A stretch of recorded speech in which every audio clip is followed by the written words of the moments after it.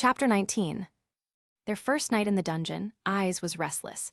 Something felt off in the underground space. She left the tent that the girls were sharing and wandered into the confined space of the campsite. Sitting on guard were Makoto and Chigusa. While Ais stood in silence, she heard rustling and whimpering coming from the guy's tent. Not quite understanding decorum, she ducked inside to find the source of the noise. Within the canvas tent, she saw most of the boys passed out asleep. The only one moving was Bell Cranel. The boy tossed and turned in his sleep, muttering out half-formed sentences. He seemed to be sweating. Ais walked in silently, careful not to disturb anyone, and knelt down next to Bell.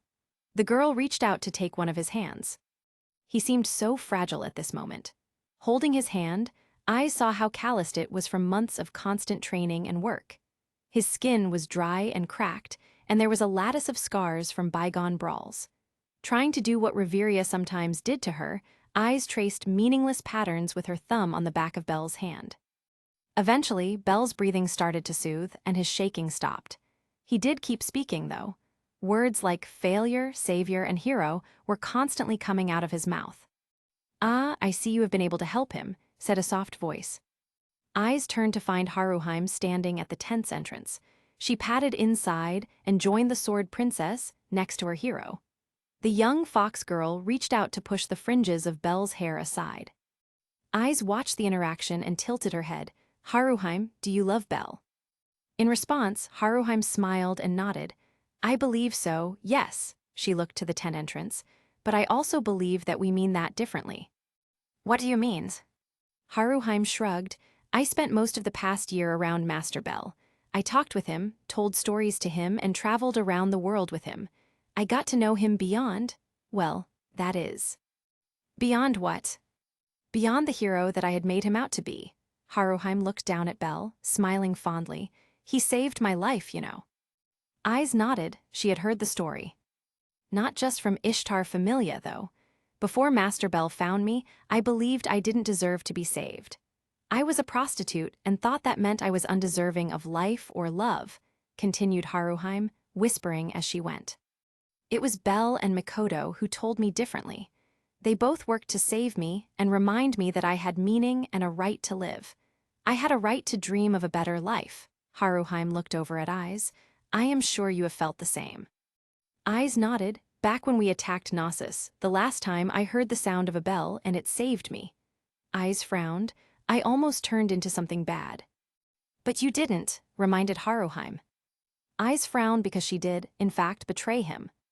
The two women were so lost in thought that they didn't notice the first stirrings of consciousness around them. "My oh my, how indecent of you two," came a third voice. The two women looked to find Welf rubbing the sleep from his eyes, the rest of the guys stirring around him, including, Ais, why are you holding my hand?" Ais looked down to find Belle staring at her with wide eyes. The sword princess felt her cheeks start to heat up. "No reason," was her reply. She stood up and started to leave the tent, Haruheim giggling from behind as she followed. The two found Lily waiting for them. After a quick admonishment, the Prum set them to work. Haruheim was to help with breakfast, while Ais was to go collect firewood. The two adventurers nodded, and before they left, Ais tapped Haruheim on the shoulder. "Thank you for talking to me," said Ais, looking at the ground. "I know that I'm not good at it." A second later, Ais felt something start to brush her leg. She found the renard's tail brushing against her. Looking up, she was met with the Enchantenko's beautiful smile. "I am overjoyed that you enjoyed our conversation, Lady Wallenstein. I hope to have many more of them," said the fox princess. Haruheim then hurried over to assist Makoto and Chigusa. "Good morning, Ais," came the sleepy voice of Lefia. The sword princess turned to find Lefia dressed and ready. The elf stretched and yawned as she left the tent, an early morning smile on her face. "As cute as usual," said Elwyn, also leaving his tent. Lefia made a point of stomping on his foot as she walked away, flustered. "What'd I say?" asked Elwyn, trotting after her. It was a compliment. Ais watched on before she began getting to the task presented to her. She walked around the burrow and the area just outside their campsite and gathered as much spare wood as she could find. She found wood big and small to bring with her. When she thought she had found a sufficient amount, she returned to the others. Where should I put this? She asked. Lily, who was supervising other activities, turned to point off to the side. Her eyes were met with a tower of logs. Miss Wallenstein, you didn't have to find that much, said the prum, flabbergasted. I wanted to help, replied Ais. She put her logs down and started using her desperate to trim the excess twigs and branches. Her work was meticulous and thorough. As she finished each log, she passed it over to the team in charge of making breakfast. She was so focused on the task in front of her that it wasn't until Belle shook her shoulder that she realized the food was ready. The party sat around, enjoying their meal. At the entrance, Urashima and Ottoheim were on guard. When everyone finished, Lily gestured for everyone to gather around. Urashima and Ottoheim walked over and joined the circle. When she sat down, the former princess turned her head, and Urashima began braiding it away from her face. Today is the battle with Amphisbaena, began Lily. This might become the most difficult challenge on our expedition. Lily hopes you are all prepared. Lily faced Welf. Is the Undine cloth ready? Welf nodded, and everyone's weapons are in tip-top shape. Good, Lily turned to face the assembled party. We will leave for the water capital in 1 hour. That will give us enough time to position ourselves. Lily wants Master Bell, Miss Wallenstein, Miss Ryuu, and Miss Leffia focused on crowd control and dealing with the fringe monsters. The prum turned to the newest adventurers. You three will be in charge of guarding Lily and the other supporters. The rest of the party fights the monster Rex. Lily, began Belle, doesn't that seem a little risky? I know we did it for Goliath, but don't we want the strongest adventurers to face off with the Amphisbaena? I must agree with Belle, added Ryuu. The other high-level members, except Aisha, voiced their agreement. The Amazon smiled, tossing her hair back. Sorry, folks, but this fight is personal. Her grin shifted to predatory. It's time we had a rematch. Those adventurers who had been left behind during Belle and Ryuu's fall to the deep floors nodded. Their faces were grim and determined. They wanted this fight so bad they could taste it. For many, this would be an actual test to see how they had grown and changed. They wanted to see if they could beat the monster that had almost ended them. Holding that determination in their mind, the group soon set out for the water capital. When they arrived, they did a quick march to get to the spawning area of the great beast. The top-tier members started to spread out and dispatch any lingering monsters. Lily, Haruheim, and Cassandra set up a kind of command area with Urashima, Ottoheim, and Elwyn arrayed around them. That left Aisha, Mikoto, Daphne, Auka, Chigusa, and Welf to face down the Amphisbaena. Welf had magic swords at the ready, while the others faced down the wall in front of them. Many were recalling memories of their past battle, how they had almost been destroyed by the monster Rex, and how terrified they had been at the time. The hour passed in an eerie silence, the only sound being the others destroying the monsters that had already been there. Then they heard it. The creature's great roar reverberated like a shockwave from below. It was only then that Ais asked a question. How are you going to lure the Amphisbaena up here? Lily put down her pack and withdrew a brown pouch, with Miss Naza and Mr. Urashima's newest item creation. This pouch is filled with things useful for attracting monsters. It was created based on the D-Saint's own concoction. True enough, the adventurers felt the great beasts start to rise. Eventually, the great pool they were wading in front of bubbled and frothed. Suddenly, out popped one shape followed by another. The beast's great twin heads bit and snapped at each other. Its body and scales shimmered in the light, reflecting off the water. The heads swung left and right, nostrils flaring. Then they alighted on the little prum girl. Their eyes focused on her, and as one, the heads roared their challenge. Mr. Welf, Miss Haruheim, shouted Lily. Welf brought out a small magic sword and swung down. As he did so, ice exploded out, and the great pool froze over. All right, you lot, let's get this started, roared Aisha. The other adventurers jumped out onto the frozen water. Unlike the last time, there was no fear or hesitancy. They only had one goal to win. Wither that power and vessel, slim wealth and broken promises, until the crow cause deliver misfortune and weakness. Wither, strip away divinity within this body. Spell their name in red and cast them below. Sleep towards the north, may the winds of ill will wash over you. Wither, sang Enchantenko. This was her third magic, her newest spell. Around her gather a smog of purple miasma. She opened her mouth, cowered a Kushi. As if pushed by a great wind, the fog bellowed forward. It enveloped the amphispina and expanded itself to encompass the entirety of its being. As soon the purple cloud touched the monster Rex, it seemed to become weighed down. Its eyes lost some of their luster, and its roar sounded less ferocious. This was Haruheim's magic at work. Her third spell, a level down she could apply to her opponents.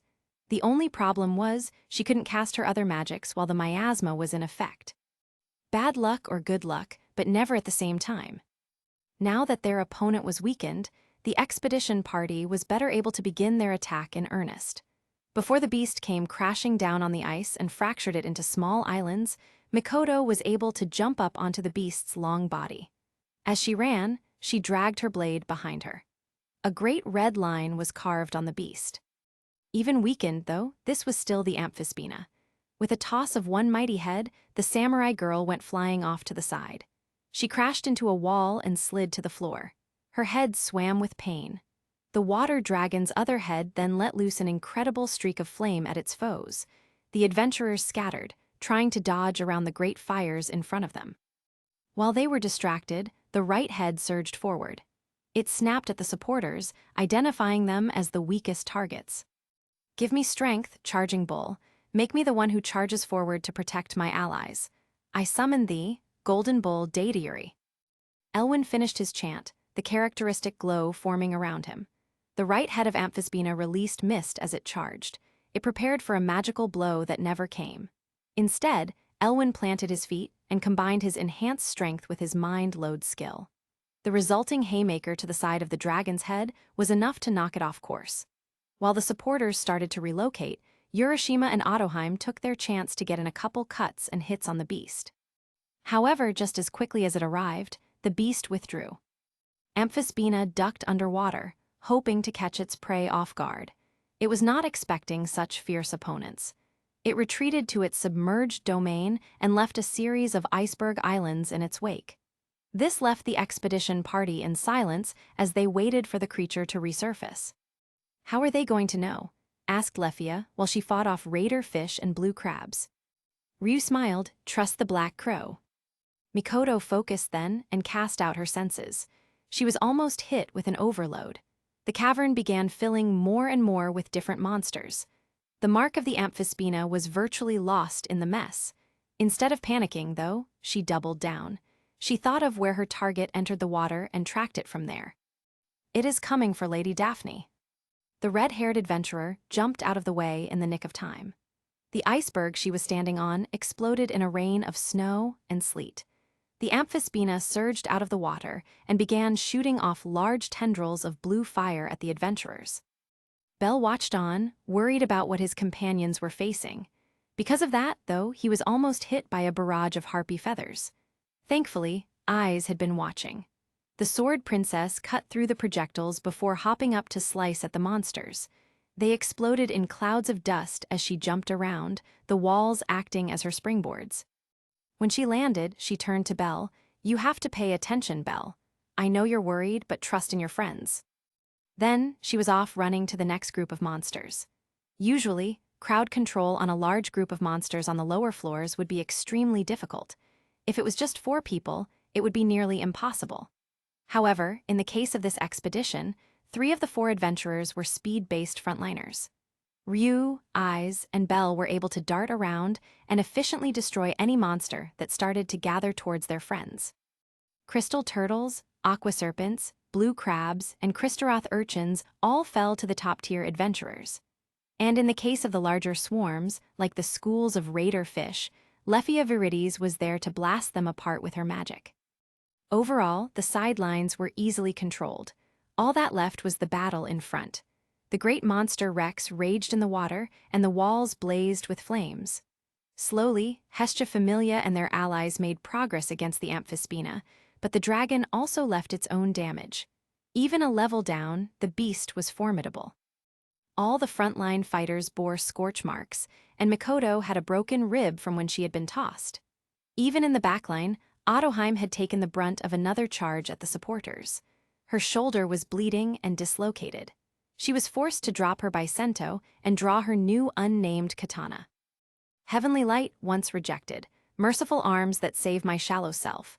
Rescue my miserable companions in place of my words that cannot reach them. O sunlight, may you beat back ruin, chanted Cassandra.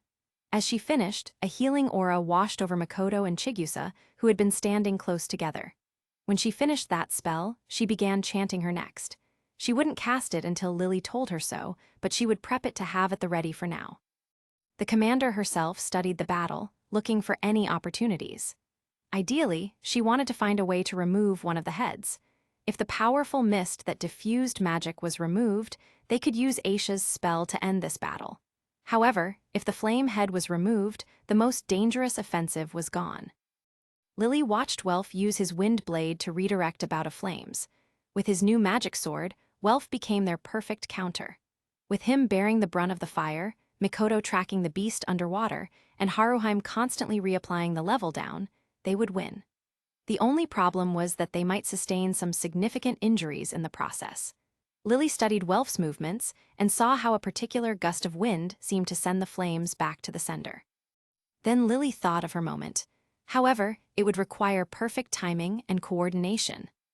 Mr. Welf, ready your magic. Miss Mikoto, help Mr. Aoka get to a high vantage point, called Lily. The three fighters snapped to attention, all of them moving to start their parts. Mikoto began weaving her magic while Aoka stayed nearby and provided defense. Welf had figured out Lily's plan, so he withdrew just a bit, needing to focus. He wasn't a mage, but time in Carrion had given him a lot of practice with his accuracy and timing. To compensate, Lily had Urashima and Otoheim join the advance team. They worked with Daphne and Chigusa to keep Amphispina at bay. In an excruciating window of pressured time, Haruheim watched on in silence. She was always vigilant, reapplying the level-down spell whenever it wore off.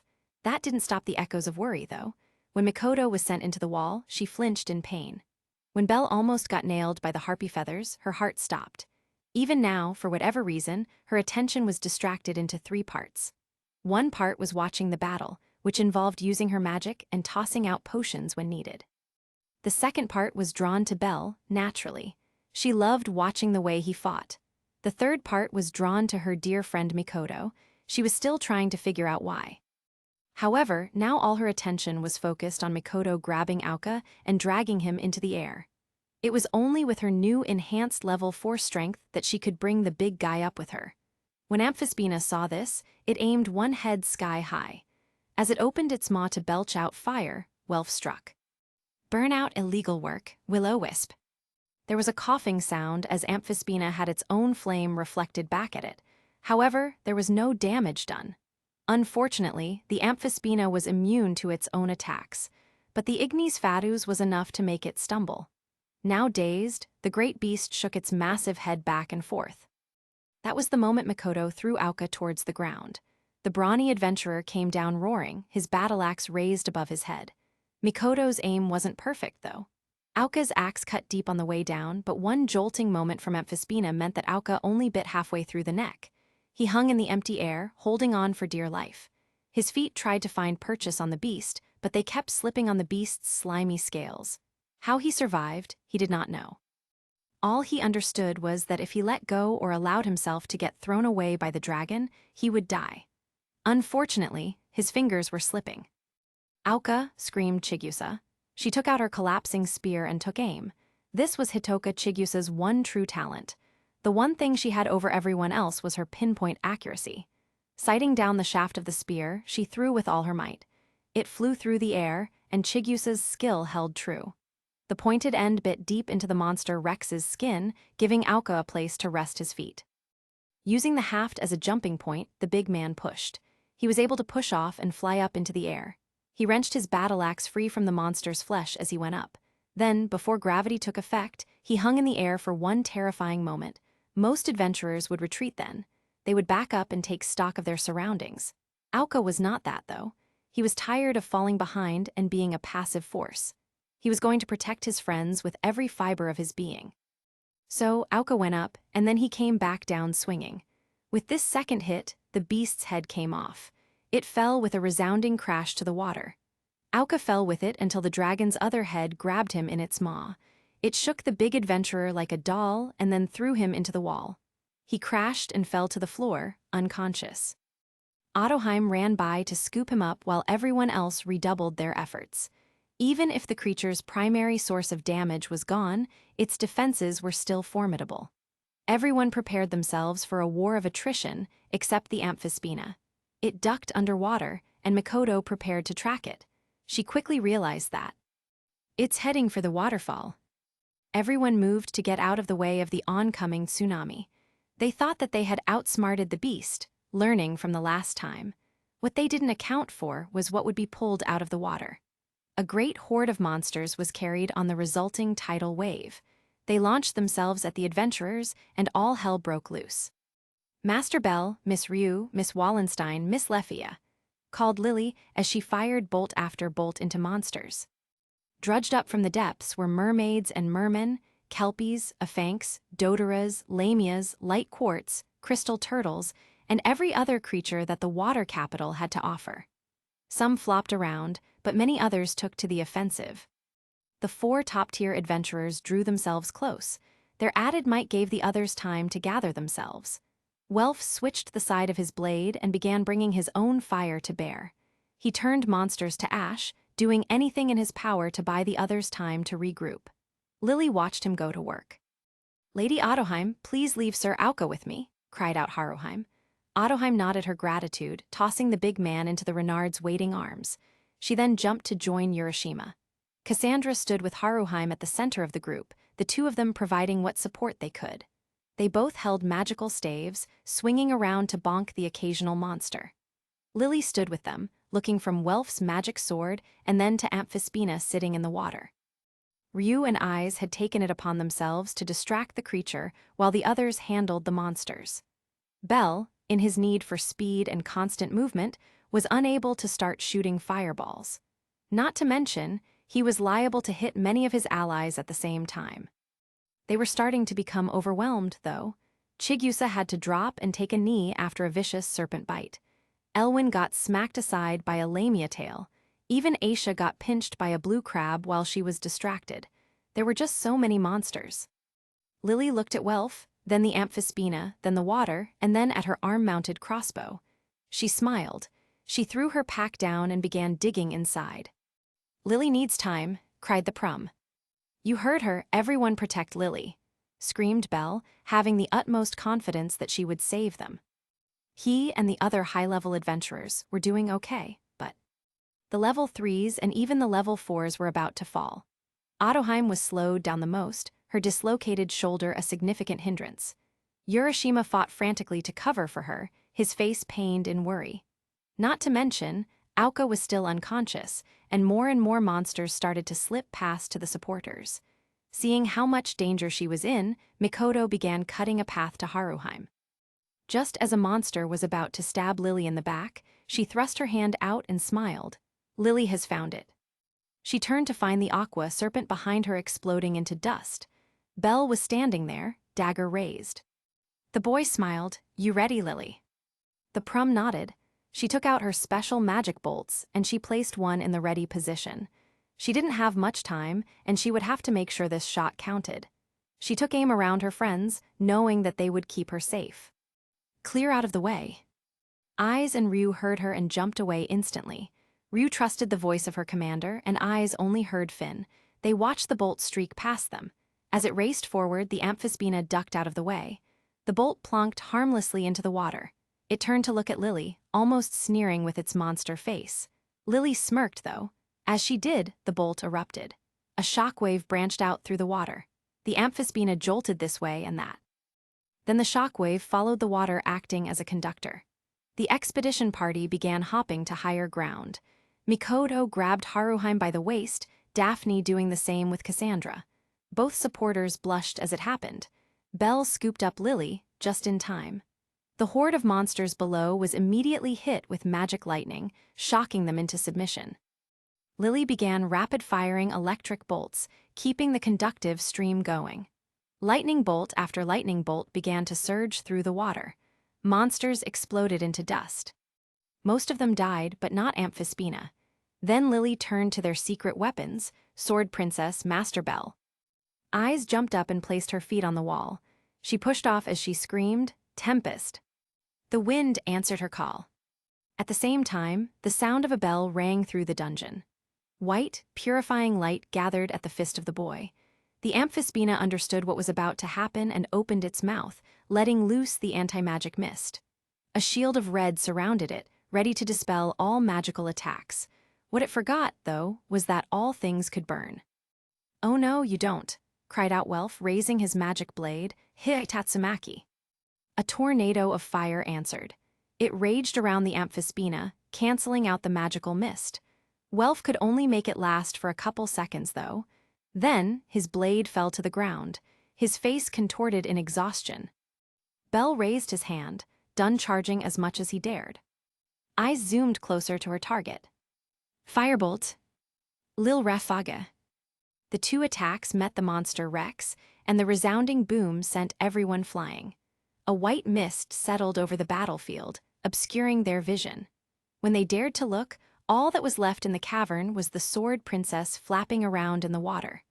Everyone looked on in confusion until a little elf remembered. Miss Ais can't swim. While everyone else was still confused, Belle jumped forward, diving towards the water. He swam out and hooked an arm underneath her chest. One of the skills he had learned this year involved swimming and water rescues. He began dragging her back to shore. The second she felt him, Ais's panic disappeared. At least, her panic about the water evaporated. It was replaced with a different kind of panic. Wait, Belle's hand is near my chest, thought Ais. Wait. Why does that matter to me? Why am I nervous about it? Belle is so close. Ais dared to look at Belle's determined face as he pulled her through the water. The sight made her blush. When did he start looking so manly? The two made the return to shore to find everyone waiting for them. Cassandra was casting her magic on the assembled group, healing their injuries. Meanwhile, Haruheim and Lily bustled about collecting magic stones and drop items. The rest took the time to recuperate, with Ryuu and Aisha standing guard. "Daphne, I'm okay," said Cassandra, blushing. In response, Daphne narrowed her eyes. "You need to rest as much as everyone else," said Daphne. She pressed one of Naz's double high potions into Cassandra's hands. "Now drink this." Next to them, Chigusa nursed Auka back into consciousness. When he heard that he was the only one to pass out, he grew very angry with himself. Thankfully, Chigusa reminded him of how incredible he looked cutting off the dragon's head. "But I was only able to do it because of you," replied Auka. He laid a hand on her shoulder. "Thank you, Chigusa, you saved my life." Then he smiled. Chigusa nearly fainted. "Please, Lady Haruheim, I assure you that I'm fine," stammered Mikoto, Haruheim flittering around her. She was supposed to be collecting magic stones, but she had taken a break from that to play nurse. "Miss Mikoto, you crashed into a wall. Please, at least let me provide a potion." The two then continued their awkward dance around their feelings. Neither was willing to concede what their hearts were starting to tell them, though. Next to them, Urashima had his own moment of panic. "Please, Lady Otoheim, let me help you set your shoulder." Otoheim rolled her eyes. "If you insist." Urashima then tried to get a firm grip on Otoheim's shoulder without causing her any pain. His hands kept shifting, unsure how to proceed. After a minute of inaction, Otoheim sighed. She stood up and walked over to a nearby rocky outcrop. "Princess, what are you doing?" asked Urashima. Otoheim took a deep breath and then jammed her shoulder against the rock. She snapped her arm back into place. "By the gods!" she screamed, tears in her eyes. "Otoheim!" shouted Urashima, who jumped to his feet. Between labored breaths, Otoheim said, "You were taking too long." Finally, the boy draped a dry salamander, wool cloak over a girl's shoulders. "Are you okay, Ais?" Ais nodded, her body trembling. "It's less the cold and more." "The fear," answered Belle. Ais nodded, looking at the ground. "I know it's weak." Belle shrugged. "Honestly, seeing that there's something you can't do makes me feel better."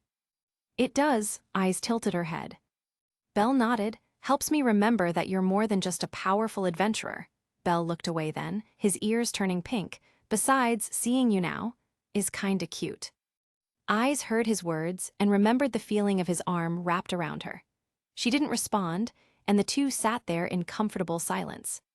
Watching over them, Welf and Lily continued shoveling magic stones and drop items into sacks.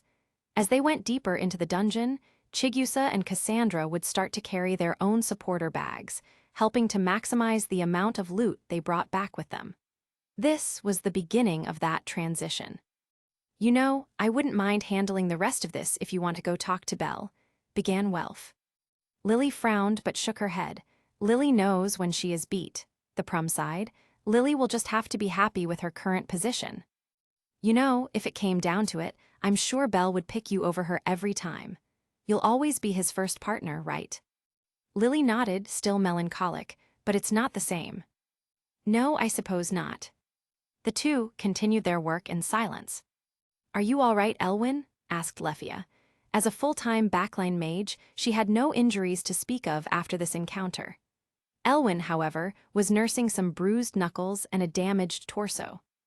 "Yeah, just scratched myself up when I punched the damn thing," said Elwyn. Lefia grabbed his hand. "Then allow me to help." She closed her eyes. "I wish upon the name of Wish. Ancestors of the forest, proud brethren, answer my call and come to the plains. Connecting bonds, the pledge of paradise. Turn the circle and dance around. Come, ring of fairies, please give me strength." She then followed this chant with another, and a small magic circle formed at her feet. A green light washed over Elwyn, and the scratches and bruises on his hand started to fade. Lefia smiled. "There, all better. I was able to copy Lady Reveria's healing magic to help." Elwyn looked at his hand and blushed. "Not done yet, though." Lefia tilted her head. "What do you mean?" "You have to kiss it better," mumbled Elwyn, daring to hope. When Lefia didn't respond, he started to pull his hand away. "Sorry, dumb request, I know." Except he was almost pulled off his feet. He felt a flash of a warm sensation on his knuckles, and then his hand fell limply to his side. He brought it up to stare at it. He then looked at Lefia, who had turned away. "If you'll excuse me, I must be going." The little elf marched off, Elwyn watching her go. He wore a dumbfounded look on his face. Up in Horario, 3 goddesses were having drinks.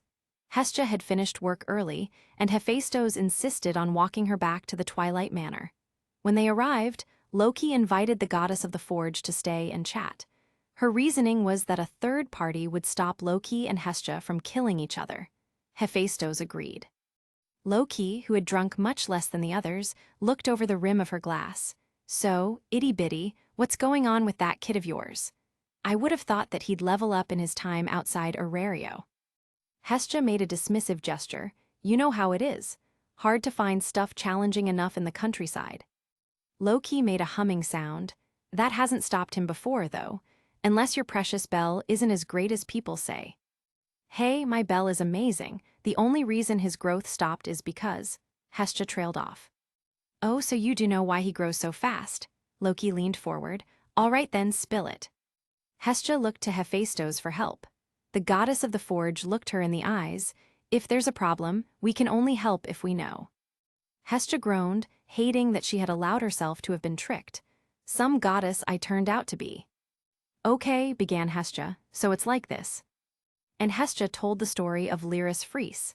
She explained Belle's extraordinary growth and the reason behind it. The 2 goddesses watched in rapt attention.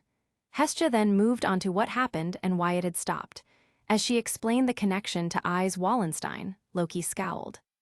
"Like I'm going to let him have my Aizu," said Loki, who swung her glass back and forth. "And another thing, where does he get off blaming my eyes? That doesn't make any sense." Hestia shook her head.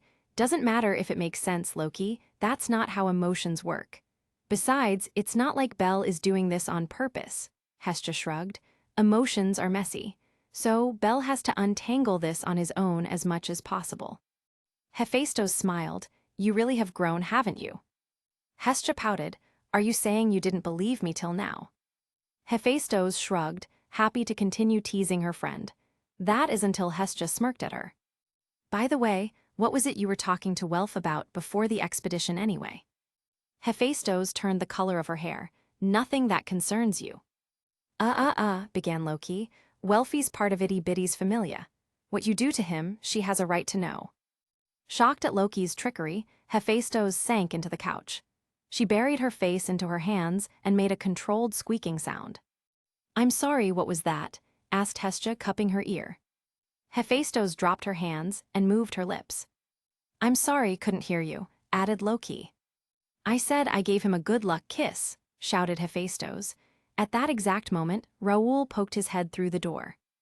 Excuse me, Lady Loki. Finn was wondering if you had a chance to review the documents. The adventurer trailed off under the glare of the smithing goddess. Hephaestos stood up and marched over. She grabbed the high rookie by his collar and brought him close. You breathe one word of what you heard outside this room, and Tsubaki uses you for smithing practice, got it? Raoul nodded but then scrambled away as soon as possible. In his fear, he searched for his girlfriend and buried himself in her arms, but I didn't hear anything. Not totally understanding what happened but still finding him endearing, Aki petted his hair. Then she said, I know, just take it easy, Raoul. I got you. I'll protect you. Back in the dungeon, the party advanced. The original plan was to rest and return to floor 24 to properly tackle the next floors tomorrow. However, they had defeated Amphispina with no significant injuries, and Lily's electric arrow had also cleared out many monsters. The way was open for them to continue through the water capital. As they marched, Lily scanned her map of the 27th floor, looking for a campsite. Lily believes we should take a left, right, here.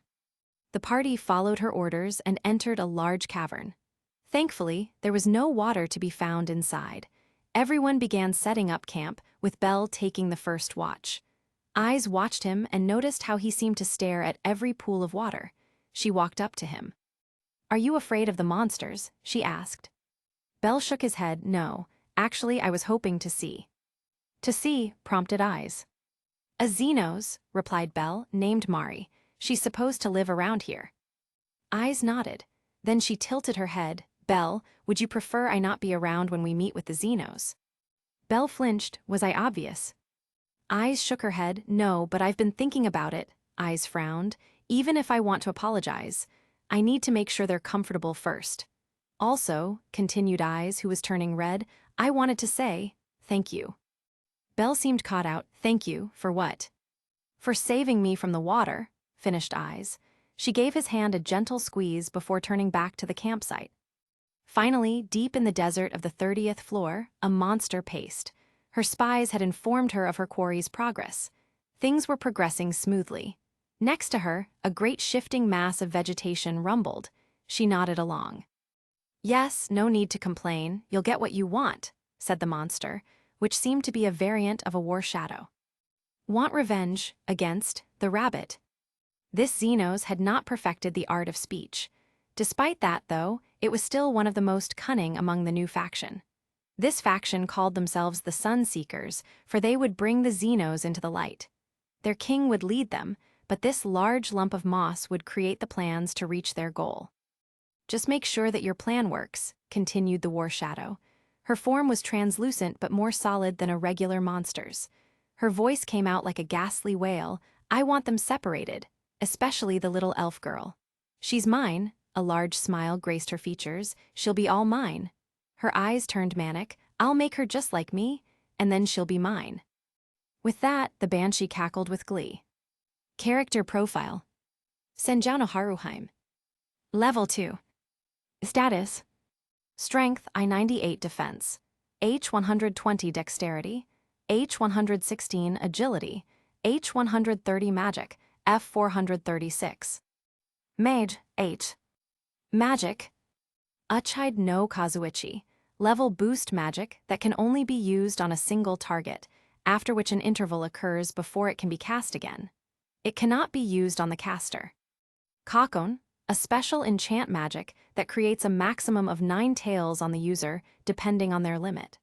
The user adds the effects of a second magic they chant connect to each of the tails to multiply its effects, such as increasing the number of people Uchide no Kazuchi can be used on. Kawerta Kushi, level degrading magic that can only be used on a single target, after which an interval occurs before it can be cast again. It cannot be used on the caster. Skills. Mikyu's Yumanohu increases the effects of the user's magic and improves mind usage. Protected Princess provides a minor passive status boost to those fighting around the user. Big fight scene now under wraps, folks. Definitely a challenging one to write. Hopefully, things came across as realistic. Also, we are almost caught up here onto the series on archive. Afterwards, both series will be published and updated on Wednesday. I usually call it Wandering Wednesday. I'm interested to hear all of your thoughts on what will be coming next, both in relation to the story at large, as well as in the new floors of the dungeon I am creating from 28 to 34. Hope you all enjoyed. Now onto the reviews. Mema Master, you're goddamn right it is.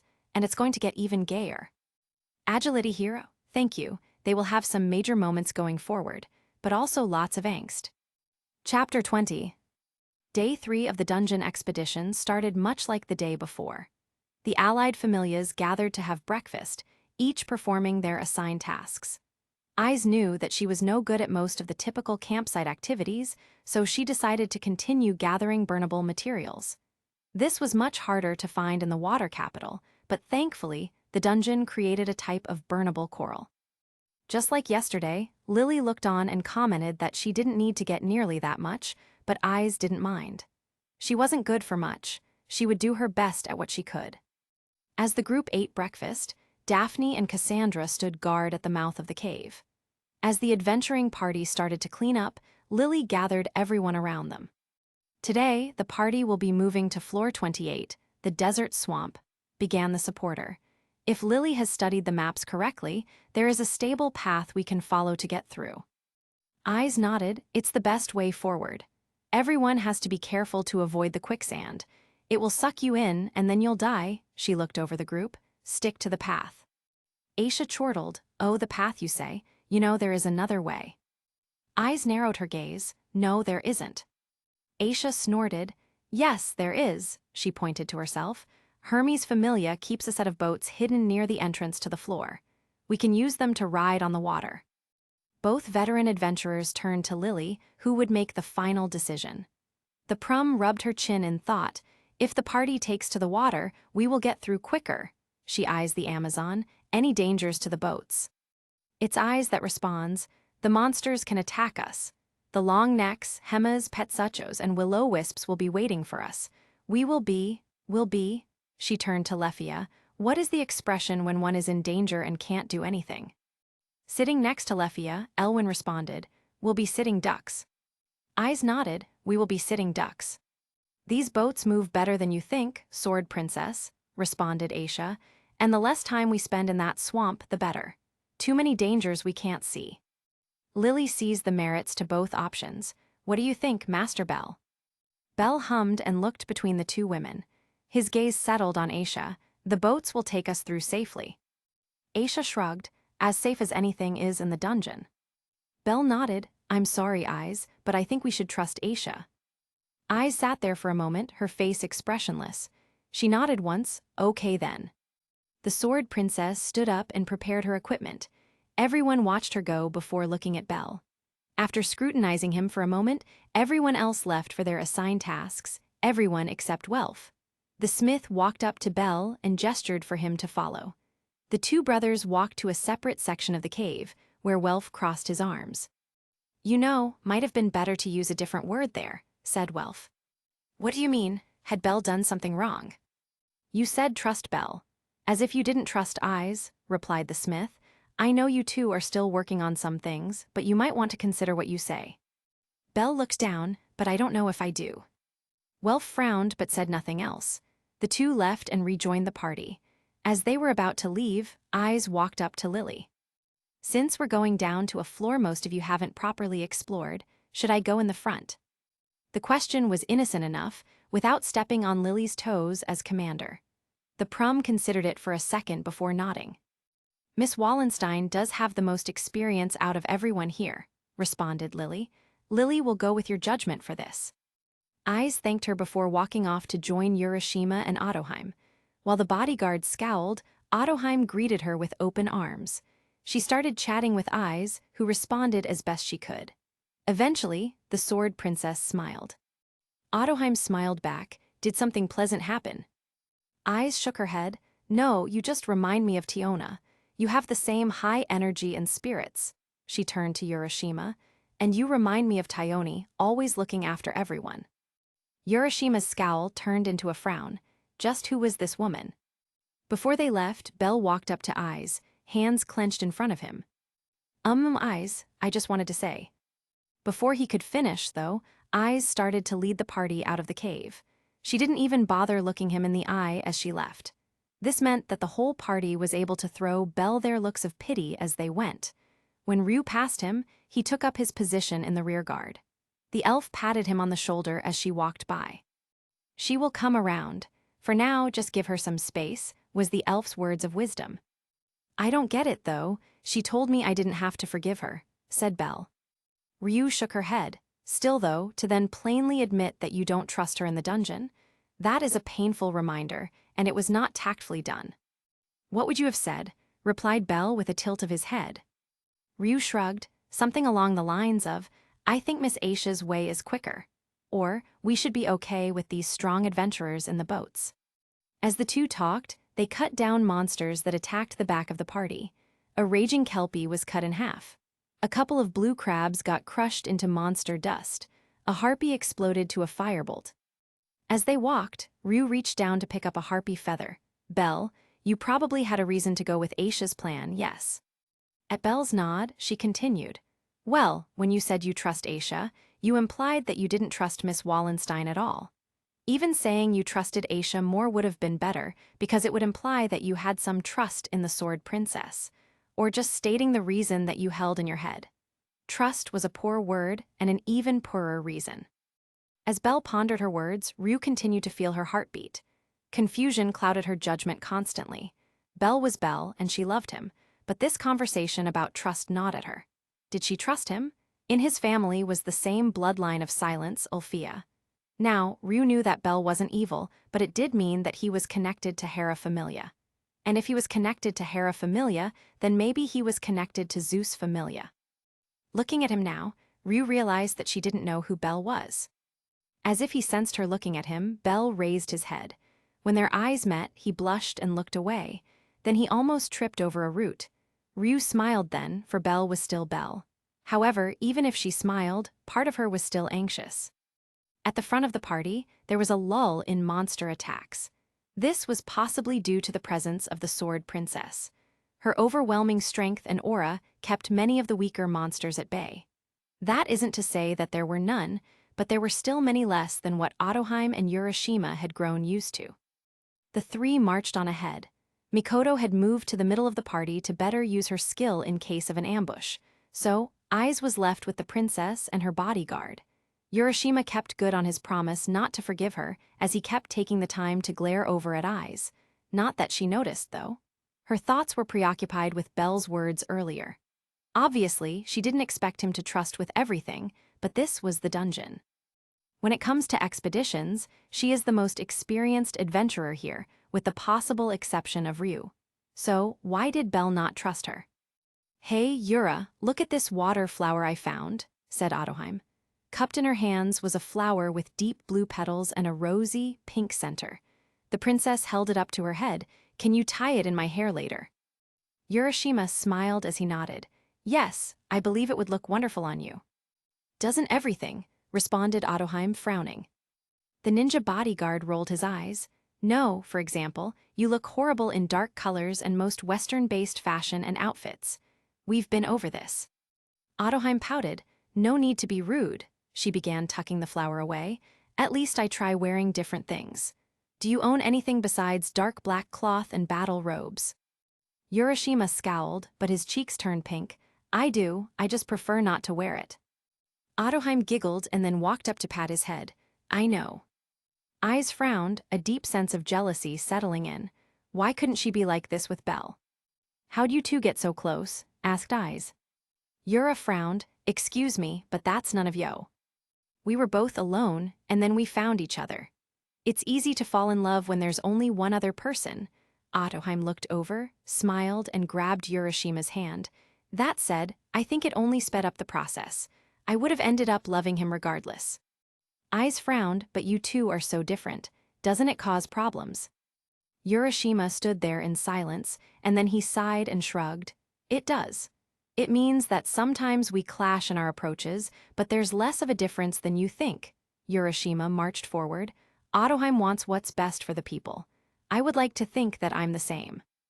Otoheim considered his words for a moment and then turned back to Ais. I think that's only part of it, Ottoheim smirked. Another one of our many disagreements. She turned back to Ais. Love isn't about taking the best parts of someone. It's about taking the worst parts, the parts that make you want to tear your hair out, and then saying, I'd keep them. You have to love someone despite their faults, or else, do you really love them? When she finished her little speech, Ottoheim made to keep moving forward. She stopped when she noticed Yura staring at her. What is it? Asked the princess, blushing. I just fell for you all over again. Ottoheim stopped in her tracks and turned a dark red. You can't, you shouldn't, Yura.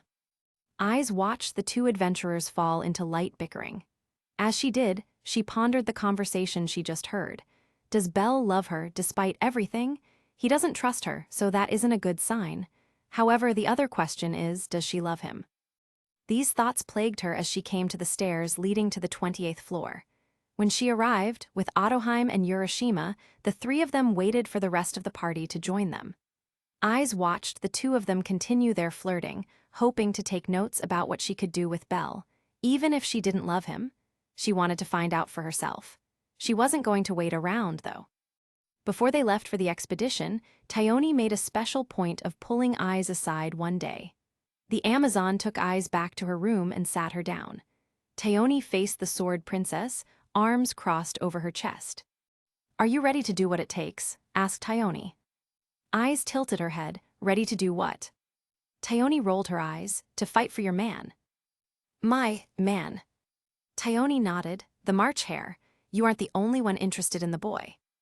March Hare.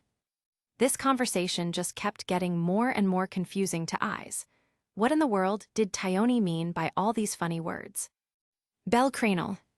The sword princess's eyes widened. Were there more people interested in Bel? Thyone smiled when she saw the words start to sink in. There are others. Thyone nodded, yes. Who? Thyone started listing people off on her fingers. His goddess, the prom girl, the Renard, the elf, and Hel. This whole thing started because Freya is obsessive and freakish. Ais's mouth fell open. That's a lot of people. And those are the ones I've been able to find out about, added Thyone. So there could be more. Thyone nodded, so do you know what that means? Ais pondered the question. She racked her new emotions that had started to fill themselves in but came up with nothing. She was just a doll, after all. She frowned. There's nothing I can do. I don't know how to be like other girls. Thyone smiled, but it was forlorn. Neither do I, but that doesn't mean I won't be the captain's girl one day. The Amazon shook her head, and then her smile broadened. We don't have to be like other girls. The only thing we have to be like is ourselves. If they don't love us for us, then they ain't worth the time. Ais didn't look convinced. After all, she was just a weapon. The only thing she was good at was destroying monsters. Thyone sighed. Well, how about I help you then? I can teach you to be a bit like other girls. The lessons were doomed to fail, but Ais needed to see that for herself. Bel Cranel liked Ais Wallenstein, not the other girls. Bel Cranel was in love with the sword princess, the woman who would save him from 1,000 monsters. The sooner Ais learned that, the better. Ais was jolted from her thoughts by the arrival of the rest of the party. Staring at Bel, she felt her original anger rise.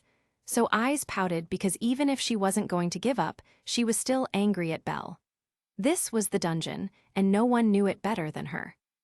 Lily walked to the front of the assembled adventurers. Is everyone prepared?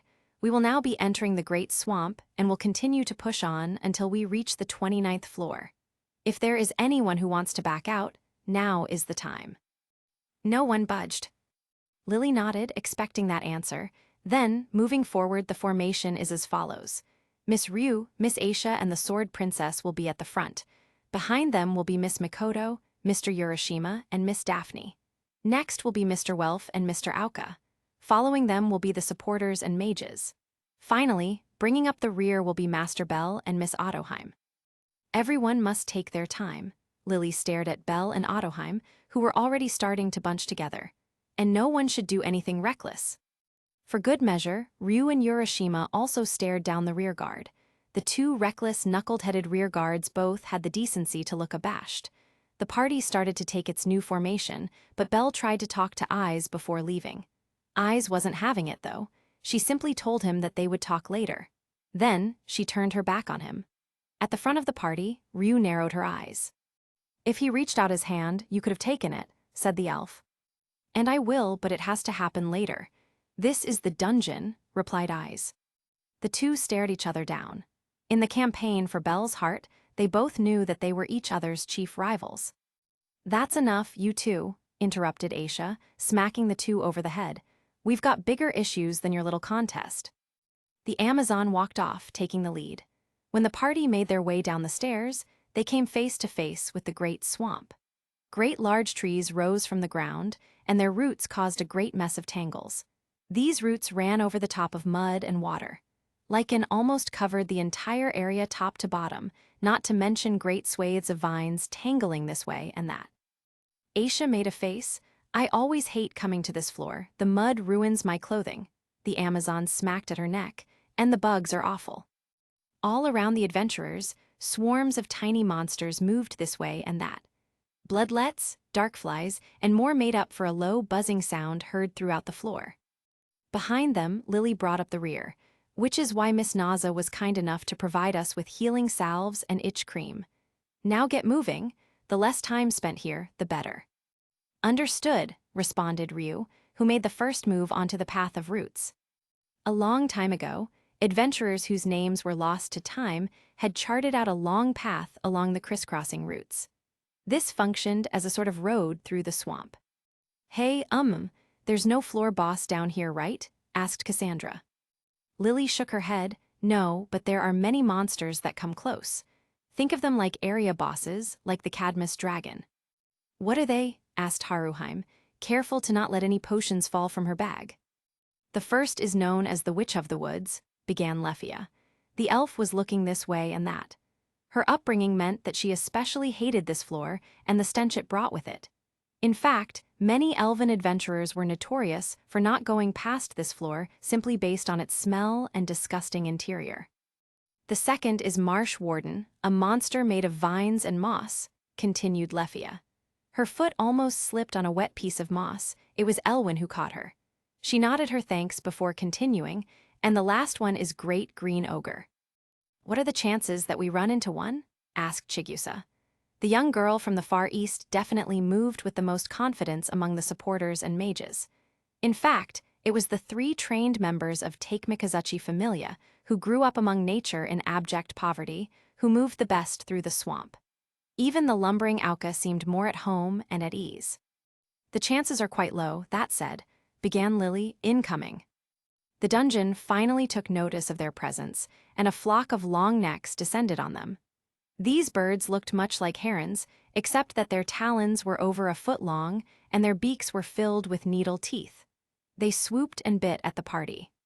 "Firebolt," called Belle. Blasts of flame began to shoot off. Bird carcasses started to fall to the ground. Around Belle, the other adventurers began to grab bows from the supporters. Mikoto took one from Haruheim, their fingers brushing. Mikoto nodded her thanks before she started shooting off arrows. Chigusa, who dropped her pack, echoed her movements. The two were lastly joined by Urashima, who began throwing shuriken with precision. As the birds began to rise up into the higher branches, Ryuu and Aisha jumped after them. By leaping from branch to branch, the two were able to cut down the last monsters. Ottoheim let out a breath. "Well, thank goodness." "Will-o-wisps," called back Ais. These floating sacks of magical flames descended on the party, which held magic stones inside, were decidedly dangerous. Their strategy involved getting close to an adventurer and then exploding. When they died, gas clouds released, which meant that each fiery explosion was more dangerous than the last. The party soon discovered this, and Daphne began cutting through sack after sack. The trained adventurer took the lead in cutting a path forward. If one could kill them before they exploded, that was best. The only problem was that the gas still made it out. The area now began to fill with a dangerous fog. "Clear out of the way, Tatsumaki," cried out Welf. A steady gust of wind began to shift the air. "Everyone keep moving," shouted Lily. The first rule of the swamp was to never stand still. Doing that meant risking getting bogged down. The party took up a brisk jog across the swampy floor. They ran along the great roots, careful to never stop in one place. The only problem was how twisty the branches were. To travel 10 feet in a straight line meant going 50 feet around. Thankfully, this is where Aisha came in. Hippolyta had kept both eyes open, searching for the right marker. Finally, her eyes alighted on a great carpet of moss that seemed to shimmer in the unnatural light of the dungeon. Her grin was feral as she called for the others. She began leaping great distances, across rocks and over bogs, until she arrived at her destination. She reached down and ripped the moss up, revealing 6 slender boats. The moss shimmered in her hand and then transformed into a white tarp. With each boat was a long pole to help push them through the water. Ryuu landed next to her, one of Andromeda's illusions. Aisha nodded, specially made magic item. She started grabbing the push poles nearby. All right, everyone, start getting into boats. Lily wants all the high-level adventurers to spread themselves out, commanded the prum, split up for different boats. The supporters went first, each carrying a pack with them, then went in the level 3s and 4s. Finally, the strongest among them split up. In total, there were 5 boats on the water. The first, which just so happened to be the lead boat, was Haruheim, Mikoto, and Aisha. They were relying on the Amazon to guide them through the water. Behind that was a boat with Lily, Welf, and Belle. The 3 gravitated to each other naturally. Next was Cassandra, Daphne, and Ryuu. The elf maintained a steady watch on the water, standing at the bow of the boat. Daphne pushed them along while Cassandra watched on. The healer would deny it, but she enjoyed admiring her dear friend's taut muscles. Next to them was Auka, Chigusa, and Ais Wallenstein. How she had ended up in that boat, she had no idea. She stared longingly at Belle's boat and felt a deep clawing sensation when she saw how close by Ryuu's boat was. Her grip on her sword tightened. The only thing holding her back from jumping over was all the water. Lastly, bringing up the rear was the double-date boat. Since there were only 4 supporters who took up the space of 2 people with their large packs, the last boat had room for 4 people. Inside, Ottoheim stood at the front, gazing out in childlike wonder. Behind her, as always, was Urashima, who studied the murky waters. Next was Lefia, who tried to cover her nose with a sleeve, and in the back, Elwyn just pushed them along. They traveled in almost complete silence, with the occasional whispered conversation taking place. Elwyn's head turned back and forth, a growing sense of unease forming. He looked to the front and saw how tense Ottoheim's shoulders were. Farther ahead, Belle felt his anxiety grow. Something was terribly off. In fact, every member of Hestia Familia felt uneasy. They knew danger. Haruheim's tail twitched, and Mikoto's instincts were screaming at her. Welf's grip on the pole tightened, and Lily's hand rested on her arm bow. Finally, it was Ryuu who put their thoughts into words. The buzzing has stopped. It was true, after the initial attacks, the monsters had seemed to vanish. They had been left alone, for the most part. As their boats continued along the water, the others began to feel it too. Then, Aisha began to notice the driftwood. They were large pieces of wood that seemed to drift against the current. Their bark was jagged and mishmashed. Ais narrowed her eyes. Those aren't logs. The water exploded, and great snapping maws almost devoured them. Giant creatures seemed to materialize out of nowhere. Their skin shifted and changed colors. These beasts were known as petsachos. They were great monsters that could shift their colors and hide their presence. They had massive tails, hides as thick as iron, and jaws that could snap the bone of even a level 5 adventurer with ease. In the water, they were comparable to anything found in the deep floors. A whole pack of them materialized, some coming out from under the tangles of roots and others throwing away their disguise as dungeon debris. Each one was at least 2 meters long and a meter across. Despite that size, though, they had pulled off the perfect ambush. They were the ultimate hunters of the swamp, with the ability to mask their scent, change their skin color, and even hide their heat signature. For the most part, they kept to the deeper areas of the swamp, where movement was more manageable. As long as an adventurer did not venture onto the water, they would be fine. In their boats, the expedition party really were sitting ducks. The boat in the back was the first to be attacked. Thankfully, they had the most paranoid people in it. Princess Ottoheim Nakamura had been the subject of over 183 assassination attempts. Urashima Taro had been subject to 112. By this point, not even the stealthiest of individuals could sneak up on them. The 2 leapt into action, each scooping up 1 mage. Holding Elwyn bridal style, Urashima leapt to the trees. When they landed in safety, Elwyn batted his eyelashes. My hero. Urashima grunted, please don't make this weird. Ottoheim landed next to him, Lefia thrown over her shoulder like a sack of potatoes. The little elf was scrambling, put me down, put me down, put me down. Urashima looked away. Princess, please put Lady Lefia down. We can see up her outfit. I can die a happy man.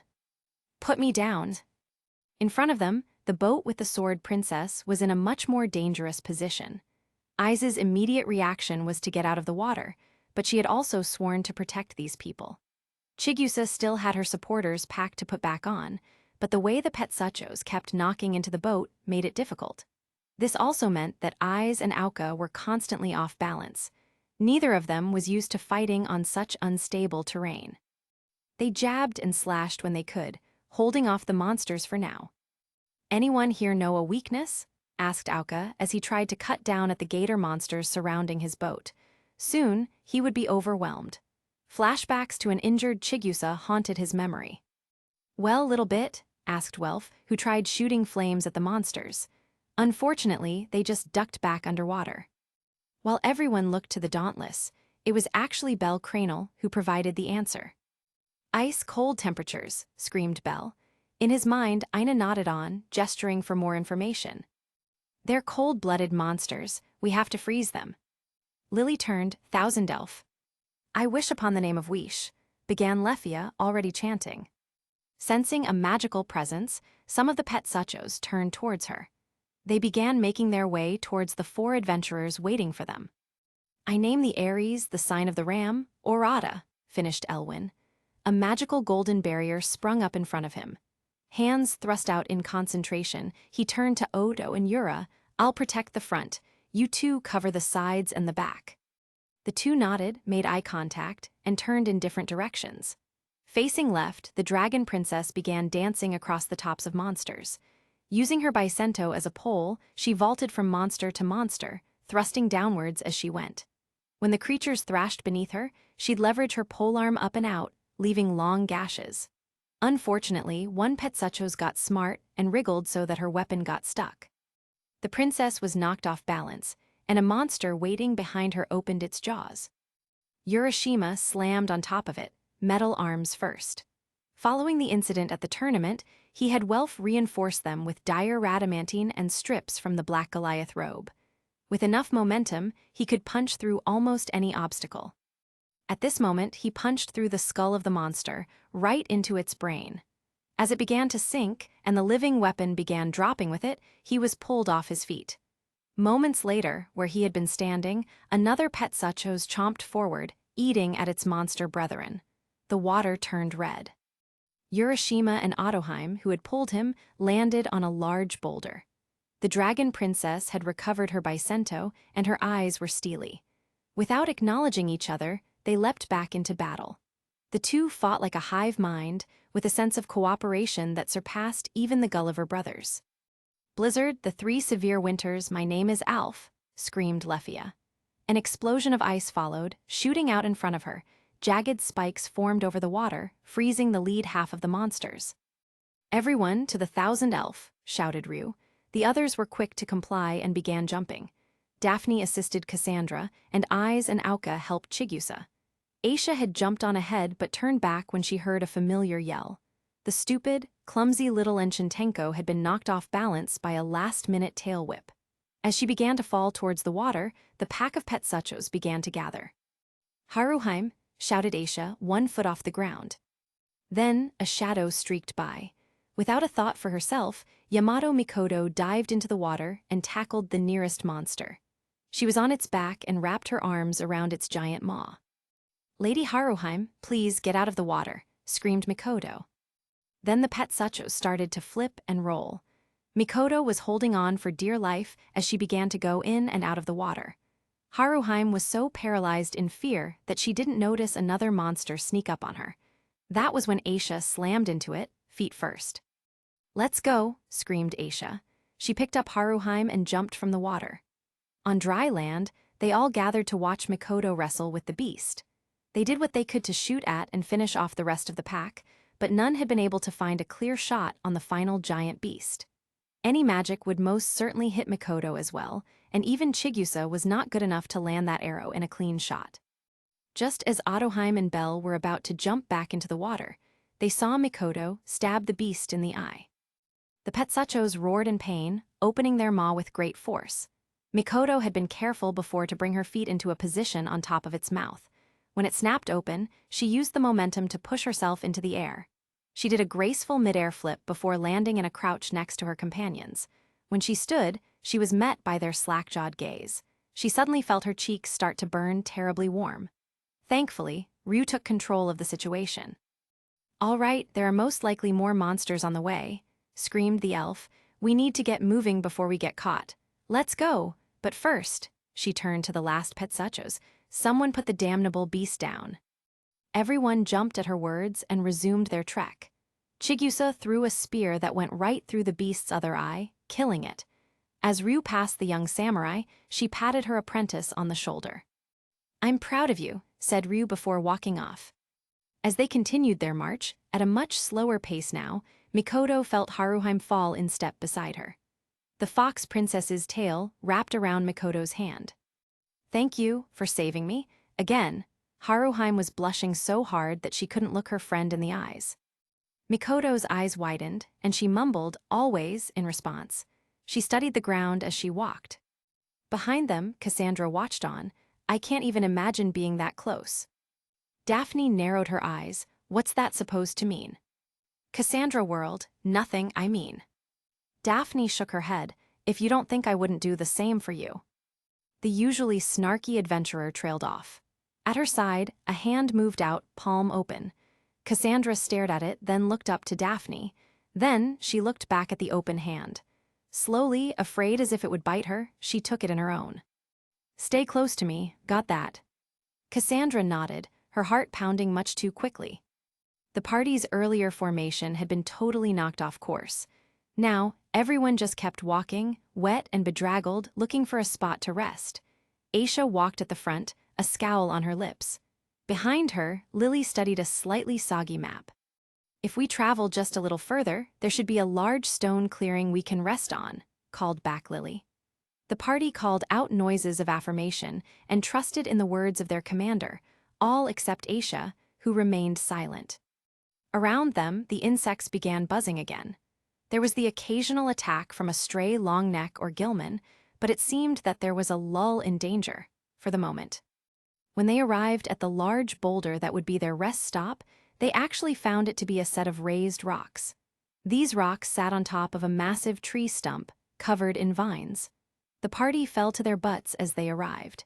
Aisha volunteered to take guard position, and Lily checked her watch. "Now is as good a time as any for a lunch break," she called. "Eat now. Lily does not want to stop later." Everyone grunted, and the supporters silently handed out sandwiches they had prepared ahead of time. Everyone was too exhausted to bother with formality, so they all began stuffing their faces. All except one, that is. "How in the world can you still eat so daintily?" asked Daphne, who stared at Otoheim. Otoheim tilted her head. "You believe this is dainty?" Then the ex-princess plucked a part of her sandwich and popped it into her mouth. Not a single crumb went anywhere except into her stomach. After swallowing her food, the princess shook her head. "If I was to eat like this back home, I would get many slaps on the wrist," she smiled. "This is quite a wonderful experience. Never before have I been able to rough it like this." Daphne pulled a face. "I hate how optimistic you are." Otoheim shrugged. "Yura is not injured, and I have not had to use my magic. All is good." Urashima frowned. "Please include your own well-being next time." Otoheim shrugged again, and Urashima's frown deepened. Meanwhile, Belle was squirming in his seat. He felt eyes stare at him. Her golden gaze bore down on him with an incredible intensity. Close by, Welf rolled his eyes. "I know you want to say it," began the smith, "so go ahead, you earned it." "As much as Lily hates to admit, the Sword Princess has earned the right to say it," added the prom. Eyes looked at the two of them, who nodded encouragingly. Then she returned her gaze to Belle. "Belle, look at me." Slowly, the March Hare raised his head. When his eyes met hers, she opened her mouth. "I told you so." The words made Belle flinch. Ryuu turned towards Aisha. You were wrong too. Now get over it and come join us for lunch. The Amazon called back in her usual haughty tone. No thanks, I'm good. Ryuu sighed and muttered about the stubbornness of Amazons, but turned back to the commander. So, what happens next, Dauntless? Lily examined her map. Now, we go with the Sword Princess's plan. We stay away from the water and continue along the path of roots. The Prum frowned. There is only one problem. With our current trajectory, we will be swinging very close to the territory of the Witch of the Woods. Then, we'll just have to be extra careful, countered Auka. I'm sure we'd all prefer that than going back near the water. Everyone gave off various sounds of agreement. Ais was the most vocal in her displeasure. Lily nodded her agreement. Then it is settled. After a quick rest, the party continues on. Belle nodded, but before we keep going, I want everyone to take a mandatory nap. 5 minutes rest at least. Some widened their eyes, but Ryuu and Ais smiled softly. Then they noticed that they were both smiling. This was followed by mirrored frowns. Both assumed that Belle only had nap memories with the other. Ais shuffled closer. We should go in rotations then. Ais shifted so that she was on her knees. Belle, you rest first. You can use me as a pillow, if you want. Ryuu frowned. That is quite enough. I'm sure Belle would prefer to nap with someone he is close with. Like a familia member, correct? Ryuu shuffled closer and also presented her thighs. Belle looked between the two, while Lily disparaged. She was cursed with tiny Prum legs. That was when Mikoto raised her voice, even though the words tasted like bile. Sir Belle, I'm sure that Lady Haruheim's lap would be most comfortable. She trailed off when she saw Haruheim shake her head. The Renard trembled from nerves as she said, as the one who saved me today, I would be most pleased to present my lap to you, Lady Mikoto. All these different people looked between each other in silence. This silence was, of course, broken by. Now lie down and close your eyes. Lady Ottoheim, I am not tired.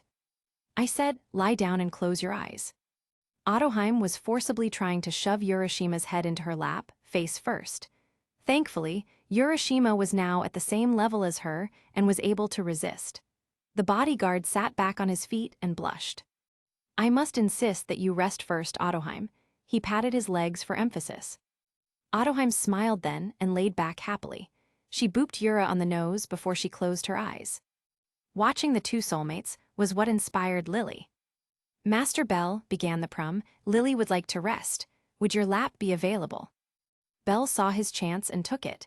He went back on his legs and allowed Lily to lie down. The little Prum flashed a triumphant smirk at the two top-tier adventurers. They both glared at Belle, who gave them an uneasy smile as he shrugged.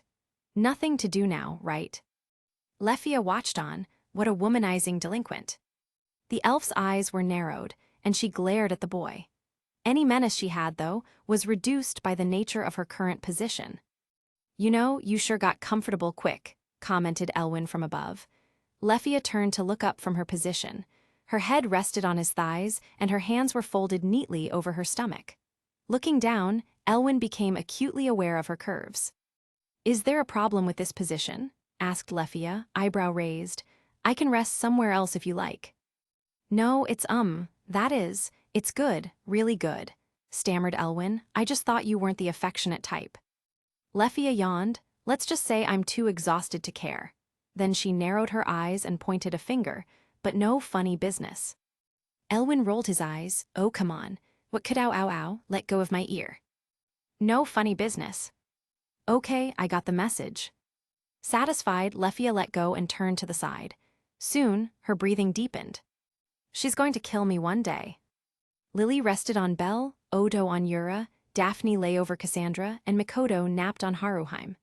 Auka had offered himself to Chigusa, but she had politely refused. Instead, Welf took up the offer and settled himself onto the big man's lap.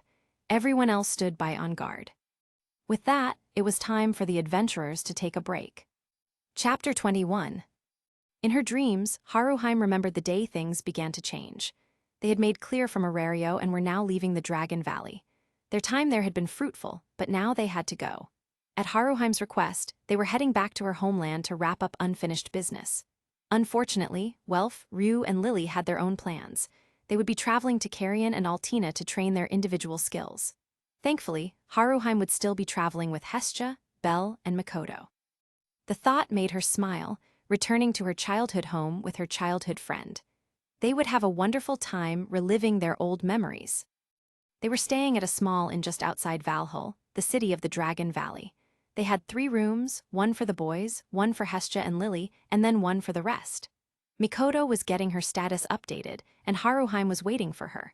The Renard was feeling nostalgic and wanted to retell stories of their youth. When the young Far Eastern woman came inside, though, she was anxious. Mikoto had started to grow her hair out more and had been beginning to weave it for comfort. She was now braiding and unbraiding it. Haruheim had recognized that as a nervous habit.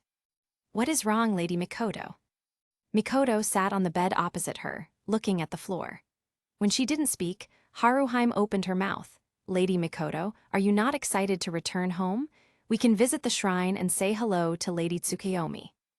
Mikoto flinched from Haruheim's words, and the Renard tilted her head. "Is there something wrong?" The young samurai looked up. "I will not be going home with you, Lady Haruheim." The Renard's ears twitched. "What do you mean?" "I am joining Lady Lily in her journey to Altina. I will be fighting in the arena of Nike," explained Mikoto. A slight frown settled on Haruheim's face. "Why?" "To get stronger." "I see." "So, you will not be journeying with me?" asked Haruheim. Mikoto shook her head. The young samurai tried to smile. "On the bright side, you will have much more time with Sir Bell. It will just be the 2 of you and Lady Hestia." Haruheim shook her head. At that moment, she didn't want to spend time with Belle. She wanted to adventure with her dearest friend. Something strange started to grow in her heart. Those next 6 months, where she journeyed with Goddess Hestia and Belle, should have been the best of her life. She was spending time with her hero, but her heart kept screaming for her to find someone else. As she journeyed with Belle, Haruheim began to realize she loved the idea of Belle. She loved him as a hero who saved lives. She loved him as someone who always stood up for what was good and right. As a person who chased their dreams and ideals, Haruheim loved him. But she realized she didn't actually have anything she loved about Belle Cranel, the person. She didn't hate him. In fact, there was much that they agreed upon. They loved the stories of heroes, and they both enjoyed some of the simpler things in life. The problem was, she didn't feel that spark. They spent time together and talked together, but Haruheim quickly realized that she could only love Belle as a friend and family member. The initial feelings that had resonated within her began to fade. They traveled farther and farther from the time of her rescue, and her emotions began to solidify. A year and 1,000 miles later, Haruheim came to a startling revelation. She did not love the person known as Belle Cranel. Which was probably for the best, since Haruheim was sure that Belle Cranel did not love her. Even if his skill was not working, Haruheim was sure that Belle would love the Sword Princess again. His feelings were strong, and he was still a forgiving person deep down. Not to mention, she had seen how the others acted. Belle and Ryuu had a bond tighter than she could understand. Hestia had always been the most important person in his life. Haruheim was important to him, but she wouldn't be his number 1 or 2. Instead, Haruheim felt her thoughts and feelings turning elsewhere. She went home and thought of the little girl that promised to protect her. For as long as Haruheim could remember, Mikoto had stood by and protected her. After she met again with her father, Haruheim found that she only had one dream: to be strong enough to repay the favor. She wanted to find a way to stand side by side with the woman who always stepped in front of her. From that desire came something new. Every mention and reminder of Mikoto set Haruheim's heart fluttering. Her ebony hair began to invade her thoughts, and she began to miss the young samurai's smile. She had no idea where to put these thoughts, but it was Goddess Hestia who had helped her. "Listen, I can't tell you much about what happens next," began Hestia one night. The young goddess had sent Belle away for some trivial task, but if you want, we can start heading to Altina. It might just be time to pick up our friends. So, after formally inducting Otoheim and Urashima, the 5 members of Hestia Familia left to go find the others. All along their journey, Haruheim nurtured her thoughts of Mikoto. She thought about why she was feeling this way. One night, while she tried to understand what was going on, she came across her first love.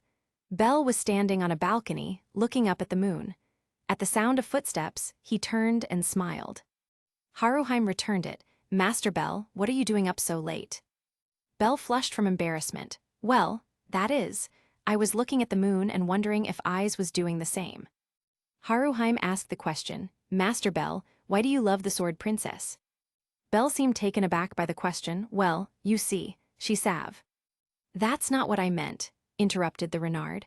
What about Ais Wallenstein specifically did you love? Belle blinked in surprise. He was quiet for a minute and then for several more. After gathering his thoughts, he opened his mouth. Ais doesn't feel and process emotions like you and me. She has a hard time understanding those things. But even if she doesn't understand those thoughts, Ais will do everything she can to save people. Belle smiled. Honestly, she's an airhead. But that has never once stopped her from saving as many people as possible. Belle frowned. Most people think that she has no emotions or that she only wants to kill monsters. That's not the Ais I know. Supposedly, his skill wasn't working. However, Haruheim thought differently. The Renard believed that the skill would reactivate, and when it did, it would be something new. It would be something based on a genuine belief and a love founded on two people becoming equals. Right now, Haruheim believed Lyris Fries was changing and evolving. Right now, it was in its cocoon. Then, who is the Ais you know? Belle's face turned soft. She doesn't know how to talk to people, but she's always trying to figure it out. She's absolutely obsessed with potato puffs and hates to be wrong, the boy chuckled. The first time I trained with her, she didn't know how to train with me. She said she had been up all night thinking about it, but wasn't able to come up with a way to train me. Belle told all the stories he knew then, every story of his time with Ais. Listening to him, Haruheim thought of her own stories. The nap had only been 5 minutes, but a year of memories had washed through Haruheim.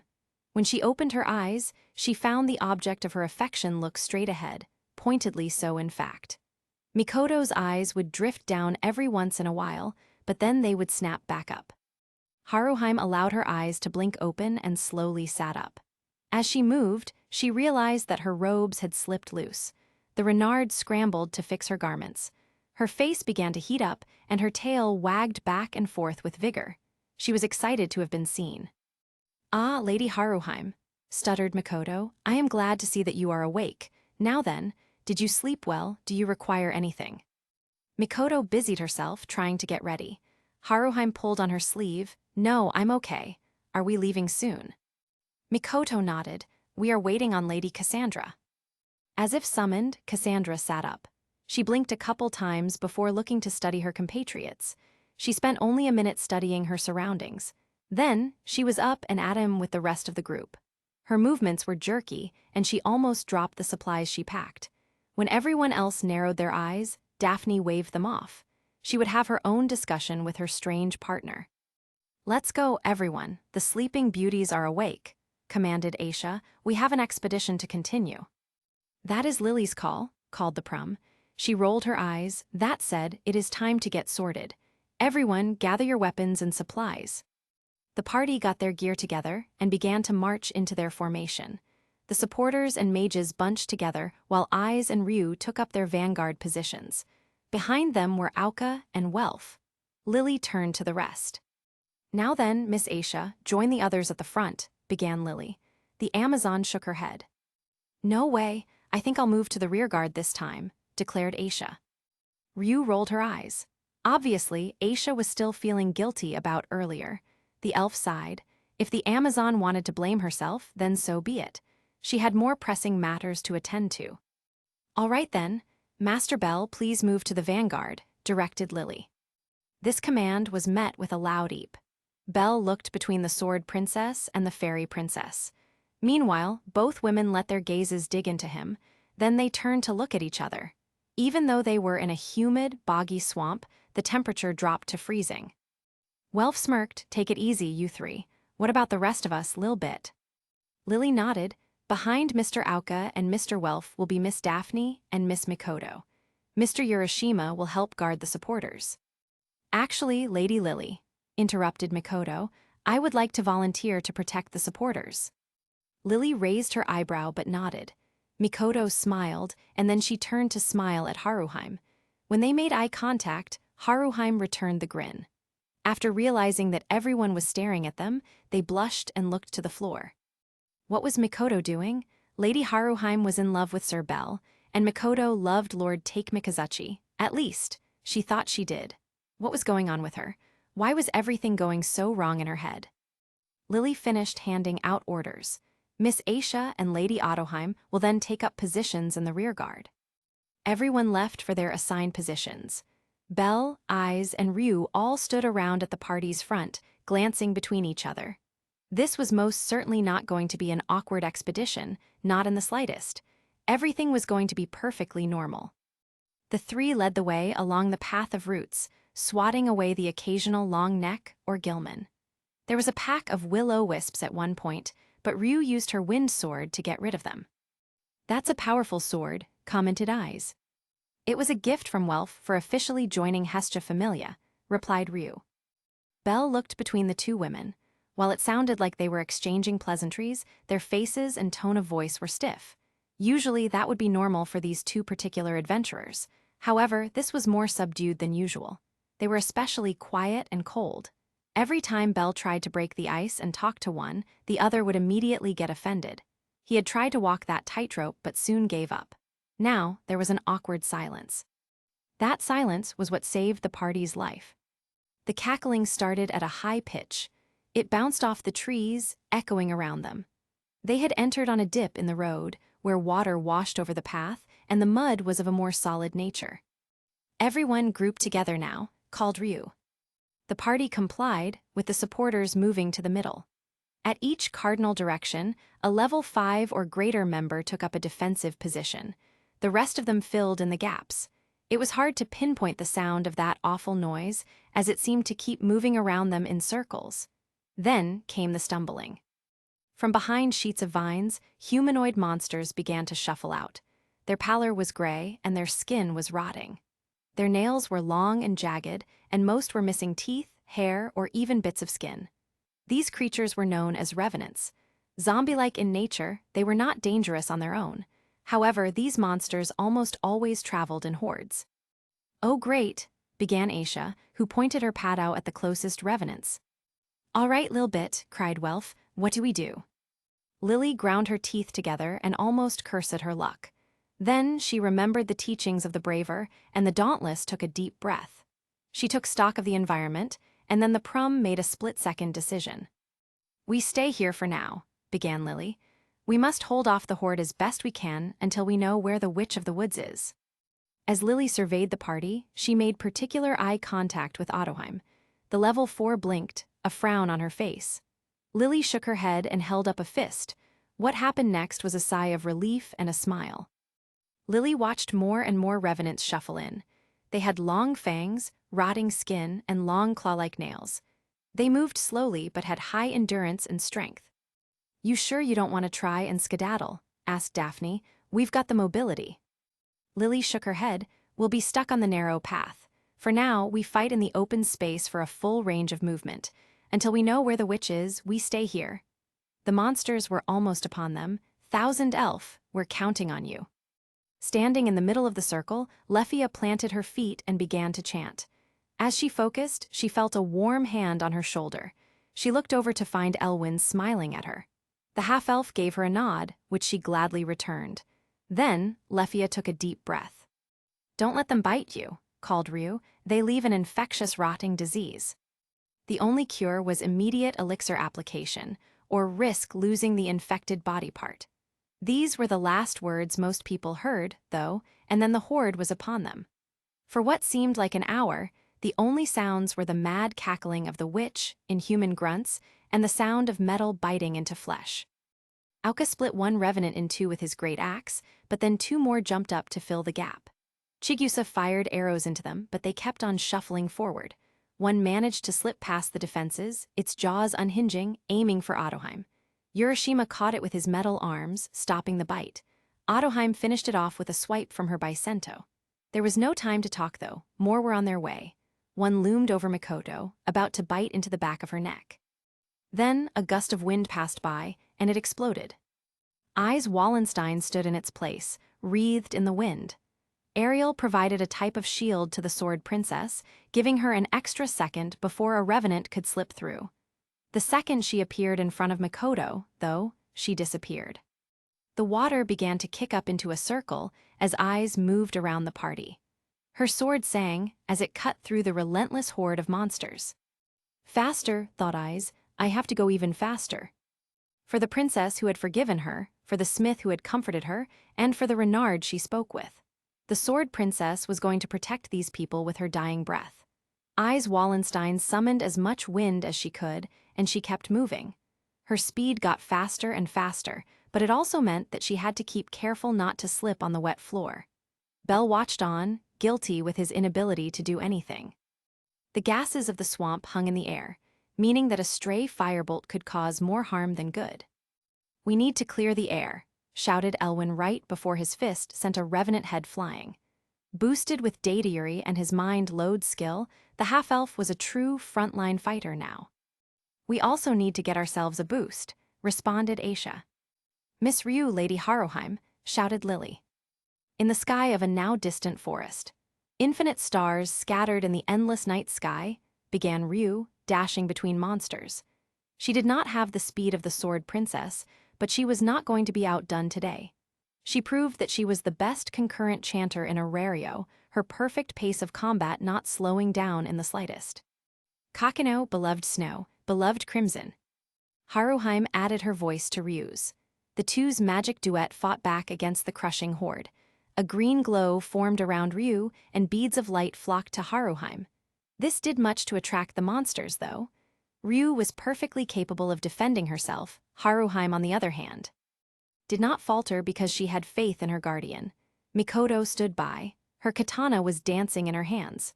Revenant limbs went flying around the swamp as she fought to buy her precious friend more time. With masterful sword strokes, she severed heads and bisected bodies. She wore a mask of perfect calm, but inside she raged. No one threatened Haruheim.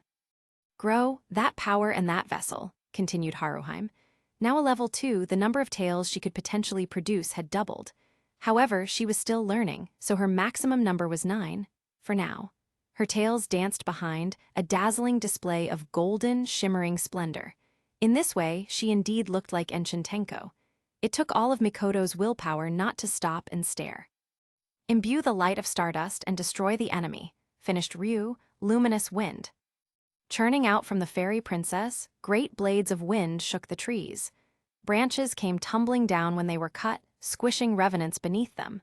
The wind continued to rage at the elf's beckoning. The leaves of the dungeon sang in response.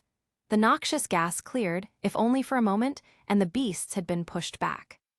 Lily grinned like a predator. Master Bell, Mr. Welf, feel free to cut loose.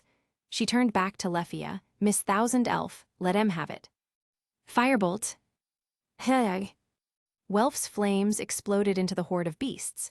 Each revenant caught in their attack cried out in pain, frozen in its onslaught. In their hesitation, Ais Wallenstein cut them down like blades of grass. Meanwhile, Lefia Virides had her own plan in mind. She had used her elf ring to save one spell, waiting for the time when fire magic would be usable.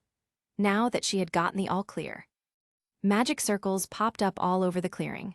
The largest was underneath Lefia herself, but countless others formed. Each one acted like a target for what came next. Fusillade Phalerica. A magical bombardment of fire came next. Countless revenants exploded into dust. The flames were so intense that the trees began to catch fire as well. Lefia continued her bombardment, her spell obliterating everything around her. In her mind, she saw Filvis. Lefia believed, no. She knew that if she had been stronger, her dearest friend would still be alive. Lefia was not holding back anymore. When the attack finished, the clearing had grown much broader. Countless trees still burned, but there were almost no more revenants. Some were still hidden in the trees, but they were scattered now. In the heat of battle, though, the group of adventurers had forgotten about the even greater enemy. The Witch of the Woods dropped down in front of them and started lobbing fireballs. The monster had a long neck and a pinched face. What passed for hair on its body was a clump of wispy, stringy threads. Its skin appeared to be rotting, and its fingers were long and gray. It was one of those rare monsters that could use magic, able to lob fireballs with one hand and fling spikes of ice with the other. Its mad laughter worked to send nearby monsters into a frenzy. Those monsters could then fight harder and faster while helping to gather them into one area. That was what attracted the horde of revenants. Despite its name, though, the witch moved with extreme speed and agility. It hopped from tree to tree, swinging around the party. Its magical attacks exploded into the crowd, burning the members too slow to get out of the way. As Lily tried to evade the attacks, she called out, "Use the spell, Lady Haruheim." "Dance!" The golden tails of Enchantenko shot out, blasting themselves to everyone who wasn't a level 5. The golden glow raised the level of everyone in the area except Haruheim herself. This helped alleviate some of the fatigue they were feeling after taking down the horde of revenants. With renewed vigor, they began to try and nail down the witch. As the cackling continued, though, more revenants, gilmen, and longnecks joined the fight. The worst, though, were the flies. Now gathering in significant, dangerous swarms, they milled about the adventurers and began to bite and sting. When the adventurers got distracted by the bugs, fireballs and ice spikes slammed into them. The level boost helped almost everyone, though. Now, everyone in the party was either level 4 or 5, meaning that they had the endurance and agility to withstand their attackers, everyone but the one who had cast the spell. The poor little Renard tried to dodge out of the way, holding her Goliath cloak close, but still took a spike to the back. The blow sent her face first into a tree, where she crumpled to the ground. She had slammed so hard that her nose had been broken. Blood began to run down her beautiful face. What happened next was a frightening loss of control. Seeing Haruheim unconscious triggered some kind of berserker rage in Mikoto. She saw the attack occur in slow motion, saw Haruheim fall to the ground, and saw the blood and mud begin to flow. For lack of a better term, something in her snapped. Her vision tunneled onto the witch cackling above her. Some sort of guttural cry ripped itself from her throat. Mikoto launched herself at the Witch of the Woods, following her into the treetops. "Black Crow," shouted Aisha. "Get back into position, Miss Mikoto." The Black Crow heard none of that, though. She was on the hunt. Unfortunately, the witch was cunning and led the boosted level 4 away from her party. The feral ex-gladiator followed, all reason out the window. Her primal instincts had kicked in, months of life-or-death fights driving her away from her friends. She screamed, "I'll kill you," as she moved. Her only response was the mad cackling of the witch. Eventually, once she had been taken far enough away, the witch turned to launch its counterattack. It slammed into the Black Crow, dragging the two of them down to the roots of the great trees they walked upon. They wrestled in ankle-deep water. Mikoto felt claws dig into her skin but took satisfaction because the witch was losing limbs. The witch had speed and magic but not strength. Its appendages were easily severed, and the monster was quickly contained. Eventually, Mikoto was able to wrap her hands around the monster's throat, wanting to inflict pain on her enemy. Horus screamed his encouragement in her head, telling her to give in to the rage. However, even though the Black Crow crushed and squeezed, the witch's laughter continued, and then came the Hermes. Giant hippo-like beasts with pale skin came marching through. They knocked over all the debris in their way. The beasts just about stampeded over the adventurer, but she was able to roll out of the way just in time. Her survival instincts kicked into overdrive, and she spent a second battling away her bloodlust. That was when a Hema knocked into her with its large head. Mikoto got launched off her feet and into a boulder. She screamed out in pain and only had a moment to focus before another beast charged her down. The cackling made the otherwise slow beasts incredibly fast. They came barreling down at Mikoto, and she thought she was gonna die. Firebolt! A tremendous white blast of flames lit up the swamp then, and Hemas were sent in every direction. Belcranel and Ais Wallenstein landed right afterwards and began their battle. Mikoto tried to stand up and join them, but the shock had left her legs like jelly. Thankfully, her mentor swooped down to pick her up. Ryuu carried Mikoto back up to the branches. The elf's face was stony and distant. "Ryuu," began Mikoto. "Don't talk," responded her vice-captain. Ryuu deposited her a bit farther away with the other supporters. Then the elf turned around and returned to the fray. Haruheim crouched down to help Mikoto. The Renard's usually gentle face was stern and severe. "Are you okay, Lady Haruheim?" asked Mikoto. "I'm fine," was Haruheim's curt reply. Sufficiently cowed by the Renard's tone, Mikoto took the healing in silence. She didn't see it happen, but her friends defeated the Hemas and cut down the Witch of the Woods. When that finished, they gathered around the Black Crow. Mikoto winced when she saw how injured everyone was. Even Otoheim was scowling since Urashima had taken some long claw marks to his torso. Thankfully, no one was grievously injured or bore bite marks. Yura had been the worst of it. However, all these injuries happened after she had left to chase the witch. Thankfully, they were already starting to heal. Even Haruheim had mostly recovered from the ice spiked to the back. Lily opened her mouth, ready to reprimand, but Haruheim beat her to it. "How could you do something so foolish?" asked Haruheim, voice much louder than usual. Her tail was erratic behind her. "Well, it hurt you," replied Mikoto, uncertain. Haruheim's body shook from anger. "So, you go ahead and almost die? What if we hadn't been able to catch up?" Mikoto looked away. "I hadn't thought that far." "I most certainly think not." Haruheim did not shout. She was not an angry person. That changed that day in the dungeon. "Why in the world would you just lose it like that?" asked Haruheim. Now Mikoto was getting annoyed. The young warrior stood. "Because that monster hurt you. I wasn't going to just let it hurt you." "Why in the world would you risk your life over someone like me?" Haruheim stepped forward. Everyone else stepped back. Her face was red as she leaned in towards the most important person in her life. "Because you obviously don't seem to care," responded Mikoto. Formality be damned, she was tired and injured. She hadn't meant to take off, but her animal instincts had taken over. She was sorry, but she also knew that other people in this party would have done the same, especially Haruheim's precious Belle Cranel. Jealousy took root then. "Then why chase the monster?" retorted Haruheim. That moment had been so unlike Mikoto. Why would she get so angry over Haruheim getting hurt? That didn't make sense. After all, she was still just a useless little supporter. Besides, if Mikoto was really angry. "Why didn't you come to check on me and protect me?" asked Haruheim. At that, Mikoto's anger deflated. She seemed to whisper something. Before she could repeat what she had said, though, Welf coughed into his fist. "Hey Lilbit, why don't we finish collecting magic stones?" asked the smith. Lily tore her eyes away from the spectacle in front of her and nodded. She gave the command, and everyone else happily went away for a moment. Even the ordinarily dense eyes picked up on the tense situation. She dragged Belle away, who was still busy staring. "Miss Mikoto, why didn't you come to try and help me?" asked Haruheim. Her voice was low and quiet.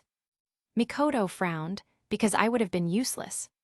She was not a healer, and she doubted she could have done much to defend her. In fact, she hadn't been the one to save Haruheim, not truly. It was Belle that had done that. "And you'd be more useful dead." "No, but at least I could do something." At the sight of Mikoto's despondence, Haruheim's face softened, and her tail began to stroke her dearest. She did not truly understand what had happened, but there was a chance to help someone important to her. "Mikoto, you are one of the strongest adventurers in this party. You are a vital member of this familia." Mikoto frowned. "I'm not, though. I have nothing that makes me special. Besides, I'm still not strong enough." Haruheim's head tilted. "Strong enough." Mikoto nodded. "I have to be stronger." Mikoto took a deep breath. When she met Haruheim's eyes, the Renard shivered from their intensity. "I have to be as strong as Sir Belle." Now Haruheim was more confused. Why was she competing with Belle? "Why Sir Belle?" "Because he has you," thought Mikoto. Then she shook her head, looking to dispel those false, jealous thoughts. Looking to calm Mikoto down, Haruheim took her hands. "I think you are incredibly strong. In fact, you might be the strongest woman I know." Mikoto returned the gesture and squeezed tightly. This conversation was not finished, but she was tired and happy to have Haruheim's attention, even if she didn't understand why. With a slight smile, she said, "I believe that I could say the same to you." Haruheim brought their foreheads together. They were close enough to touch. "Please, do not risk your life over one such as I." Mikoto shook her head. "I cannot make that promise, but I will try." After a moment of comfort, the two returned to the party, holding hands. When she saw the rest of her friends, Mikoto assumed the doja position and begged forgiveness. Haruheim giggled off to the side. Ryuu sighed, admonished her, and then set her to work. Welf and Lily rolled their eyes but let it go. Ais watched on as Mikoto and Haruheim seemed to continue working together. She pouted as jealousy overtook her. "Why is it so easy for them?" asked the Sword Princess. Ais, are you okay?" Ais turned to find Belle waiting for her. Then, she remembered she was angry, but she needed someone to answer her questions. "Belle, how were they able to forgive each other so easily?" asked Ais. Belle seemed surprised. "Oh, well, it seems like they took the time to talk. When two people care about each other like that, they usually find a way." There was a moment of silence. Then Ais asked the vital question. Will we what? Find a way?" Belle's eyes popped open. Certainly, she was just mistaken again, not considering the social context. "Belle, I care about you. I think you still care about me. Will we find a way?" No, Ais did understand what she was asking, and she asked anyway. Ais was as exposed as she had ever been, but she met Belle's stare with her own. "We might," answered Belle. "If you really want to try, then you have to trust me, Belle," continued Ais. "At least in the dungeon," she tilted her head. "Do you think that's possible?" Belle nodded. "It is. I'm sorry, Ais." Ais smiled. "Then, do you want to go kill monsters with me?" Belle returned the smile when he nodded. Ryuu and Aisha watched on. When she saw the elf's frown, Aisha nudged her. "Are you okay with this? You could probably stop it if you wanted to." Ryuu frowned at the Amazon. "If I want to stop it." Ryuu shook her head. "Look at him, he's happy." The elf sighed. "Besides, things have grown complicated." She didn't say anything else and instead began to supervise. When that was done, the party resumed its march through the dungeon. Ryuu, Ais, and Belle took up their position at the front. Belle happily conversed with Ais as they cut down monsters, while Ryuu glowered from behind. Just because he was happy didn't mean she had to be too. Eventually, Belle noticed his elvish companion. "Ryuu, is something wrong?" "You are much too trusting, Mr. Cranel," responded the gale wind. Belle's face dropped like he had been slapped. "Ryuu, did I do something wrong?" "No, it's fine," responded Ryuu. "Shall we continue?" They walked for all of 5 steps before the conversation continued. "That was rude," said Ais. Without looking at her, Ryuu said, "Weren't you the one refusing to talk to Belle earlier? Acting like a child." Ais frowned. "Well, that was because you wanted to be immature," responded Ryuu. "Ryuu, is something wrong?" asked Belle. Ryuu started to grind her teeth together. "It's fine, Belle." "Are you mad because Belle is talking to me?" asked Ais. Ryuu did not respond. "Ryuu, you're mad because I'm talking to Ais. You said I should try to apologize." Ryuu grimaced, caught by her own logic. "Yes, well, you seem to change your mind very quickly." Her jealousy built higher and higher. "Honestly, sometimes I wonder if I even know you anymore." The words had been spat out, but Ryuu knew she didn't actually mean them. She was just jealous and alone. She had lost her original familia, sir, and now even Belle was starting to drift away. Now that he was getting along with the Sword Princess, how long before he forgot her? Ryuu wanted to keep his attention, even if only for a second longer. She didn't want to be alone anymore. "Of course you know me, Ryuu," responded Belle. "Oh, well, recent knowledge about your family says otherwise." The words were out before she could think of them. Thankfully, only Ais and Belle heard, but it was still enough. The boy stopped in his tracks, his heart in his throat. "Ryuu," whispered Belle. The elf flinched. "Belle's family?" asked Ais. Belle flinched. He started walking forward. "It's nothing, Ais." His voice was quiet and laced with disappointment. The rest of the trip was awkwardly quiet. Ais looked between Belle and Ryuu, worried that she had done something wrong. She knew better than to try to start a conversation, but was hoping that someone would interrupt their journey. Unfortunately, no one did. They made their way through the rest of the great swamp. The water started to get shallower and began to collect into a river. Things began to get clearer and cleaner. Finally, they came to the next path down. The river flowed next to it, carrying downwards. The group gathered, unaware of the tension between 2 of their leaders. Belle was quiet and contemplative. Meanwhile, Ryuu was shifty and looking back and forth. Everyone was quick to pick up on what was not being said. Lily frowned but didn't say anything. Without knowing what happened, she didn't know if she had the right. Instead, she looked to Welf and Ottoheim. The 2 more emotionally mature adventurers nodded. They would speak to the 2 of them later. The group walked down, and immediately the temperature rose. The humid atmosphere was replaced with a dry, biting heat. People began to sweat as they walked. They entered the next floor down and were met with rolling dunes. There were outcrops and layers of rock scattered along the surface, but they were few and far between. The predominant feature was the sand and the river that cut through it. Growing alongside the water were flowers, grass, and bulrushes. Lily gave the expedition party a minute to take it in, but then she ordered the march to continue. They had trouble adjusting on the sand, tripping and shifting as they moved. They slowly began to walk and shuffle over to one of the more extensive outcrops. When they got there, they found that there were signs of burn marks and a stone circle. There were also clearly designated spots for tents and supplies. These areas were often used by the same groups of adventurers and had become the de facto locations for expeditions. This also meant that there were caches that clever adventurers could access. Aisha dug her hand into a large crack and began pulling out batches of food, water, and firewood. Ais frowned when she saw that. The fact that they had firewood meant she had nothing to do. She looked around at everyone diligently working away, but then she saw Belle standing on guard duty. Ryuu was at the other side and studying a map with Lily and Daphne. Ais walked over to stand next to him. "I don't want to talk, Ais," began Belle. Ais nodded. "Can I stand here with you?" Belle nodded. They stood like that for half an hour before the boy opened his mouth again. "You don't want to know?" asked Belle. Ais tilted her head. "I do, but I think that I shouldn't be the one to ask. I have my own secrets after all." Belle smiled. "So you understand?" Ais nodded. "Family is important. If you don't want to talk about it, I understand." Ais paused. "But you should talk to Ryuu." Belle looked down. "I should." Ais nodded again. "You two need to be friends. You care about her." Belle nodded.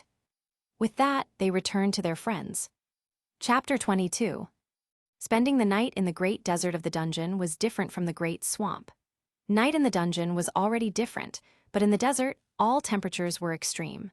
The nights were freezing, filled with a chill. Everyone had to bundle up in their coats and place their cots right next to each other. Belle had been sandwiched between Welf and Auka. There was a cocoon of muscly warmth that surrounded him. Unfortunately, despite the warmth and comfort, he hadn't been able to get a wink of sleep. Understanding that there was nothing to be done in the tent, he decided to walk outside and maybe clear his head in the dungeon. The only problem was, the moment he stepped out, his eyes found the guard. Sitting in the middle of the camp, trying to survey the entire landscape, was Ryuu Leon. The elf turned at the sound of him, a giant mass in her bundle of clothes. Belle knew, though, it was all for show. The second an attack happened, she would pounce. Her senses were always on to make sure that she protected everyone around her. It was one of the things he admired about her. "How can I help you, Belle?" Belle reached up to scratch the back of his head. "I couldn't sleep, so I thought I'd come and try to clear my head. I can head back in my tent if you prefer." Ryuu shook her head, her hair swishing underneath the thick hood. Seeing all her clothing reminded Belle that he hadn't brought enough of his own. He was starting to feel the chill of the night. A shiver went up his spine, and his teeth began to chatter. Ryuu saw him shaking and sighed. She opened up the blanket she was holding. "Come on, Belle, we can share it for now," replied the elf. In her hand was a corner of the thick wool blanket. Belle hesitated at first, but he then decided it was better to be embarrassed than to freeze. The two of them sat next to each other in silence. Unfortunately, it was not a pleasant silence. They still had not taken the time to discuss Ryuu's little slip-up from earlier. Belle had not mustered up the courage to do so, and Ryuu was not in the mood to bring up her own mistakes. Finally, Belle sat straight and decided to get on with it. He was the captain of this familia, which meant that he had a job to do. "Ryuu, what happened yesterday?" The elf didn't answer him at first. She looked at the ground, collected her thoughts, and then still kept quiet. How was she going to broach this topic? Jealousy wasn't pleasant, and she hated that she, of all people, felt it. Also, how was she supposed to talk about Ulfia, something that traumatic and buried in her past? "Belle, that is." Ryuu felt her cheeks heat up. Was she really going to do this in the dungeon of all places? Then she looked at Belle's face, curious and desperate in the dungeon light. She realized at that moment none of the other stuff mattered. She deserved to be honest.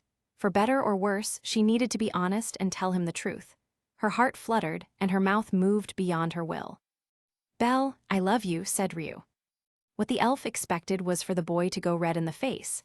She expected him to break down into a mess. She thought he would scream. This was Belle Cranel, after all. However, he did no such thing. Instead, Belle looked to the ground in silence. As Ryuu looked at him, though, she felt her lips burn, her head tilted, and her sky-blue eyes focused on Belle's mouth. Suddenly, like a slap in the face, memories began to return, 2 separate nights, one after their reunion in Carrion and one after their mini-expedition. She remembered how she had gone to sleep ecstatic, dreaming happy thoughts. Drunk Ryuu was bold indeed. She also started to get incredibly embarrassed. But then she realized something vital. The pieces began to click together. "You knew this whole time," began Ryuu. "Knew what?" responded Belle. He sounded anxious and unsure. "That I loved you," said Ryuu. She shook her head. "No, you didn't know that. But at the very least, you knew that I was interested in you, but you never said anything. You just let me sit there. You acted like nothing happened." The elf narrowed her eyes. "Lily is right, Mr. Cranel, you are indecisive. And even worse, you're a liar." Cold be damned, she couldn't sit there. Belle had known this whole time but had said nothing. She stood up and began pacing. "You went out into Horario with me that day during the tournament. We went shopping, and before that, we traveled the world together. I even kissed you. Twice, and still, you never said anything." Her eyes started to get wet. "Don't you realize that this matters, Belle?" "Well, do you ever think about what other people are thinking?" "Of course." "Really?" Ryuu stopped to look at him. "Then why didn't you ever tell me?" Her hands curled into fists. "You know how important something like this is to me." Belle did know. He understood that elves did not do physical affection very well. He also knew Ryuu's past and history. The original people that Ryuu trusted, Elise and Sur, were both gone. Ryuu was doing better, but she was still recovering her sense of self. And in part of that, she reached her hand out to tell Belle that she still respected him. She left Horario to travel the world and help him.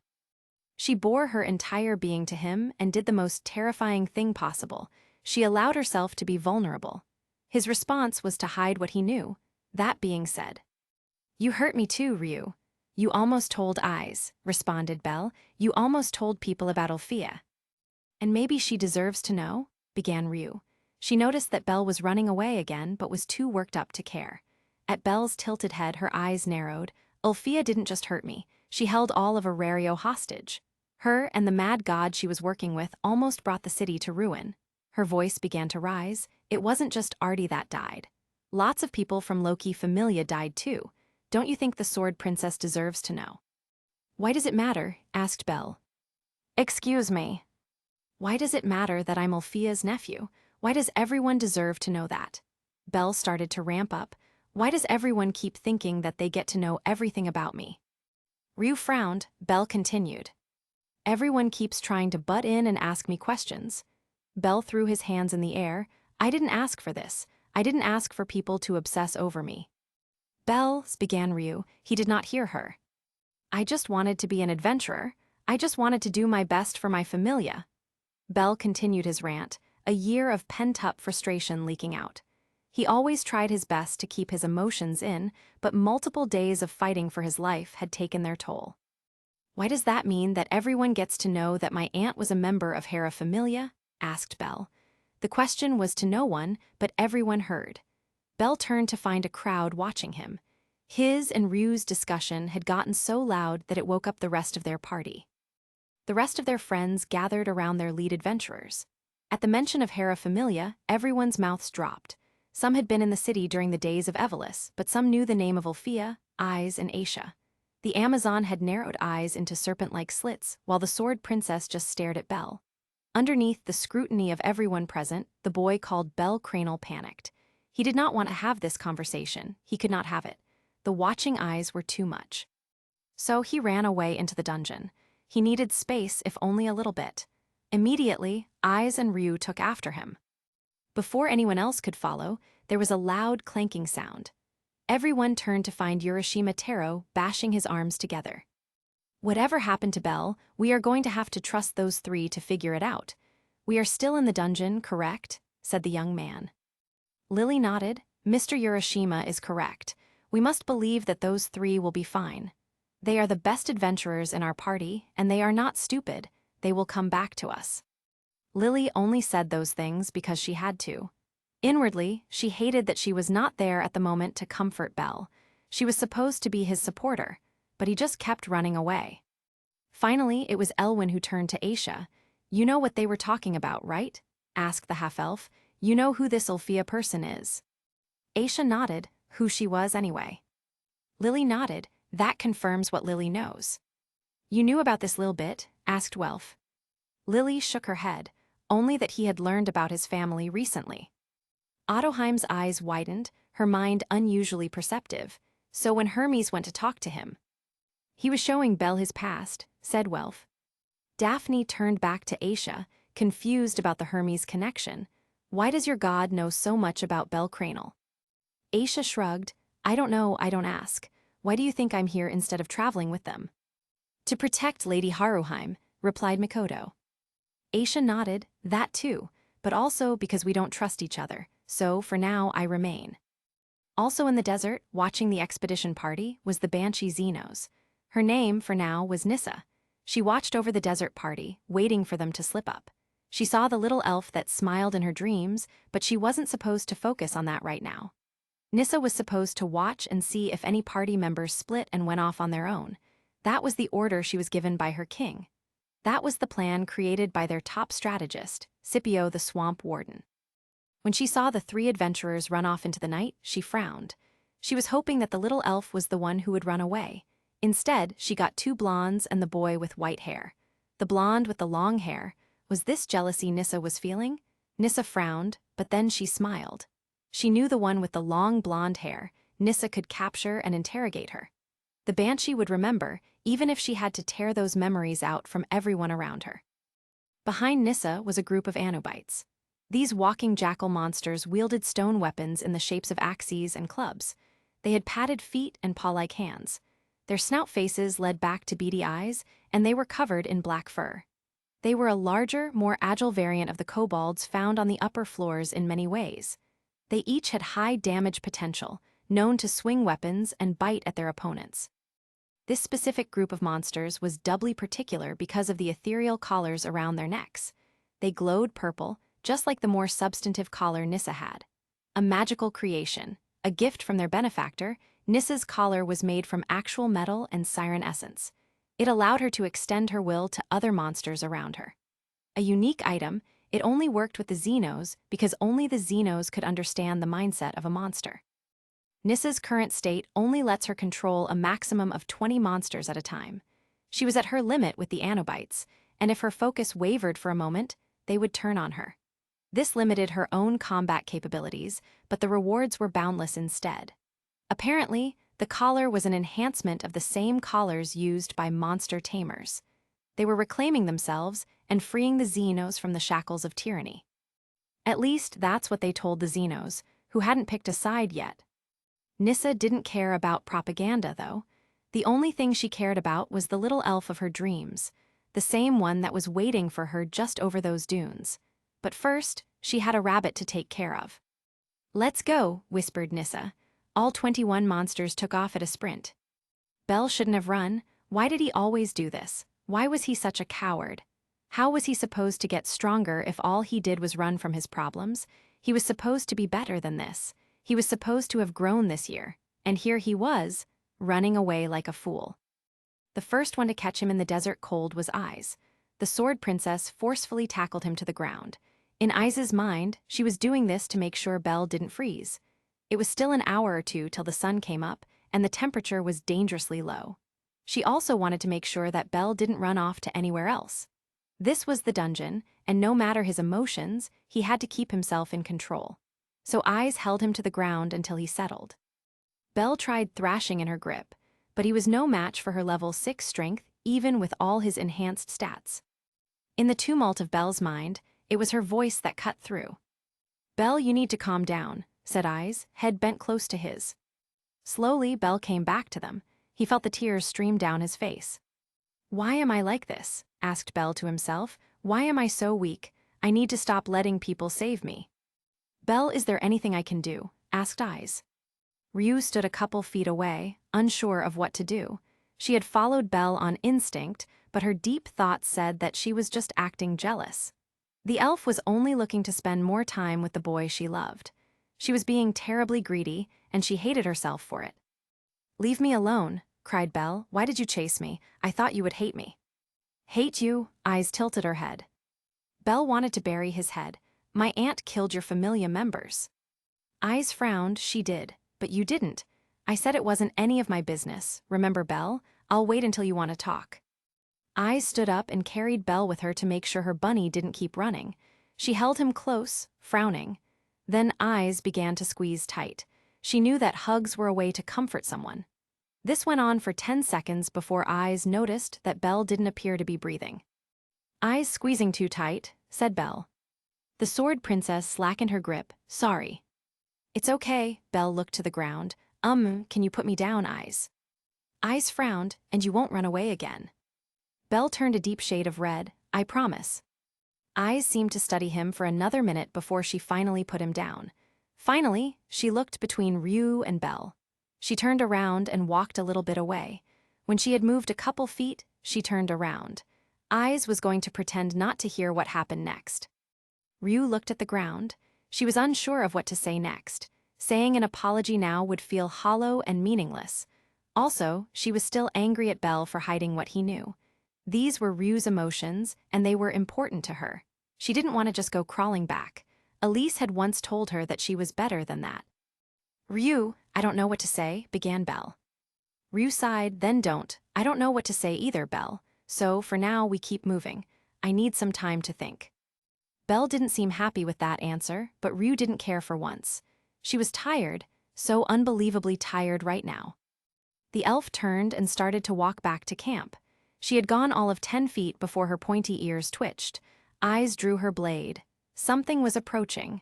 Then, the Anubites crested the hill. They moved like shadows across dunes. Within seconds, they were upon them. They came with a storm of howls and snarls. Their weapons traced arcs and crashed into the ground. Dust and debris scattered as they missed their adversaries. These monsters were no match for their opponents. Now that they weren't busy fighting to protect their allies, these first-class adventurers were going all out. Ais had already cut 6 of the monsters in half. She hadn't been touched once. Ryu and Belle had downed 4 more, but they kept getting in each other's way. Ryu had stomped on Belle's foot at 1 second, and Belle had elbowed her in the stomach another. They took a precious moment to forcefully not look each other in the eye, which almost caused their deaths. They both took a hit to the side that sent them flying. It was their status that turned a killing blow into a bruise. After that, there was a quick blur. The two picked themselves up off the ground to find the rest of the monsters turned into dust. Ais glared at the piles of ash. Ais, what's wrong? They hurt you. I'm not letting people do that anymore. Meanwhile, Ryu stared off into the night. She pointed a finger out. Over there, I see something stand at the top of the hill, cried out the elf. There was a shadow watching them. When Ais and Belle turned to pursue, Ryu shook her head. We need to get back to the others. What about the monster? Asked Ais. We'll deal with it later. Ryu took off back towards camp. Belle was on her heels immediately. Ais stared at the shadow monster for a second longer, something nagging at her brain. Then, she turned to follow Belle. She did promise to protect him after all. When they got back to camp, they didn't find anything wrong. The others had just been sitting around, apparently listening to Aisha. When 3 of their adventurers ran back, low on breath, they jumped to their feet and assumed their battle positions. Are we under attack? Asked Mikoto, who was standing in front of Haruheim. Wait, no monsters have shown up, asked Ryu, surveying the campsite. Daphne shook her head. Were we supposed to be attacked? We were, replied Ais. Lily snorted. You were in the dungeon, Miss Ais. It's normal to be attacked when you're on your own. Belle shook his head. There was something else, though. Those monsters were acting like they were taking orders, and there was another one standing a bit farther away. Did you catch a look at it? Asked Elwyn. No, but something was familiar about it, responded Ais. Lefia tilted her head. Familiar. Ais nodded. Something about the monster's aura, the way it held itself. Do you think it's a Xenos? Continued Cassandra. Urashima sighed. It's possible. We were sent here to investigate. Aoka crossed his arms and grunted in agreement. Then he let a breath of air out his nose. For now, though, we should try and get back to bed. I'm still tired.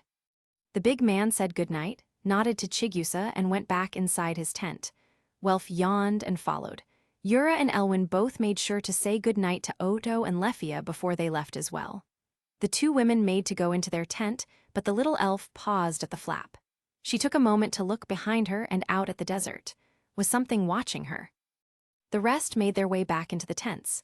Mikoto volunteered to take Ryu's place on guard duty, and Haruheim volunteered to join her. Ryu tossed a look at Belle, who tried to give her a nod, then she continued on inside. Ais did smile at him, though, which made him feel a bit happier. Everyone gave him a bit of a funny look, but that was tomorrow's problem. For now, he was tired. He went inside to try and get back to sleep. The monster known as Nissa ducked back behind the rock she was currently hiding behind. When her Anubite minions had been totally decimated, she had cursed for a long while. Finding enough monsters that were easily controllable was always going to be difficult, and it was going to be more difficult to find a way to replace them. Scipio, who she was currently partnered with, was not going to be happy with her. He had probably told her at one point which adventurers were strong and which were weak, but she didn't care about that. The only one that truly mattered was the elf girl with long orange hair and enchanting blue eyes. She was the only one that mattered. Nissa was so caught up in her thought that she didn't see the massive imperator scorpions sneaking up on her. 5 meters across and 2 high, these beasts were near the top of the food chain down in desert floors. There were only a couple monsters in the area that could take this beast in a one-on-one duel. It was genuinely lethal. As the beast brought back its tail for a lightning-quick attack, Nissa swept a clawed hand up. The tail came off at its stem. It fell to the ground with a dull thud. Before the beast could howl in pain, the banshee had opened her mouth to unnatural proportions. Then, she bit down and swallowed the creature's head. From there, it was a simple procedure to reach down and rip out its magic stone. As the monster's carapace disintegrated to ash, Nissa studied the rock in front of her. She looked between the campsite and the stone. Then, she grew a wicked grin. She held the magic stone in her closed fist. The only thing that mattered was the little elf, but there was another obstacle in Nissa's way. There was a half-elf with jade green hair that had to be dealt with first. The following day, the party began to make its way through the 29th floor. They marched alongside the river, careful to maintain a distance of at least 10 feet from the shore. Occasionally, more Anubites would attack, along with some scorpion men, bottom half scorpion, top half man, and Wadjets. Wadjets were flying cobra monsters that spat acidic venom and could use a hypnotic gaze. They were incredibly dangerous to the party. For the most part, though, they were handled. Mikoto slowly became more accustomed to the monsters around her, and her Black Crow skill became more viable. By mid-morning, they had made their way halfway along the floor, by Lily's estimation. The ease of movement was helped by how straightforward it was. All one had to do was keep moving downstream. There was only one incident worth talking about. When they had made their way 3/4 of the march across the floor, something extraordinary happened. While they had made a quick stop for lunch, a monster came into their vision. A great bird of flames began to soar across the sky. Behind it trailed a tail of surreal light. The creature's feathers seemed to burn. The fire started as a bright orange near the center and shifted colors as it went. It passed through red, yellow, green, purple, and finally blue at the tips of its wings. "I don't believe it," murmured Ais. The potato puff she had been eating fell half-finished from her mouth. Around her, Aisha, Lefia, and Ryu took to their feet. All 4 women who were tried and true adventurers stared in awe and wonder at the great bird. The image of beauty before them left them astounded. Even the other adventurers, who didn't fully comprehend what was going on, felt a sense of splendor wash over them. "What is it?" asked Otoheim, finally coming back to her senses. "It's a phoenix," replied Ryu, "the rarest monster in the dungeon. It is beautiful." Indeed, there were more tales of the mythical phoenix than any other monster in the dungeon. Its legends were immeasurable, but confirmed sightings of the beast could be counted on one hand. Often, if it was seen, it was too far away to hunt. This was an incredibly lucky moment to see it so close. Lily smiled, incredible. "A shame we have to kill it." Everyone turned to stare at the little prum, looks of shock on their face. No one felt right about killing such a beautiful creature. However, before they could voice their protest, Urashima nodded along. "Even in the Far East, we have heard of the miracle properties of the phoenix feather. The most valuable item in the world, sitting in front of us," explained the bodyguard. "Is it really that incredible?" asked Welf, skeptical. He didn't like the idea of trying to bring that bird down. It would be challenging, and it almost seemed like a crime to destroy something so beautiful. "The stories say that the last one used," answered Belle, "was involved in the Philosopher's Stone." That brought silence to the group. They all knew who Fels was, and more importantly, they knew what the skeleton was capable of. They also knew why he was a walking, talking skeleton. "We're going to bring down that bird," finished Auka. He looked down and smiled at the woman next to him. "You can do it, Chigusa."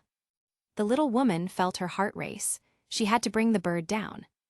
Bows were grabbed and handed out. While that happened, Mikoto took flight. Before she left, Haruhi made sure to tie her scarf nice and tight around Mikoto's waist. The black crow's black wings carried her into the air. Her job was not to engage directly, but to shepherd the monster closer to everyone else. Lefia and Aisha readied their magic, which both had distance and power behind them. Urashima and Ottoheim both strung traditional Far East bows and readied special long-distance arrows. Anyone not getting their ranged attacks ready was preparing a defensive circle. Haruheim watched the skies as black met with an iridescent rainbow of color. Her eyes narrowed as she tried to keep track. The only problem was that Mikoto disappeared in a fountain of lights. The only sign of her success was that the monster seemed to be coming closer. "Is everyone ready?" cried Lily. "Yes," was the reply. After what seemed like an hour of waiting, the phoenix was in range. The arrows started to fly, and magic blasted away. Nothing hit, though. The bird just banked away to the right. As it passed overhead, it flapped its wings and flames came raining down. Bits of fire fell in the shape of teardrops. Wherever they touched and turned to glass. The party had to try dodging instead of fighting for the second, and no one could get a clear shot. Mikoto was trying to keep the damn thing in one area, but she was already getting burned from being in the phoenix's mere proximity. That was when Ryuu had enough. She brought out her wooden sword, no longer caring if it burned, and swung in short arcs. "Wind blade." At Ryuu's call, a green slash blasted forth. It cut through the air and clipped the phoenix. Where it had hit, feathers got cut away. This was Ryuu's new quick-cast magic. Much like Firebolt, it wasn't the most powerful but perfectly suited for Ryuu's combat style. She started cutting through the air with her wind blades. Each one worked to pen in the phoenix. At this point, it was only a matter of time. The next thing to hit it was Chigusa's arrows. She stood still, took the bird's flames, and aimed true. While her hair and clothing got singed, she could nail the bird on its other wing. The phoenix lost altitude and began to slow down. All that was needed was the final push. Arc's ray. Lefia's magical shot raced out and slammed into the bird's chest. Her aim was true, and the archers of Wish were with her. The magic went into the phoenix's chest and burst out from the other side. The giant, majestic beast let out a great caw as it fell. It slammed into the sand. Its wings were curled around itself. Its flames began to flicker out until it turned white and dead. As Lily and Haruheim began to take the great beast apart, they dug and dug until they found its sizable magic stone. That wasn't what they really wanted, though. The drop item was worth considerably more than the beast. After it disappeared, everyone in the party prayed. They searched through the sand until Belle found a single phoenix feather, still shifting and glimmering in the light. Lily was ready to burst from her joy. She waved the all-powerful feather in the air. "Master Belle, look at it. Isn't it beautiful?" asked the Prum. Belle's eyes widened. He thought that Lily would have wanted nothing to do with him. Now that people were learning about his family, he was ready for lots of anger and hate. Lily didn't care, though. Lily herself did not have a beautiful history. All that mattered to her was the here and now. That said, she would still need to talk to Belle later. Something was pissing her off. Her thoughts were interrupted by the sounds of approaching desert lizards. The party then realized that their battle may have attracted more monsters. Lily stuffed the feather into her pack, and they resumed their march through the dungeon. They cleared the 29th floor and began moving through the 30th. As they marched, Ottoheim came to a startling realization. "Hey, aren't we supposed to meet some of those Xenos creatures down here?" Lily looked back at the dragon princess and raised an eyebrow. "You're just remembering this now." Ottoheim frowned. "Well, I've been busy and sweaty. It's hard to remember anything in all this heat." This was true. Everyone had marks of perspiration on them. Even with the cooling cloth they wore, the heat was still practically unbearable. It was the worst for Lefia and Urashima. The little elf refused to wear anything besides her traditional elvish clothing, and the stuffy outfit did not help keep the heat out.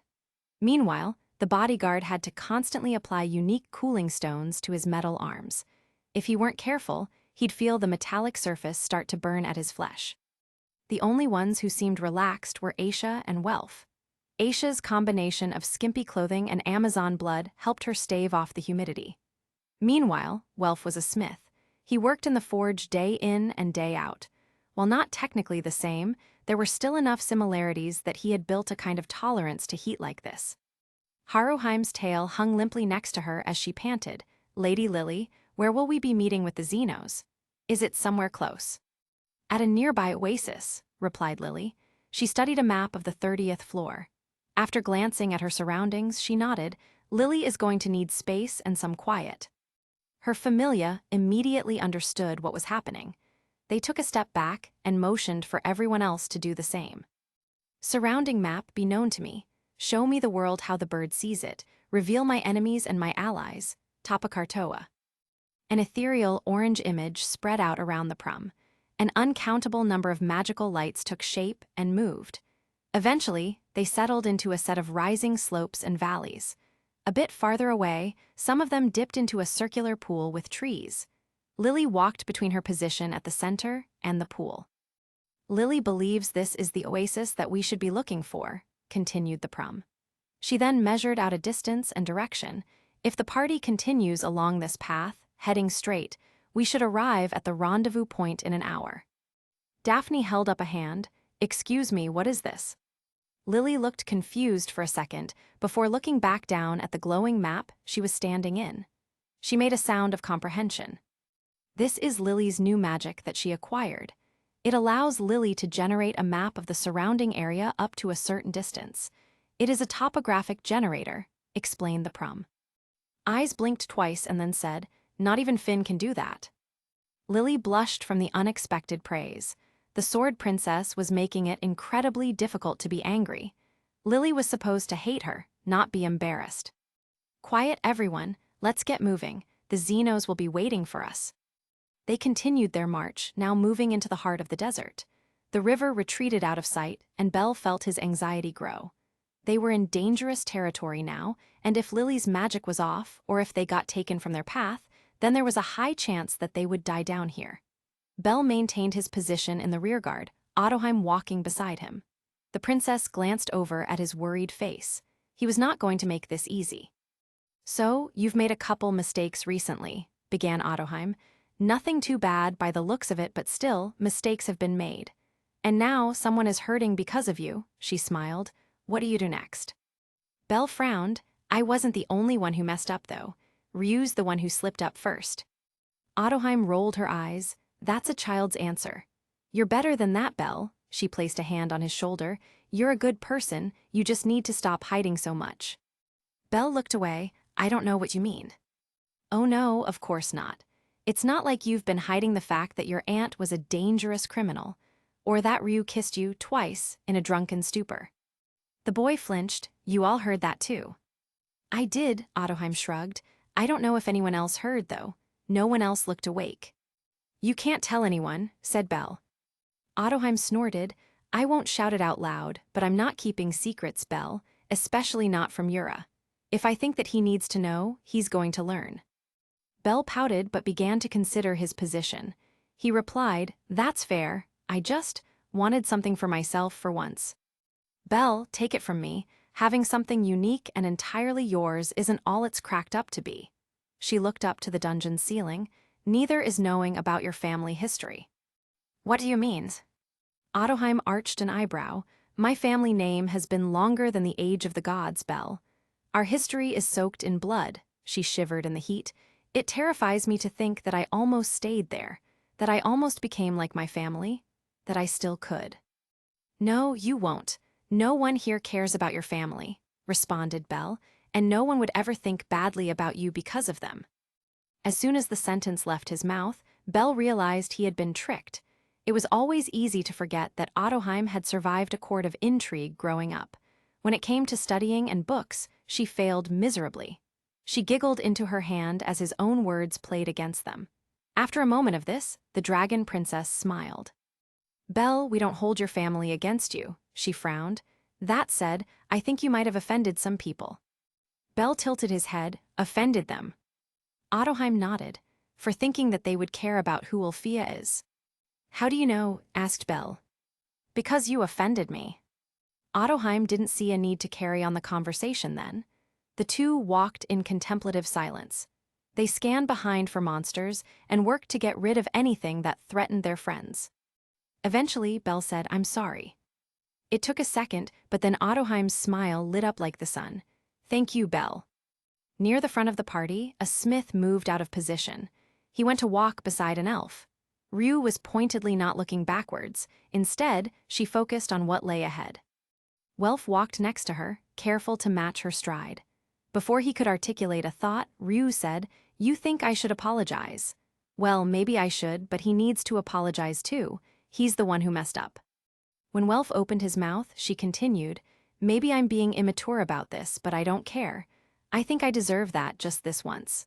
While the rest of you get to act like fools all the time, I want to be a woman. Is that too much to ask?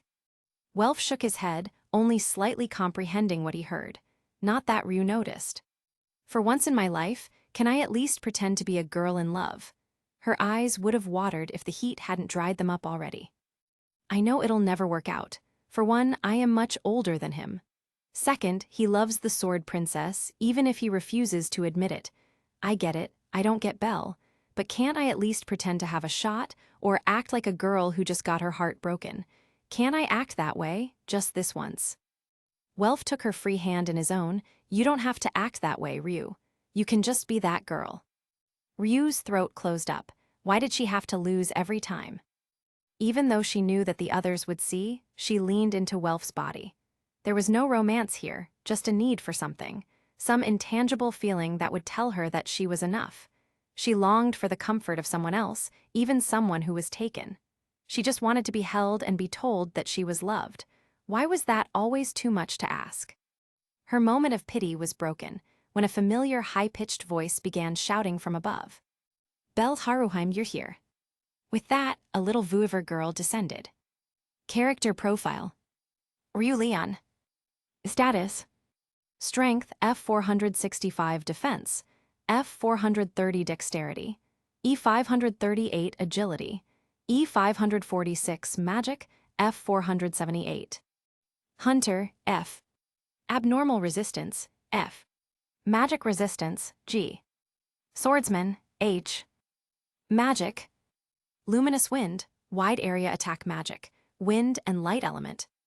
Noah Heal, Healing Magic. The effect depends on environment. Effect rises in forested areas. Wind Blade, no chant magic that can be used quickly. Skill. Fairy Serenade. Increases the effects of magic and the effect rises at night. Mind Load. Increases user's strength stat when attacking by using mind. It has an active trigger. Arrow Mana. Increases users' attack power the faster they're running. Chapter 23. As soon as Wine saw Haruheim, the Renard was dive-bombed. She was tackled and hugged and carried by the little Vuiver. The Renard was surprised by Wine's strength and was reminded that many people were looking to grow and become stronger. Wine followed this by quickly jumping to hug the rest of Hestia Familia. Even the newest members got hugs, which Ottoheim received with enthusiasm. In the middle of Wine's hug, the little dragon girl's face scrunched up and her nose twitched. She began sniffing at the dragon princess's chest and then moved around the rest of her body. Wine, asked Belle. Everyone stopped to stare at the Xenos girl. Belle reached out a hand to pull her back. Wine looked up at the dragon princess. She had a large grin on her face and began bouncing on the balls of her feet. Wine turned to Lyd and pointed at Ottoheim. She smells like me. She's like my. Wine frowned. What's the word for someone that is like you? That is related to you. Lyd made a laughing sound. A sibling, Wine, brother or sister. Wine nodded and threw her hands up. She smells like me, so she's like my sister. Oh, began Haruheim. Lady Wine, it's not exactly like. We can be if you want. Ottoheim bent down to pat Wine on the head. I have had many sisters. What's one more? Later, when Urashima asked why, Ottoheim guessed that her most recent transformation had left the stench of the dragon on her. Wine, with her enhanced sense of smell, had been able to pick up on that. The action had made the former Far Eastern princess overjoyed. The more people in her life, the better. Yay! Wine gave Ottoheim another hug. Once introductions were over, Wine settled herself next to Belle. She pulled him close and made sure to sit between him and Ais. Every minute or so, she'd cast a mean look at the sword princess, and Ais bore it silently. She did deserve all this, after all. The rest gathered in a type of circle and ate lunch. It was quiet and awkward, with the non-Hestia Familia members of the party unsure how to treat these talking monsters. They had only met these monsters once or twice before, and even if they were willing to work with them, it was hard to make sense of the situation. The Xenos didn't seem to mind at all, with all of them happily making conversation amongst themselves. Belle counted a dozen Xenos. The number seemed off, so he asked where Fear and the rest were. "They've got their own missions and assignments right now," responded Lyd. "They're trying to find as many newly birthed Xenos as they can." "Why the recruiting rush?" asked Welf. "To keep them away from the other Xenos," replied Lyd. Everyone took the phrase, "other Xenos," in with quiet contemplation. Something was going on in the dungeon, and it sounded terribly wrong. Belle frowned. "Lyd, there's something I need to tell you. There was a Xenos above ground a week ago. He called himself Petron. Did you know him?" Lyd scratched his chin and nodded. "I did know him. A Loopgaru, if I remember correctly. A noticeably quiet but arrogant Xenos who did not listen to others." Belle nodded. "He said that he served a greater master who remembered my failures. Was he talking about Freya, or was there someone else that he worked for?" The group of Xenos there all looked away. Some form of melancholy settled over the group, and many balled their hands into fists. Even the ever-optimistic Wine lost her energy. Her grip on Belle tightened even more. Belle could feel her nails start to dig into his skin. "Things have gotten intense down here, Bellici," said Lyd. "Lots of Xenos were angry after what happened last year. A new Xenos started to take control." Belle's eyes narrowed. "A new Xenos? Lyd, what happened down here? You're making it sound like there's some sort of evil Xenos." Lyd shook his massive lizard head. "Not evil, just angry. Xenos that are tired of what happens and looking to make a more radical change. They're like how Grows used to be, but more intense." Ais frowned but said nothing. This wasn't her place. She had to keep thoughts about monsters to herself for now. The only thing that mattered now was to offer her support to whatever Belle decided. He knew more about these monsters. No, they're called Xenos, than she did.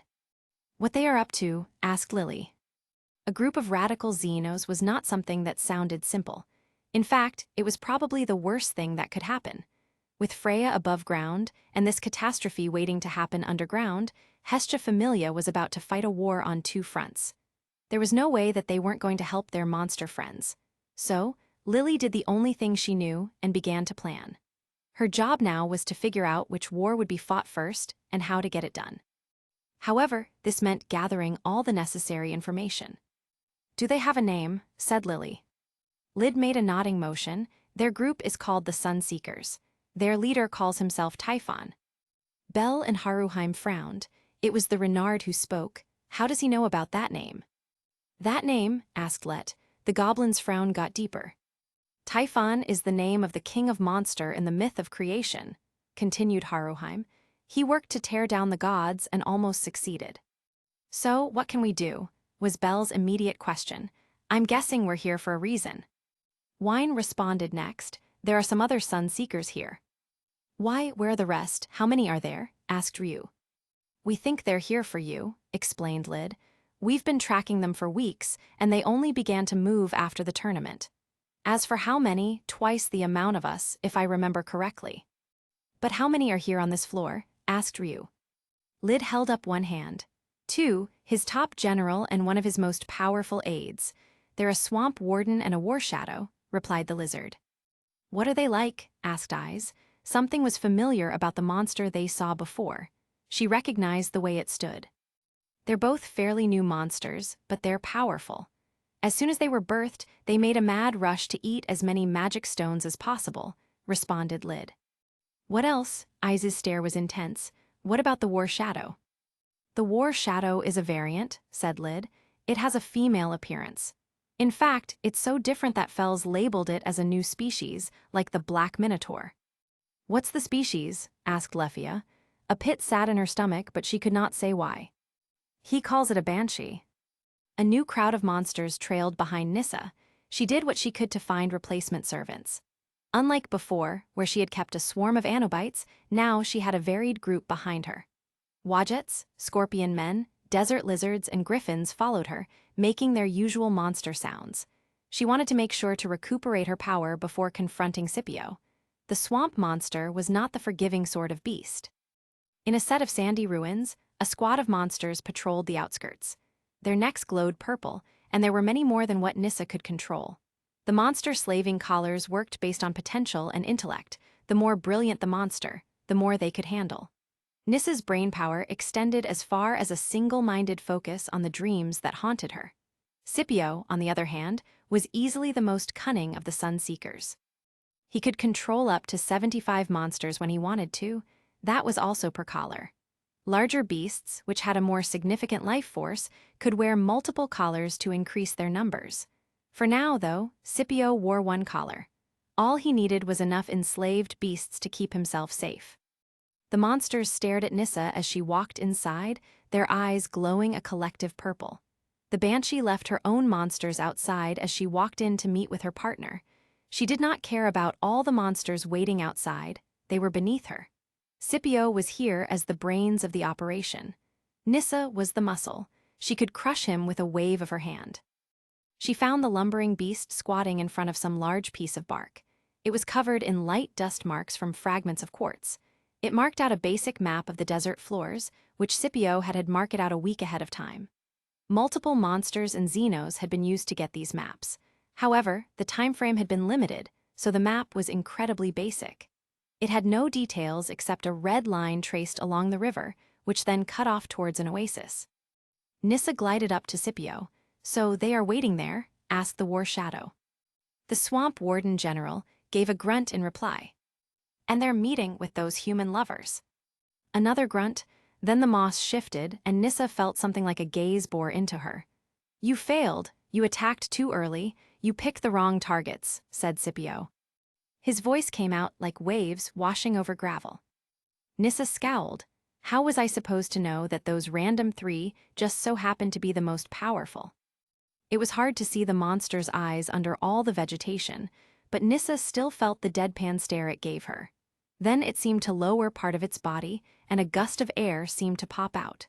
Nissa realized that the monster was sighing. "You are supposed to be one of the smarter ones. Instead, you are obsessed with the little elf girl," said Scipio. It considered its map. Nissa frowned. "I need to talk to her. She's important to me, somehow." A sound that could have been a snort erupted from the swamp monster. Its massive head shook back and forth. "Your fixation is strange. Perhaps you are the human lover now." Nissa smiled, but it was much too broad. From a leather bag she kept draped over her shoulder, she produced a large magic stone. "I won't be a human lover for long, though," said the banshee. Scipio contemplated the magic stone. Then it was silent. After a moment of thought, a new noise erupted from it. This was the sound of laughter, deep in the desert ruins. Back with the adventurers and the xenos who weren't looking to start a war, Lefia felt her throat close up. The second the word banshee left Lid's mouth, her vision got fuzzy. When did this hot dungeon floor feel so cold? Why was it so hard to breathe and to focus? Her heart thrummed in her chest. She heard a voice, but it sounded like it came from behind a screen. She felt a gentle touch on her hand. It was warm. "Lefia," came the voice. It sounded like a whisper. "Lefia," repeated the voice. It was closer. A green blob came into Lefia's vision. "I need you to breathe for me." That's right, she needed to breathe. The blob came into focus. Its mouth began to move. "Can you try breathing with me?" Lefia tried. Slowly, her throat opened. She matched her breath to the blob that slowly came into focus. It had jade green hair and glasses, right? This was Elwyn, who was important. She grabbed the hand that was touching her shoulder and squeezed tight. She reached out for the other one, and it answered. She felt his palms in hers, and something settled in her body. She closed her eyes, breathed deeply like how Lady Reveria had taught her, and when she opened them, she saw everyone's faces back in focus. They all watched her in worry. The attention made her blush, and then she remembered that she was holding Elwyn's hands. She snatched them away and almost fell backwards. As she tried to catch her balance, she noticed Elwyn grinning at her. The smile was not teasing, though. It was soft and heartfelt. Even still, Lefia felt her frustration grow. "What's so funny?" she asked. "Nothing, I'm just happy you're okay." Elwyn's face turned a beet red. Then Lefia heard something extraordinary. It sounded like Elwyn said something in Elvish. "You speak Elvish?" asked Ottoheim. "I thought you didn't know any elf culture." "Mama taught me some phrases, to try and keep me connected to my culture," replied the half-elf. "What did you tell her?" asked Ais. Elwyn refused to answer, and so did Lefia. However, Ryuu understood and almost fainted but kept her mouth shut. What he had said was clearly meant just for Lefia. The best translation to any non-elf culture was, "I hope you are okay, and I'm here if you need me." What the phrase actually translated to was, "Our roots are of one tree, our branches intertwined, the same current flows between our blood, may there be peace upon your troubled mind." The saying was an old one, deeply set in tradition. It was also a saying that denoted a remarkably close relationship. The elves were left alone to sort out their feelings, and the conversation was forcibly returned to the task at hand. "So, Lid, what do we do next?" asked Belle. Lid scratched his chin. "Well, Bilichi, the first thing to do is a little recon. We know that the Sun Seekers are up to something, but we don't know what. The real problem, though, is that they usually spend all their time in the deep floors. Fells wants to know why they came up to the lower floors," replied the lizardman. "Why are they hunting after you lot?" The obvious answer was Freya, but better to make sure. Not to mention, if the silver-haired goddess was behind all this, they needed to know why. Belle nodded. "So, we'll split up and hunt down the Sunseekers." Lid shook his head. "Not hunting, scouting. Fells says that we know too little right now. He says that if we make a move now, the Sunseekers might exterminate us." Belle frowned. Before he could respond, Ais spoke up. "What else can we do?" The words surprised the Xenos. For a couple, the comments made their blood boil.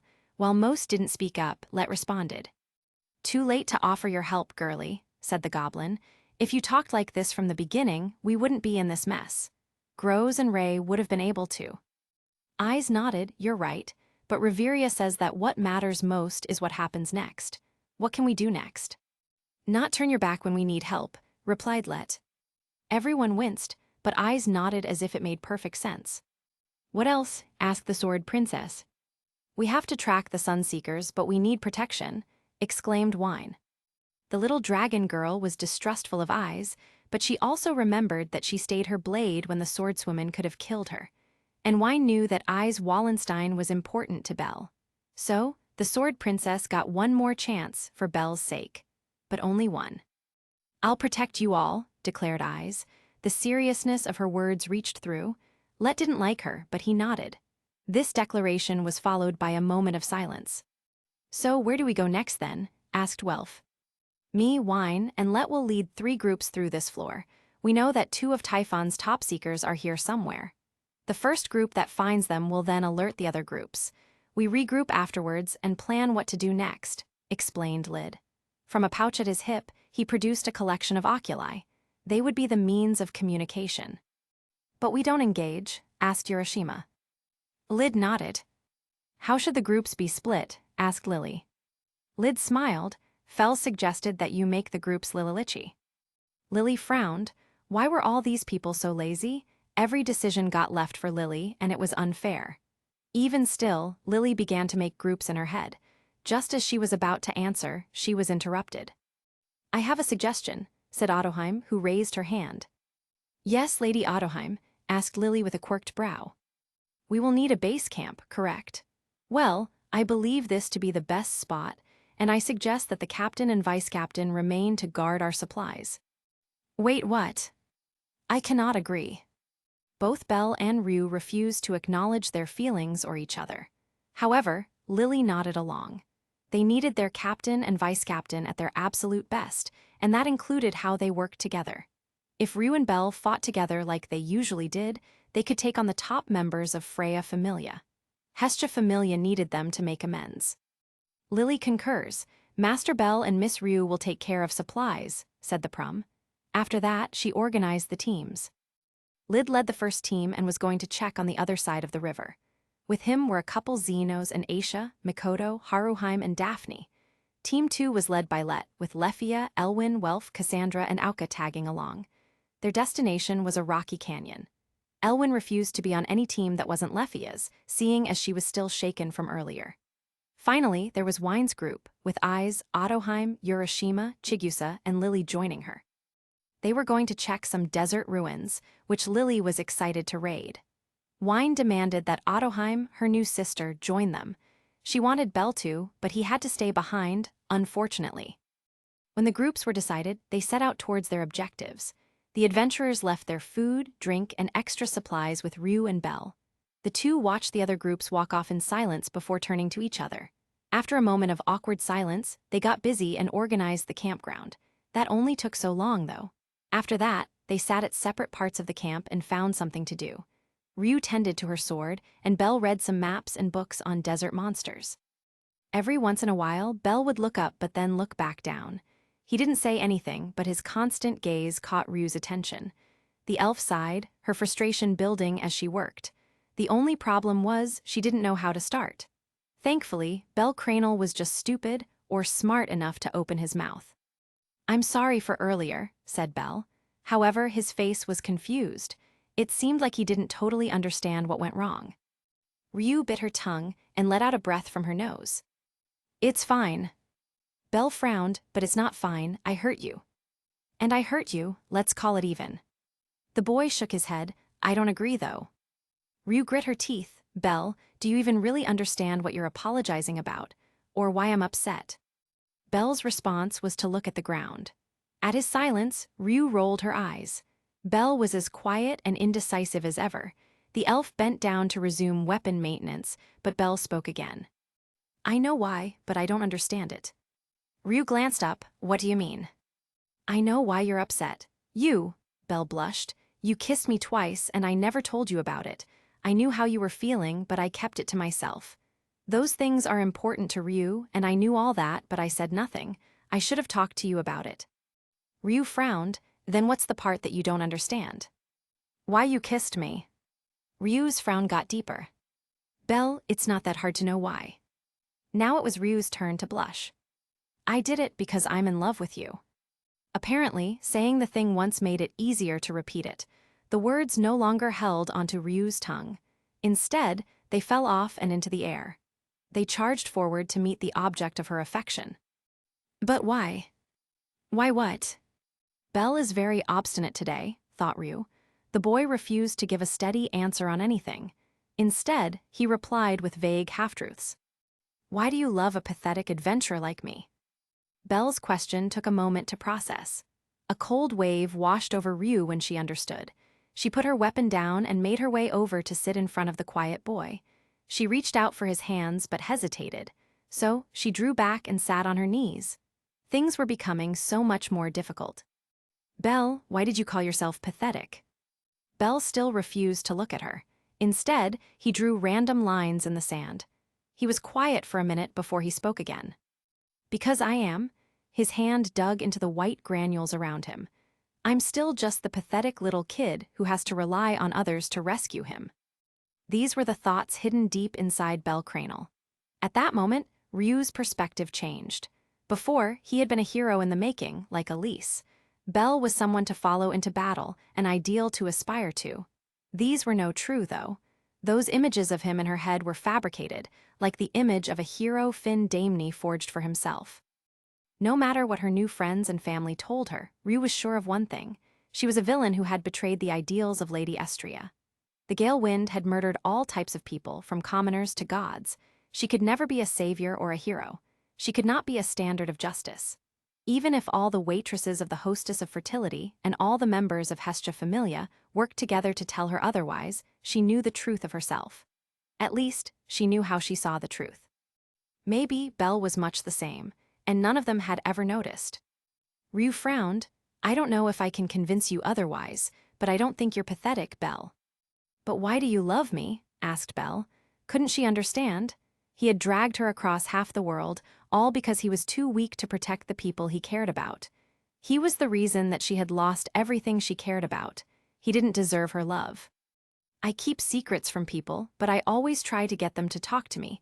I don't know how to deal with other people's feelings, and I always need to rely on everyone. Bel's hands came up to clasp the sides of his head. He was not crying, but his emotions were boiling over. Days in the dungeon had begun to take their toll. Ryuu gave her softest smile. She reached out her hands to take his own. Bel, those are just flaws. Everyone has some. Having flaws doesn't mean you don't deserve love. You haven't answered my question, responded Bel. Ryuu sighed because he was right, of course. They had both spent enough time dodging questions. It was time for someone to take charge.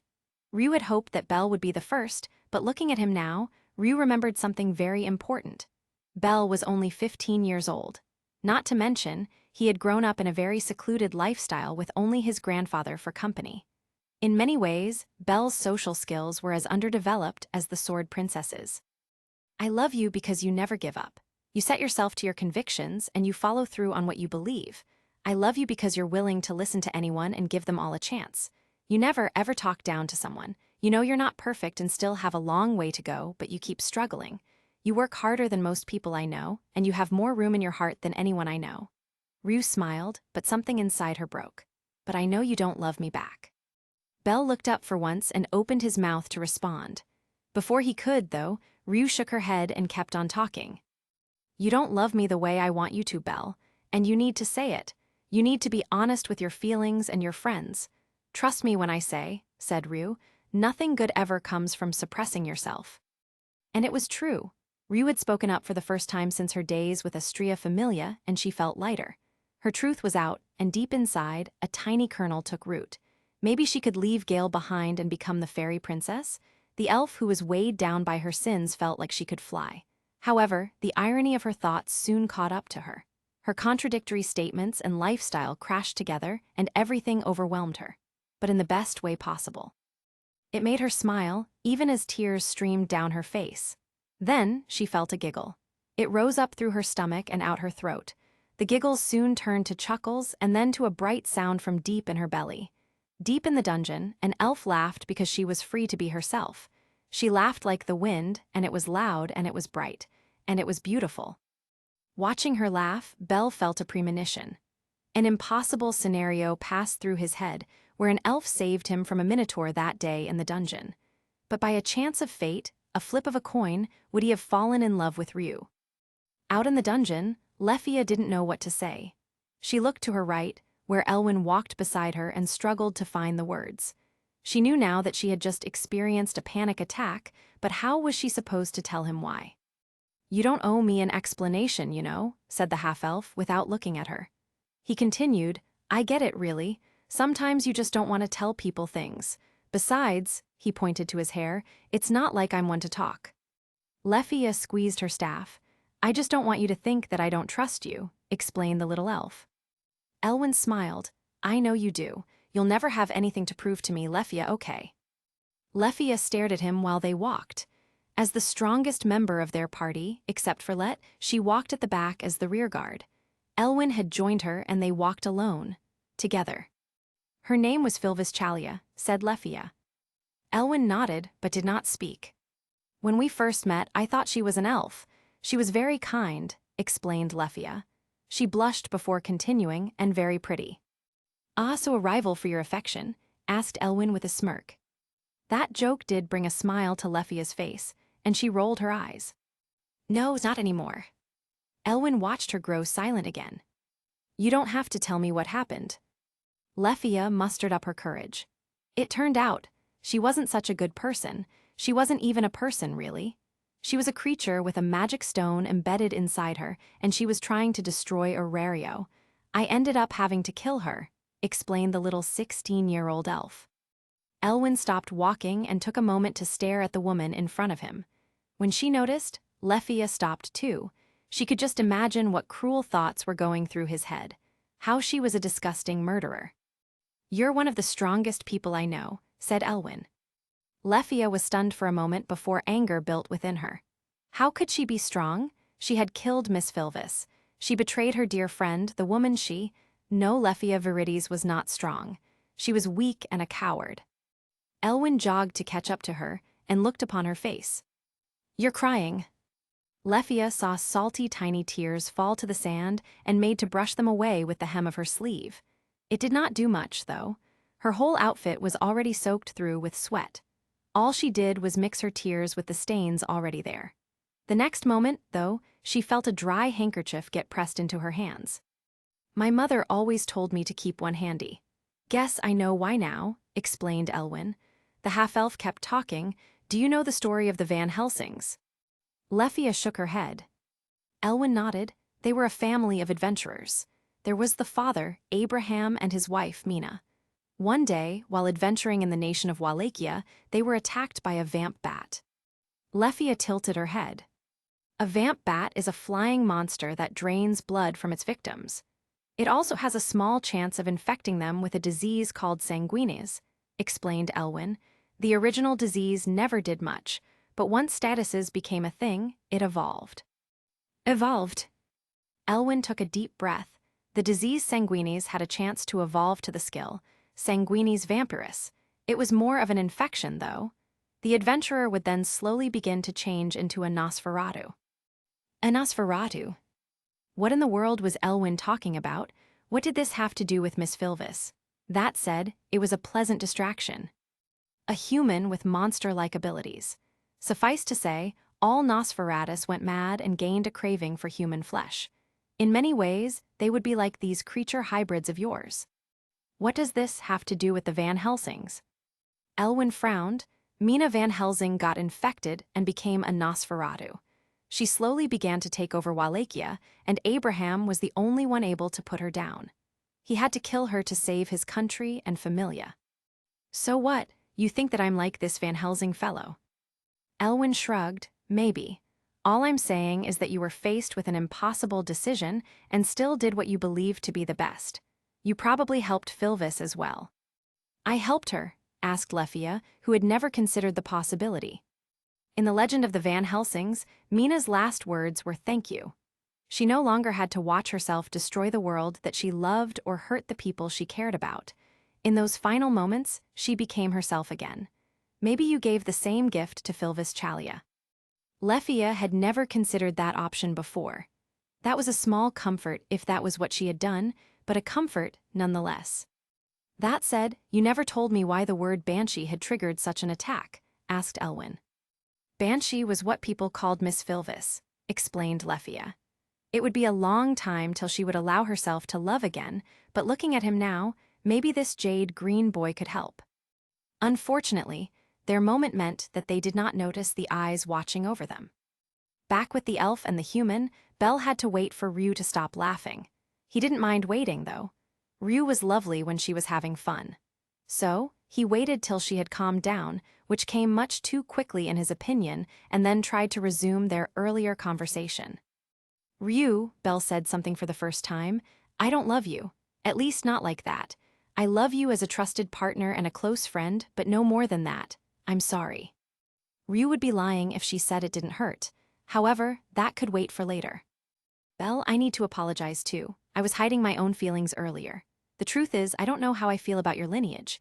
Your aunt did many horrible things, and while I don't hold it against you, it is still hard not to think about it. Because of her, I lost a dear friend, among others. It will be a long time before I can be normal. Still, though, you trusted me with your secret, and I betrayed that trust. Ryuu lowered her head and almost considered the doja, which Mikoto had taught her. I'm sorry. Belle let out a breath. I know it's complicated, and I know you didn't mean to. There's still a lot that I'm trying to figure out about this, especially now that everyone knows my secret.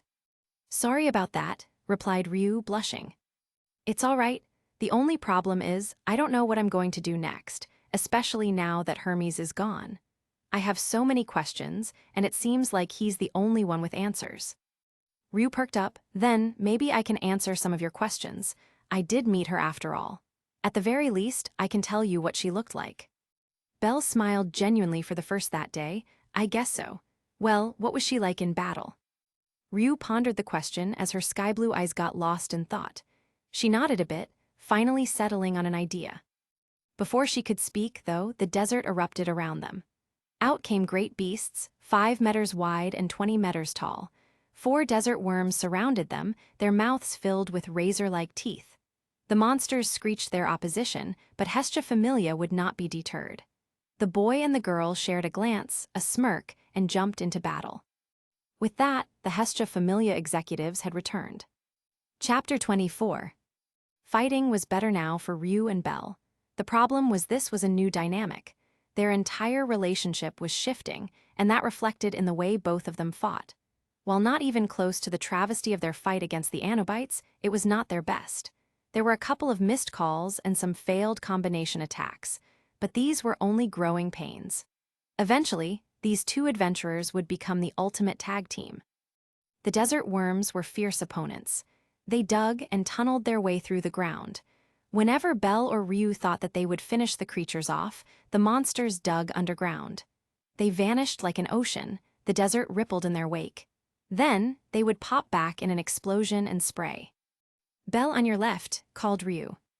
Belle rolled left. As he moved, he pulled up on his knee and brought his hand out. Firebolt. Shots of fire came out and blasted the desert worm. It shook its enormous head, dazed and confused. Ryuu took the opportunity to jump high into the air.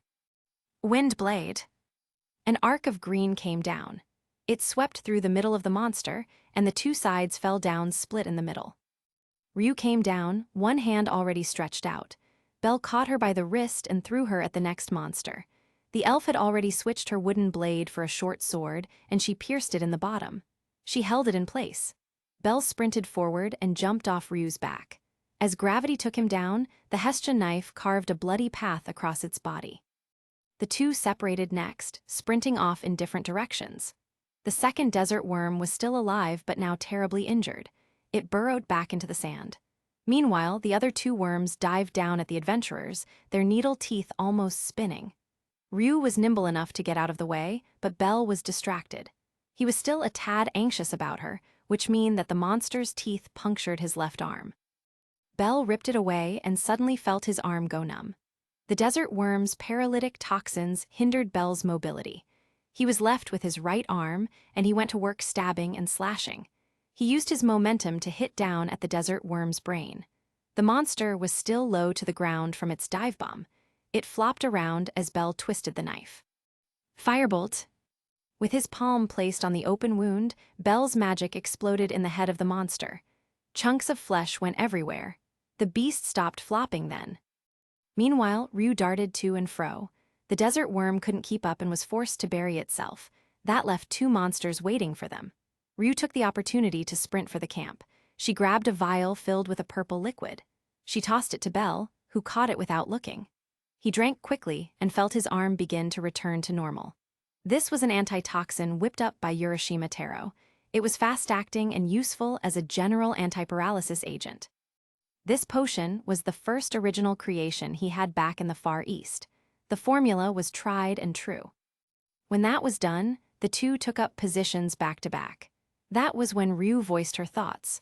The elf had spotted something peculiar in the middle of combat. "Belle, I was able to spot one of the creature's beady eyes. It glowed purple," explained Ryuu. Belle frowned. "Purple eyes, you don't mean?" "It's like they had been charmed," replied Ryuu. Indeed, a disturbing thought if Freya had been able to get all the way down here.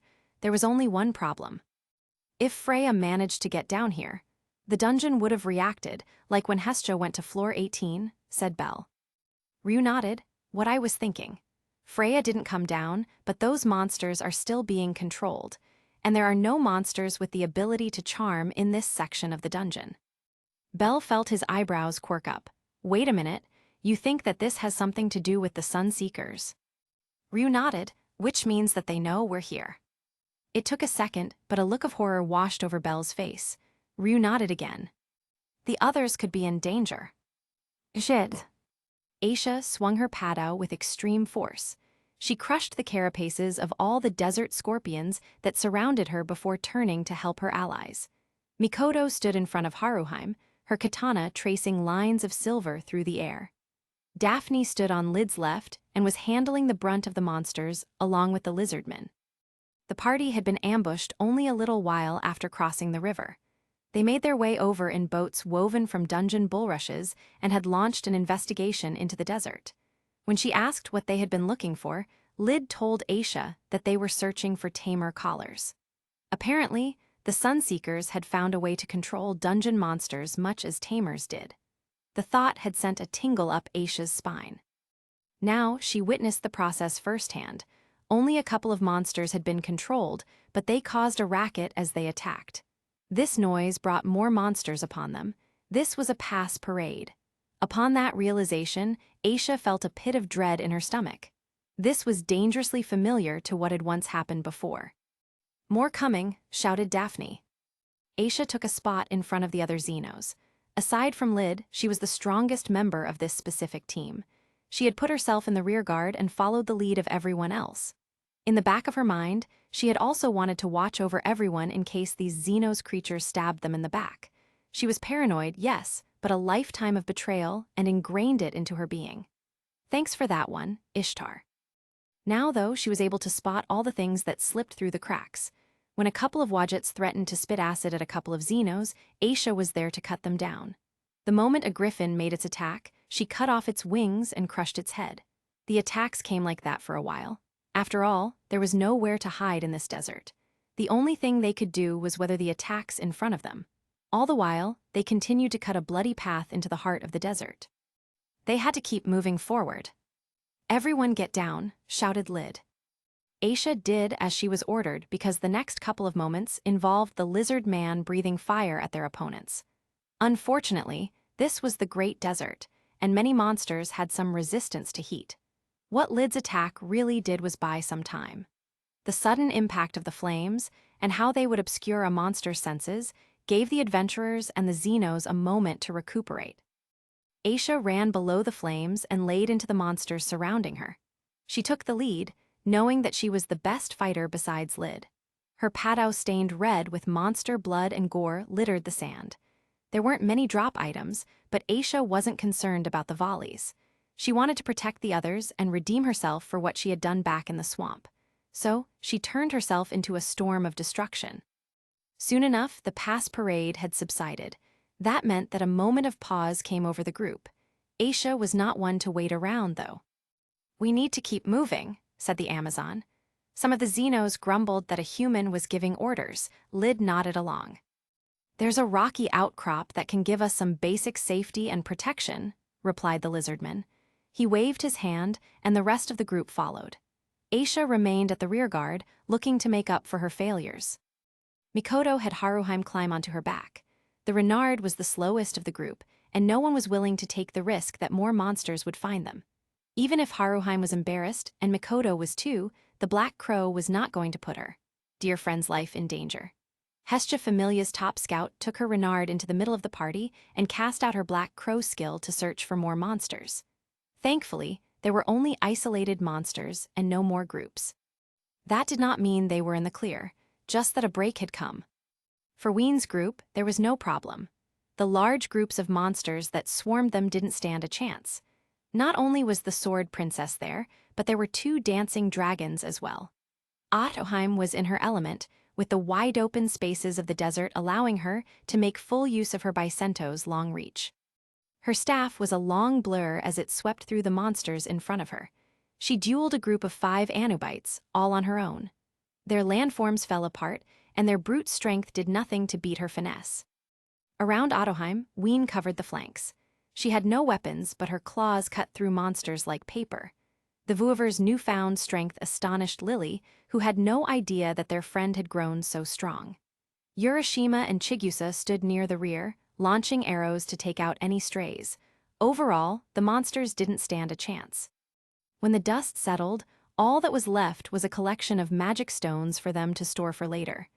Lily made sure to take every magic stone she could and stuffed it into her pack.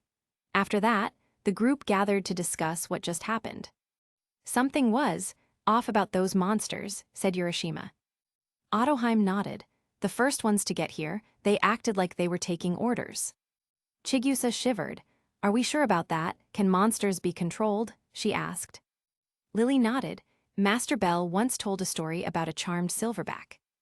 Ais tilted her head, charmed, like with Freya. At the mention of the goddess's name, many of the Xenos shivered. Their fear was still fresh in their minds. There was also anger directed at the Sword Princess. Ais bore the brunt of it, even if she was a little annoyed. She didn't like being compared to Freya. Before anyone could voice their thoughts, Ween spoke up. "What do we do next?" said the Vouiver to Lily. The Prum rubbed her chin, deep in thought. Lily looked back into the desert and nodded. "Lily believes that we should continue. Whatever hides in the desert ruins is worth investigating."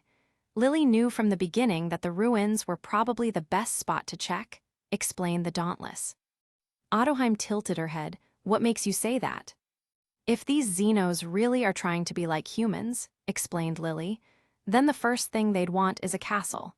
They wouldn't want to be stuck in any desert cave. They'd be too proud for that." "That seems like a risky assumption," replied Urashima. A frown settled on his face. Lily shrugged. "It's like Mr. Lid said, they're proud and unwilling to hide." Ais nodded along. It made sense to her, but if Lily thought that the Sunseekers were there, shouldn't we get Belle and Ryuu? At the Sword Princess's question, Ween nodded. "Belle is super strong. He's the strongest person here." Ais frowned. "Second." "What?" "Belle is the second strongest adventurer in the party," replied Ais. Ottoheim stifled a laugh. Ween frowned. "Who's stronger than Belle?" Ais frowned. "I am." "No, you're not," replied Ween. "Yes, I am," countered Ais. They went back and forth for a little while. Finally, Ween had had enough. "If you're so strong, why didn't you try and fight Freya?" That question stunned Ais into silence. She had no response and frowned. After moments of quiet contemplation, something in her face settled. "Not before, but now I'm strong enough to save all of you," replied the Sword Princess. Something in her face spoke to the little dragon girl. Ween's gained a sparkle, the flames of hope returning. This girl was a little bit like Belle, and that made the magic stone that was Ween's heart start to feel fuzzy. The other Xenos looked on warily, but Ween nodded. The matter was settled with her. She would put her faith in Ais Wallenstein. The Vouiver turned back to Lily and gestured from the Prum to continue. The Dauntless frowned. Lily doesn't like the fact that Miss Ween believes she's in charge, but Lily will overlook that.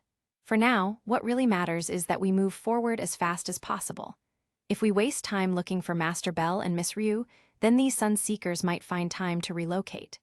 Lily believes that the less time wasted, the better, the Prum smiled. Even if Miss Wallenstein might not be the strongest member of this party, she is capable. Ais pouted and resisted the urge to stomp her foot. She was strong, and she'd prove it too.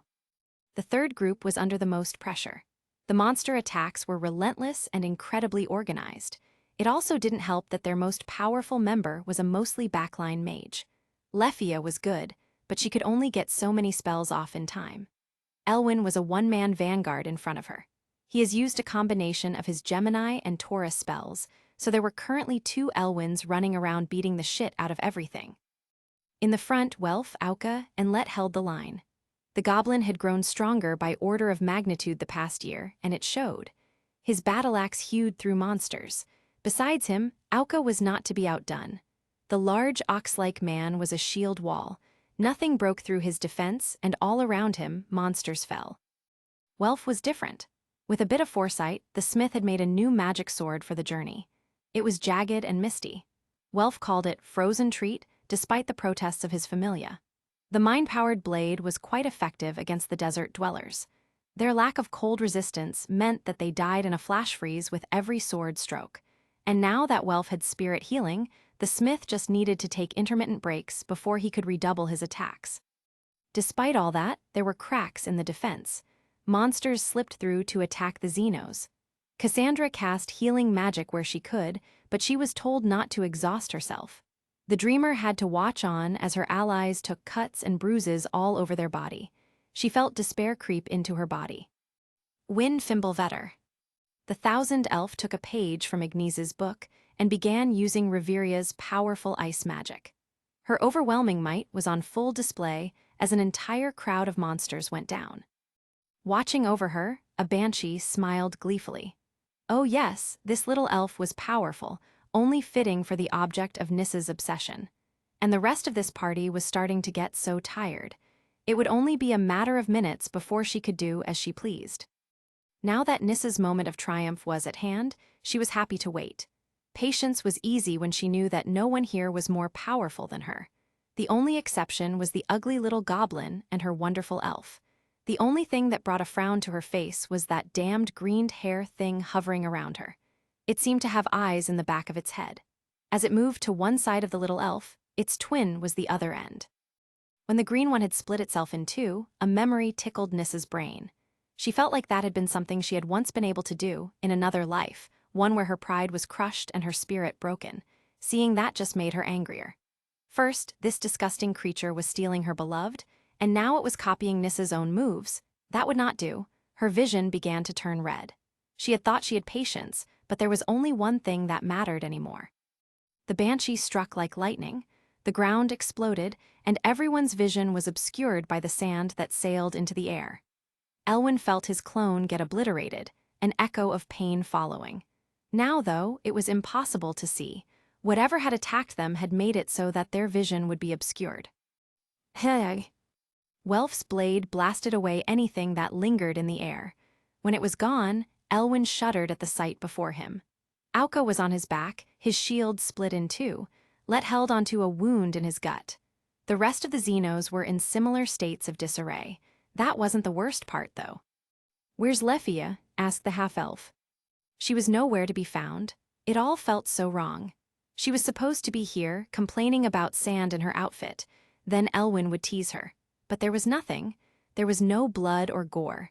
There weren't even any dropped weapons or supplies. It was like Lefia had not been there at all. No, no, no.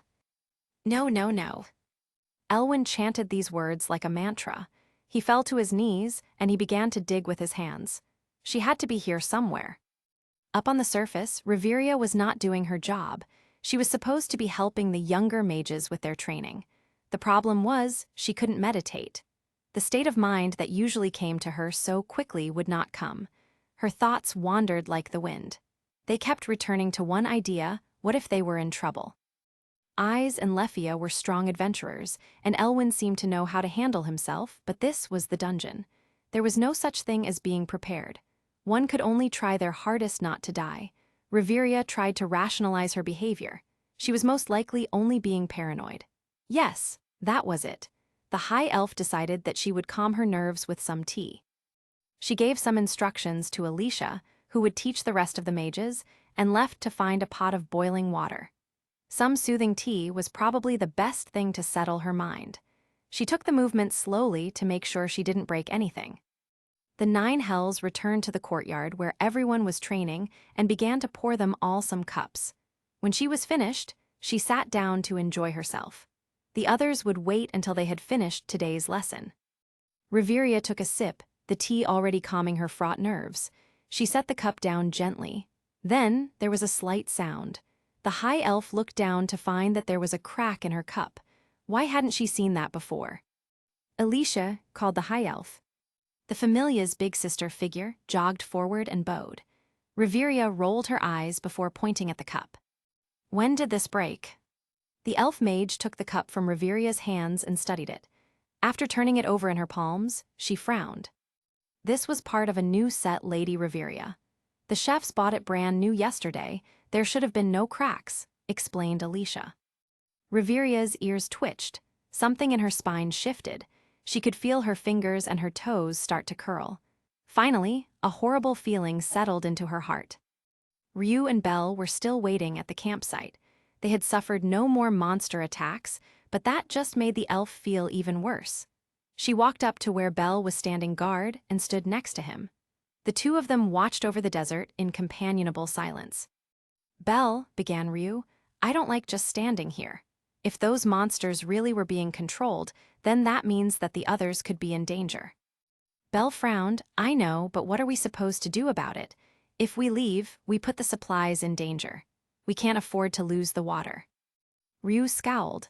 She hated that he was right, and she hated that her comrades were out there waiting for her. When Belle put a hand on her shoulder, she hated that her stupid heart still skipped a beat. Belle smiled at her. "I think we have to have faith in them. They're our allies, after all. They're stronger than we know. Ryuu started to nod, but she stopped. Something was making her twitch. Belle's hand squeezed tighter. The two of them kept their bodies lightly relaxed. When the hammer came down, they were ready. The temple had only been lightly guarded when Lily and the rest of their party showed up. All that was waiting for them was a collection of scorpion men and a big pile of moss. The large green mass was full of vegetation, a few bits of wood, and a small magic stone at the center. The only other thing in the ruins was what seemed to be a map. Lily studied what was in front of her. While she did so, Ais, Ween, and Ottoheim secured the rest of the structure. True to the legends, there was a small collection of precious metals and gems waiting for them. They scooped these up to give to Chigusa. As they were leaving the apparent treasure room, Ottoheim spotted a long, jagged black rock. It was unlike anything she had ever seen. Next to it was a desert lotus blossom. An incredibly rare flower, it had no practical use that people knew of, but was quite pleasing to the eye. It sold in the upwards of millions of volleys, so she collected that too. When they returned to the main room, Lily was still studying the map. The prum also spent time glancing at the heaping pile of moss in front of her. Her memory was screaming at her now, and she did not like the implications. "Ween!" shouted Lily. The vouivre came dashing over, attentive for what the Dauntless had to say. Ween still remembered how smart Lily was. She was the most clever person here. "That swamp monster, when did it first appear?" asked Lily. Ween took a minute to consider the question. It was hard to keep track of time in the dungeon. Everything moved so differently down here. What felt like days was actually weeks, and what could be months was actually just hours. There was one event that stuck out, though. "It was pretty soon, after we rescued all of you from the deep floors. Maybe a little bit after that big attack on the Knot dungeon, next to the dungeon," replied Ween. Lily did the math in her head. The dates did match up with what she remembered, but if that was the case, and this was the plan of that creature. "Miss Sword Princess." Ais came over, face severe but impassive. "If needed, could you find your way back to the main camp?" Ais nodded. The route was simple enough.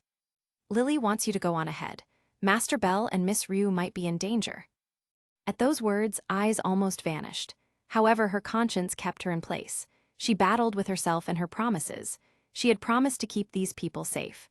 What if something happened while she was chasing down Belle? How was she supposed to protect everyone? She had no answers and was stuck looking between the entranceway back into the desert and back to where Lily was watching her. Finally, she turned to Ween. The Sword Princess bent down till she was eye level with the little vouivre. "Ween, if I leave, will you be able to protect everyone while I'm gone?"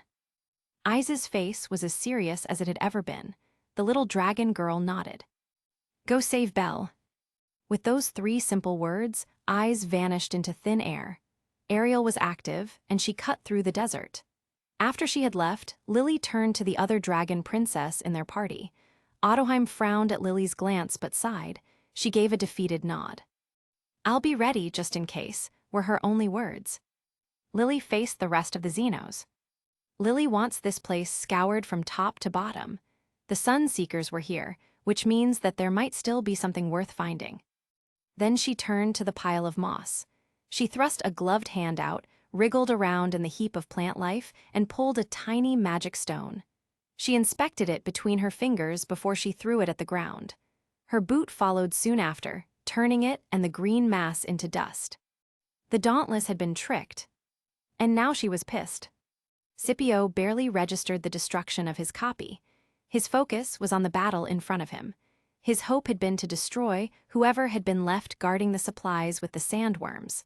Unfortunately, the 2 adventurers were some of the strongest of the bunch.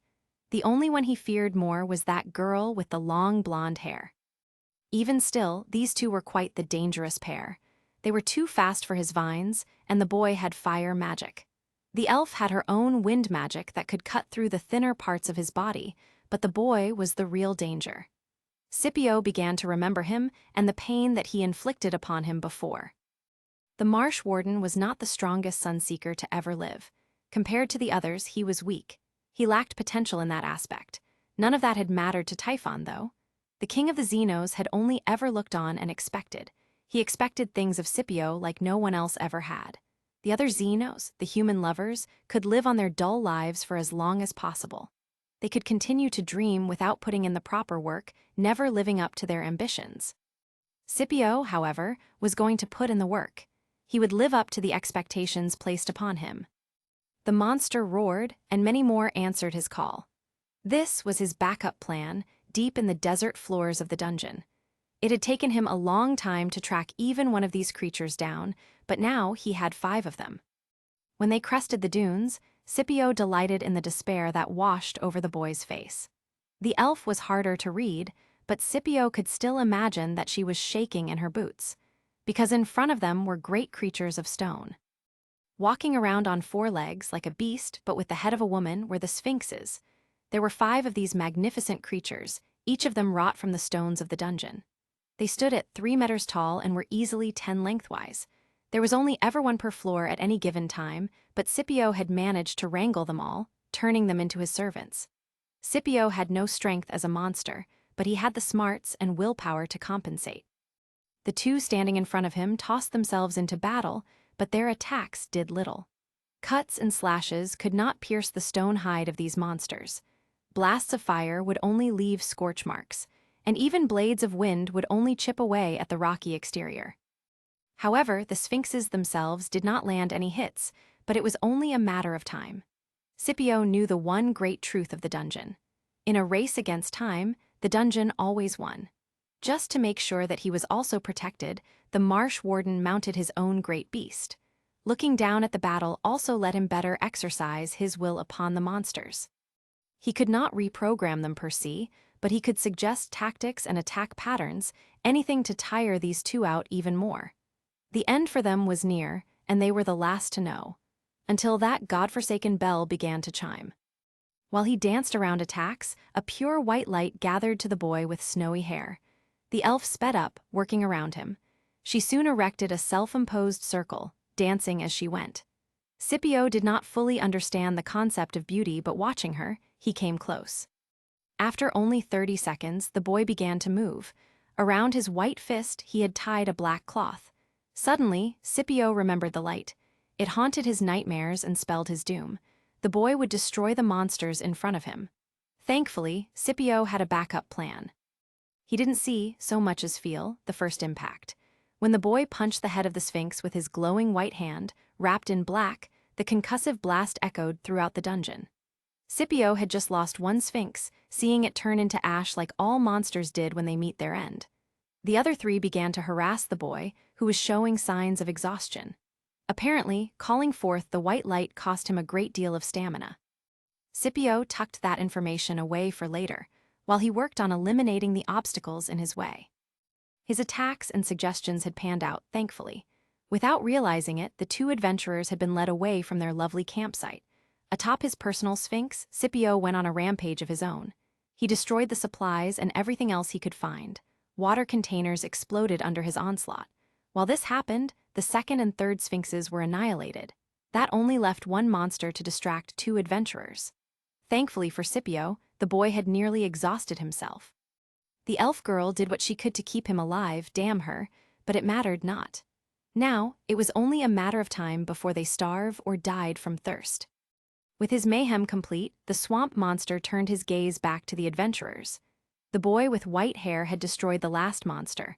All that was left was Scipio himself and the Sphinx he rode. Still, though, the tactician of the Sun Seekers smiled. The boy had passed out from exhaustion. The heat and possible lack of sleep had also helped, and the elf was now hindered by supporting him. They were sitting ducks. Scipio gave the order to his magnificent beast. It was time for the finishing blow. The Sphinx raised a paw up and started to swing down. Ryuu knew she was going to be crushed. The most likely scenario was that the first blow wasn't going to kill her, but the second one could. The third one definitely would. She closed her eyes and prepared to throw Belle as far away as she could. It would only buy him a couple more seconds, but it would be worth it. Except the attack never came. The only thing that hit Ryuu was rubble. She opened her eyes and was faced with the back of a hero.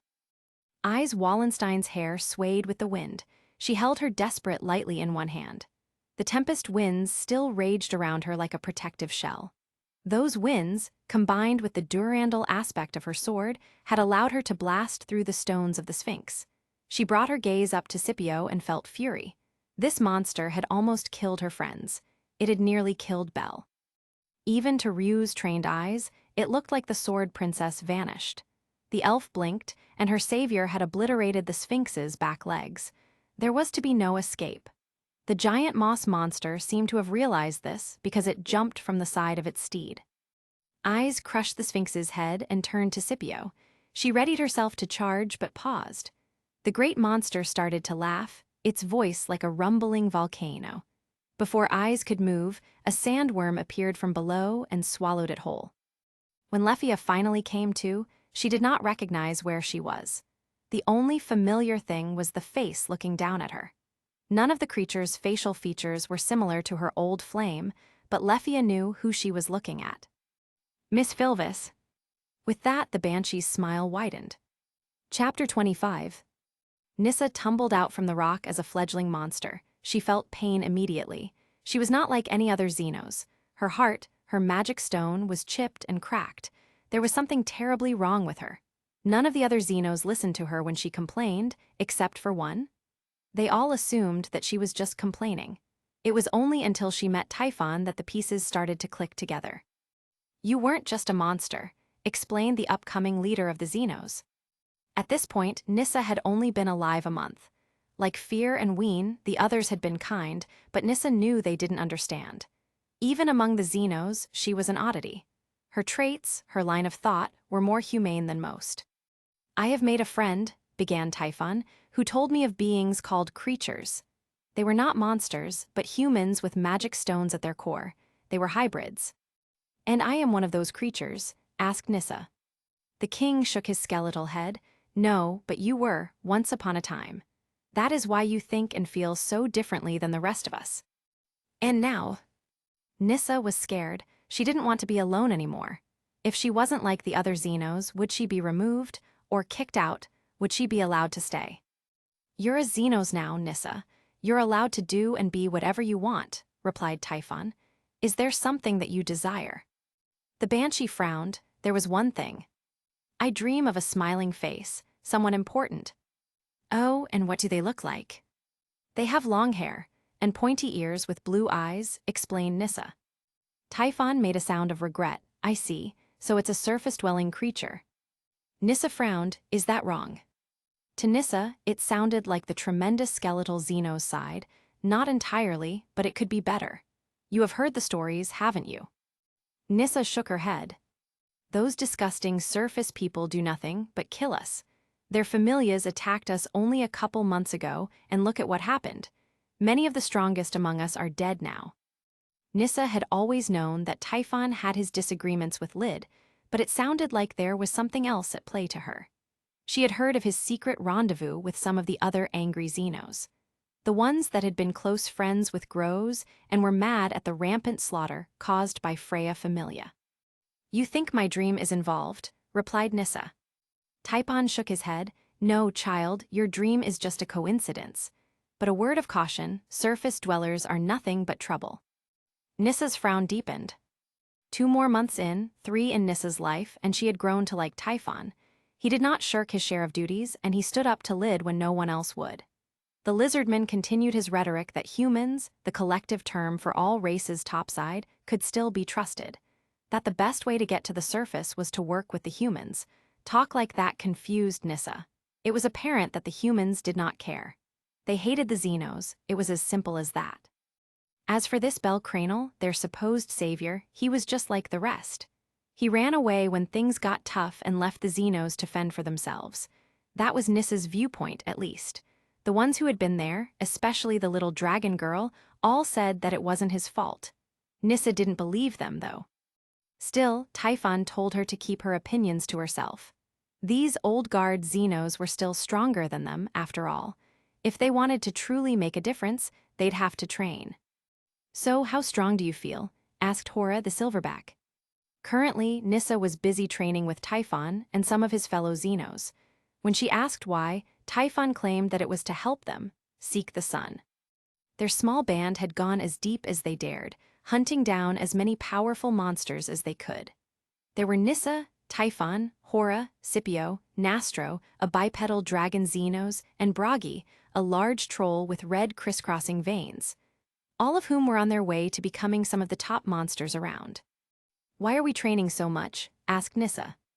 There had never been a reason given for what's going on. Nissa was happy to follow Typhon wherever. She had very few desires of her own, but she was curious about why there was a sudden intense focus on monster killing. "To get stronger," said Typhon. He ate another magic stone. "But why?" pressed Nissa. "Because a change is gonna come," replied Typhon, "and we're going to make sure that everyone understands we are not going to be subservient." The group continued their training. Nissa killed more monsters than she could count, and she gobbled up each and every magic stone she could find.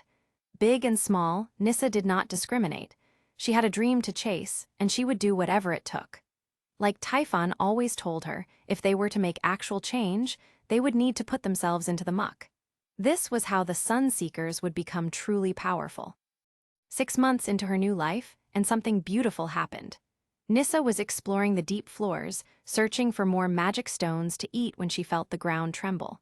One of those so-called expeditions was making its way through the dungeon. Nissa had heard that they were nothing but trouble and that the best solution was to hide. Even if she was stronger now, she was also on floor 46. Any familia that could make its way down here, with enough members to cause the ground to shake, was not to be trifled with. So, Nissa hopped into a crack in the wall and watched the party pass. For the most part, the ignorant humans walked by in silence. They took the occasional break to kill stray monsters, but for the most part, they passed her by. No one even bothered looking in Nissa's direction. The Banshee was about to depart, bored of these proceedings, but then the most astonishing thing occurred. A little elf with a staff walked by, and the powerful Xenos almost fainted. This was her dream, walking in front of her. Nissa kept to the shadows as she tailed low-key familia. She followed them deep into the bowels of the dungeon and kept her eyes focused on her desire. She watched the little elf, that was the species with the long ears, right? Bustle about her familia's campsite. Nissa smiled when she saw how clumsy the elf was. Nissa did not know her name, but she felt something strange begin to stir in her chest. She did not have a heart, but she felt it beat in her body. Later, after she had finished watching, Nissa returned to where her friends were waiting. They must have noticed the look on her face because they all started to ask questions. "Why are you so happy?" asked Nastro. "Do I look happy?" replied Nissa. "You are smiling much more than usual," said Scipio. The moss monster lumbered around and regarded Nissa with curiosity. "Strange, usually you display no emotions at all. What a fascinating turn of events." "So, what happened?" asked Hora. "I found her," replied Nissa. Her lips felt stretched. The others nodded along. They had all shared their dreams and memories with each other. Scipio had nightmares about rabbits. Hora chased a little girl with a big face. Nastro only ever saw a bright flash of white, and Bastri was chased through dark halls. None of them understood what the dreams meant, though. The only one who knew what their dreams had to say was Typhon, and he refused to share his knowledge. "What happens next?" asked the leader of the Sunseekers. The Banshee tilted her head. "What do you mean?" "What happens next? Do you want to pursue this girl? Would you like to learn more?" The Xenos could not blush, but she felt her eyes drop to the floor. "I do, but I can't, right? Because we have to stay down here, and she's up there." "Maybe," said Typhon, "but maybe we get to be different." He laid a bony hand on her shoulder. "What if we did something about it?" "Like what?" asked Nastro. He wasn't a thinker, but his fighting capability was among the highest. "Real action for real change. A revolution that tells those disgusting humans that we will not be cowed." Typhon looked at Nissa. "A chance to follow our dreams and our heart's desires, wherever they may lead us." Everyone listened in rapt silence. Their eyes followed their leader, not because he was a great speaker, but because they were tired of being afraid. The stories they heard made them watch the shadows for first-class adventurers. Every sound made them jump because disaster waited around the corner. Something needed to change. "I hate to bring it up," said Hora, "but how are we going to start a revolution? We're a lot weaker than most of the other adventurers, especially those first-class ones." Typhon sighed. "I have an idea, but it will make a lot of people angry." "What?" asked Bastri. "I have made contact with some potential allies," said Typhon. He seemed nervous. Everyone was silent for a moment. All of them were terribly confused because who would be an ally of a bunch of monsters? I was introduced to a large bose by the name of Otter, said Typhon. A collective shiver went up everyone's spines. Otter only meant one thing. Before chaos broke out, Typhon raised his hands in a placating gesture. Lady Freya is ready and willing to apologize. She wants to extend an olive branch and help us move forward. How can we trust her? Asked Scipio. She is willing to meet with us in that old fake dungeon. Nastro's fist tightened, but Nissa couldn't blame him. Something was wrong with Knossos. Just talking about it made her head hurt. Her anger, sadness, and overall feeling of being lost felt tied to that place. She never wanted to take a single step in there. Her and her familia, asked Scipio. Typhon shook his skeletal head. She says that it will just be her, and no guards and no familia members. And it will just be us. No lid or human lovers. We will meet with Freya, she will offer her help, and we will begin our quest for change. In the present, Nissa had brought her desire down to the 32nd floor. She had traveled at full speed and used every shortcut at her disposal. Her plan was to get to the relative safety of the 34th floor, but she also had to wait for Scipio. They were partners in this endeavor, after all. While she was waiting, the little elf woke up. "Miss Philvis," said the elf. Her eyes blinked, trying to regain focus. For a moment, she saw her old sweetheart in front of her. Then, everything came together, and she was looking at a war shadow-like creature. Leffia sat up and shuffled away. She knew what this creature must be. It was the banshee that she had been warned about, which meant that she had been kidnapped and separated from the others. She could imagine what Ais and Elwyn would do when they learned. Then she looked at the banshee and saw that it was frowning. "What do you want with me?" asked Leffia. The banshee continued to frown. "So you don't know who I am." Leffia's face scrunched up. "Why would I know who you are?" "You're in my dreams," replied the Xenos, as calmly as could be. Leffia felt disturbed at that moment. Nothing was making sense, and everything felt terribly off. She had to figure out what happens next. "Well, what do you dream about?" "Twinkling lights, your face, and I feel like there's a promise," said the banshee. "Okay, and do you have a name?" asked Leffia.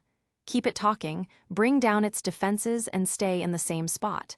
Do everything it took to give her friends the time to find her." The monster smiled. "I do. My friends call me Nissa, so you can call me Nissa."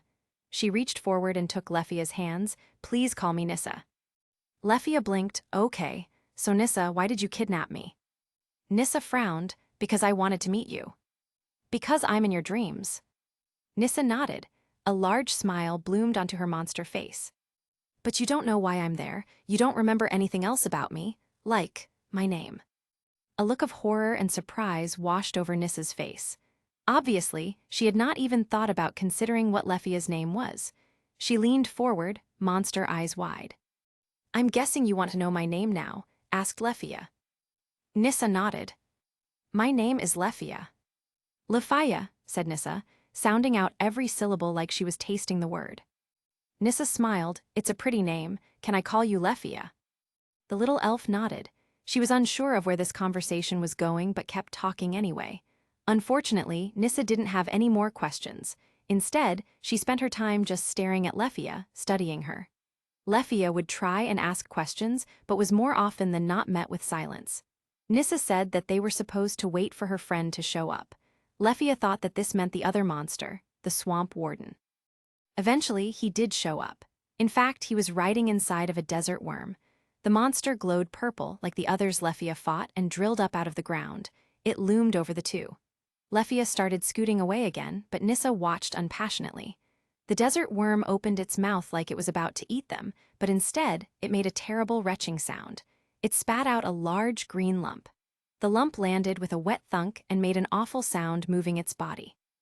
Then it shook drops of water away. It regarded Leffia, its gaze hidden by hanging lichen. Still, though, Leffia felt her body tremble. This beast was much more intelligent than she was. She felt like when Finn or Lily were studying her, looking for opportunities. "This is the one?" asked the swamp monster. Nissa nodded, cautious. She opened her mouth. "We can use her, right, for the plan? She works. Please tell me she works, Scipio." A dark aura overtook Nissa. "If she doesn't, I don't care." The swamp monster nodded, still not facing the banshee.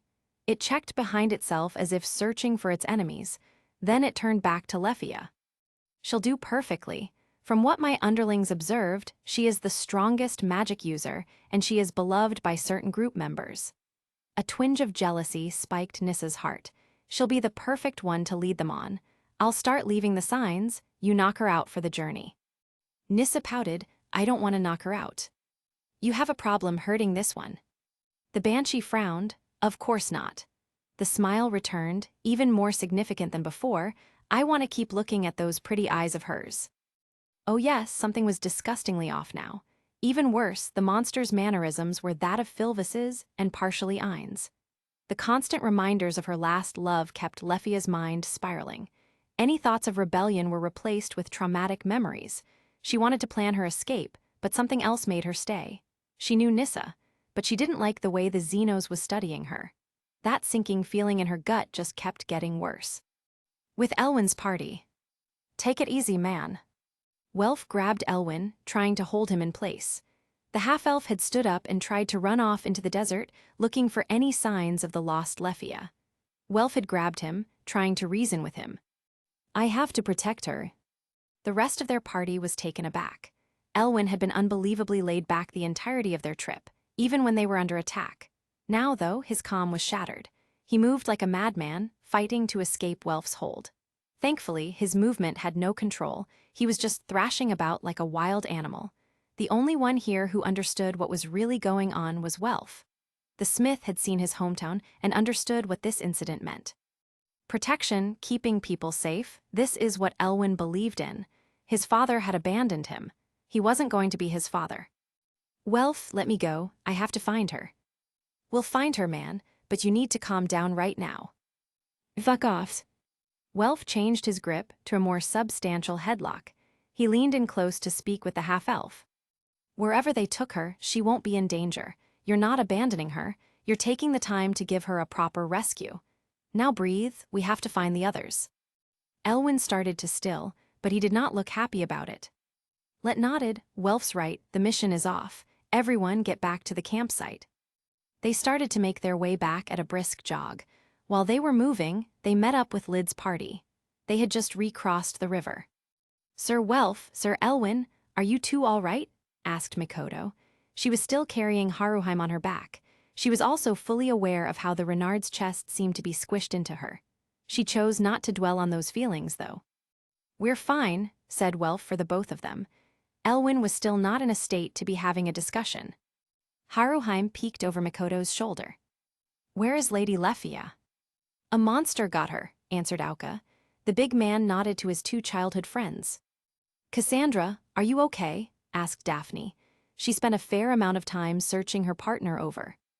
I'm fine, Daphne, replied a flustered Cassandra. Lid soon got the combined group moving again. They moved through the desert at a breakneck speed, faster than most monsters could track. As soon as a member started to fall behind, they were carried. Joining Haruheim was Cassandra, who rode on Daphne's back. When they got back to their campsite, they discovered that Ween's group had already beat them to it. They also found that many of their supplies had been wrecked. There was debris everywhere but no blood, thankfully. The carnage mainly had been aimed at their food and water supplies.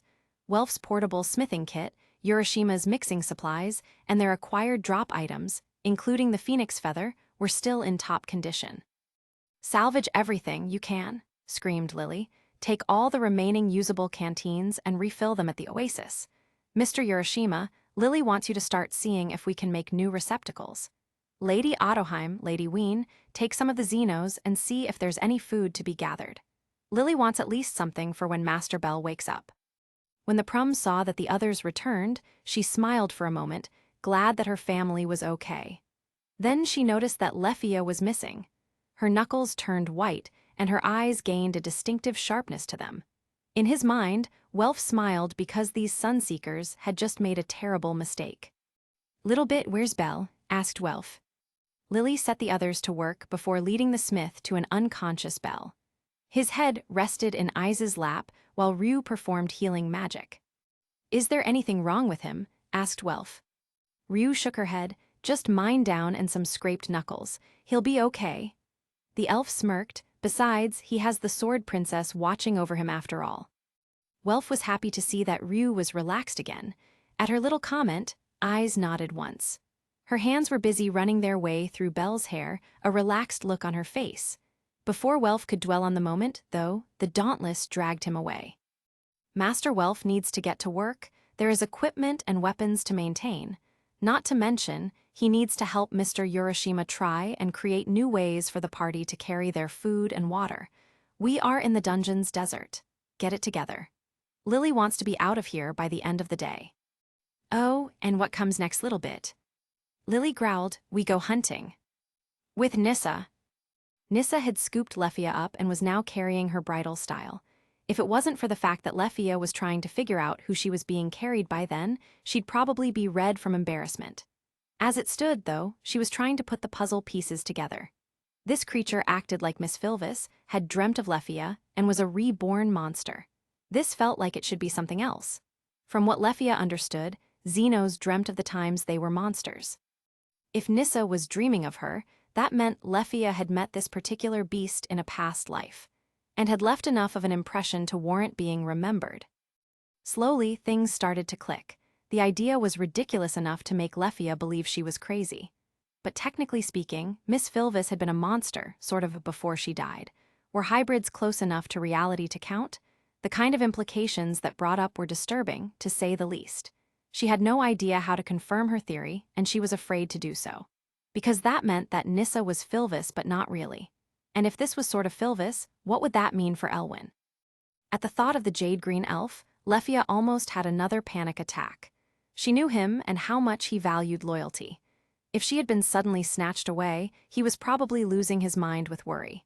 He was going to freak out and try to do something stupid, like a one-man rescue attempt. The idiot, a handsome, well-meaning idiot, but an idiot all the same. Eventually, after an undetermined time of running across dunes, they left the desert behind. Instead, they were in a sizable clearing-like area filled with trees and a river. This was floor 34. Just how long had the three of them been traveling? Before she could think about that question, she had been lowered to the floor. Nissa smiled at her, her eyes just a little too focused on Lefia. Beside them, Scipio lifted a plant-like appendage. In it was a stone weapon from the dungeon. The implication was clear: try anything and die. No matter what Nissa wanted, Scipio was the one in charge. He was the one Lefia was actually afraid of. Are you sure this is going to work? Asked Nissa. She turned to Scipio, a desperate look in her eye. No, but from the stories that Lady Freya told us, there is a possibility, replied Scipio. Possibility for what? Asked Lefia. To make you like me, said Nissa. Her wonder was childlike, and that just made Lefia's horror worse. The banshee reached down to a small pouch hanging at her side. From it, she withdrew a monster stone. Apparently, there were once humans that got turned into monsters by having magic stones implanted in them, explained Nissa. If I did it to you, and it worked, then you can stay down here with me. No matter if this had been Filvis, once upon a time, Lefia was now face to face with a different person entirely. It was like if a 5-year-old was given the status of otter. But if it didn't work, asked Lefia. Nissa turned to Scipio. She had obviously not considered that possibility. The swamp warden shrugged. The most likely possibility: death. Nissa frowned. Well, that wouldn't be good. She seemed to get lost in thought for a second before nodding. I will wait then. Her smile returned. For now, me and you can talk. There's so much I want to know. With Belle and the party. The expedition party had done all that they could to recover. Next up was trying to figure out what they did from here. It was obvious what direction the monsters had gone, down to the deeper floors. Obviously, they were going to try and follow them. The only problem was, there were still 3 floors of desert to traverse. Each one was a hostile environment with few resources. They would have to travel next to the river and scavenge for food when they could, while also finding enough to get them, through the pure desert of floor 33. By this point, Belle had woken up. He was embarrassed that he had fainted and was even more ashamed that everyone had watched him get a lap pillow. When he awoke, he expected to find a raging Lefia, then he learned what had happened to her. He checked on Elwyn first, who assured him that he was okay for now. After that, he sat with Lily and explained what had happened with the sphinxes and the moss monster. Everyone else had similar experiences. Lily rubbed her chin deep in thought. The purple glow of the monsters and the way they behaved all pointed in one direction. Mr. Lid, is there a chance that the Sunseekers have found a way to control monsters? The lizardman rubbed his chin in deep thought. It's possible, Lililechi. Typhon never comes to talk with the rest of us. He's always busy with something else. It's possible that he found a way. You all do have monster tamer collars, don't you? Ryuu frowned, not us specifically, but they do exist. But how would a bunch of Xenos get their hands on them? Asked Ottoheim. I have a couple ideas, replied Welf. Lily nodded with him. Freya is out in the world, and she might be a benefactor of these Sunseekers, explained Lily. It would also explain why the monsters glowed purple. That is the color of Lady Freya's charm, after all, if she helped make some sort of new monster-controlling magic item. That is a terrifying thought, said Daphne. Elwyn was busy grinding his teeth together. None of that matters. Lefia's in trouble and we're all just sitting here. He punched the ground. We're nothing but useless right now. Ais nodded along. When she learned that her friend was in danger, it took all her willpower not to jump up and chase after her. Lefia was in trouble. That was all that really mattered to her at the moment. And we'll find her, replied Urashima. He was the most sympathetic at the moment. If someone captured Ottoheim, he'd probably slip into a coma. But we can't run off half-cocked and put ourselves in harm's way. For all we know, we could be running face-first into a trap. Ottoheim gave Elwyn's hand a squeeze. We'll find her, I promise. She looked back to Lily. When do we leave? The Dauntless considered the question. If Lefia was supposed to be bait or a type of hostage, then they had a little bit of time. That said, they still needed to move with a certain amount of speed and purpose. If they weren't careful, their supplies could run out. Thankfully, Welf and Urashima had been able to repair most of the containers. If they got down to floor 34, the safe zone, then they could refuel with the dungeon's bounties. After that, they would have to scout ahead to see how deep the Sunseekers had gone. Mr. Lid, Lily wants you and the other Xenos to go on ahead. We must know how deep the Sunseekers have gone and if the little elf girl is still alive. We will be right behind you as soon as we can gather enough food to survive. Lily turned to their resident little dragon. Lady Ween, you will stay with us to keep track of where Mr. Lid and the other Xenos are. The Vuiver nodded, smiling. She turned to Belle. We're adventuring together now. Belle smiled and ruffled her hair. We are Ween. We get to fight together this time. If that's settled, then we better get going, said Lid. There had been a setback. One of their party was gone and they had lost most of their supplies. The swamp monster had lost his servants, but that didn't matter. They were replaceable, and he would probably find more dangerous ones on the deeper floors. On the flip side, the adventurers couldn't be replaced so easily. Lily had been backed into a corner by this monster, but she didn't feel too worried. In fact, she almost smiled. She had found an opponent worthy of her time. All her months of grueling study under the goddess Athena were about to pay off in a big way. She watched Lid and the other Xenos, minus Ween, march off to the deeper floors. Then, she turned to the rest of the party. You get 1 hour of sleep. Half of the party for 1 hour, then they switch and the other half sleep. After that, we get moving. Be prepared not to get any proper rest for the next couple of days, commanded Lily. Then she narrowed her eyes. One of our own has been kidnapped. They could be in danger and we wouldn't even know. We are not going to let that stand. Lily won't, and neither will the rest of you. Lily doesn't care if it takes us to the bottom of the dungeon. We are rescuing the 1,000 elf. Are you all ready? Her question was met with grins of anticipation. There was dread in the air and the chance for disaster to strike, but they were adventurers from Horario. This was what they did. With Reveria. Up in Twilight Manor, a high elf was throwing supplies into a bag. She worked with none of her usual care. All she knew was that something horrible was happening in the dungeon and that she was needed. Her instincts were screaming. She doubted it was for her daughter. Ais was a competent adventurer, but Elwyn was new to all this. And Lefia was still innocent in many ways. One of the two, or both, was in terrible danger. Her instincts were screaming this at her. So she packed a bag and grabbed her staff. She began to make her way towards the door when Finn dropped in her way. The Prums smiled, but his body was tense. He was getting ready for a fight. What do you want, Finn? The braver regarded her, and Reveria noticed that he carried his spear. Just making sure that you know what you're doing, said the Prum. He had to strain his neck to look up at her. Something's going wrong, and my little brother is in danger. I'm going to rescue him. Riveria began to walk towards the door. Finn stepped in her way, her ears twitched, and she bit back her rage. She had to stay calm, or there was no way Finn was letting her go anywhere. However, she was so focused that she overlooked Gareth and the other executives filing into the room. The High Elf was quite literally surrounded. You can't do that, and you know it, replied Finn. Oh, and why not? They can't rely on others to solve their problems right now, explained Finn. Riveria's eyes narrowed. Their lives are in danger, Finn. The Prum shrugged. They're adventurers, it comes with the territory. If we went to rescue them, they wouldn't be happy with it. They have to solve problems for themselves. He sighed. Besides, whatever's down there won't be as bad as what's up here.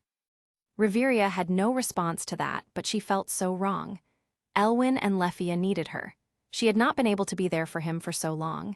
She needed to make it up to him. She was supposed to be his big sister. This was supposed to be her job. So, I should just let him die. Finn shook his head.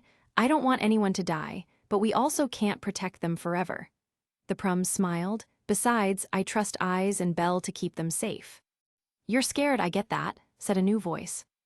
Riveria turned to find Hestia walking down the stairs. Loki followed along, taking in the scene with her usual smirk. I am too, continued the goddess of the hearth. In fact, I've been scared about what happens next for over a year now. I'm still running terrified from Freya for what she might do. Then the goddess smiled, but we have to keep faith. Slowly, Hestia reached out to take Riveria's hands. Alicia, the only elf present, blinked in surprise. Sure, she was a goddess, but it wasn't just anyone that was allowed to touch an elf. Especially a high elf of Lady Riveria's caliber. Still, though, Hestia reached out, and Riveria let her. Holding the elf's hands, Hestia squeezed tight. I'm worried, but I'm also kind of excited, you know. Excited? Now Riveria and almost everyone else was confused. The only one nodding along was Loki. My children are out in the world, going on an adventure. I'm worried, but I also can't wait to see what they'll do next. Hestia's smile turned into a beacon. After all, they really are something special, aren't they? Loki Familia had known extraordinarily little about Hestia. All they really knew was what Loki had told them and what they had heard on the street. They had heard of a lazy goddess who was drowning in debt. They thought she was a layabout who had gotten lucky with the right kid to take under her wing. Now, though, they started to see it. Why Belle Cranel and every other member of Hestia Familia fought so passionately. And they saw where that Familia, who had been betrayed more often than most, kept finding their kindness. Children took after their deities, and Hestia had compassion to spare. Watching her, Riveria chose to keep faith.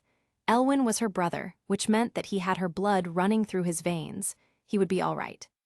With that, the Nine Hells felt calm wash over them. Chapter 26.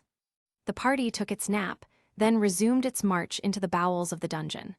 They chose to forget about their expedition's original goals and instead moved as fast as they could. In the end, no amount of volleys compared to the life of a friend. Ais destroyed every monster in her path. She became the sword princess in truth, and her face lost all its emotion. The rest of the expedition stood back in awe, but they were not afraid. They understood the necessity behind her destruction. The only thing that made Lily nervous was the possibility that Ais would overextend herself. Thankfully, Belle was there to back her up. Their teamwork was flawless, like they had been fighting together their whole lives. He covered for her blind spots, and she watched his back. Ryuu took the rear guard, Mikoto at her side. The one upside to the ambushes was that Black Crow had contact with almost every monster type in the desert. So, while the rest of the party focused on the front, they trusted her to guard everywhere else. Her brain was starting to hurt from how much she had to focus, but she persevered. Let me know when you need a potion, said Ryuu. She held the last of their mind potions, keeping them for her apprentice. With Mikoto calling the shots, the fairy princess could destroy the monsters around her with ease. All Mikoto had to say was the direction and number, and it was like they were never there. Responding to Ryuu, all Mikoto did was nod. There were too many things hiding in the sand for her to fight. Instead, she called them out as best she could. A scorpion man here, a couple wadgets there, even a baby desert worm. On and on they came as the adventurers followed their Xenos allies deeper into the dungeon. Finally, they came to the top of the stairwell. The 31st floor beckoned. The monsters backed off, and the two women caught their breath. "Or you two need a switch?" asked Aisha. Ryuu shook her head. "I am still full of energy. My elf sister needs me, and I will not fail her." Mikoto nodded. "If Lady Ryuu stays, then so do I." Deep in her heart, Ryuu felt a burst of joy. She had joined Hestia Familia for Belle, but now she had made new friends. She had an apprentice that she cared about deeply. Mikoto was the next generation, and it was Ryuu's duty to guide her. In many ways, Ryuu looked at the stern samurai and saw herself. She smiled at the black crow and nodded. "I am honored by your words, Mikoto." She placed a hand on the level 4's shoulder. "We shall protect those we hold dear, yes?" "Yes." Aisha rolled her eyes. These people were almost too idealistic for her, believing in dreams and honor. Almost. The Amazon lifted her Padao to her shoulder and sauntered back to the middle of the party. They made their way to the next floor, and she kept her eyes trained on either side of her. They were down a powerhouse mage, and the March Hare and the Sword Princess had ranged ahead as the vanguard. With the Fairy Princess in the back, Aisha had to become the core of the party now. Which also meant making sure that their other mage didn't run on ahead. Elwin was a level 3, and he was doing fine in the dungeon. But being over-emotive could lead to lots of stupid decisions. Aisha knew plenty about that. Thankfully, she was not alone in her endeavor. "Mr. Elwin, I'm sure she'll be okay. You trust her to be tough, don't you?" asked Haruheim.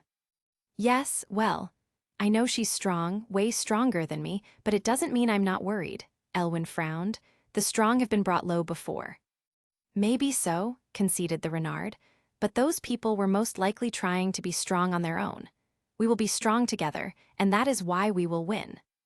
Enshin Tenko's serene manner helped put everyone at ease. Aisha couldn't be prouder of her little sister.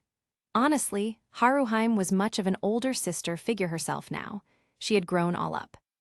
Elwin raised an eyebrow. "You're awfully calm about all this." Haruheim blushed. "As unfortunate as it is to say, moments like these have become so ordinary in my life, it is hard to feel anxious. By the gods, that is depressing." Lily snorted. "Reality often is." The prom had spent much of the journey in quiet contemplation. She was running through possible scenarios in her head, each one more preposterous than the last. She had been made a fool of, but she kept her emotions in check. Lady Athena had drilled that particular lesson into her head. Bringing emotions to the battlefield was the same as bringing defeat. Love your soldiers, care for them, and do everything you could to bring them home, but never let them cloud your judgment. Never let the enemy get under your skin. Obviously, this was not put into practice so easily. Life was messy enough, battles were exponentially more so. Near the front of the party, Otoheim sighed. From his position next to her, Urashima glanced over. She seemed lost and her face was frowning. Her nostrils flared and stray locks of hair fell around her. Even if she still looked cute like this, Urashima wanted to help alleviate her stress. "Otoheim, Miss Lefia will be okay. We will save her, just as you promised." Otoheim was caught off guard, but then looked to the ground. "As despicable as it might be for me to say, I wasn't thinking about Lefia." Now Urashima was confused. Who else was there to think about? She looked over at him. "You stay close, okay? No matter what happens, I want to be able to see you." "Always." Even if his hands were cold and metal, they always felt warmer when she grabbed them. Way out in the front of the party, the boy did his best to keep up. This was hard because the Sword Princess had activated her magic. With Ariel now in play, Belle saw how much harder he still had to train. She had become like the wind. Still, though, he did his best to persevere. It wasn't until Lily called for them to slow down and Ais kept plowing ahead that Belle had to get her attention. "Ais." "She killed another monster." "Ais." The desperation in his voice carried over and Ais spun around. She looked ready, her blade drawn and poised to kill more monsters. When she saw it was just Belle, though, she lowered it. Her lips twitched down. "Why are we slowing down?" Belle looked back. Everyone was still moving, but Haruheim, Cassandra, and Chigusa moved between the groups. They passed out what little water and food they had. Belle returned his gaze to the Sword Princess. "Everyone needs to catch their breath, Ais," said Belle. But Lefia's in danger. Belle nodded, and we'll find her. But we can't be half dead when we do. These Sunseekers are strong, and this is the dungeon. Ais's frown deepened. She knew all of this, but Lefia was in danger.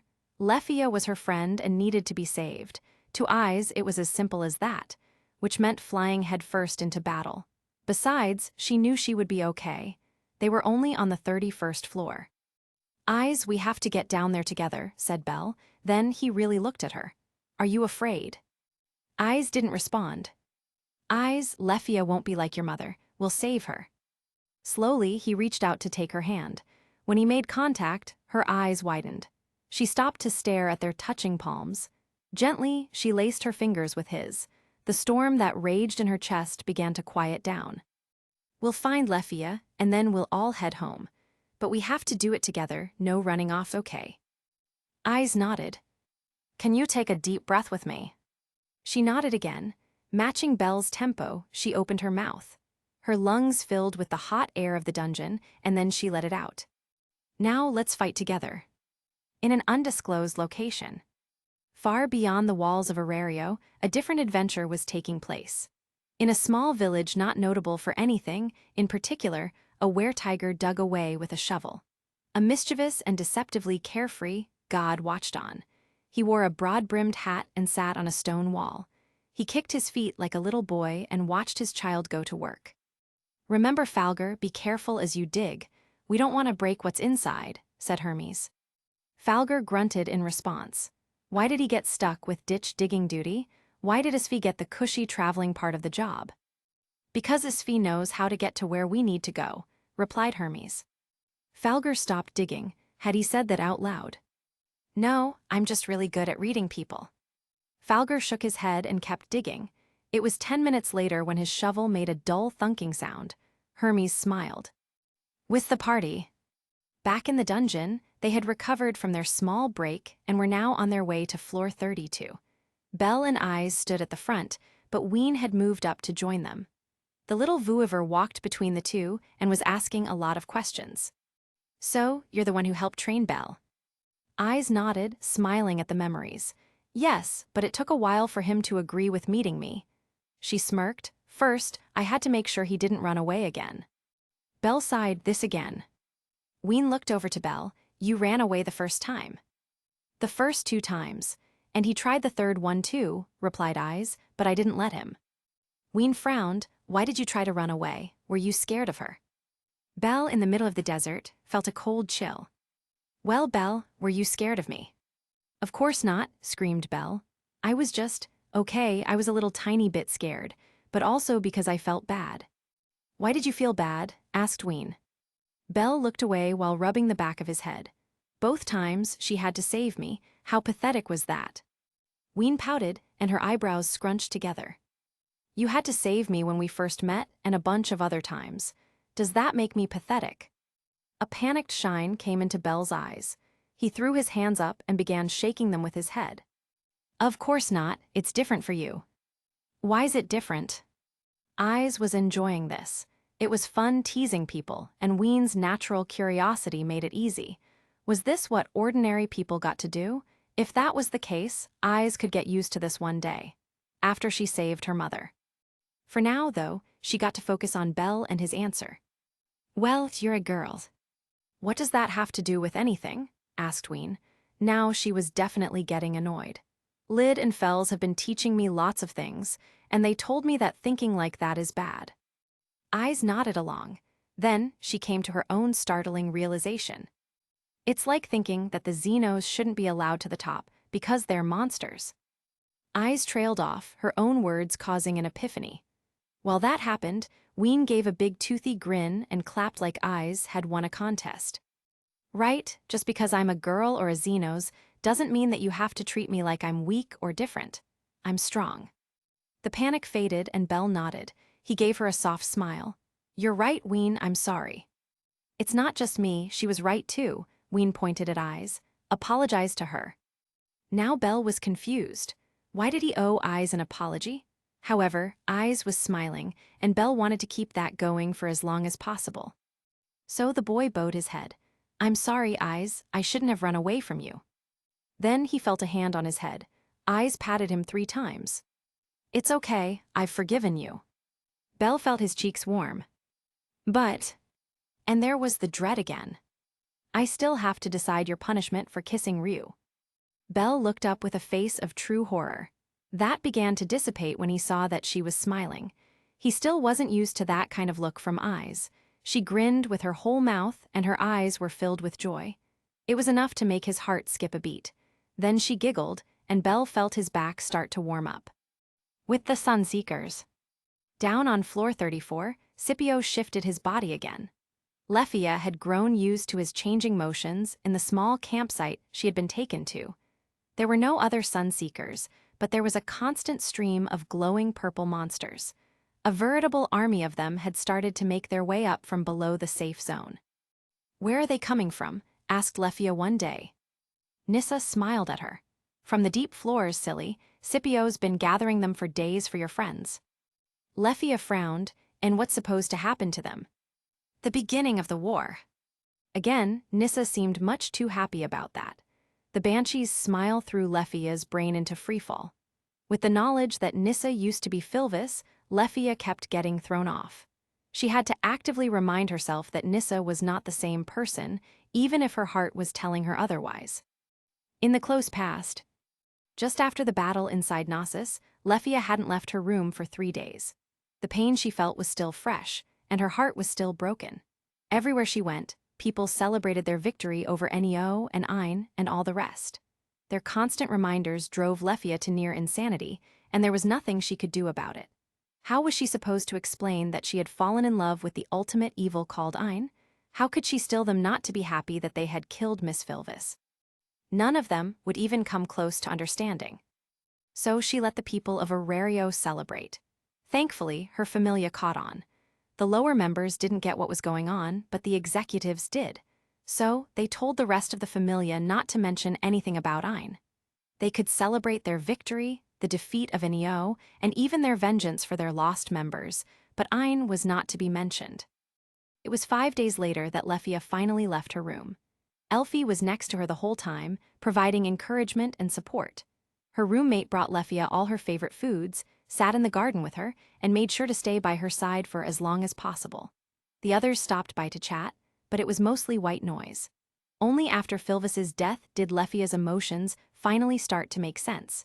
She only just started to understand that her affection for the Sword Princess was platonic. Ais was, at most, an older sister. Lefia cared about her deeply and wanted nothing but the best for the Sword Princess, but she didn't like her that way. The truth was, Lefia was in love with Filvis. It was only after she had admitted it that things had become manageable, that she started to grieve. Nothing was good, but she could keep on living.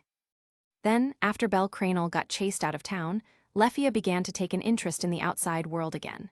While she had been complacent and mourning her departed beloved, Hestia Familia had been attacked. They had been chased out of the city, and Loki Familia had stood by and done nothing.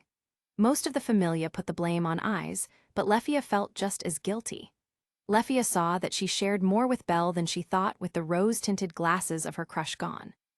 She didn't like him, but she knew he was just trying to do what he believed was right.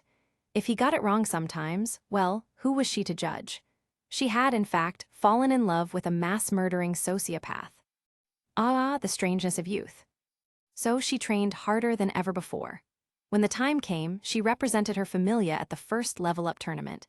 Everyone scoffed at her because she was just a mage. She had no primary weapon to fight with on her own. But she didn't listen to them. Instead, she trained with Tiona, Tyone, and Ais and begged the 9 hells for advice. She thought of what Miss Filvis would want her to do and what that boy would have accomplished. She endured the battles and came out the other side. The months passed and the little elf grew. She never forgot about her first true love, but she learned to keep moving. Every day, she woke up to another dawn. Every morning, she would speak to the weapons she stole in Knossos. The talking helped. Lefia would continue to train with Reveria.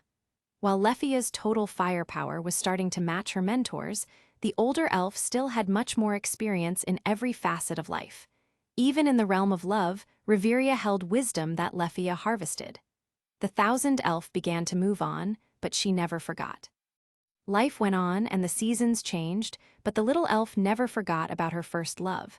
She adventured, went on expeditions, and fought dangerous monsters. The thousand elf became a hero for herself and promised a grave that she wouldn't lose anyone else. Lefia became a first-class adventurer, all for Miss Filvis. Many people came and went.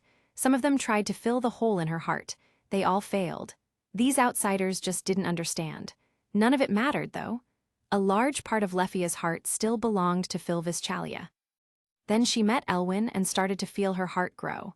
Nothing would ever replace Filvis, but this new half-elf was building his own space. It was annoying and endearing at the same time. The hole was not filled, it never would be, but he helped to clean the edges. But now there was Nissa, who kept asking questions Lefia barely had the answers to. So, why do I know you? We were friends.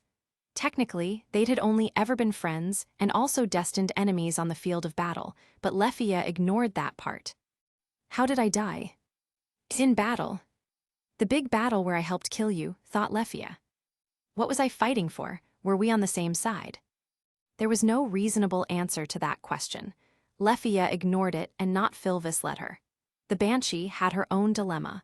On the one hand, her desire was right in front of her. She was standing there, just waiting in anticipation to become like Nissa.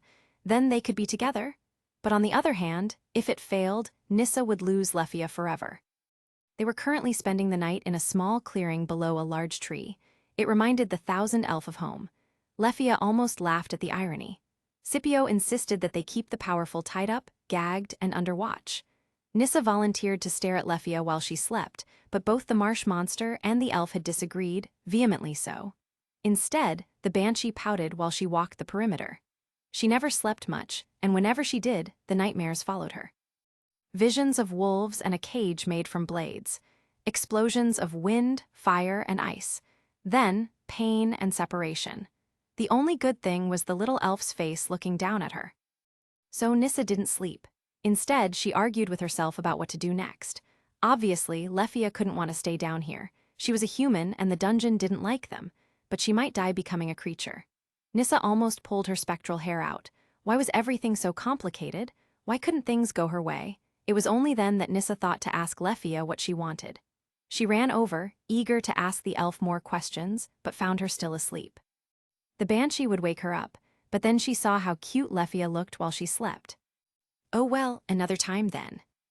With the party. Back on floor 32, the rest of the expedition was also getting to sleep. They wouldn't be down for long, but just enough to keep themselves fresh. The team would have kept moving, but sleep was the best option to recover stamina with their lack of food and water. Elwyn didn't like it, but he also knew that the others wouldn't listen to him. Instead, he took the first watch and looked out over the desert. With him was Ais, who was also feeling restless. Have you ever had to worry like this before? Asked Elwyn. He wasn't expecting an answer. Ais Wallenstein seemed like a nice person, but he knew that she was quiet and private. Two things that he respected. Still, though, anything to try and pass the time. I worry like this every day, replied Ais. Now that was a surprise. What do you worry about? My mother. Elwyn blinked. He mulled over the answer in silence. Before he could respond, the sword princess spoke again.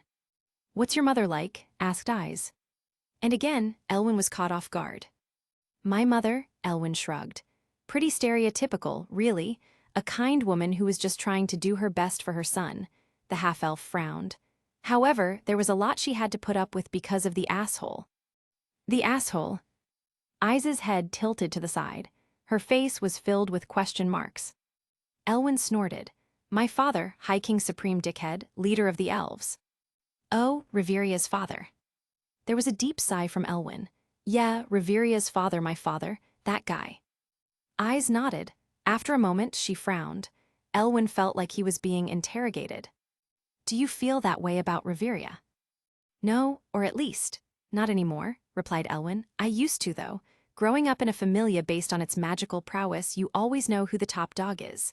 Now my old captain was powerful, don't get me wrong, but even she knew better than to tangle with Reveria. She was everything we all wanted to be. She's wise, powerful, and known the whole world over. So yeah, I heard a lot about her. He smiled. For a while, I wanted to be her. I wanted to be as strong, as renowned, and all that other stuff. She was the reason I trained so hard. His cheeks gained a dusty red shade. Every day, I told Mama that I would become as strong as my big sister so that I could meet her. And what happened next? Elwyn frowned, and his eyes traveled to some long-gone memory. Other elves happened, assholes who had heard about the high half-breed. They came to jeer, and they threatened Mama and me. His hands, resting on his legs, tightened. The elves in Hecate Familia all knew better. They never said anything, no matter what they thought, but those other elves kept saying horrible things. Elwyn looked over to where the girls were sleeping. Honestly, when I first met Ryuu, I thought she would be like the other ones. Was she? Elwyn began to shake his head, but then he stopped. Then he smiled. Nah, it caught her off guard for sure, but she never mistreated me. It's only ever been a little awkward. The half-elf chuckled. But that's mostly because I'm a blasphemer. Blasphemer. The stargazer nodded. Yeah, I don't like performing all those stupid rituals and all that other stuff. Again, he shrugged. If they don't accept me, I won't take part in their stupidity. It's as simple as that. What do Lefia and Reveria think? Again, Elwyn blushed. Well, I haven't exactly told them that part of my life. I'll get there when I get there, you know. I smiled. Then you have faith. Elwyn frowned. Faith in what? That we'll find her.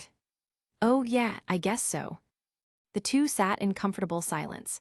It was a couple hours later that everyone started to wake up. The first one up was Ween. She had slept in the same tent as Haruheim, insisted on it actually, and cuddled in close to the Renard. Mikoto would never admit it, but she felt jealousy that night. Especially when she saw how Ween's head was nestled in Haruheim's bosom. Chigusa smiled, happy to see her friend finally start to understand her feelings. Still, the Vuiver was the first one up, bouncing around like a bundle of energy. She said good morning to Ais and Elwyn, and before anyone could stop her, she jumped into the guys' sleeping area. Belle, it's time to wake up. Huh, I egged. What the hell? What in the world? Oh, come on. The boys let out various sounds of discomfort. Elwyn watched on, a giant smirk on his face. Thank the goddess I was out here. Meanwhile, Ais frowned. If Ween woke Belle up, then that meant she was probably touching him. And Ottoheim had said that Belle didn't like to sleep with a shirt on. This meant that Ween's skin, since the Xenos didn't wear clothes, rubbed against Belle's. She knew they didn't have that kind of relationship. They were more like father and daughter, but still. Ais felt an uncomfortable emotion bubble in her chest. So she stood up and made her way towards the tent. Now, wait a minute. Hold on, Sword Princess. Wait, Ais is here. Awug. The girls scrambled outside to find Elwyn laughing his head off. After a pathetically small breakfast, the party was off again. They quickly marched through floor 32, finally making their way to the dreaded floor 33. They had filled up their canteens as much as they dared at the end of the river of the 32nd floor. Now, they had to make their way along an old path that they couldn't fully see. There would be no way to restock their supplies until they made it to floor 34. They had walked for a couple hours on the new floor in total peace. Naturally, this was when things started to go wrong. The first thing they noticed was how the sand shifted. It began moving in little waves. They heard the sound of the wind down in the dungeon. Then, they saw clouds on the horizon. There was a moment of dumbstruck silence when this happened. Finally, it was Aisha who sprang into action. Sandstorm. The party ran for cover. Unfortunately, there was nowhere to hide. Lily looked on, blinded by the monster bearing down on them. It was sentient wind, hot and burning. It moved so fast that it could tear the skin of a level 2 and rend the flesh of a level 1. Combined with the terrible environment and lack of supplies, running into this monster was as bad as it got. If they weren't careful, they would most likely be picked up and scattered throughout the desert. The level 4s and 5s could survive without food and water, maybe, but it would be a death sentence for the level 3s, and Haruheim especially. Thankfully, it was still a monster, which meant that it could be distracted and fought against. Wind Blade. Ryuu's magic lashed out.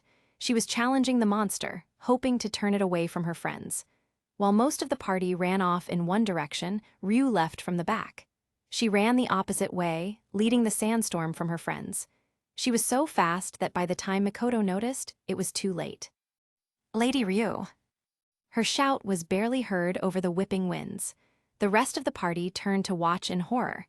Now that the monster was this close, it was all many of them could do to stand their ground. The storm was too strong to approach. That didn't stop two of them, though. Belle and Ais both began sprinting towards the sandstorm.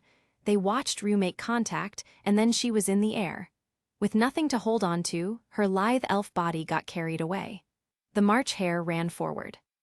Firebolt! The little flame did nothing. Before they got any closer to their new foe, Belle looked back. Ais stood next to him. He looked at the sword princess.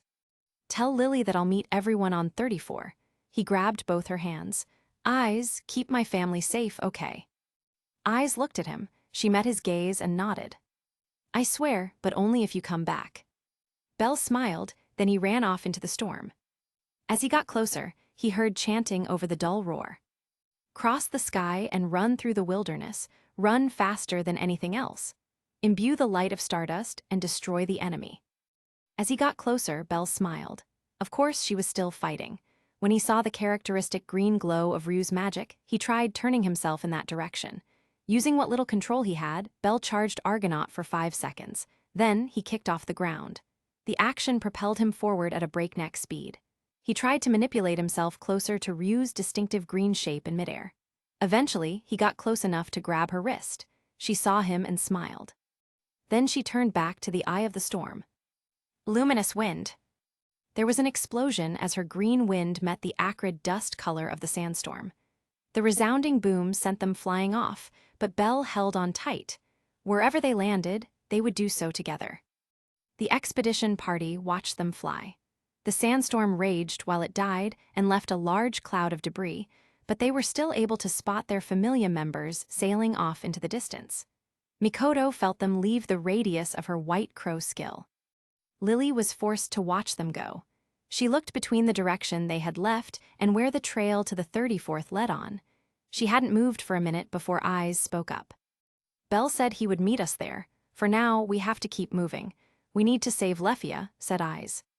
Now hold on just a second, began Welf. Yeah, Belle and Ryuu are tough, but they're out there without any food or water, and they have no way of finding their way back. They could be wandering for days. Maybe we should split up, said Ottoheim. Daphne shook her head. From the looks of things, we're going to need all the manpower we have to fight those Xenos creatures. We can't leave Belle and Ryuu alone, cried Ween. She turned back to Ais. You said you were going to protect him. I did, but Belle asked me to protect all of you, replied Ais. She faced the group. For a moment she was unsure, but then she shook her head. Her blonde hair bounced back and forth. Finally, she looked up. I don't know any of you very well, but I knew Belle. If he said he'd meet us on the 34th floor, he'll meet us there. Has Belle ever willingly broken a promise? No, he hasn't, responded Haruheim. Then we keep going, and if anything happens, Ais drew a final breath. I'll be there to save you. Aisha nodded.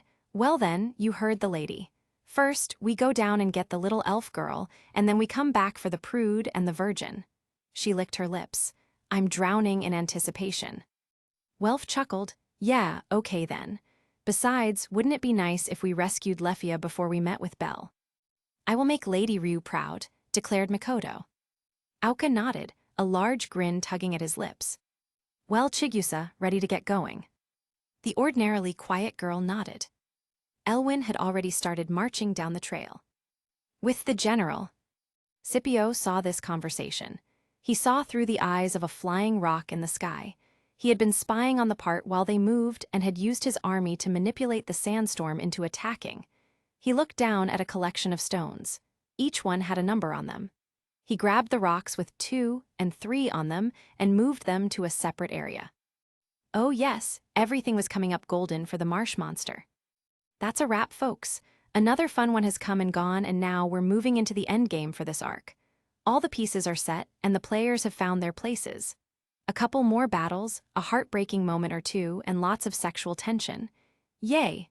Thanks to everyone who favorites, follows, and especially leaves reviews. They mean a lot. Chapter 27.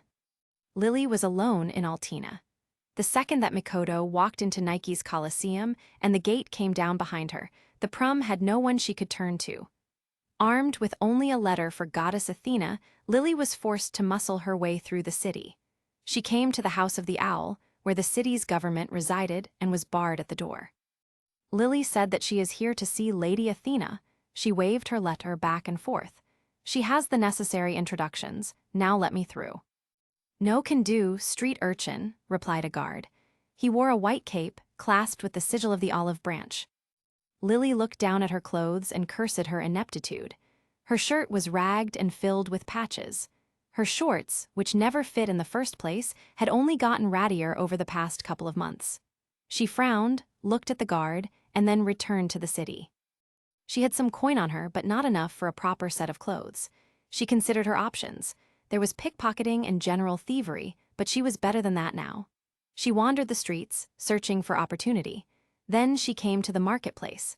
Merchants shouted for wares, and she watched people barter and trade weapons and armor. The prum looked down at the one magic sword she had brought with her for defense and smirked.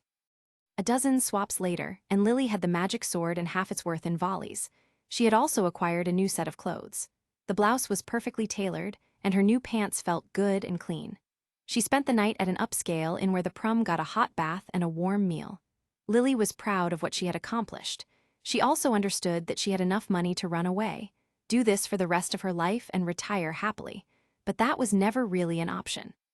The next day, Lily walked up to the gates, feeling much more confident. The guards did not feel the same way. Again, they rebuffed her attempts, but Lily just grinned. What is the issue? Lily pulled out a coin pouch. Will this let me in? Now the guards were frowning. Do you think we'll be swayed by petty bribery? Lily knows you will. You were bribed last week by the leader of the Merchant Guild. Being tiny and having access to transformation magic had its advantages. Lily had found out many secrets with a couple pointed questions. Now, take the volleys Lily is providing, or have your secrets revealed to your precious Lady Athena. The guards sighed and moved away. They let Lily in, and the prum kept lying and threatening as she walked. Sometimes she didn't know if the threats were real, but all people were the same. They had their secrets and told their lies. Eventually, Lily came face to face with the head guard. This was when she presented her letter. It only took a minute before she was led into the throne room. Then, she started to learn.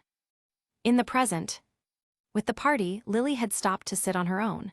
They had made their way to floor 34 and rejoined with the other Xenos, but now they were resting. The others had given her some space, but she knew that they were all worried. Lily didn't care about that, though. She was too busy kicking herself for her ineptitude. Again, she had failed, and now Belle and Ryuu had been swept away. All right, that's enough time for a pity party, don't you think? Lily grunted in response as Welf came to sit next to her. The smith had watched from afar and then elected himself to go and talk to her. It's not a pity party. Lily is making sure not to attack anyone else. She does not want to lash out and hurt the other members of the party, replied the prum. Welf nodded. That's fair. Why don't you try letting us help, though? Lily could feel her toes curl. Lily shouldn't need it. What was all the training for if Lily can't outthink a damn monster? You know that's not the case, said Welf. This thing's been planning this attack for a lot longer than we've known. All it had is the element of surprise. Not to mention, we need you a little bit. We're down some key players right now, which means that it's all hands on deck from here on out. Lily sat there quietly, absorbing Welf's words. Then, as if struck by lightning, she bolted to her feet. Everyone, gather around. The party jumped at her shouting. When they didn't move, Lily shouted some more. Finally, the rest of the group came together and started to listen. This monster has been making us play his game, but this also means he's shown his plan, began Lily.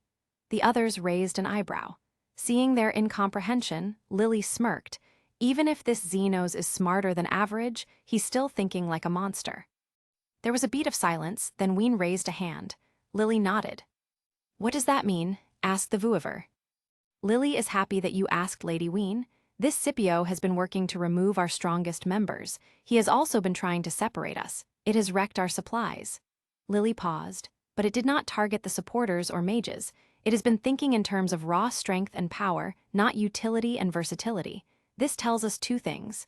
The prum held up 2 fingers for emphasis. Silence answered her. Welf rolled his eyes. Okay, Professor, what's so important about that then? 1. It does not know the full extent of our abilities. If it did, it would have most likely targeted Lady Haruheim first. 2. Our top fighters are stronger than theirs, specifically Master Bell, Miss Ryuu, and the Sword Princess. This monster general has been working hard to remove our top fighters because it's afraid it will lose that fight. Now, we don't have our powerhouse mage and Master Bell or Miss Ryuu, but we still have the Sword Princess and Hippolyta. Aisha grinned. I like your train of thought. Not to mention, if we can free the little elf girl and hold out till the March Hare and Fairy Princess return. Our strength will be exponentially greater than theirs, finished Lily. The Prum shrugged. That is Lily's thoughts anyway. The monster is scared because it knows that its greatest strength is the number of monsters. Ours is the quality of our adventurers. Lily paused to let everyone soak in the information. Which leads Lily to the current plan. Part 1, Rescue the Thousand Elf. Lily turned to Ottoheim. We're going to need a big distraction. For the first time, the Dauntless lost some of her enthusiasm. Lily is sorry to ask. Ottoheim shook her head, grinning like an apex predator. It would be my pleasure. Lily turned back to the rest of the party. Good, now here's what the rest of you will do. With the partners. Back in the desert, Ryuu awoke to find a body curled around hers. Since this was Belle, the feeling would usually be pleasant, but the desert heat made it practically unbearable. She shoved him away. Why? Belle screamed as the elf's level 5 strength sent him flying. He shook the sand from his head and looked around. Where are we? Asked Belle. Ryuu shrugged from her spot on the ground. I don't know, somewhere on the 33rd floor. She stood to better take in her surroundings while shaking sand from her ears. I cannot see the river or anything else. What supplies do you have? Belle scratched the back of his head. Lily only trusted me with a dual potion. She was afraid that I would get separated from the party and lose the last of our gear. Ryuu smirked, a well-founded fear then. The vice-captain checked her pockets. I myself only have a couple dual potions and a half-filled canteen, along with my weapons. Belle nodded along, bringing out the Hestia knife and hakugen. Thankfully, the sand had only made their armor dirty with minor scratches. There was no real damage. Welf Krazo's hard work had paid off. Ryuu offered her hand to help Belle stand up, and the two partners began to walk. Ryuu explained that the best plan was to walk towards the dungeon's wall and then follow it to an exit. Unfortunately, they did not know if they would be heading towards floor 32 or 34. Even so, it was the best plan they had. They fought what monsters they had to, but then they saw something form in the distance. An extensive set of rocks began taking shape, turning into a building. When they got closer, Ryuu stuck her hand out. She ran her fingers along the outside, tracing the patterns of bricks. You know, many adventurers take these ruins as the dungeon indicating its shift, began the elf. Its shift. Towards the man-made structures of the deep floors, explained Ryuu, as if the dungeon evolves and transitions on its own like a thinking creature. Then she started to walk towards the ruins. Belle scrambled to follow. Wait, didn't you say that it was dangerous to go ruin hunting? The elf shrugged as she walked inside. The danger is in looking for them. Once you've arrived, the danger begins to drop off. At least, that's what the stories say. So I thought no one ever made it back, replied Belle. Ryuu nodded. That is almost entirely true, but there is at least one story. Otherwise, how would we know they existed at all? However, this happened many, many years ago, even before Loki Familia came to Horario. Belle peered inside while Ryuu walked through, unafraid. The elf continued her story. Two sisters from a forgotten familia traveled through the dungeon. One, who was talented and arrogant, wanted to prove that she could do something that no one else could. The other, who was kind and loyal, followed her to keep her safe. They went down in the dungeon without telling anyone and almost died from a lack of supplies, explained Ryuu. Belle frowned, not monsters. Ryuu's hair swished as she shook her head. The more powerful sister was truly great. The only thing that put her in danger was her hubris. She never considered that she would need so much food and water in the desert. In their hunt for greatness, they got lost. So what happened? Ryuu smiled. The story says that another powerful familia was on its way back from an expedition. One of its supporters got terrified from a fight and ran off into the dungeon desert. He ran so far that he ended up at the same ruins as the sisters by accident. With his supplies, the three of them made their way home. That's so sweet. Ryuu nodded.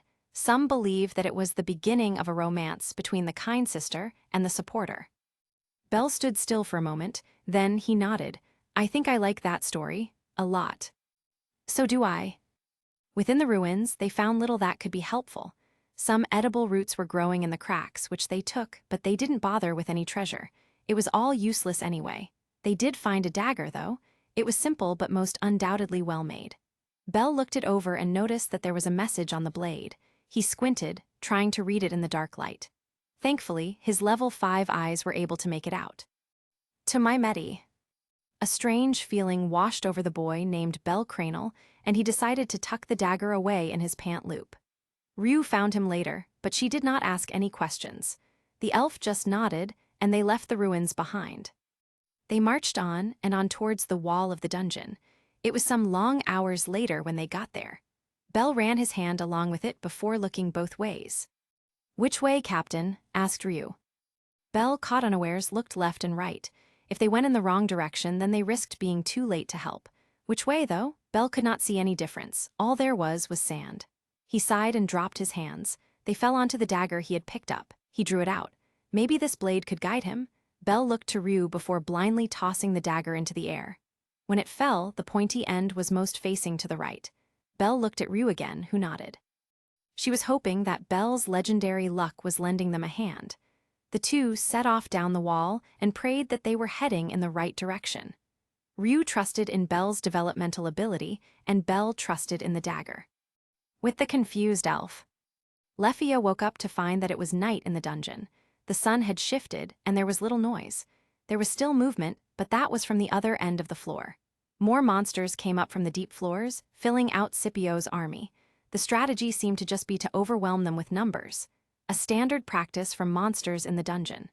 Thankfully, Lefia had been able to avoid another conversation with Nissa, but that meant she had slept the day away. Now that night had fallen, she was wide awake with too much energy. Her senses were on high alert, which meant that she heard the rustling in the foliage. She looked across the clearing and noticed that there were no guards. What happened to them? Just as the thought crossed her mind, something roared off in the distance. It came like a challenge and was one that Lefia had heard before. While she searched for the source of the noise, the trees rustled again. Shadows dropped, and Lefia whirled around to defend herself. However, it was not monsters like she had been expecting.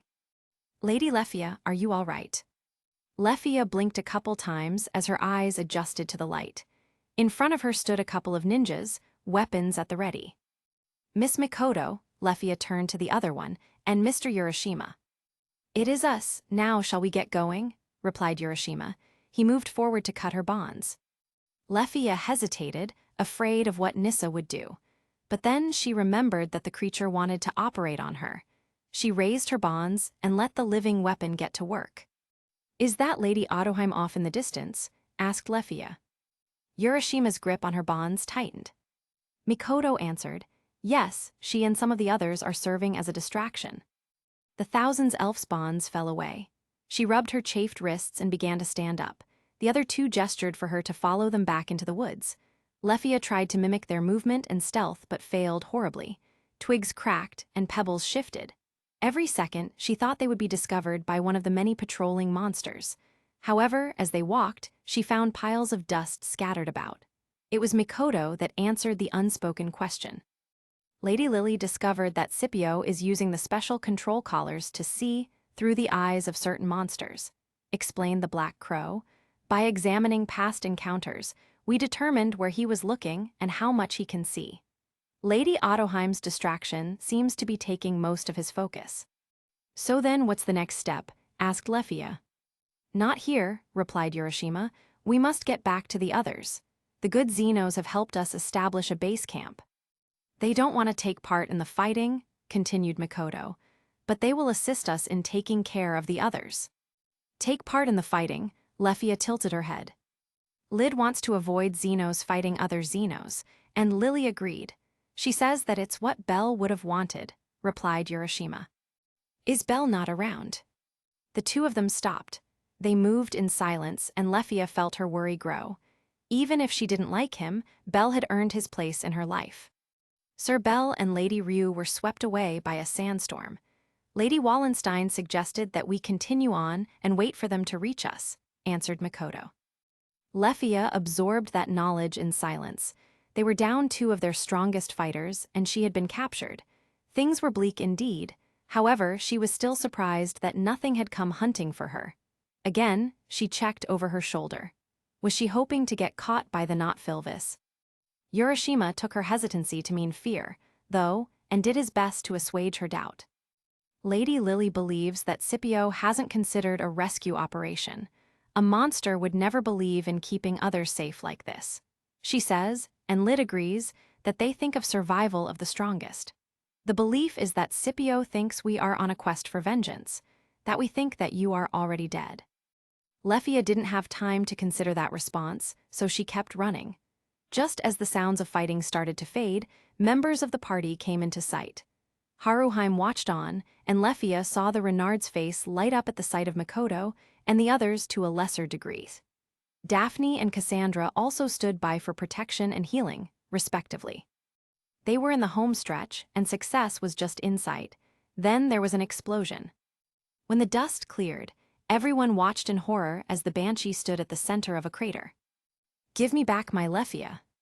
A little while earlier, Nissa had seen the giant dragon coming. It was not trying to hide as it started to tear into Scipio's punitive army. When she saw it, though, she had been confused. Why was there a dragon monster that they didn't know about? When the first attack happened, she ran to the source. What she found was a bipedal dragon laying waste to their forces.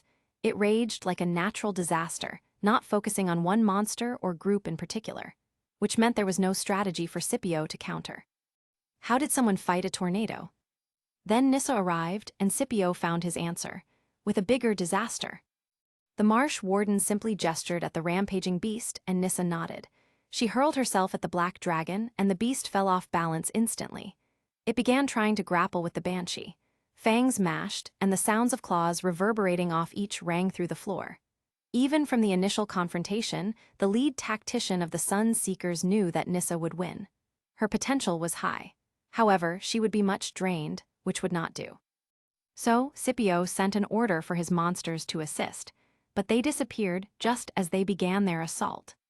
Entire waves of monsters from the deep floors, gone in a flash. Scipio focused even more on the battle and began to call in even more monsters. Unfortunately, they were being dismembered as soon as they arrived. Finally, he saw the cause of his distress. There were 2 women with swords drawn and on the move. Hippolyta and the Sword Princess went to work, and Scipio was left reeling. Even they could not survive all of these monsters. So, what was their play? Were they so ready for revenge that they would throw their lives away? Scipio considered the thought, his contempt for adventurers clouding his judgment, but then he realized something important.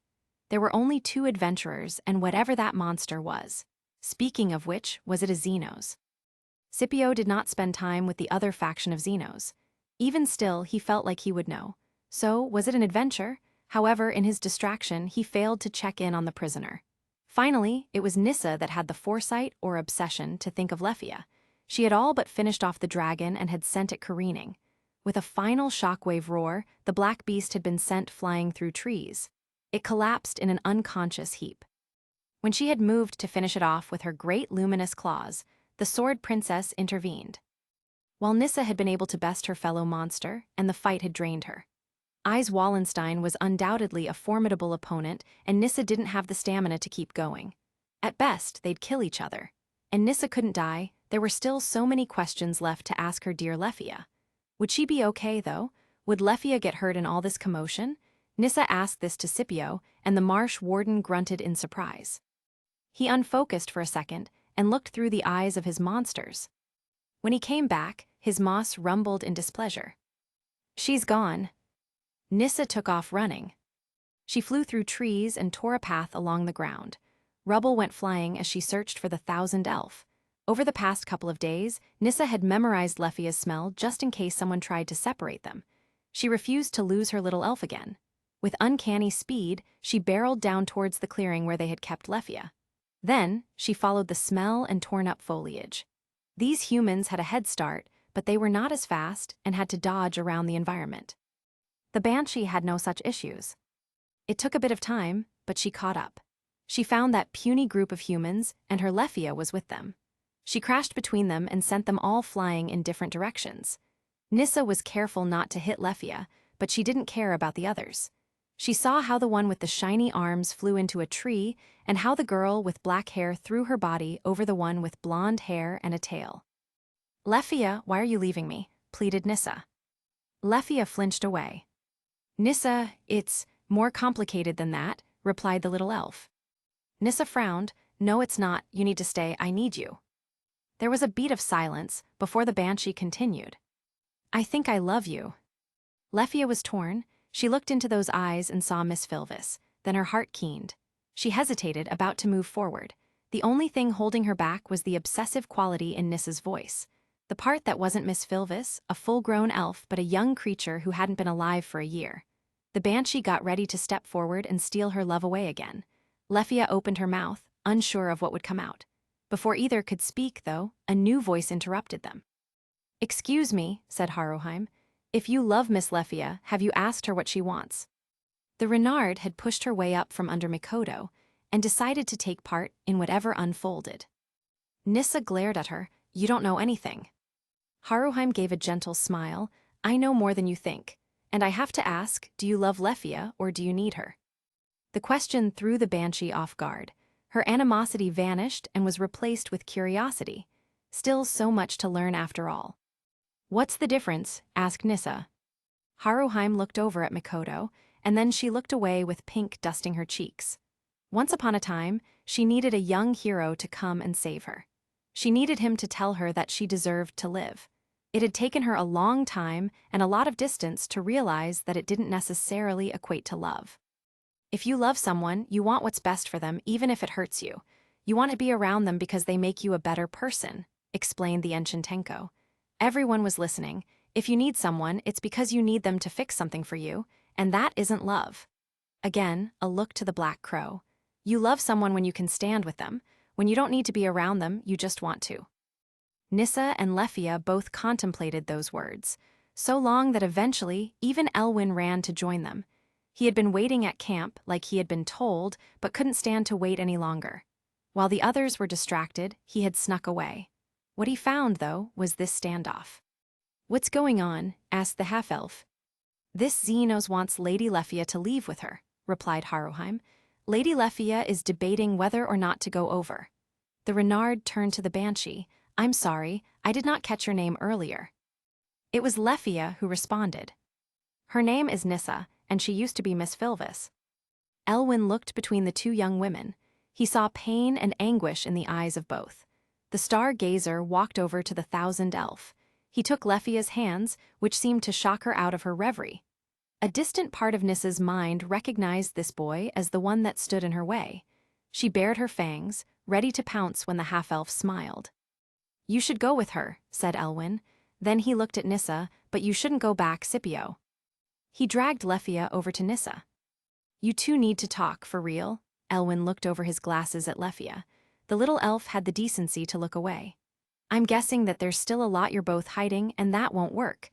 Be honest with each other and hold nothing back. It's what you both probably deserve. Then, if you want to, come back to us. Is that okay?" Elwyn looked back to Nissa.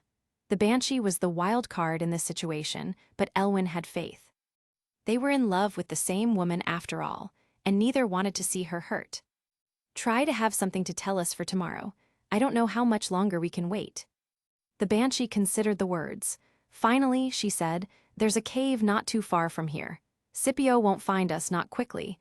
Is that okay?" She turned to Elwyn. "We'll be back here when the darkness comes again, and we'll have an answer." Lefia nodded.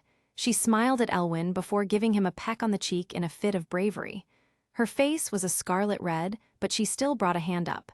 She brought their foreheads together. "Thank you for the help." Elwyn cupped her face. "Stay safe, promise me okay." Lefia pulled away and nodded once.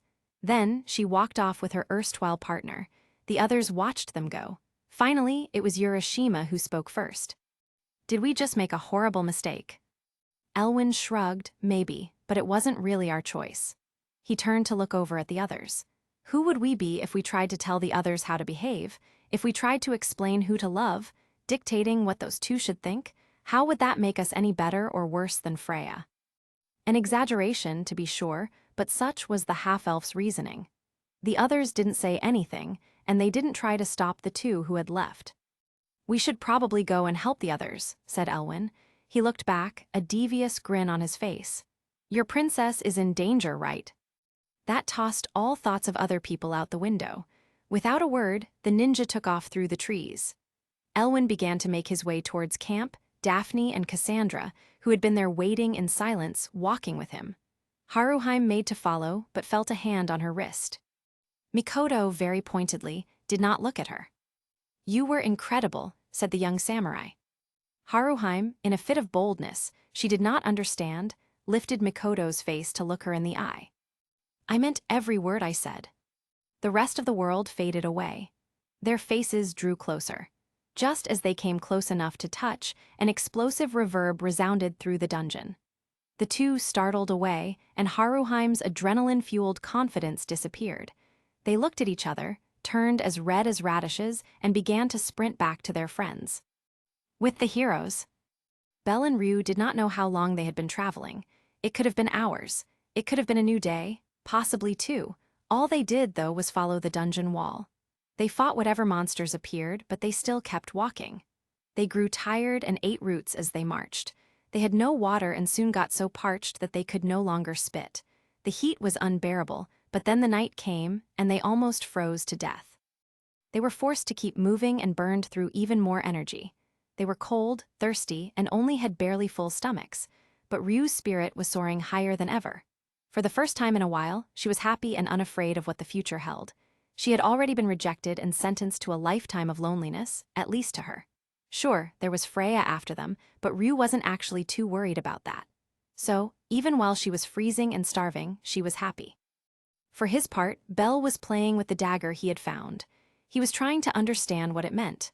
The fact that the dagger was just lying on the ground meant that it had been dropped and forgotten, or it had been left behind on purpose. The message indicated that it was romantic. "Ryu, do you know anyone named Medi?" asked Belle. Ryu shook her head. "Belle, I wouldn't worry about a dagger. We should focus on figuring out what to do if we make it to the escape, and if we're going up and not down." Belle nodded, still looking at the dagger. "You're right." He tucked the dagger away, but the blade remained on his mind, all the way to the stairs that led down. When they saw that, the two adventurers rejoiced. They barely had the strength to make it all the way, but they began making the trek to the 34th floor. When they reached the bottom, they found Welf waiting for them. The smith jumped up and wrapped the two of them in a hug. His joy was infectious as he lifted them off the ground. "Oh, thank the gods and goddesses that you're here," said the smith. "Thank you, Welf, now please put us down," shouted Ryu. "Oh right, sorry about that." The two felt their feet touch the dirt. Ryu caught her breath while Belle looked around. "Where's everyone else?" Welf frowned. "Rescue operation to save Lefia. Otoheim, Ais, and Aisha are causing a ruckus. Meanwhile, Mikoto and Urashima are going to find and free her. They're probably on their way back to the campsite. They're meeting Haruheim, Daphne, and Cassandra on the way." "And the others?" asked Ryu. Welf smirked, trying to keep Elwyn in his seat. Ryu returned the grin while Belle sighed. "That sounds about right." The three made their way to the campsite and found that most people were already there. Ais and Aisha had come back, and Urashima was tending to an unconscious Otoheim who had transformed back and suffered total mind down. Even the rescue team had returned. For the moment, no one had noticed their return. The only person missing from their original expedition party was their little elf mage. "Where's Lefia?" asked Belle. The party popped up. Everyone went to intercept him, but the first one there was Ais. She wrapped her arms around him, but then she startled away. She looked down at her arms. "Why did I do that?" The others took the opportunity to get their own hugs. Lily held on the longest and squeezed the tightest. Ween made sure to get her own long hug in.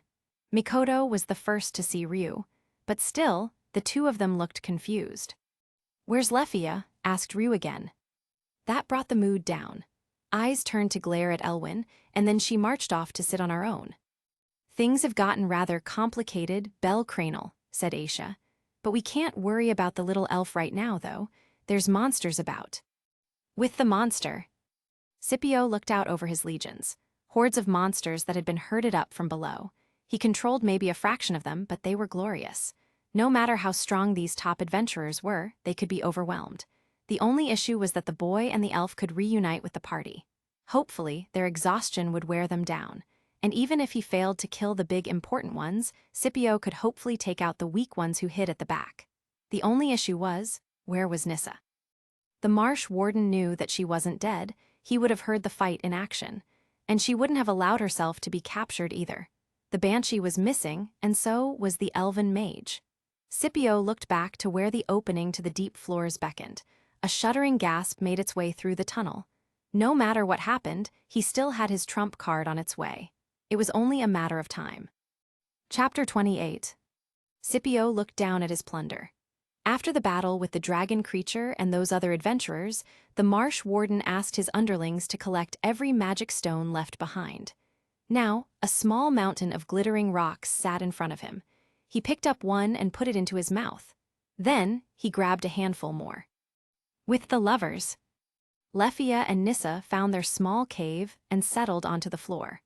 A small part of Lefia's brain was worried that she was getting her dress dirty. She brushed away bits of gravel that had accumulated over her time in captivity. When she looked back up, she found Nissa staring at her. There was some hidden emotion there, in the way the Xenos' claws dragged against the floor. "Is everything okay?" asked Lefia. She chose not to reach out yet. "What aren't you telling me?" replied Nissa. The little elf tried to speak, but the words kept catching in her throat. How could she explain to this innocent creature who she had been? Did it even matter what Filvis had done? Nissa was her own being and did not carry Filvis's sins. "Nissa, there's some things you have to know," began Lefia. "With the heroes." "Why did you let her go?" asked Ais for the 5th time.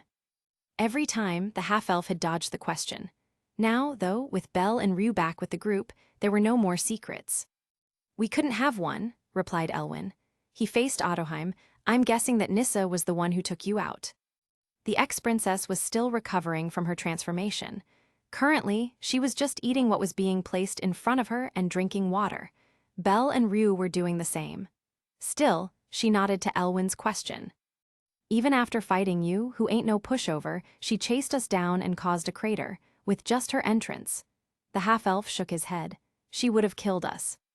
Ryuu frowned. "So you offered Lefia up as a sacrifice?" Elwyn shook his head. Lefia was the one in the least amount of danger. Sure, most of us could have run away with minor injuries, but could we say for certain that we would have all walked away? This time, his gaze was on the Enchant Tenko. Haruheim looked to the ground, her tail drooping behind her. Mikoto reached out a hand and squeezed her dear friend's shoulder. The black crow turned back to the stargazer. "This is not Haruheim's fault." Elwyn shrugged and replied, "It's not really anyone's fault, except mine. For now, all we can do is trust Lefia and hope that she knows what she is doing." Haruheim looked up. "And we trust that Nissa really has Lefia's best interest at heart." "Excuse me," said Belle, who raised a hand. "Can someone explain that to me again, please?" This Nissa Xenos used to be a hybrid monster human. Apparently, it was the captain of Dionysus Familia, explained Aisha. She looked over to the Sword Princess. "Anything I got wrong?" Ais shook her head. There was a moment of silence where she looked to the ceiling. Apparently, she was cautious about what she said next. Filvis was 2 people, though. She was also Ein, one of Neo's servants, Ais frowned, which meant that she helped kill a lot of people. But there was also Filvis, who helped us and saved Lefia. "Which means that the question is," began Daphne, "who's in control, Filvis or Ein?" They all sat there in silence, and then Ryuu asked for more information. Ais began to say everything she could about Filvis, Ein, and Lefia. While that happened, Lily rubbed her chin, not at all appearing to care about what was happening around her. After all the information had been shared, Welf let out a long breath. Then, he looked over at the prum. "What are you thinking about, Lilbit?" Lily looked up, surprised to find that everyone's eyes were on her. Her mouth turned into a thin line, but then she seemed to surrender. Her shoulders drooped, and she wrung her hands. Lily doesn't think that is a real problem right now. Ais turned her glare to the little prum. Before she could open her mouth, Lily spoke up again. It's not that Lily is not worried about the 1,000 elf, but what about the marsh warden, this Scipio creature? Lily looked over to Aisha. There is still an army of monsters out there, is there not? You barely made a dent in them, correct? Many from the deep floors. And, asked Daphne, why else would they be here, but to march up through the dungeon and cause havoc with low-tier adventurers? From everyone's shocked faces, Lily saw that no one had considered that possibility. She sighed and looked towards Elwyn. Mr. Elwyn is right. For now, we have to trust that Miss Leffia knows what she's doing. We have a different, much more dangerous problem to deal with at the moment. Lily looked out towards the darkness. Destruction is ascending. While the others began talking about what happened next, Daphne pulled Cassandra off to the side. The healer looked on quizzically, watching her partner tap her foot impatiently. Daphne, is there something wrong? The red-haired level 4 ground her teeth together before pointing off to the party's camping supplies. Go take a nap. Do what you do, see if there's something you can tell us, said Daphne. Cassandra looked on, not totally understanding. I thought you didn't. I believe in you, replied Daphne. Now go, I'll talk with everyone else. Daphne shoved her partner towards her bedroll and favorite pillow. Cassandra looked on, and she felt her heart speed up. The truth was, even deep down in the darkness of the dungeon, love could spark and blossom. With the confused children. I killed people, asked Nissa. To Leffia's face, though, she did not look guilty. She looked confused and a little put off, as if she didn't understand what was going on. Leffia shook her head. No, Miss Filvis is the one who killed people. Leffia didn't know that she could speak like this. The words came unimpeded, detached as if Leffia had no problem saying them. Her memories flew back to the moment of battle, where she saw all the people practically explode from Filvis's magic. So, I'm not a killer. Leffia shook her head. No, not yet, but what you become is your choice. Nissa absorbed those words in silence. Was there anyone else? Asked the monster. Leffia tilted her head. What do you mean? In my dreams, it felt like there were two monsters. One of them always feels so angry. The other one, the one that spent time with you, felt happier. Leffia internalized those words and pondered their meaning. Was there a difference between Filvis and Ein then? If that was the case, then the obvious choice was to search for the Filvis in the Banshee's memories. I feel angry too. Not like that. Leffia panicked, scrambling to find a way to draw out Miss Filvis. Then she saw the pain in Nissa's face, and Leffia felt her heart calm. Someone was in trouble, and they could use her help. Why do you feel angry? Asked the 1,000 elf. Because I can't go anywhere or do anything, replied Nissa. I'm a Xenos, remember, we're not allowed to go up, only down. Leffia sighed, that's true. What could she do to respond? She was an elf who had grown up in a forest far from here. She had been allowed to travel and go where she wanted. Looking at the beautiful, ethereal monster in front of her, Leffia's heart keened, and she felt her mouth frown. But Nissa smiled. That's why I'm so happy that you're here. I finally found someone who can understand me. The Xenos almost reached out with her claws, but then thought better of it. Leffia chuckled at the distraught monster and then reached out on her own. But I don't know if I can. I can be there and I can help you, but I won't understand you, replied Leffia.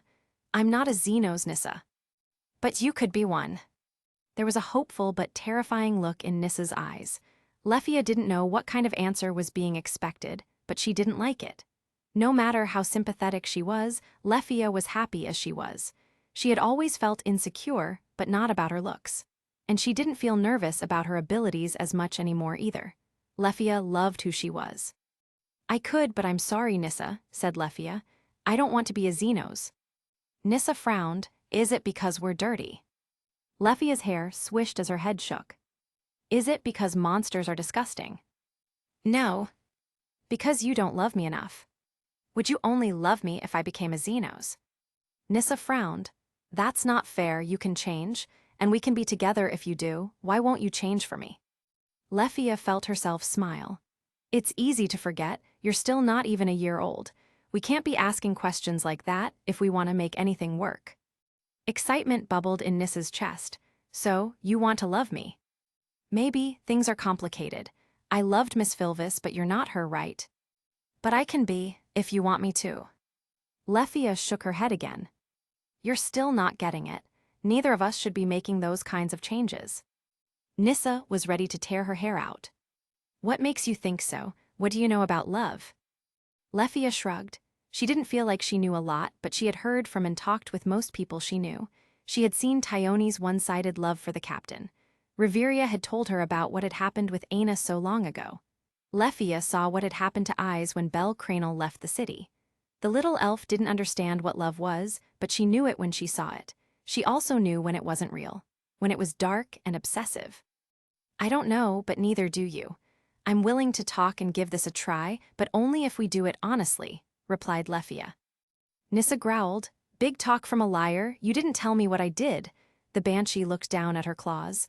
I really am a monster. She looked back up at Lefia. And you can't love me, can you?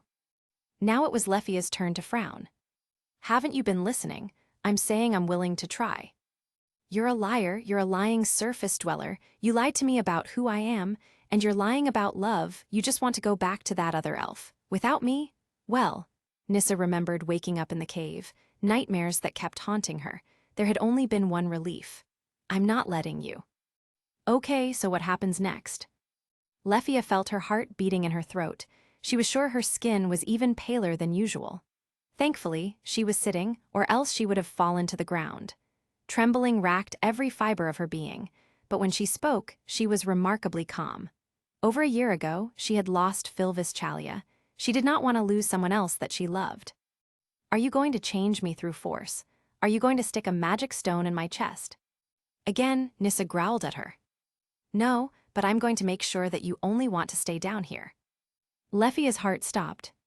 What does that mean? I'm going to do what I was told. I'm going to raise Horario to the ground. With the sister. Above ground, Riveria was slowly losing her mind. She paced the halls at all hours of the day, and her usual refined composure had all but disintegrated.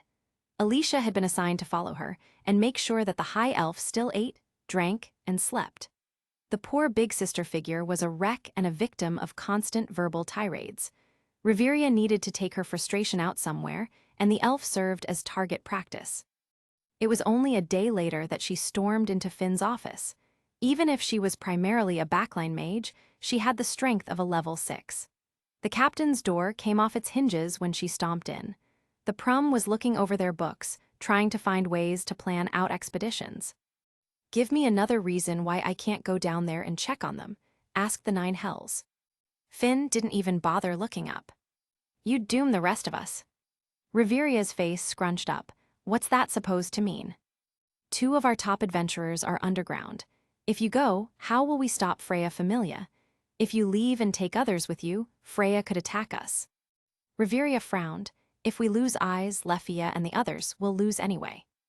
We live on the edge of the sword, Riveria. Leave, and we might be doomed. We might be doomed right now, depending on what's happening in the dungeon. Finn shrugged. I could be totally wrong, but as of right now, I am the captain of this Familia. For whatever goes wrong, you can hang me up by my thumbs. Riveria's eyes narrowed down to slits. I'll hold you to that, Finn. With the boy. Bell had not totally recovered from his ordeal. Not only was his throat still incredibly dry, but his mind was still drained from his battle with the Sphinxes. Ryuu was in a similar position. The 2 sat back to back, under strict orders to recover as much mind and power as they could. The rest of the party, and their Xenos allies, were preparing what defenses and traps they could.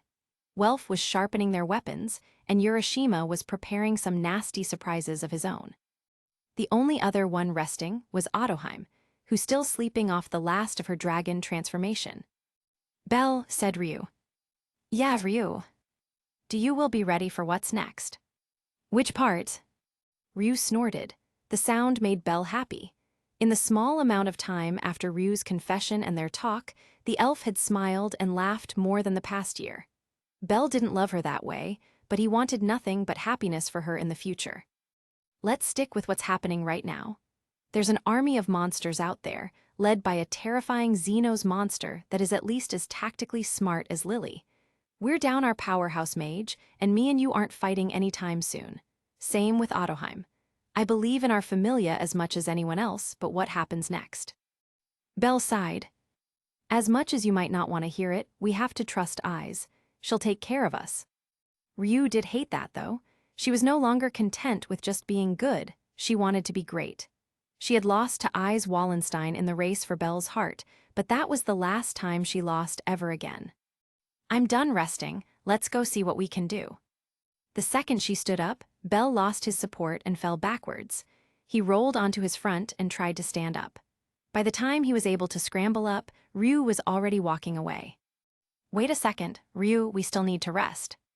I don't want to, replied the stern elf. As they made their way towards their allies, Belle tried to keep up. Mikoto was the first to spot them from the air. She touched down, her wings tucking behind her. Lady Ryuu, Sir Belle, you're not supposed to be here, said the scout. The two of you should be resting. Ryuu crossed her arms and raised a brow. Mikoto withered under her vice-captain's stare. She said nothing as the fairy princess marched past. When Ryuu was out of earshot, Mikoto turned to Belle. Excuse me, but is Lady Ryuu okay? She seems to be out of sorts, said the elf's apprentice. I have no idea, replied Belle. Ever since the desert, she seems to be more energetic. Mikoto looked over at Belle. And what did happen in the desert? Belle's face turned a deep crimson. He looked to the ground and rubbed the back of his neck. Mikoto's eyebrows shot up and she began to blush. The red crawled its way up her neck. So then, Lady Ryuu made her feelings known. Belle whirled to look at Mikoto. You knew this whole time. Mikoto gave a perfunctory nod. Yes, it was quite obvious. Well, to everyone except you, that is. Why didn't anyone tell me? At Belle's dumbfounded face, Mikoto rolled her eyes. Sir Belle, this is not our place to say. Besides, we all wanted to give you the chance to figure it out on your own.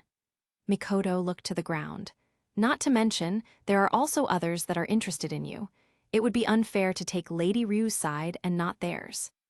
When Mikoto looked up, Belle almost flinched. There was something else in Mikoto's gaze that he had never seen before. Her fists were clenched, and her lips had turned down into a pronounced frown. Was she angry about something? The emotion was so much that Belle completely forgot the others part of Mikoto's statement.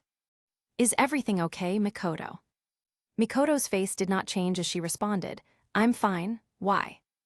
You seem angry about something, replied the scared boy. Mikoto blinked and then seemed to realize what kind of state she had been in. Her body relaxed, and she bowed to Belle. I apologize, Sir Belle. I don't know what came over me. I must be overstressed from the situation. Mikoto looked over where the others were. Belle could just barely see everyone hard at work in the distance. Truly, I think we're all focusing a bit more on our relationships. It helps keep us distracted. She looked over at her companion. That said, we are all willing to listen if you want to speak. Belle opened his mouth to ask her what she was talking about, but then it all snapped back in. Before all these issues with the Sunseekers, everyone had learned about his aunt. He looked Mikoto in the eye and saw that there was no judgment there. Sir Belle, this might be insensitive of me to say, but I was not there. I never saw Horario's dark days. Neither did Sir Welf, Sir Elwyn, Sir Urashima, Lady Ottoheim, or many others of the party. All we know is secondhand. She reached out to pat him on the shoulder. I do not begrudge you keeping secrets, but please remember, we must all be for each other in this time. If we cannot trust each other, then what will Freya do next? Mikoto made to walk off, but Belle grabbed her wrist before she could go. She turned back and almost judo flipped him, but stopped when she saw the shy smile on his face. Thank you, Mikoto. I promise I'll talk about everything when we get back to the surface. Mikoto smiled and nodded. Remember, Belle, we promise to be there for each other always. I don't ever intend to break my word. The two walked towards the makeshift battleground, and Lily soon directed them towards some shovels. They got to work digging earthenworks and building small walls. Welf walked by at one point and dropped off their weapons and gear. Their armor had been undented and cleaned, and their blades had been sharpened. At Mikoto's request, Belle helped her tuck away the numerous pieces of gear she had brought with her. Seeing how this battle would be more significant than many they had seen before, the Black Crow did now want to get caught off guard. For the first time, Belle noticed her eyes drift over to Haruheim. Mikoto, are you making eyes at Haruheim? Asked Belle. Mikoto felt the heat crawl up her neck to the tips of her ears. I do not know what you are talking about. Besides, I do not believe that Lady Haruheim would be interested back. There is someone else much more impressive. She turned to find Belle smirking. What? Who just told me to try to be more aware? Mikoto's mouth was agape. Was this really the same Belle, making a joke and teasing her? You've been growing too. Then Belle grew nervous again and started to splutter. Only slightly, mostly. I've just been trying to be closer with my friends. Mikoto smiled. I think we should get back to work for now. With the traveler. Hermes looked up from the book on nautical traveling to find Isfi standing in front of him. Stretched out behind her were the familia members that had traveled with them over the last couple of weeks. Isfi waved a set of papers in front of him. This is everything that you'll need to finish your journey. The blue-haired adventurer frowned. Are you sure you don't want me to come with you? Hermes shook his head. If my predictions are correct, then you'll be needed back home. You'll also be needed to escort our guests. The god stood up. Remember, though, you have to find everyone else first, and then you can head home. Hermes surveyed the people in front of him. He counted along with who was here. When he reached the end, he smiled as he nodded to himself. I see that our dear Lulun has already started to make her way back with the packages. Isfi pushed up her glasses. Ever since her battle with the Black Crow, she has been much more driven than normal. That familia, they really do have an inspirational air around them, don't they? Hermes looked to his bodyguard. Come, Falger, it's time we went on our way. The Tiger Man sighed. As Hermes traipsed off, Falger waved goodbye. The rest of Hermes' familia offered their condolences. Isfi felt uneasy, but also knew that Hermes sending her away was his way of telling her how much trust he had. She turned to her familia and their two guests hiding in the back and motioned for them to get moving. This next bit was going to be complicated. With the general, Scipio surveyed all the monsters gathered. He had scouted those humans and human lovers and watched them build their puny defenses. Let them gather, he would wash over them like a wave of death. Now that he had eaten all those monster stones, he felt more potent than ever before. The only piece missing was, I'm back. He turned his great mossy head to find Nissa walking towards him. She was alone, though, not a prisoner in sight. What happened to the little elf girl? Nissa's glare frightened him, even now when he was as strong as ever. When he turned back to give more orders to his thralls, Nissa turned with him. The Banshee watched as monsters were corralled en masse. They were still holding back, but just barely. Soon, they would be too many. She checked over her shoulder, where the looming darkness of the 35th floor beckoned. How's the backup plan coming along? Scipio laughed, his excellent mossy hide shaking. I'll take that as a good sign. The two walked forward, trying to get a better perspective of their army. Scipio saw how distracted Nissa was but waited to confront her. Obviously, things had gone wrong lately, and there was plenty of blame to go around. He also didn't see the point in getting angry at her. All of them, every Sunseeker, was fueled by rampant emotions of their heart. He was no exception. I let her go, by the way, said Nissa. I sent her back to her little friends. I want her to be there when we crush them. I want her to see with her own eyes, then when we go up into the warmth, she can watch as we raze her city to the ground. Nissa's smile returned, larger and more grotesque. Then, I'll be all she has left. She'll beg to be one of us, and I'll let her. Nissa turned back to Scipio. No killing Leffia, got it? Scipio nodded. That was fine by him. The rest could burn anyway. The only one that mattered to him, and by extension the rest of the Sunkeepers, was the boy with white hair. They did still have a deal with their benefactor, after all. Once that had been settled, they would burn Horario and its despot queen. They would burn the same way he had, once upon a lifetime. Typhon had promised him this, and his king was good on his word. With the victims, Elwyn had just finished his section of the defenses. Now, he was on lookout duty. It was his job to wait and see what would happen next. He was also on the lookout for Leffia. As much as he wanted to run back to the clearing where they had left her, he knew that no one should adventure alone right now. So, he waited and waited. Eventually, he saw a figure approaching through the trees. The lighting had grown dim, so it was hard to make out. He raised his staff and got ready to chant under his breath. Any thoughts of worry, though, went out the window when he saw who it was. He almost dropped his weapon when the silhouette of Lefia came spilling out of the fog. Her body was pale and shaking. He took off his cloak as he ran and draped it over her shoulders. She barely acknowledged his presence. Lefia just kept walking while Elwyn guided her. Eventually, they found the campsite. The Xenos had taken over guarding for the time since they could see in the dark, so the entire party was there. When Lefia wandered in, Ais jumped up from her position next to Belle and crushed the tiny elf in a hug. When she barely got a response, the Sword Princess pulled back. "Lefia, are you all right?" Lefia shook her head, and that was when the dam broke. Tears began to stream down her face as she buried her head in the crook of Ais's neck. "I lost her again, Miss Ais. I lost Miss Philvis, and it's all my fault." As the crying intensified, the rest of the party backed off to give them some space. Belle, in particular, left to go find Lyd. He was feeling his strength come back, but he wouldn't say he was 100% just yet.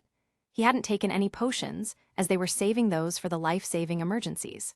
Among the potions was the phoenix feather. Urashima was still working on incorporating it into a mixture, but apparently he had remembered something he read once from a long time ago. At the moment, he was talking with Ottoheim about legends from their homeland. Haruheim soon joined them. Belle found Lyd sitting on his own. Wine and Let were nowhere to be seen, but they were probably helping the other Xenos prepare. Lyd wasn't going to fight his brethren, not yet, but he would help them destroy monsters. That was his promise. At the sound of Belle's footsteps, Lyd turned. "Ah, Bellici, it's good to see you. Are you looking for wine? I can find her if you want," said the lizardman. Belle shook his head. "I'm okay, Lyd. Actually, I was wondering, where's Asterius?" Thoughts of Belle's rival had long been on his mind. When Freya Familia had attacked, Asterius was the only one who had been able to stand up to their executives. In the face of Otter, though, the large black bull had lost. He had been forced to retreat, and Belle's last sight was of his large muscular back. Lyd scratched his chin, deep in thought. "I don't know." He took his loss roughly and went deeper into the dungeon than any of us have ever gone before. Since then, we haven't been able to track. No one is strong enough to go down there and look. Fels was talking about sending an expedition to search for him, actually. Now that we're working with Loki Familia, it might jump up the priority list. The lizard man sighed. With everything going on, we could use his power. Belle nodded and joined the large lizard man in silence. "With the dreamers." "Whoa, whoa, whoa," said Daphne. "Take it easy, Cass." The healer had woken up in a state of hysteria. She had demanded her partner's attention and had been rambling on and on for hours. Daphne felt her patience fraying and would have snapped earlier, but something in Cassandra's face got her to keep listening. She was effectively under the healer's spell. "What's wrong? Did you see something?" Before Cassandra could start up again, Daphne placed a hand on her head. The normally scowling adventurer allowed her face to relax and speak slowly. Cassandra mustered her courage to explain herself as best as possible. "I saw waves the size of trees crashing into a wall. The wall held, but a piece fell off. When it hit the water, it was obliterated," began the dreamer. "When it did, a great wailing cry went out. With it were dots of twinkling lights the color of ash." Daphne frowned. This did not bode well. Then the wind howled across the water. It crashed into the biggest wave and sent droplets everywhere, but the wind vanished. Wind, water, and stone, thought Daphne, but no rabbits, lightning, or bells. Is the kid not involved this time? Ever since the disastrous expedition, Daphne had taken it upon herself to read up divining dreams. There was little else but folklore, but she studied it all, just in case. She studied symbology and mysticism till her head was a cloud, all for this moment. She was going to help Cassandra or die trying. What else was there? Cassandra frowned. Fire. Flames the color of the rainbow came out and were caught in a bowl. With it was the heart of a hero and the lights of ash. It all went into a bowl, and clear spring water poured out. The dark side was washed away with the water and the wind. Was there anything left underneath? Could the burning water be a reference to the smith? Krazo swords could set the sea on fire, after all, replied Daphne. For a second, Cassandra said nothing. "What?" asked Daphne, tapping her foot. Cassandra ducked. Her face was the color of salmon. "It's just, you've never taken an interest in my dreams before." Now it was Daphne's turn to blush. "Yeah, well, I am now, so what comes next?" Cassandra shrugged. The tide was washed away and nothing was left behind. The wall still stood, though. Daphne frowned. Before she could get too deep in her thoughts, Cassandra tugged on her sleeve. "We're probably the wall, Daphne. We'll be okay for the most part." The healer turned to look over her friends. "The question is, who's the one that crumbled away?" Chapter 29. The battle was in full swing and the attacks were relentless. With the earthenworks that they had set up, there were 3 distinct choke points. This meant that there were 3 fronts for Lily to deal with. Obviously, it wasn't perfect, and there was a fair amount of slippage, but the overall division had the monsters focused to certain points. Just like they had up in the desert floors, the party had split into 3 distinct squads. The difference this time was in the squad's makeup and focus. On the right, Ryuu was in charge. With her were Daphne and Auka.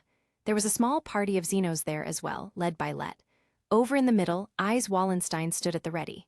Desperate in hand, she had Ottoheim, Elwyn, and Urashima as a backup.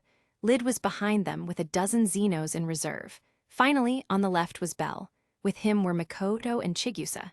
His final reinforcements were Wine and a small party of Xenos. Running in between all 3 fronts was Aisha, who was in charge of slippage and reinforced any system cracks. When Lily had proposed this battle formation, there was much debate about who should go where. "I'm the captain of this familia and the leader of this expedition," argued Bell. "It's my responsibility to go in the middle." Ais frowned. "You're still relearning how to fight monsters, Bell, and you're still exhausted." Ais looked over to Lily. "I should go in the middle." Lily looked over to Bell. She sighed before she replied. Lily must agree with the Sword Princess. When Bell opened his mouth to respond, Lily glared at him. "It is up for debate who would win in a duel, but the best monster killer here, and possibly in all of Horario, is still Ais Wallenstein." Ryuu grit her teeth before speaking. "As much as I don't want to say it, I have to agree with our commander." She narrowed her eyes at Bell. "Also, you're not 100%. Even if some of them are under orders, many of these monsters will strike down the middle. That is their nature, and that is where the fighting will be the fiercest, which means that is where our strength must be." Lily nodded along, which is why Lily believes that it should be given to Miss Wallenstein, Lady Ottoheim, Mr. Urashima, and Mr. Elwyn. That earned some confused stares from everyone present. If the point was to have people who knew how to kill monsters, why send in the 3 greenest adventurers? Lily smiled. "This battle will be large and chaotic. It will be hard to maintain contact and give orders. Whoever guards the middle will need to be able to work together with minimal communication." The braver turned towards their 2 newest adventurers. "Is there anyone here who would say that Lady Ottoheim and Mr. Urashima don't have the closest bond?" While the 2 childhood friends blushed, everyone else nodded along. Then, the half-elf, who was still standing close to Lefia for support, frowned. "Why am I going to the middle?" Lily pointed to the other members of the party. "A level 5, a level 4, and a level 3 at each front. That way, each team will be balanced. You will be the level 3, Mr. Elwyn." Lily paused, considered her words, then spoke again. "You are also the bait. If the Banshee is still out there, we need to know exactly where she'll be fighting." "Now hold on," shouted Lefia. Everyone startled, as the elf had barely raised her voice above a whisper since returning. They turned to look at her and almost flinched back from the anger in her voice. "Elwyn is not going to be your bait. Don't you understand how dangerous that is?" Lefia's arms trembled from anger, and she was terribly red in the face. "If Miss Nissa comes after Elwyn, then he's a dead man." Lily stood her ground, which is why he'll have the strongest member of the party there to back him up. She looked over at Ais. "The safety of Lily's familia is in your hands. Will you keep us safe?" Ais nodded and turned to Lefia. "When Nissa comes, how should I handle it?" The Sword Princess and Elwyn were the only 2 fighters that still used the Xenos' name. Everyone else had started referring to her as the Banshee. Lefia looked between Ais and Elwyn, then she looked at the party. Finally, she looked at the ground. "Protect our allies. If Hestia Familia is in danger, our priority is to keep them safe." Finally, she lifted her head. She looked at Elwyn and pointed at his face. Her index finger was an inch away from his nose. "I swear to the Forest of Wish, if you do anything stupid or reckless, I'll kill you myself. You got that?" Elwyn blinked, his eyes wide. Then he smiled and took Lefia's finger in his hands. He nodded once. Yeah, okay, I promise. Nothing stupid from me. He turned to Lily. Where does everyone else go, Commander? The Prum divided up the teams and explained everyone's roles. The adventurers nodded along and began to prepare themselves mentally. Lily turned to Aisha. Your job will be to fill in any gaps. The rest of us, Lily gestured to the remaining members, will be the support group. Mr. Welf will be our guard. Lily turned to Lyd. You will deploy the Xenos wherever you see fit. But Lily recommends splitting the strongest members among the fronts and a couple more with Miss Aisha. Lyd scratched his chin. He rumbled low in his lizard throat before he spoke up. But then you'll be pretty undefended, won't you, Lilichi? Lily shrugged. If it gets to the point where they can attack our support group, we'll have already lost. Lefia frowned. Then where am I going? Lily's smile turned feral. The 1,000 elf felt a shiver go up her spine. Lily has just the spot for you, Miss Lefia. The first couple of hours had been about control and containment. Under special orders from their commander, every front leader had drawn the monsters in. They spotted the special purple ones reporting to Scipio directly and made sure to leave open paths. Before, this had been an expedition of ambushes and surprise attacks. Every move the adventurers had made was about reacting to the Marsh Warden. Lily was done with that. It was their turn to start acting. From a hill overlooking the battlefield, she was able to spot everything. With her command call, she could shout orders. So she saw how large the crowds of monsters grew. The hordes had bunched themselves up, with Lily's allies boxing them in. They bobbed and weaved to avoid attacks while still not letting them get past. We've drawn them in as much as Lily is willing, said the Prum. Now let them have it.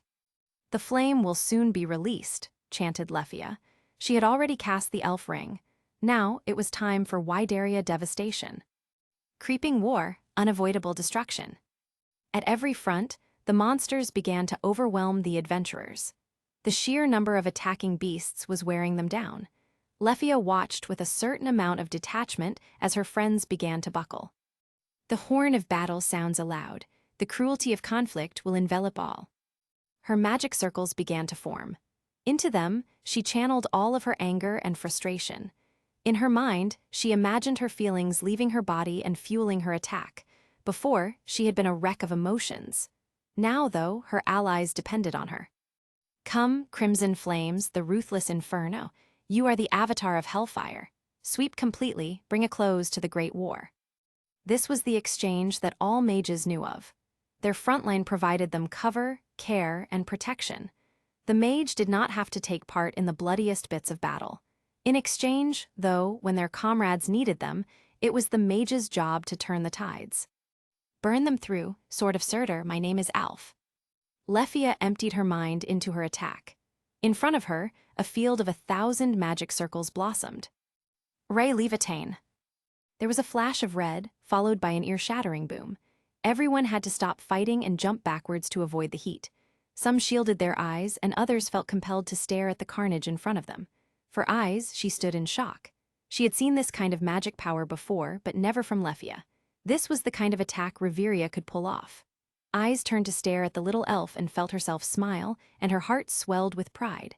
Everyone else was in awe. The adventurers of low-key Familia were in a class of their own. As the dust settled and the heat dissipated, everyone blinked. Before, there had been a horde of monsters, ranging in strength from the lower floors to the deep floors. Now the only thing left was ash and magic stones. The glittering rocks shone and gave the impression of dewdrops on the grass. But even then, this was still the dungeon. As soon as the magic was gone, more monsters raced across the battlefield. The adventurers raised their weapons. They were prepared for another attack. Upon the hill, Lefia fell to her knees and gasped for breath. Her face shone with sweat and her body swayed. The attack had left her exhausted. Just as she began to catch her breath, she felt something cold pressed against her cheek. Slowly, she turned her head to find a mind potion in front of her. Lily looked down at her. Now get ready to do it again, said the Dauntless. With a nod of grim determination, the elf began to stand back up on shaky knees. She set her feet and swallowed the potion down. The cool liquid trickled down her throat, and slowly her energy returned. From far away, Scipio growled. Its large, mossy tendrils swung down and left craters in the ground. Another whipped to the side and obliterated a tree. Next to him, Nissa felt a tingle of joy. Her Leffia shore was incredible. I can't wait to make her mine, thought the Banshee. Scipio turned to regard his greatest weapon. His backup plan was on its way, but it would still be a little bit of time. For now, he had a much larger problem to deal with. You'll take out the mage? Asked the general. The Banshee nodded. You have your squadron behind you, ready to follow. Nissa nodded. Is your resolve firm? The Xeno started to nod but felt her heart stutter. In her thoughts, she saw the pained face of Leffia. The way the elf had watched her leave made Nissa sad. Was this really what she wanted? Her thoughts turned to what the Renard had said. Her need and what she wanted. Slowly, it was like she was starting to wake up. All of these issues and Nissa's thoughts of Leffia clouded her judgment. That was when Scipio spoke. Whatever they told you, can you really trust it? Can you really believe that those surface dwellers want to help you? Those murderers and thieves only care about each other, said the large moss monster. Remember, we're your friends, Nissa. We're the only ones you can trust. If you capture that little elf and make her like us, then you can trust her too. Nissa nodded once. Right, I'll find her and make her like me. Will you follow? Scipio looked off in the distance, towards the hole to the deep floors. From the monsters he had down there, he knew that his trump card was waiting in the wings. With that, Nissa, and his new powered-up form, he felt assured of his victory. I'll bring up the reserve forces after you distract the mage. Sound good? Yeah, the Banshee's eyes narrowed. Now let's get it done. Belle's knife flashed, and another monster fell forward. After witnessing the devastation wrought by Leffia Viridi's magic, the young adventurer felt something stir. His sense of competition had been stoked, and he returned to battle with renewed fervor. He didn't have a care in the world because he knew his back was covered. Mikoto had chosen the spear for this battle and wielded it like an expert. Her recent training had been more fruitful than usual, and it would only be later that she made the connection between her training and weapon expert developmental ability. She slipped between fighting styles more easily, and she began weaving thrusts and stabs with sweeps and spins. The numbers did not overwhelm her because she was still a gladiator. Behind them, the little Vuiver girl tore through every monster in her way. Wine was a force of nature and fought tooth and claw. She was also trying to show off just a little bit since Belle was fighting right in front of her. The dragon moved like a storm, ripping her large claws through the torsos of her enemies. These creatures from the deep floors ripped in half like paper. Finally, supporting these three terrifying fighters was Chigusa leading a small squad of Xenos. The small warrior rapidly fired arrows, hitting every weak spot in the wall of destruction in front of her. She fired point blank, any of her usual nerves gone. If any monster tried to go around the whirlwind of carnage, Chigusa was the one to mark them. Then, the other Xenos, ranging from griffins to war shadows, cut them down. The left was easily the most balanced in defense, offense, and technique. Cooperation was also not a worry, as all Belle had to do was make a motion with his hand. Then, Mikoto or Wine would be there. Orders were shouted, and shots were called. The trust between these three was implicit. On the right, Auka held the line. With the big man alone, this front had the best defense.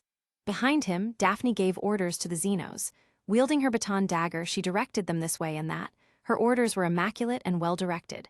Her time with Apollo Familia had never been a waste, even if she hated it. She was a leader for sure. And in front of Auka, the gale rampaged unabated. She moved back and forth and broke bones and crushed skulls. As she fought, she picked up speed. She didn't bother with killing the beasts, just weakening them enough that her allies could take them out. She broke the wave, and Auka stopped it. Great shield in one hand and a battle axe in the other, the captain of Take Mikazuchi Familia was a one-man vanguard. The right was holding. In the middle, where the fighting was harshest, two princesses danced. Their music was death. Ariel swirled around the sword princess, and monsters practically exploded as she passed. She moved within a designated cone and controlled the battlefield. Everyone in the middle took their cue from her. Nearby, Ottoheim moved like a graceful shadow. If Mikoto was an expert with her polearm, Ottoheim was a master. Her Bicento flashed silver as it moved. There was a trail of red left behind. Her feet seemed to slide along the ground as she moved. Even if she was new to fighting monsters, she would prove herself today. She wanted to be an adventurer, and this was her test. Her shadow soon fixed any mistakes she made. The living weapon had dropped any pretense of care and grace. Jutting out of his metal arms were a set of artfully crafted long daggers, and in his hands he wielded a pair of short swords. He had already cast his enchantment magic and moved like the wind. If Ottoheim was about to get stabbed, he was there a second ahead of time. If she overextended on a thrust, he covered her sides. The second she stepped out too far and broke formation, he followed her into the fray. The two weaved around each other, perfectly in sync in total silence. They didn't even so much as glance at each other, they just knew. Behind them, Elwyn had cast the magic of the bull and split himself in half. The two of them were only there to support Lyd, though. The lizardman was truly an elite warrior. While he only wielded daggers scrounged from past adventurers, it did not matter. He made up for it with monster strength and inhuman reflexes. Every bitty part was a weapon. His feet stomped down and crushed rib cages. His tail was a whip that lacerated arms and legs. And when a fire wasn't pouting out from his mouth, incinerating his foes, his jaws worked to rip out the throats of his enemies. He easily fought with the potential of a level 6 adventurer. Elwyn's only job was to put anything left alive out of its misery. The middle had the greatest offense, and it was a constant struggle not to lead a charge into enemy lines. In between each front, there were slip-ups, though. Monsters too quick, small, or agile found their way past the front line. These monsters soon met the business end of a padow. Aisha lived up to her new title and let loose with unbridled fury. While she lacked the refined technique of the sword princess or fairy princess, she fought with the kind of ferocity that only an Amazon could muster. If Ais had seen her, she would have sworn that Tiona or Tione had joined them. Hippolyta led 3 Xenos with her, all of them specialized in hit-and-run combat. Nothing got through. What little did fight its way through was reduced to ashes. Krazo flames melted the bones of even the toughest monsters, and Welf swung his sword like an overexcited child. Behind him, Haruheim and Cassandra stood with their staffs at the ready. They moved between the fronts and healed as they went, Cassandra with her magic, and Haruheim with what little potions and food they had left. Urashima had done his best to mix up some new ones, but could only make so many. Haruheim was also waiting back on her magic, listening for Lily's order. The Prum could shout down whatever she needed to hear, so the Enshin Tenko sat back on her heels. Even if she wanted to cast her magic right away, the time was not right. So she waited with bated breath, and every time they moved to the left front, where Makoto was, she felt her heart in her throat. Cassandra was not much better, and she felt bad. She knew that she could only cast her healing magic so many times. Instead of helping everyone, she only got to heal the worst wounds and most serious injuries. The dreaming healer felt her inadequacy then, and soon realized how much of a difference there was between her and someone like the D-Saint. The only thought in Cassandra's head was, if a mid were here, no one would be injured. Then she saw Daphne. Her oldest partner thumped her over the head between waves of monsters. All Daphne said was, "Keep moving, do what you can, and we'll make it through." Those simple words of unshakable faith were all Cassandra needed. Her palms began to settle. She continued to cast her healing magic and do what she could. People were counting on her, and at the same time, she watched out for any signs from her dreams. She and Daphne had talked for a while about what was happening, and they both agreed that the people most in danger were the elves. With what they had heard about Nissa, they assumed that Elwyn and Lefia were prime targets. Regarding the wind, they assumed it had something to do with Ais Wallenstein. She was literally cloaked in the wind most of the time. So, Cassandra spent more time checking on those 3 than the others, and she watched for what this great big wave would be. Elwyn punched out another monster that was trying to crawl away. He saw his copy start doing the same to a lizardman that had made it past Lyd. Things had been progressing as planned for the moment. They had taken out the first wave and were now in combat with the second and third. They would fight until they would get close to breaking, and then Lefia would recast her magic. Not a flawless strategy, but one that would work for the time being. The surprise factor would be when the Banshee and the Marsh Warden joined the fray. Those 2 were the real heavy hitters, as well as any other surprises they had up their sleeves.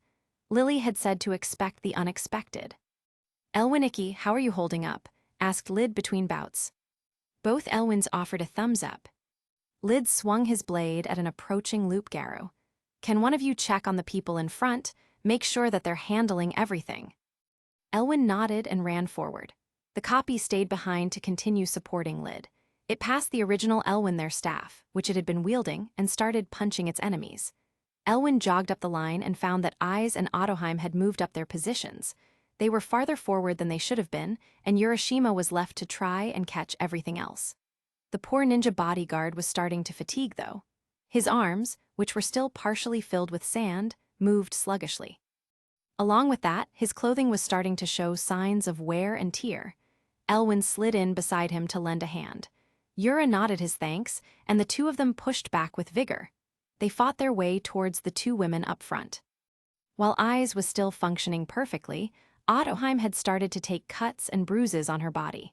She still moved as gracefully as before, but the sheer number of opponents started to fit through the cracks. Yura and Elwyn helped clear space and bought a moment of reprieve. Ottoheim began gasping for air and gave a rueful grin. "What is it that the vice-captain likes to say? Death by 1,000 cuts." Elwyn snorted, familiar with Ryu's well-worn description of the dungeon. Urashima took the break to look over Ottoheim's wounds while she did the same to him. The half-elf turned towards Ais's position. "Do you think she needs a hand?" As if in response, a whole lambton exploded. Not only had it been bisected, but it had been stabbed right through the brain. With barely a passing thought, Ais attacked a squad of black rhinos that had started to change their position.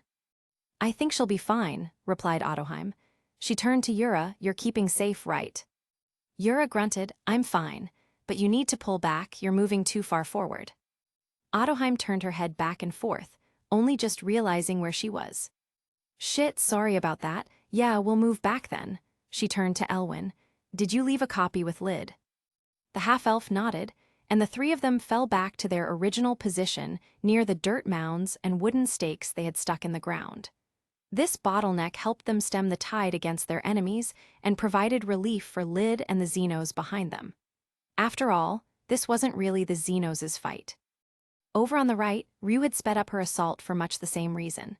The larger the burden she took on for herself, the less the others would have to risk. Unfortunately, she was not at her best. Desert heat and exhaustion still plagued her body, but every time she began to slow down, she thought of Ais Wallenstein still fighting. Without meaning to, Ryuu had begun to view the Sword Princess as her rival. It was those moments that reminded Ryuu she enjoyed being an adventurer. Back with Astria Familia before the tragedy, she enjoyed fighting with her friends. The days were dangerous, and sometimes they left her exhausted, but she always felt fulfilled by the time the sun went down. So, whenever she was about to slow down, she picked up the pace. The moment her technique faltered, she sharpened it beyond perfect. She was the gale wind of Horario, its fairy princess, and she was going to fight till she was the city's strongest swordswoman. She was on an adventure. And over on the left, Bell felt his own sense of purpose begin to return. For the past year, he had been running away. Even before then, he had been known for being fleet of foot and retreating. The escape developmental ability was proof of this. Now he was fighting. It might have been for his life, but he was still doing it. He looked to his left and saw Wine standing beside him. He was so proud of what she had become, and it made his heart swell. He wanted to protect her and everyone else. Unfortunately, things were about to take a turn for the worse. Upon the overlook, Lily observed the battlefield in front of her. She saw more monsters bunch up, all of them climbing on top of each other to get at her familia and allies. They would be the fish in her barrel, and she had the perfect hunter. But a thought nagged at her brain. Was this all that the tactical leader of the Xenos could do?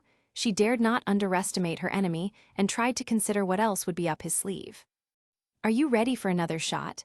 asked the Prum to the little elf. Lefia finished off another mind potion and started to collect her thoughts. Just as she planted her feet, terrible screeching rent the air. The level 2 Haruheim had to cover her ears to avoid fainting, and almost everyone else flinched. The only ones who stood their ground were the level 5s and Ais. When Lefia heard the noise, she knew what was coming next. And so did a certain half-elf. Just as Nissa rocketed down to land, Lefia pushed Lily off to the side. When the impact hit, the only one who felt it was the 1000 elf, who was blown off her feet and into a tree. She thumped into the wood and slid down onto her butt. Standing in the middle of the crater was Nissa in all her monstrous glory. Her ghostly skin seemed to float around in wisps, her hair like billowing branches on a tree. Her long claws glittered like silver, and her red eyes shone like rubies. Despite the situation, Lefia still had one thought: beautiful. "You're coming with me," commanded Nissa. With the tone of her voice, Lefia almost mistook her for Miss Filvis. The elf slowly got back onto her feet. She planted them shoulder-width apart and gripped her staff in both hands. She leveled the pointy end at the banshee. "No, I'm not," was her reply. Nissa moved forward. Her eyes took on a crazed hue of red. "Yes, you are. You're coming with me, and then you're going to be like me. And then we can be together." The last part came out like a whisper. "Why are you so determined to think that's the only way?" Lefia was so confused now. Why did her life continue to be filled with punishment and pain? How come she never got a happy ending? Across the clearing, she saw Lily peer over from behind a fallen tree. At the unspoken question, Lefia subtly dismissed her with a wave of the hand. This was her problem, and she was going to deal with it as best she could. The Prum nodded and then began to make her way down the hill. Lefia squared up against Nissa. "Why are you so convinced that I won't love you?" "Because you're a human, and I'm an ugly monster," screamed Nissa. "Not you're not," returned Lefia. "You're beautiful and strong, and I'm sure you could be kind to me if you stopped trying to keep me locked away from everyone else." The words got through for a moment, then Nissa remembered what Typhon had told her. She shook her head to dispel Lefia's words from her thoughts. The Xenos and the humans couldn't get along. It wasn't possible. Adventurers were nothing but a bunch of evil murderers. And the supposed heroes, they ran away at the first sign of trouble always. All they did was use and abuse the Xenos. Lefia would understand once she was one of them. "Why can't you give me a chance?" asked Lefia. Nissa's rampaging thoughts stopped. She looked the object of her affection in the eye as she responded. "Because I died once, and I don't want to do it again." In the end, Nissa was still Filvis. Back before so many lines had been drawn between the Sunseekers and the Old Guard, she had heard from the Black Bull Asterius. How the irregular Minotaur had carried over his grudge from a previous life. He believed that they didn't change when they reincarnated. And if he believed in who he was, why couldn't Nissa? She was both the creature called Filvis and the monster known as Nissa. But then she realized she was also a murderer. If she was going to be Filvis and Nissa, she had to accept the sins of both. She looked at Lefia and realized that it didn't matter. And she realized that nothing could change her mind. She was forever beyond redemption, even if she didn't want to be this way. Lefia saw the conflict in her former lover. She stepped forward as if pulled by the red thread of fate. She reached forward and grabbed Nissa's claws in her dainty little hands. "I won't let you die. I swear on the name of Wish and the royal family. Whether you decide to be Nissa or Filvis Chalia, I will always protect you. I will stand by your side as long as you let me." Filvis couldn't believe what she was hearing. She tried to pull away, but Lefia held on. "Even after all the horrible things I've done, this life and before?" asked the Banshee. Lefia paused. "I haven't forgiven you, and there will be a long path to redemption, but there is a chance. You have to put the work in, though, and don't expect the same from everyone else. You killed people, and that's something you'll have to live with the rest of your life. But thankfully, I believe in second chances, and third ones apparently. And you'll love me." Lefia sighed. "There's a spot in my heart for you, but there's a spot for someone else now too. And he hasn't killed anyone yet," replied the Thousand Elf. Filvis pouted. "Adorable," thought Lefia. "And I guess I can't take him out of the picture?" asked Filvis. Lefia snorted. "No, you can't." Filvis looked down and then back up.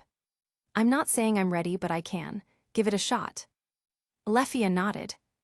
"Then so will I." From down the hill, the sound of footsteps came. Down on the battlefield, Ais started to feel exhaustion creep up on her. She didn't know where Lefia was, but the Thousand Elf needed to launch her spell soon. For every monster the Sword Princess cut down, 3 took its place. She had no idea how many monsters were around, but she did know that she had to keep going. As her resolve hardened, she heard someone shouting her name. Ais turned to find the Dauntless running up to her, the support group in tow. This made the Sword Princess frown. "Why aren't you with Lefia?" asked Ais. Lily stopped to catch her breath. As monsters piled up around them, Welf swung his magic sword. A raging tornado of fire sprung forth to buy them some time. "The banshee attacked," replied Lily. "Miss Leffia said she would deal with it on her own. That means that we can't rely on her for support." Ais turned away, ready to chase down her friend, but then a monster slipped by and jumped at Cassandra. As easy as breathing, Ais cut it in half. There was no way she could turn from the battlefield. "Lily already saw Mr. Elwyn heading up to Miss Leffia's position," said the Dauntless. "They'll be okay for now." The Prum turned to her companions. "Lady Haruheim, is this close enough?" Haruheim closed her eyes as if deep in thought. She made a humming sound and nodded. She raised the priestly staff she carried and began to place her feet right behind her left. "Who are my targets?" asked the Renard. "Mr. Auka, Miss Chigusa, Miss Daphne, Miss Mikoto, Mr. Urashima, Lady Ottoheim, Lily, Mr. Welf, Miss Cassandra, Miss Aisha, and the Sword Princess," listed Lily. Haruheim frowned. "Not Master Bell or Lady Ryuu." Lily shook her head. "They both want the priority to be on everyone else." Lily frowned. "Besides, this will be your limit, correct?" Enshin Tenko nodded. Ais opened her mouth to object, but Lily beat her to it. "We need you at level 7, in case things go badly with the Banshee or Scipio shows up. We don't need Ais Wallenstein, we need the Sword Princess at her most dangerous. Can you do that?" Ais looked at Lily and saw an image of Finn interposed over top. She nodded once and then looked at Haruheim. The Renard smiled kindly, then she raised her staff. "Kakano, beloved snow, beloved crimson, beloved white light, please let me be beside you, this love I have found at the end of 2,000 nights. My name is Magic Fox, former destroyer. My name is Ancient Song, former dreamer. For you who beat your wings like a bird, I shall allow the 9 spirits to dwell in me. Echo, Song of Gold, sacred poem of Tamamo, white face, golden fur, king of 9 tails. Oh, tails of the auspicious beast, consume all, grant all wishes," chanted Haruheim. Golden orbs of light gathered to her, and she imagined her tails branching out like wisps of clouds. They snuck their way closer to all of her allies. Then she began the second chant. "Grow, that power and that vessel, breadth of wealth and breadth of wishes, until the bell tolls, bring forth glory and illusion. Grow, confine divine offerings within this body, this golden light bestowed from above. Into the hammer and into the ground, may it bestow good fortune upon you. Grow, Uchide no Kazuchi, dance." The golden tails shot off then, and across the battlefield, all the adventurers felt their power jump. They also took this sign to know that another magical reprieve was not coming. This boost was the last assist they were going to get. When magic dispersed, Haruheim crumpled to the ground. She had done her absolute limit and passed out from total mind down. Scipio had seen this happen. With the eyes of the monsters he controlled, he saw Nissa betray him. He saw how the adventurers began to shine and how they suddenly seemed able to fight better than before. This battle was not going in his favor, so he went on the move. With his enhanced strength now, he flew across the battlefield and used his vines to collect vegetation as he went. He absorbed the moss, trees, and shrubbery into himself and built into a larger body. And then he roared and put his final card out for battle. Out at the exit of the floor, something dark clawed its way into the light. It had been led from its hallowed halls and had caused total carnage wherever it went. No obstacle stood in its path as it reached ahead with one massive bony hand. It pulled itself forward, dragging its skeletal body across the dirt. What was left of its spine rattled against the trees. It had taken days for it to get this far, and it still smelled that oppressive blood on the wind. The disgusting blood of those interlopers from the heavens lingered on the wind, and the great skeleton would chase down its prey. Udius pulled itself onto floor 34, and everything trembled in response. Back with the little elf and her recently returned partner, the two had started to prepare to join their friends on the battlefield. That was when Scipio struck. Great viney tendrils speared through the earth and began wrapping themselves around anything within reach. One of them picked up a tree and wielded it like a mace. Another was a whip that tore through rocks. The marsh warden made eye contact with the banshee and bellowed. "Traitor!" A barrage of vines attacked the two then. They were so off guard that Nissa barely had time to raise her claws in front of Leffia for defense. Thankfully, they were not alone. Sign of the Ram, Orata. A golden shield blazed to life to stop the attack. It withstood only one hit before it exploded into pieces. The magical backlash lifted Elwyn off his feet. He was sent rolling through the earth. While Leffia ran off to check on him, Philvis charged her former comrade. "Stop it, Scipio," cried the Xenos. "Quiet, traitor." Another club-like vine swung down, and Nissa just barely dodged out of the way. She knew Scipio would not listen right now, so she brought her claws against its mossy flesh. Scipio screamed in pain before swinging another vine. The two began their dancing fight. Leffia rolled Elwyn up on his side and found that he wasn't breathing. Just as her panic began to set it, the half-elf in front of her dissolved into stars. The clone faded from existence, and Leffia breathed a sigh of relief. She took up her staff and turned back to where Philvis fought with Scipio. Her Xenos would need help, and she was happy to oblige. Dimly, as a magic circle formed under her feet, she worried about where the real Elwyn was. Unfortunately, Scipio was still a monster. He sensed the magic in the air and turned to regard the little elf preparing her spell. Nissa was much too nimble a target to hit, but this one was nowhere as fast. Scipio began swinging his clubs made of trees, and Leffia just barely jumped out of the way. Every second swing got a glancing hit, though, and soon she would be too battered and bruised to keep fighting. It was after one such hit that she was left dazed and confused. A vine started to rush towards her, aiming to stab itself through her chest. Philvis screamed her defiance and placed herself in its path. She closed her eyes and prepared to die a second time. "At least I'll die for someone good this time," thought the beautiful Xenos. Then she felt her body. She opened her eyes and turned her head to find that stupid half-elf flying in sideways. He had pushed her out of the way and intercepted the stabbing vine. The Xenos registered a distant shriek that exploded from Leffia's mouth. Philvis continued to stare as the vine went right through Elwyn's chest. The adventurer's momentum had knocked it off course so that he was the only victim. Now, he hung suspended in the air, blood draining from his chest. Slowly, he was lowered to the ground as Scipio withdrew his appendage from within. Elwyn looked down at his chest and then at the ground. In front of him was some pulsating red thing. He looked back up at Leffia. "I love you," he whispered, too quiet to hear. Then the half-elf hit the ground. The life left his eyes as they closed one last time. Chapter 30. When Elwyn was a little boy, he found a poster of a beautiful elf hanging in the Familia Hall. It was on the bulletin board where Lady Hecate posted new jobs and updated info. Something about her face seemed familiar, so he ripped it off the board. The poster said something about the elf, named Riveria, apparently becoming a level 6. There was something else there that said it was from the dungeon city of Horario. Elwyn knew that these flyers came to them occasionally. In Carrion, a city full of mages, they needed to know who the best of the best was. But Elwyn hadn't really seen anything about Horario at that time in his life. For some reason, people tore up anything about the dungeon city around him. When he asked his mother, she had said that she didn't know because there were no flyers. Now, though, he had evidence. Mama was sitting in a spare room, casting some healing magic on another member of the Familia. "Thanks, Lyra," said the fire mage. She had just finished healing a burn on his arm. Then, she applied a bandage and handed him a poultice. Seeing that the treatment was finished, Elwyn knocked to come inside. "Come in, Winnie," replied his mother. Elwyn frowned as he walked inside. He hated that nickname, but Morgan said that he had to get stronger if he wanted to change it. Unfortunately, he wasn't allowed a Falna.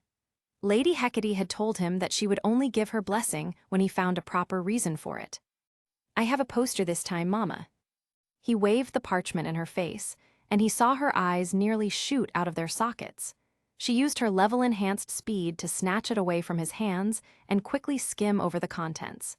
The maid she had healed thanked her and then ran off as soon as he could.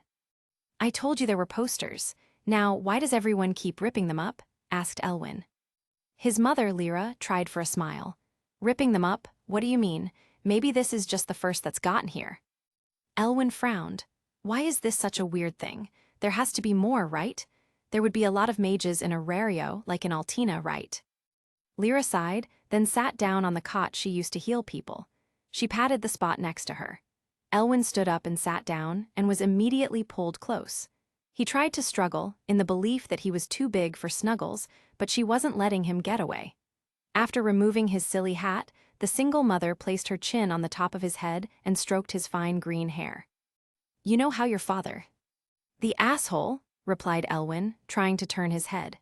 He knew he wasn't supposed to call him that, but the captain used that word all the time. She said it suited his father to a T. Lyra sighed and shook her head. This ruffled Elwyn's hair even more in the process. "Yes, the asshole. You know how I told you that him and his family are all still locked away in that forest?" Elwyn nodded while his hands played with the fabric of Lyra's pants. He would never admit it, but he loved when Mama held him close. He saw her hands cover his and felt her give him a tight squeeze. "There's an exception to that. He has a daughter who lives in Horario. She's a well-known and powerful adventurer," explained Lyra. Elwyn frowned. "His daughter, so, my sister, I have a sister out there." Ever since he ran into his father, the half-elf had known that his only real family was Mama. The rest of the familia would be there for him, always, but his only family was his mother. And he was okay with that. His Mama was strong, compassionate, and a wonderful person. The real issue was the rude looks she got because of him. There had been a serious loss of elves in the familia ever since Larfel had visited. A few had stayed, but many had left, said that they couldn't be around someone as impure as Elwyn or someone as infectious as Lyra.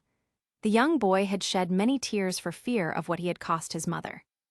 "Yes, her name is Reveria Eljas Alf.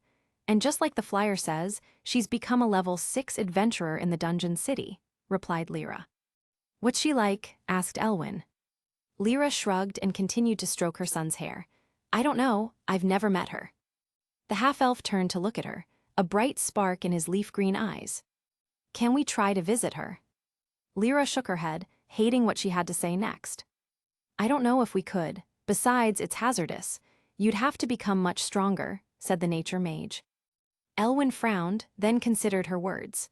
After a minute of silence, he nodded and hopped to his feet. As he marched out of the room, his mother called out.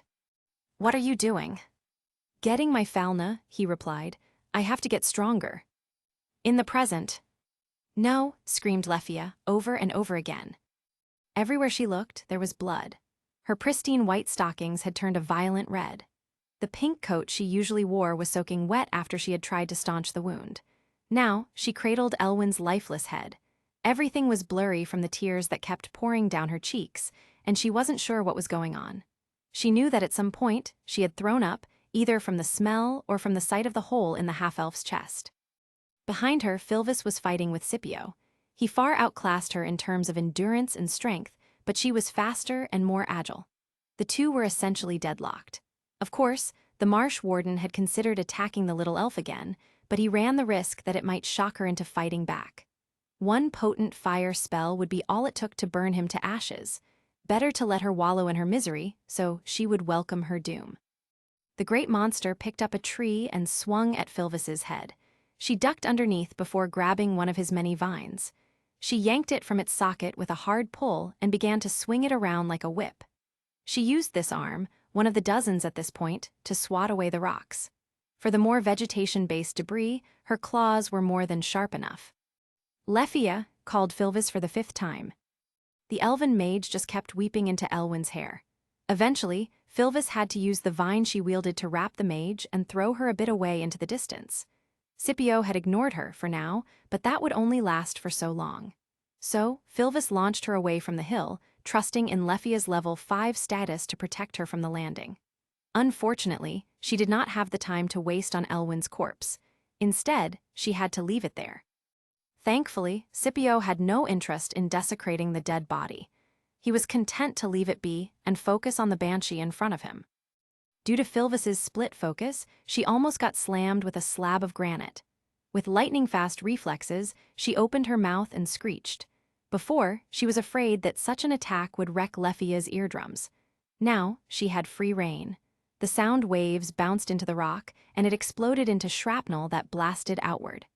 Filvis had positioned herself in front of Elwyn's body to force the stones elsewhere.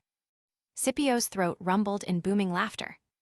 "Even when you try to be the hero, you fail spectacularly," said the monster. "A banshee in truth, that little elf's life went from good to horrible the moment you appeared." Filvis flinched. She had moved on, become stronger, and had even found someone else to love. Scipio's laughter continued, and then you had to try and force your way back into her life. He swung the tree down like a club. Filvis jumped out of the way, lashing out as she did so. Her ethereal claws cut through a tree trunk, reducing it to little more than firewood. Just as she landed, another branch swung around and took her in the midsection. Filvis felt the air leave her stomach as she was thrown to the ground. She used her more ghostly body to slip out from under the foliage and get some space between her and her foe. The clearing around them had been a lot smaller before, but now the tree line had been pushed back. The hill was covered in bits of wood and stone, and the side looked like it was about to cave in.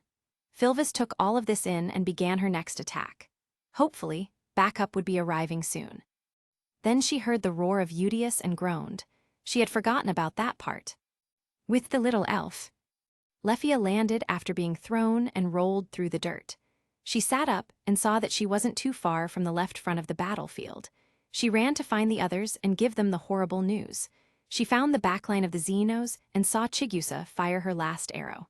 After that, the raven-haired girl brought out a collapsible spear. Leffia also saw the distinctive golden glow of Haruheim's level-up magic lingering. Just as Chigusa began to thrust and stab with her spear, she saw Leffia. The elf fell in on the other side and used her staff to fight off a couple monsters. While the Thousand Elf would never be famous for her hand-to-hand combat, she had worked on it hard enough to stand on her own. Chigusa nodded her thanks, and only when there was a lull in battle did she finally turn to Leffia. What happened with the Banshee? Leffia flinched. That barely noticeable movement brought Chigusa's attention to the rest of the elf's body, mostly how it had been painted red. "We need help over here," cried the level 3 adventurer. Coming back from the vanguard, Mikoto, Belle, and Wine carved their way through a knot of monsters.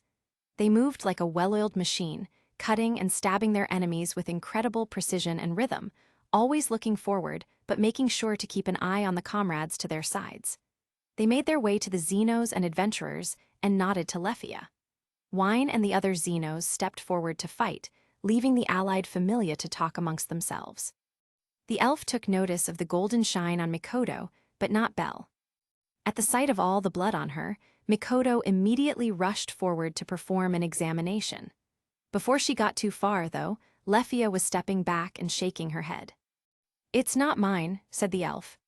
"What do you mean?" asked Belle, gaze intent. "Who else was up there? What happened, Leffia?" The scared little elf wrung her hands. "Miss Filvis showed up to take me away. Miss Lily went running down the hill so that I could try and talk to her." Leffia could feel her speaking start to speed up. "I managed to talk her down, but, her voice dropped away. "But what, Leffia?" asked Belle. The blood wasn't Leffia's, and it didn't look like monster blood. "That big, awful creature Scipio attacked, and then Miss Filvis was trying to defend me, but then I got distracted, and then Elwyn showed up." There it was the heart of the matter. Leffia felt the tears coming back. Her knees started to wobble. "Lady Leffia," began Mikoto, "where is Sir Elwyn?" Leffia just started shaking her head. A second later, Belle dropped his knife. Mikoto brought her hands to her mouth as Chigusa grabbed her. The little Far Eastern girl was the only thing stopping her from falling to the ground.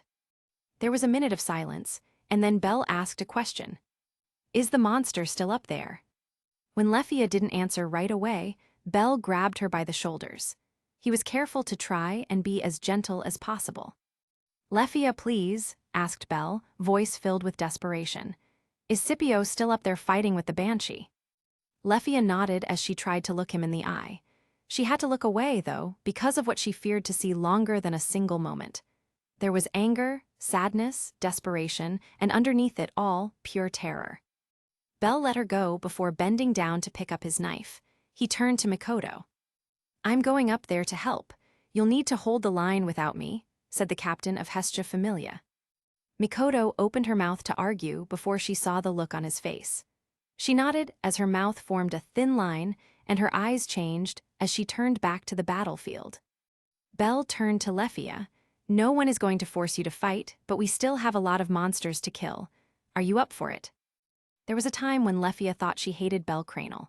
She thought she hated him because he wasn't worthy of Miss Ais.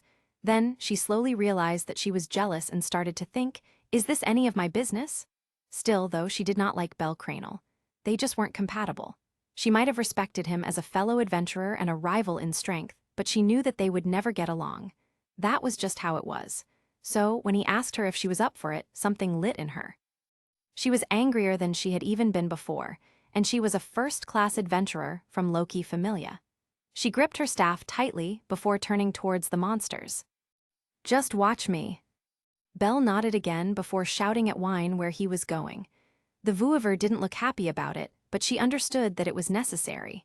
Besides, she didn't have much time to think, what with all the monsters attacking her Xenos brethren. So, she put her faith in Bell. After all, he had never let her down before. The boy ran off. He held the Hestia knife in one hand while the other was curled into a fist. Particles of white began to gather, and the sound of the ringing bell filled the dungeon. In the beyond, Elwyn opened his eyes to find himself in a great big forest. In front of him was a towering tree, more majestic than any other tree. Its roots were the size of avenues that cut through Horario just like the city's streets did. It had gnarled knots the size of houses, and everywhere he looked it was teeming with life. Birds flitted from branch to branch, each one a different color, each one beautiful in its own way. There were magentas and shades of orange, along with teals and bright red ruby birds. There were squirrels with full bushy tails that darted to and fro along the great trunk. As Elwyn admired the tree, he felt compelled to step forward. The second his foot left the ground, though, he heard a voice call out to him. "I wouldn't walk forward anymore. Not unless you're sure that's where you want to go," said the voice. Elwyn turned to find the epitome of virtue standing in front of him. It was a high elf, and she looked much like Riveria. However, while Riveria's face carried lines of stress, this woman's face had crinkles from too much smiling. "Who are you?" asked the half-elf. He spun around to take in his surroundings. "Where am I?" "Welcome to the forest of Lothlian," replied the elf in front of him. "My name is Seldia, Queen of the Elves." Elwyn frowned. "Sorry, but it doesn't ring a bell. Should I know you?" Seldia raised a perfectly poised hand to cover her mouth as she giggled. It was the sound of leaves chiming in the wind. "Perhaps you have heard of an old friend of mine. His name was Albert," inquired the high elf. Elwyn considered the question before a light bulb went off inside his mind. "Right, you were one of Albert Waldenstein's companions, from Dungeon Oratoria." After that startling revelation, Elwyn pursed his lips. He looked down at his hands while patting down his body. Finally, his gaze returned to Seldia. "Am I dead?" asked the half-elf. The sound of leaves filled the clearing again as the legend laughed. "For now, yes," replied Seldia. "But I would not approach the great tree loth just yet. If you touch it, you're confirming that you really are dead, and that would be the true end." Elwyn nodded as if this all made perfect sense. But then he stopped and whirled to really look at Seldia. "So, am I not dead, and why are you here?" Seldia smiled, and Elwyn felt himself relax, even though her grin was full of amusement.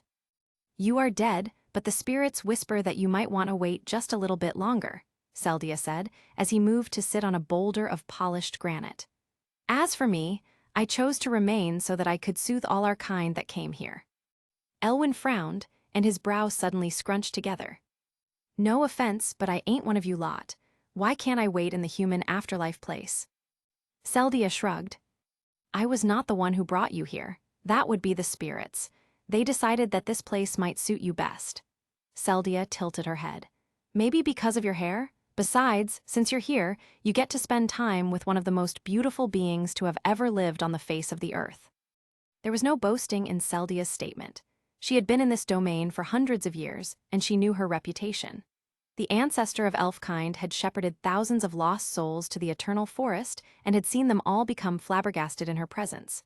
She knew who she was and had confidence in that. Besides, one gets bored in the afterlife.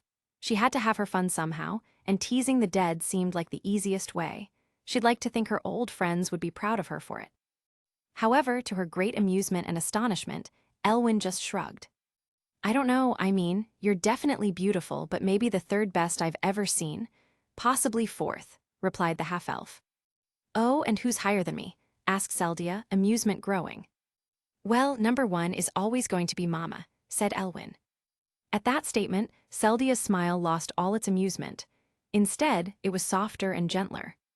A wonderful answer, who else? Second place is definitely big sister Reveria. Even if you look a bit like her, she's got something else about her. Puts my big sis over the top, no offense, continued Elwyn. Seldia shrugged, none taken and the possible third place. Elwyn was now little more than an apparition, but apparently he could still blush. He felt the heat rise through his ears, up to the tips, before he responded. This little elf girl. With the warrior. Back at the battlefield, Ryuu cut down another monster.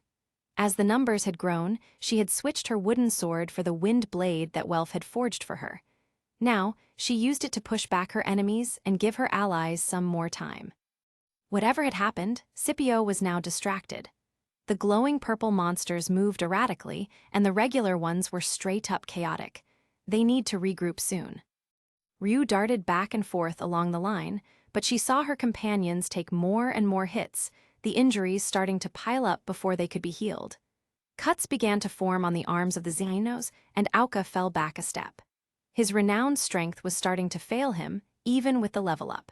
They needed a change of pace. Everyone fall back. At the sound of Lily's voice ringing over the din of battle, the combatants began to pull away. They were to move back to the mouth at the entrance to the current floor and make a final stand. Hopefully, the 1,000 elf would join them to assist. As the others turned to withdraw, Ryuu stayed to buy them some time. As fatigue took its toll, she cursed at herself for not taking the level up from Haruheim. Wind blade, screamed the elf. A slice of green shot out and bisected a column of monsters. Just as Ryuu was about to head toward her allies, she saw a monstrosity rise above the treetops. She knew what it was, and it paralyzed her to the ground. Somehow, someway, Yudo's had brought itself up. The monster Rex had uprooted itself, despite the pain and injuries that would cause, and traveled to floor 34. The elven warrior had only a second to consider what she saw. Then, she turned towards Auka and Daphne's retreating forms. Tell Lily to send Mikoto. She didn't wait to try and hear their response. Instead, she ran towards the beast. Ryuu was on an adventure. Faintly, in the distance, she listened to the tolling of bells. With the sword princess. The middle front had no problem pulling back. As it turned out, a level 7 Ais Wallenstein, with aerial activated and using Avenger, was the equivalent of an actual tornado. In front of her was absolute carnage, and she almost lost her footing once or twice from the blood of the monsters she had spilled beneath her. The support group and the rest of the adventurers of the middle had slowly walked away in terror. For a second, they felt sympathy for the monsters. Ais noticed none of this, though. There was only one task in front of her to protect the allied familias. If a single beast started to get past her, she was there. A single thrust let her pierce the heart of a loop-garu. At one point, she leapt into the air to bisect some griffins. She jumped from one winged beast to the next, killing as she went. Their corpses continued to be added to the pile. When she landed, a lambton burst from the ground to try and eat her. With a flick of her wrist, she cut downward. 2 halves fell to either side of her, perfectly sliced down the middle. We have fallen back, Sword Princess, called Lily. Ais jumped back, disengaging with the monsters before she made her way towards her companions. The others had gathered at the pathway up when she noticed some people missing. Where's Belle? Asked Ais. What happened to Ryuu? Finally, she turned to her friend. What happened, Lefia? All of these questions were asked with an emotionless mask. The doll princess had slid into place, but it was all a cover to hide her worry. Master Bell is helping Miss Filvis fight Scipio, reported Lily. The Prum's eyes were red and puffy. Miss Ryuu has left to fight Yudos, and Miss Mikoto will be flying over to provide support. Her next words came out choked. The blood is Mr. Elwyn's. Scipio killed him. Ais felt like her gut had been punched. She had promised to protect these people. It was her one job, and she failed. Then she saw Lefia's face and the blank look she got. Then, Ais realized that it would be 100 times worse for Reveria. No matter how much the High Elf would try to hide it, she had been ecstatic at the idea of a little brother. Ais looked to the rest of Hestia Familia and saw most of them in disarray. All except Urashima, who was rubbing his chin, deep in thought. Ais frowned for a second, but then the roar of the approaching monsters reached her ears. She was faced with a wall of flesh bearing down on her position. The Sword Princess will be in front, Miss Aisha and Miss Ottoheim will be supporting. Everyone else will take care of whatever gets by them. Miss Mikoto, go to Lady Ryuu. Miss Lefia, prepare your magic. Lily turned to the Xenos. Lily knows that she does not deserve this, but we need your help. Without responding, Lyd took up a defensive position, followed by Wine. The rest of them filed in after that. Ais walked forward, head held high. She had been suddenly reminded of why she hated monsters. In the past, as far as young adventurers went, Elwyn was more determined than most. The objective Lady Hecate had set was to become a level 3. Apparently, there were so few of those in the world outside Horario that it would be enough for him to travel safely. When he asked why some of the higher-ups of his familia couldn't join him, Hecate responded that this was his mission. He had to work for this on his own. So, he trained everywhere he could. The young half-elf fought bandits and brigands, hunted down great monsters, and trained every day. From dawn to dusk, he worked at improving his skills. Eventually, after 3 years of trials of determination, he made it to level 2. His achievement had involved hunting down a pack of dire wolves all on his own. He didn't remember the party afterwards. The next day, though, he walked into the training yard. Like every morning, Morgan, captain of Hecate Familia, was waiting for him. "You're probably too hungover to properly cast spells," said the powerful mage. "Instead, we'll work on your staff fighting and hand-to-hand combat." Due to the shifting nature of Elwyn's magic, he had to practice his weapon craft more than most. Thankfully, he had people like Morgan and Reginald teach him to guide him through the difficult process.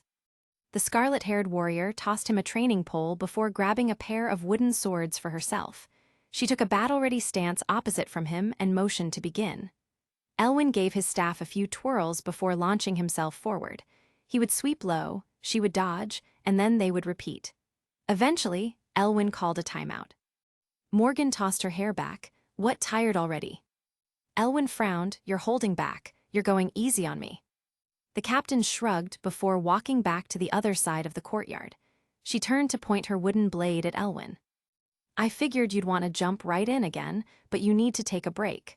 Call this a compromise for your mother's sake, okay?" Elwyn considered it. He took back his battle-ready position. "Fine, but you're buying me breakfast afterwards, and I want all the good stuff." Morgan laughed heartily, long and hard. Then she smiled. "Whatever you want, you bratty level 2. With the adventurer." Ryuu had begun to jump through the trees. As she moved, she cursed at herself. Why was she doing this? Fighting Yudos on her own? That was something Elise would do. Even now, she could imagine her former captain and the other running along beside her, laughing their heads off. "Just what am I doing?" asked the vice-captain. She had responsibilities to take care of after all. She had her familia. Besides, Ais Wallenstein had soloed the Yudos before. Surely, the Sword Princess would be the best candidate, but the mere thought of having to rely on her made Ryuu's teeth ache. The elf realized that she wanted to do this more than anything else. Was it something she had to prove? Maybe. But this was her moment. She felt it deep in her bones. Finally, she arrived at her destination. Yudos loomed over her, and she realized that it was not whole. Since it had ripped itself from the ground, its normal dark roots were nowhere to be found. It was half a monster. "That's good," thought Ryuu. "I'm half an adventurer right now." She was tired from battle and still not fully recovered from the heat of the desert. They were both fighting with a handicap at the moment. "Wind blade," called Ryuu. In answer, a cut of green shot forward. It slashed into the great monster's bony arm. It turned its glowing eyes on Ryuu and roared. She had gained its attention. The only problem was all the other monsters surrounding her. They had heard the call of an alpha beast and rushed to answer it, to aid it. She drew her wooden blade in her other hand and made ready to dual wield. She would have to find a way to kill everything and fast. Just as she stepped towards the first minion, with Yudos looming behind it, a shadow flashed in. It decapitated the lizardman that had been standing there and slid along the ground as it landed. Mikoto held her sword aloft, wings outstretched behind her. "Go fight the floor boss," called the Black Crow. "I will guard your back." If she wasn't in the middle of battle, Ryuu might have cried. If Mikoto had been around at the time, Ryuu knew she would have been an excellent member of Hestia Familia. The samurai took to the skies and began a series of dives and swoops. She cut down monsters as she went, using hit and run tactics, trying to save as much energy as possible. With their attention divided, the elven warrior had a clear path forward. She cut towards the monster Rex. It responded by swinging a massive bone arm down on her position. The nimble warrior leapt out of its way, and as soon as her feet touched the ground, she launched herself into the air once more. She landed atop the monster's arm and began to run along it. She cut and slashed as she went, with her magic Krazo blade leaving deep grooves in Udos's bony structure. The beast howled in pain as it lifted its arm into the sky. It began to thrash about, trying to shake off the elven warrior. Instead, she launched herself to try to land near its ribcage. That was when the other arm came swinging. It landed a solid hit, and Ryuu crashed into the dirt. She climbed back to her feet and saw the black skeleton reach for something on its back. Apparently, it had seen fit to bring a sword with it up through the dungeon. Massive blade in hand, it swung downwards, aiming where the elf had been. When the black weapon hit the ground, a shockwave rippled out. It sent Mikoto and the monsters flying, and Ryuu just barely held her ground. She stood up, the monster towering in front of her, and she raised her wooden blade. With the hero. Philvis wasn't sure when it happened, but she was happy that someone had arrived. Speaking honestly, whatever Scipio had done beforehand had massively increased his power. She wasn't far behind, but this wasn't the right circumstances. In a head-on duel, she was outclassed and outgunned. Then that boy with white hair arrived. At the sound of a tolling bell, the monster turned around to look in the direction of the sound. For the first time, the banshee saw fear in the face of her former comrade. She remembered all the times he had spoken of the detestable white light and the nightmares of rabbits. Philvis was forgotten for a second. Scipio stared at the glowing boy, and the boy stared at the corpse of his fallen comrade. When his gaze returned to his foes, and he locked eyes with the marsh monster, Philvis and Scipio both stepped back. Even when it wasn't targeted at her, she could feel the wrath that emanated from him. "Miss Philvis," said the boy with white hair and rubelite eyes, "you'll need to get out of the way. Run as far as you can, or else this will hit you too. And please," he faltered for a second, "take Elwyn's corpse with you." He lifted his one glowing fist and grabbed the arm with his other hand. Slowly, the fist uncurled, and his fingers were splayed outwards as if reaching for something. The banshee took off, pausing only for a second to scoop up the body of the half-elf. All she heard as she flew in the opposite direction was a single word. "Firebolt." Then, a flash of white resonated throughout the area, its luminosity blinding to anyone present. Everyone saw the blast. It went from Belle's fist and carved its way into the wall behind it. When the smoke would clear, there would be nothing but ashes and a deep ditch shooting forward. Any monsters within a 100-foot radius had been incinerated. A 5-minute charge from a level 5 Bell Cranal. With his boosted stats, this attack was beyond powerful. The only problem was that it left him vulnerable. The only other time he had tried this, in the Valley of Dragons a year ago, he had passed out. And that was when he was working at full strength. The way he was now, he would be unconscious for a couple of days at least. In the beyond, Seldia had shown Elwyn the way to a magical pool. While he waited on his decision to move on or not, he watched his friends do battle. He had seen everything so far and was amazed by his friends' abilities. There was one strange moment, though. As she watched the enhanced eyes fight off monsters, Seldia had started to whisper to herself. Elwyn didn't hear much, only catching the word daughter. What a strange moment. When Bell had cast his Argonaut magic, though, the half-elf chuckled. That was his captain, all right. Seldia looked over at him. "What's so funny? Your poor captain left himself defenseless," said the elven queen. "Yeah, but that monster's probably long gone," replied Elwyn. "Even if it survived, it's been a cautious thing. After watching Bell pull something like that off, it probably retreated. I mean, I know I would. After an attack like that, I'd be shaken to my core. I'd leave to regroup and refigure my strategy." He waved his hand in the water, and the image shifted. Besides, he's probably realized that it's almost over. In the water was an image of Ais leading a final sortie from the mouth of the cave. The unstoppable horde had finally fallen back. The last of Scipio's army lay scattered and defeated. What little monsters that remained were hunted down by Lyd and the other Xenos. The adventurers had stopped to catch their breath, and many almost keeled over from exhaustion. that only left one thing. With the adventurer. Ryuu jumped back to catch her breath. She was gulping down air, and she felt her heartbeat pulsating in her ears. This damned monster still stood in front of her, but she had worn it down. Many of its ribs were cracked, and one arm lay on the ground, disconnected from the rest. She stared down at it, lifting her sky-blue eyes to its dark crimson red. This was it, the final bout.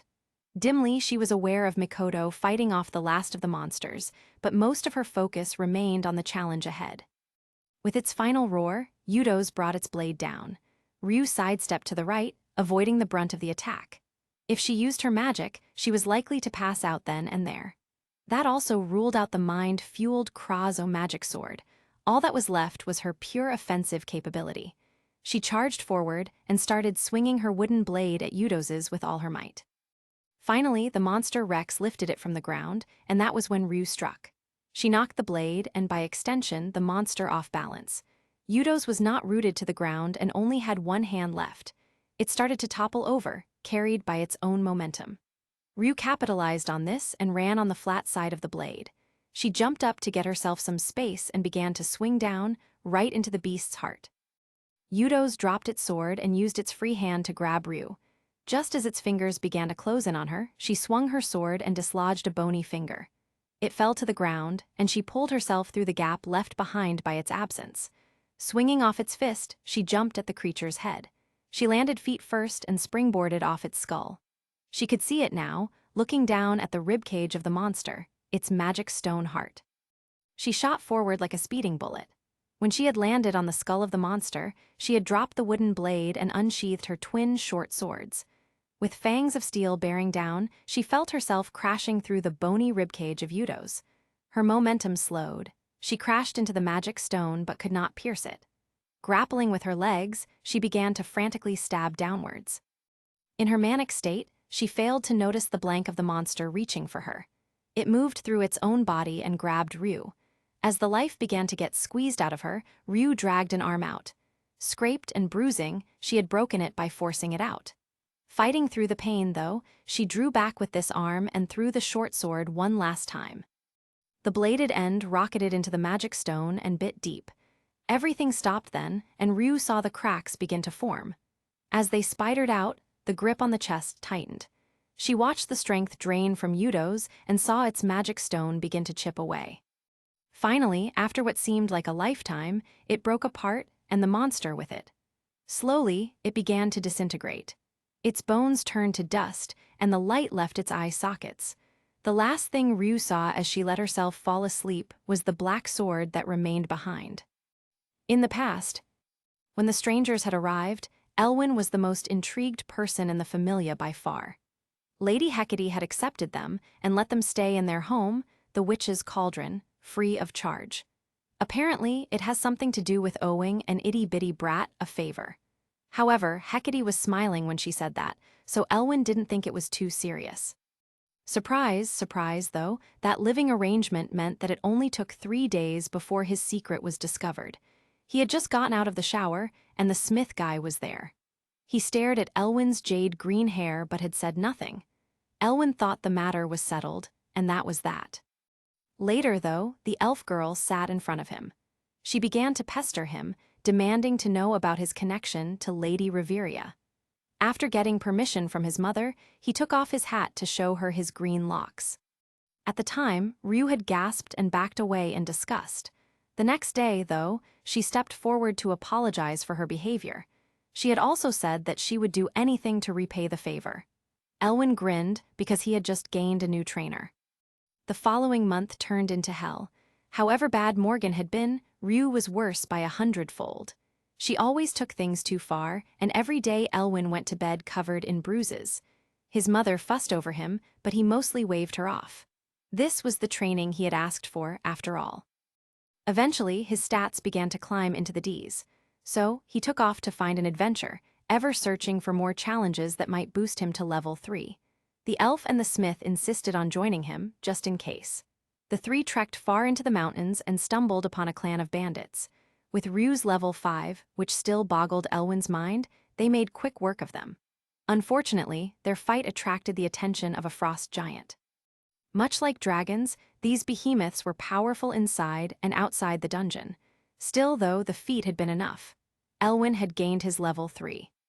When the rest of Hestia Familia arrived to pick up their members, Elwyn begged to go with him. He had pleaded on his knees and cried his eyes out.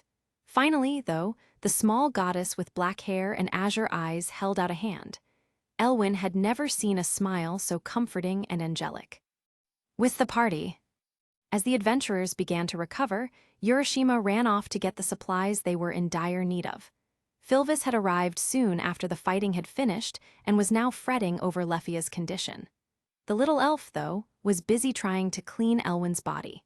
She washed the dried blood from his hair and tried to brush the dirt away. Soon, the rest of Hestia Familia joined. The moment the coast had been clear, Ais dashed off to find Belle. She returned with his unconscious form and put a blanket on him. Eventually, the Xenos came back with Mikoto and Ryuu. Lid and Ween carried the elf between them while Let dragged the black sword left behind along the ground. Ween laid the vice-captain of Hestia Familia next to the captain. Meanwhile, Mikoto flopped to the ground, utterly exhausted. Haruheim had just woken up and used the opportunity to care for Mikoto, while distracting herself from the sad sight of her fallen family.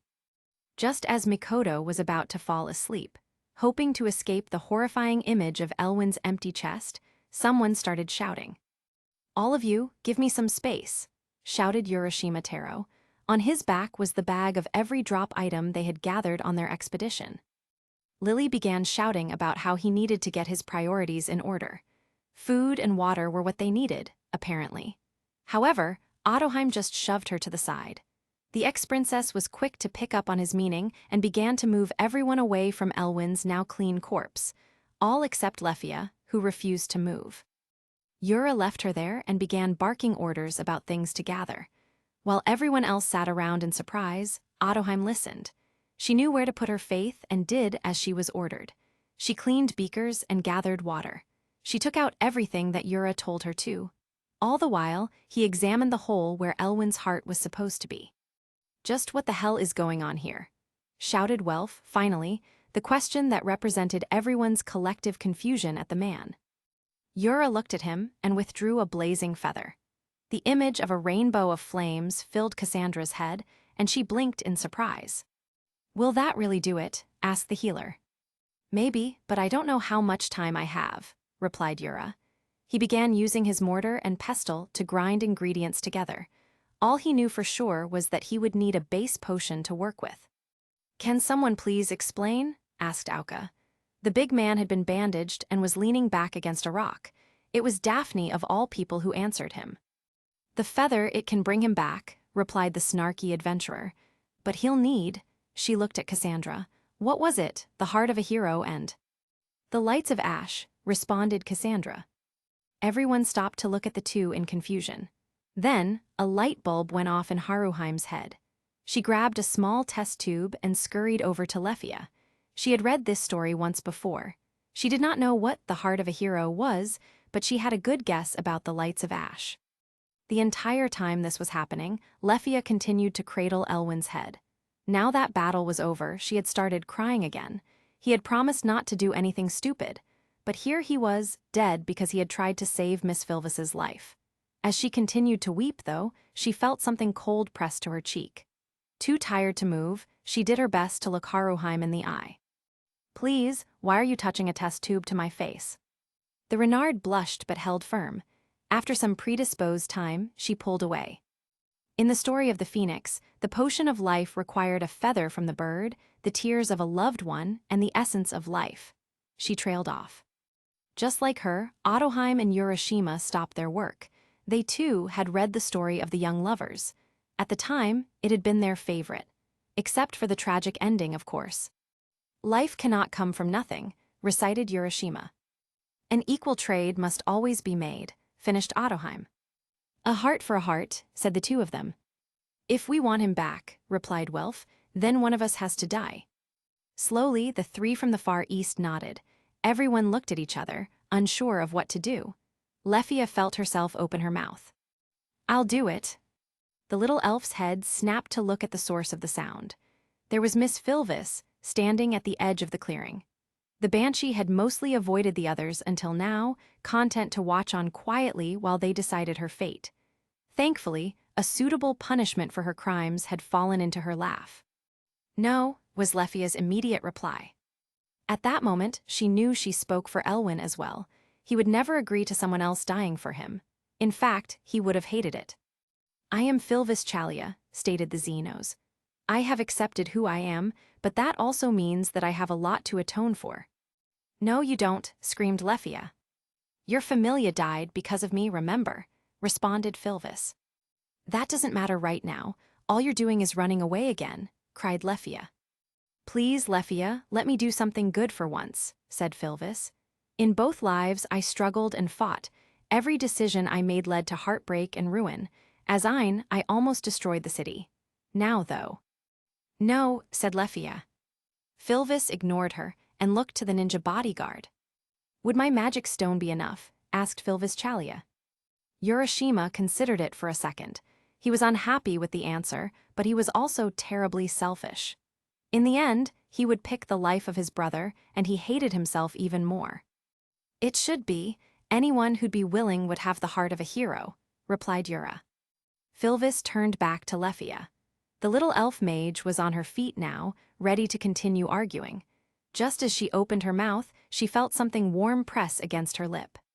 Philvis pulled back and took Lefia's dainty hands in her monstrous ones. The Banshee smiled, and Lefia engraved the image into her heart. "I wanted to be your first, forever and always.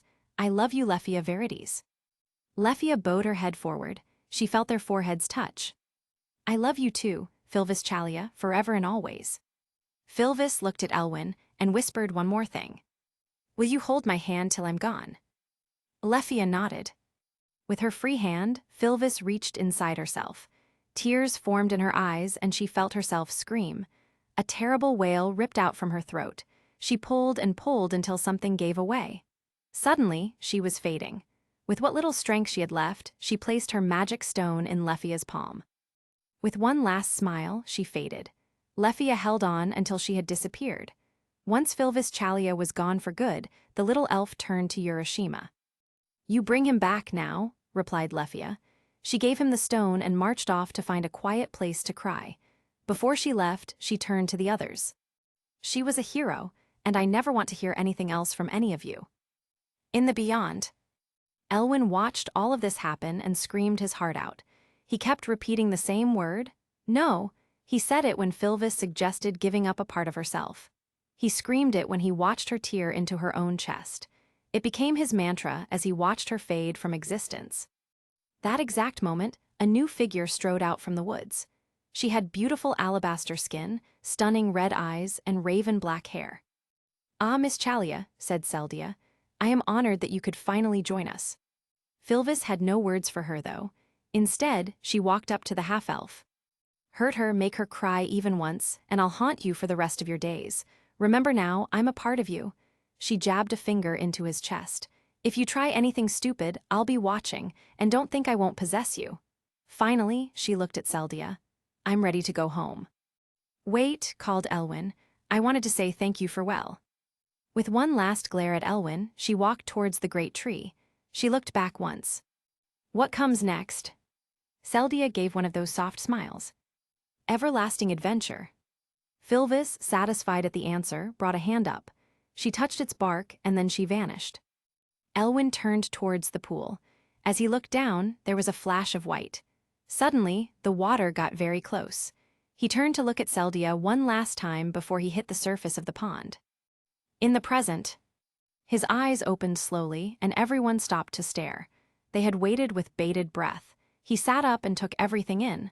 Slowly, he came to his senses. Elwyn was unsure of what to do next when a voice whispered in his ear. "Find her, you idiot."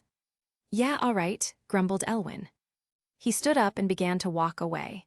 His friends watched in awe, but he did his best to ignore them. He had somewhere much more important to be. After a couple of minutes of searching, he found her sitting on a rock.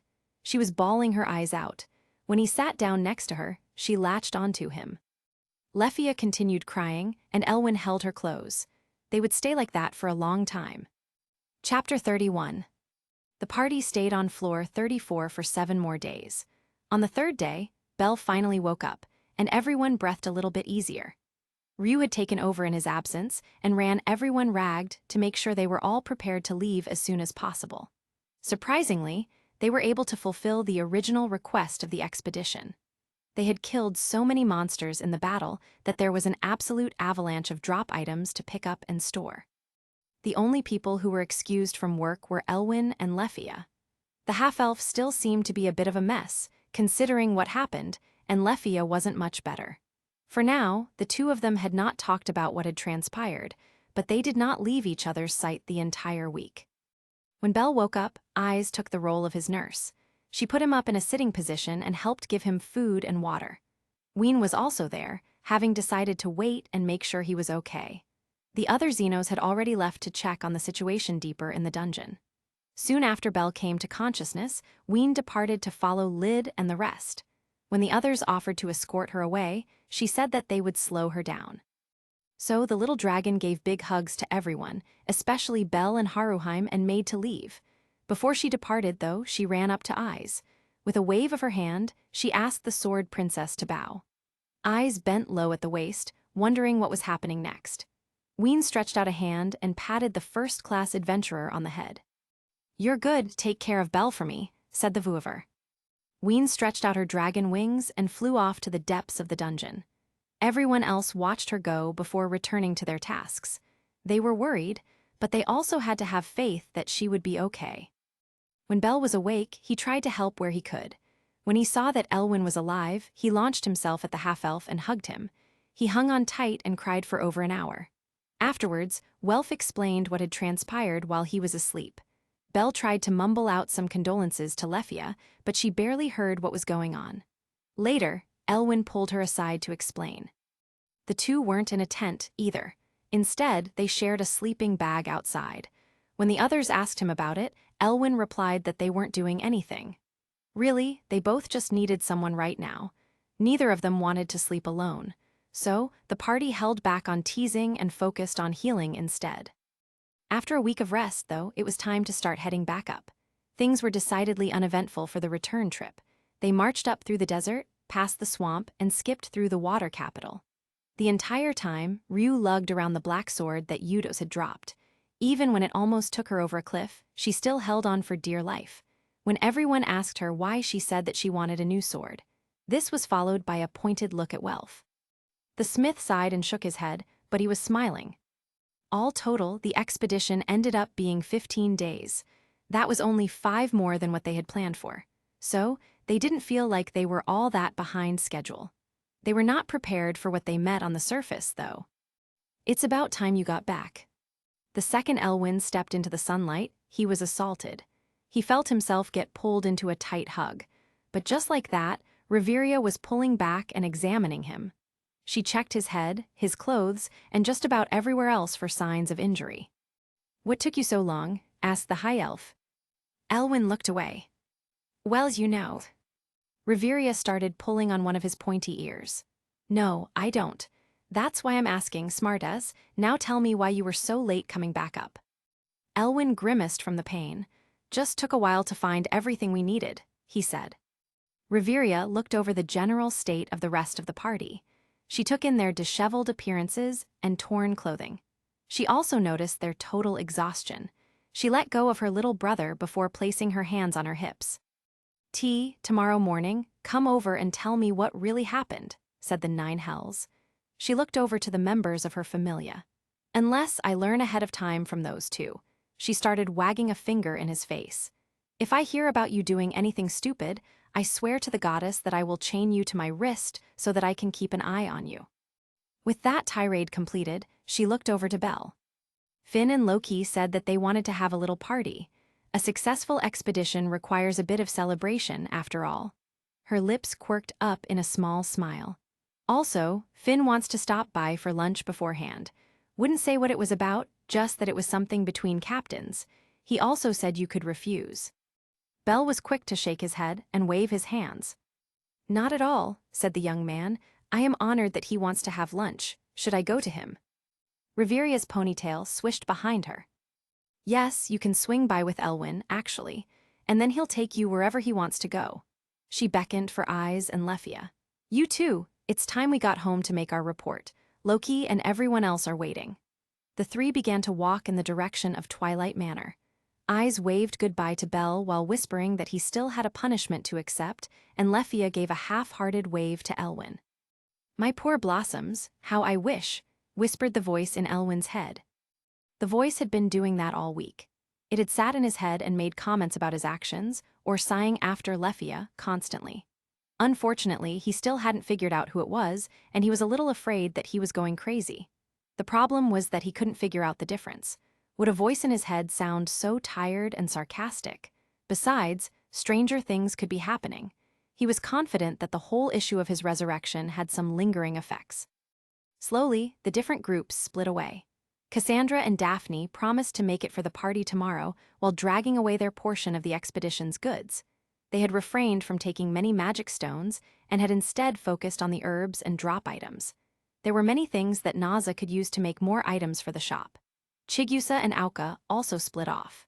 Their portion contained a more significant collection of magic stones, but also some metals on reserve. These were going to be new weapons made by Welf as part of their commission.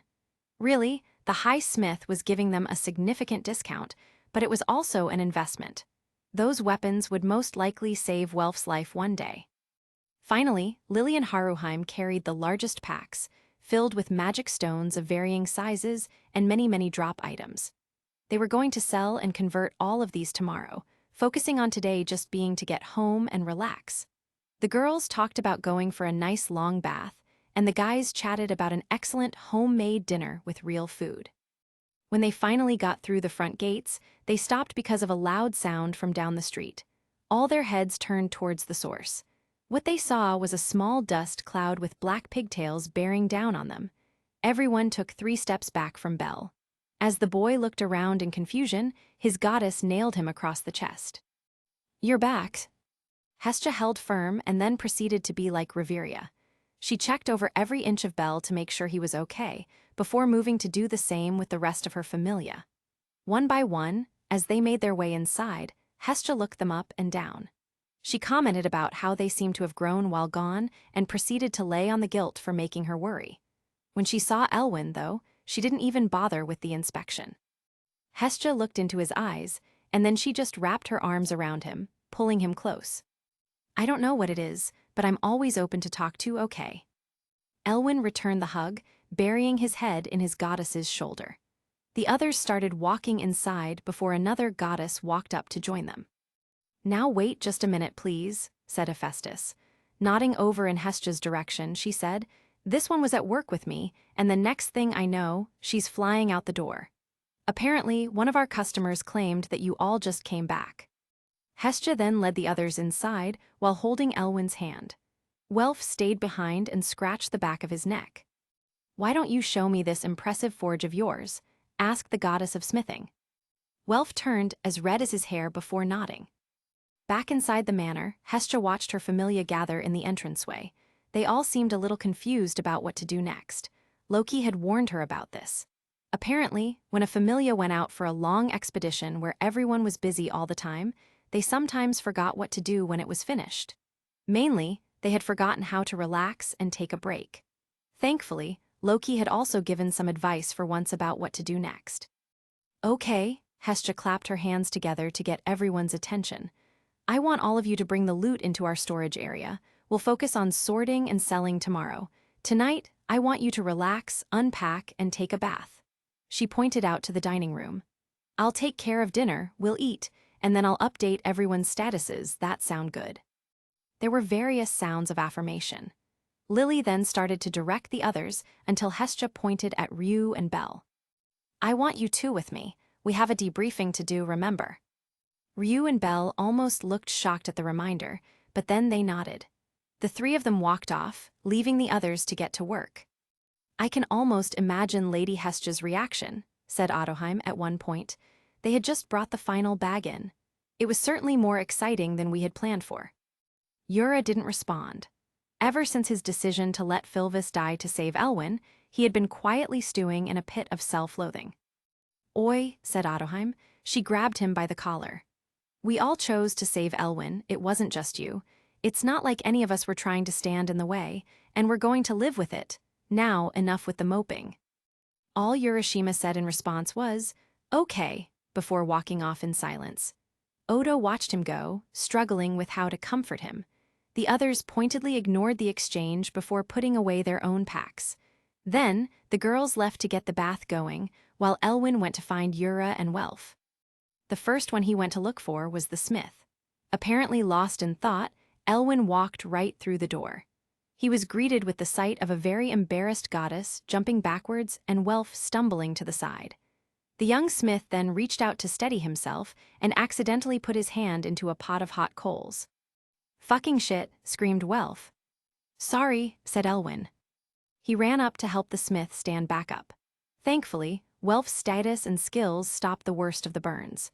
The smith grabbed a potion he kept for precisely these situations and started to gulp it down. Hephaestus stood in shock, face as red as her hair before she began to giggle. And then it just got louder and louder until she couldn't contain it anymore. Welf and Elwyn watched her go. Eventually, she noticed them staring and started to recompose herself. She fanned her hands in front of her face before speaking up again. "I'm sorry about that," said the goddess. "I just never thought I would be caught out like that. Look at me, I'm no better than some young girl." The subsequent smile almost gave Welf a heart attack. Hephaestus took a look outside and sighed. "I think I need to get going. Unfortunately, there is a whole familia that I need to look after." She walked up to Welf and gave him a quick peck on the lips. Elwyn's eyebrows nearly shot off his skull. "We'll have to set up a dinner date next time, okay?" said Hephaestus, holding Welf's hands. When he nodded slowly, she left with a wave goodbye. Elwyn looked back at Welf and his dumbstruck expression. "You are a very lucky man, you know that, right?" Welf nodded, and the two of them went back to the house. With the executives. In the office, Hestia's eyes were popping out of her head. "He what?" Belle and Ryuu both looked off to the side. "He came back, though," mumbled Belle. "But he died," screamed Hestia. "With the boys." "Oh, I'm guessing she just heard," said Elwyn as he entered the bathhouse. Yura and Welf nodded sagely as they took off their towels. "Back with the executives." "But what else happened?" asked Hestia. The two executives took the time to explain the entirety of the expedition, including everything that happened with Philvis and Lefia. She hummed thoughtfully when she heard about the battle with Udius before asking Belle to leave the room for a minute. "Take your shirt off, Ryuu," commanded the goddess. The elf turned a dark shade of red from her neck to her ears. She blinked once in confusion, her face a careful blank. When she didn't move, Hestia rolled her eyes and took Ryuu's hand. She dragged the fairy's princess up and sat her down on a stool they kept in the office. The goddess proceeded to lift off the elf's undershirt, while the elf did not completely understand what was going on. It was only after Hestia pricked her finger that the pieces started to fall together. Then, Hestia took a piece of spare paper and flattened it out on Ryuu's back. Ryuu was about to slip her shirt back on when Hestia snatched it from her hands. "Okay, so I had a bit of a feeling this could happen since it was similar to what Wallen Wadasit did, but I wanted to wait to confirm it." The goddess's serious face morphed into a large smile. "Congratulations, Ryuu, you can now rank up to level 6. Dumbly, Ryuu stared at the piece of paper. "Ryuu Leon. Status. Strength E501 Defense, F455 Dexterity, E595 Agility, D601 Magic, E503. Hunter, F. Abnormal Resistance, F. Magic Resistance, G. Swordsman, H." There it was, a single letter D in her status. She had barely crossed the line, but in only a year and a couple months, she had somehow qualified to make it to level 6. She was so shocked by the possibilities that she barely heard what Hestia said next. "Do you want to take it now or wait till all your stats are a bit higher?" asked the goddess. Ryuu whirled to look over, eyes wide. "Goddess Hestia, is that really an option we can afford to have? Sifreya is waiting for us. I need to get stronger as soon as possible." Hestia sighed and gave Ryuu a pat on the shoulder. The elf felt like she was being patronized too. Ryu, even if everyone in this familia got another level up at this second, we'd still be very far behind Freya. If we go over the natural course of adventuring, it'll be decades before we're strong enough to stand up to her, and that's counting that her familia doesn't get any stronger on their own. Hestia shrugged. In all honesty, if it wasn't for Loki familia and Hephaestus familia, we'd be dead in the water. So, if you want to wait, then this can be our little secret. Ryu looked at the paper, then back up at her goddess. Slowly, she folded it and tucked it away in her pants pocket. I suppose I don't need to make the decision right now, said Ryu. Hestia nodded. Then she looked at Ryu's back again before sealing the status. As the elf put her shirt back on, the goddess crossed her arms deep in thought. Not to belittle your accomplishment or anything, but your rate of growth is quite remarkable, especially since you did it all outside of Horario. I mean, I know that you're a hard worker and all, but it seems a little far-fetched to me, said Hestia. Ryu paused, contemplating the words of her goddess. After mulling it over, she turned towards the door out.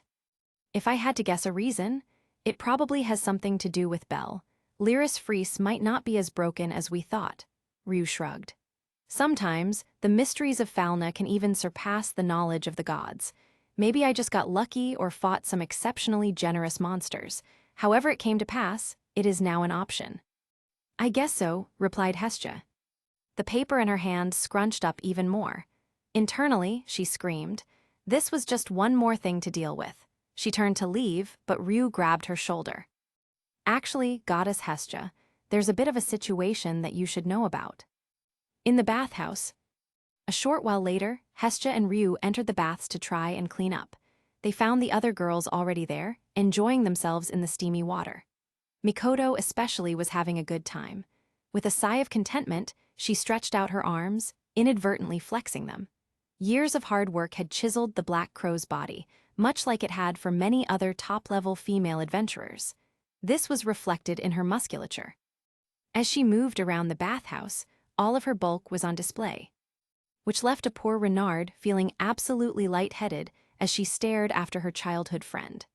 It seemed that Mikoto forgot all her usual modesty and was drunk on the atmosphere of an authentic Far Eastern bath. She went to grab a bucket and rinse a bit, and Haruheim was left staring at her sturdy back and swaying hips. Ottoheim and Lily noticed and shared a smirk with each other. As they watched, Lily looked over with a false look of astonishment. Miss Mikoto, said the Prum, it seems like you missed a spot on your back. Hi. Mikoto then tried to reach for said imaginary spot, which just ended up making her biceps more pronounced. Lady Haruheim, continued Odo, why don't you help her scrub her back? The Renard went as stiff as a board. Oh, okay then. Slowly, as if she was drunk and dizzy, Haruheim stumbled over to where Mikoto was. She grabbed a brush and started to scrub away. Mikoto released a sigh of contentment, the bristles helping to soothe her and ease the tension from her shoulders. Lady Haruheim, if you don't mind, could you move a bit slower, please? Asked the Black Crow, too lost in her own relaxation to care. Oh, of course, replied Haruheim, who slowly brought the brush lower and lower. But too soon, it was over. Mikoto declared that she was nice and clean, and she started to get her things together to leave and get changed. Despite Hestia's protests, she said she wanted to help with dinner. Haruheim soon followed to begin her maidly duties.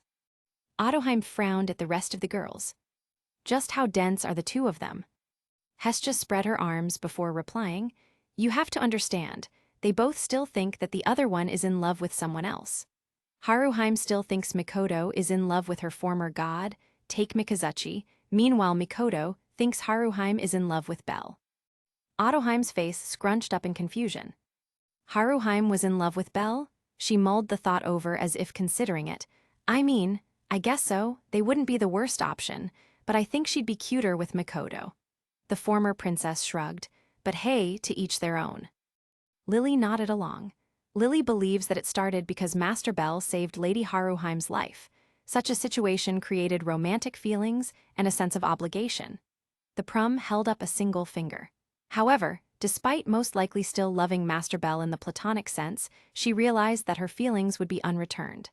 She held up a second finger. Secondly, she and Miss Mikoto were separated for almost a year for traveling and training. In their time apart, the two of them began to realize how much one meant for the other. Lily also shrugged.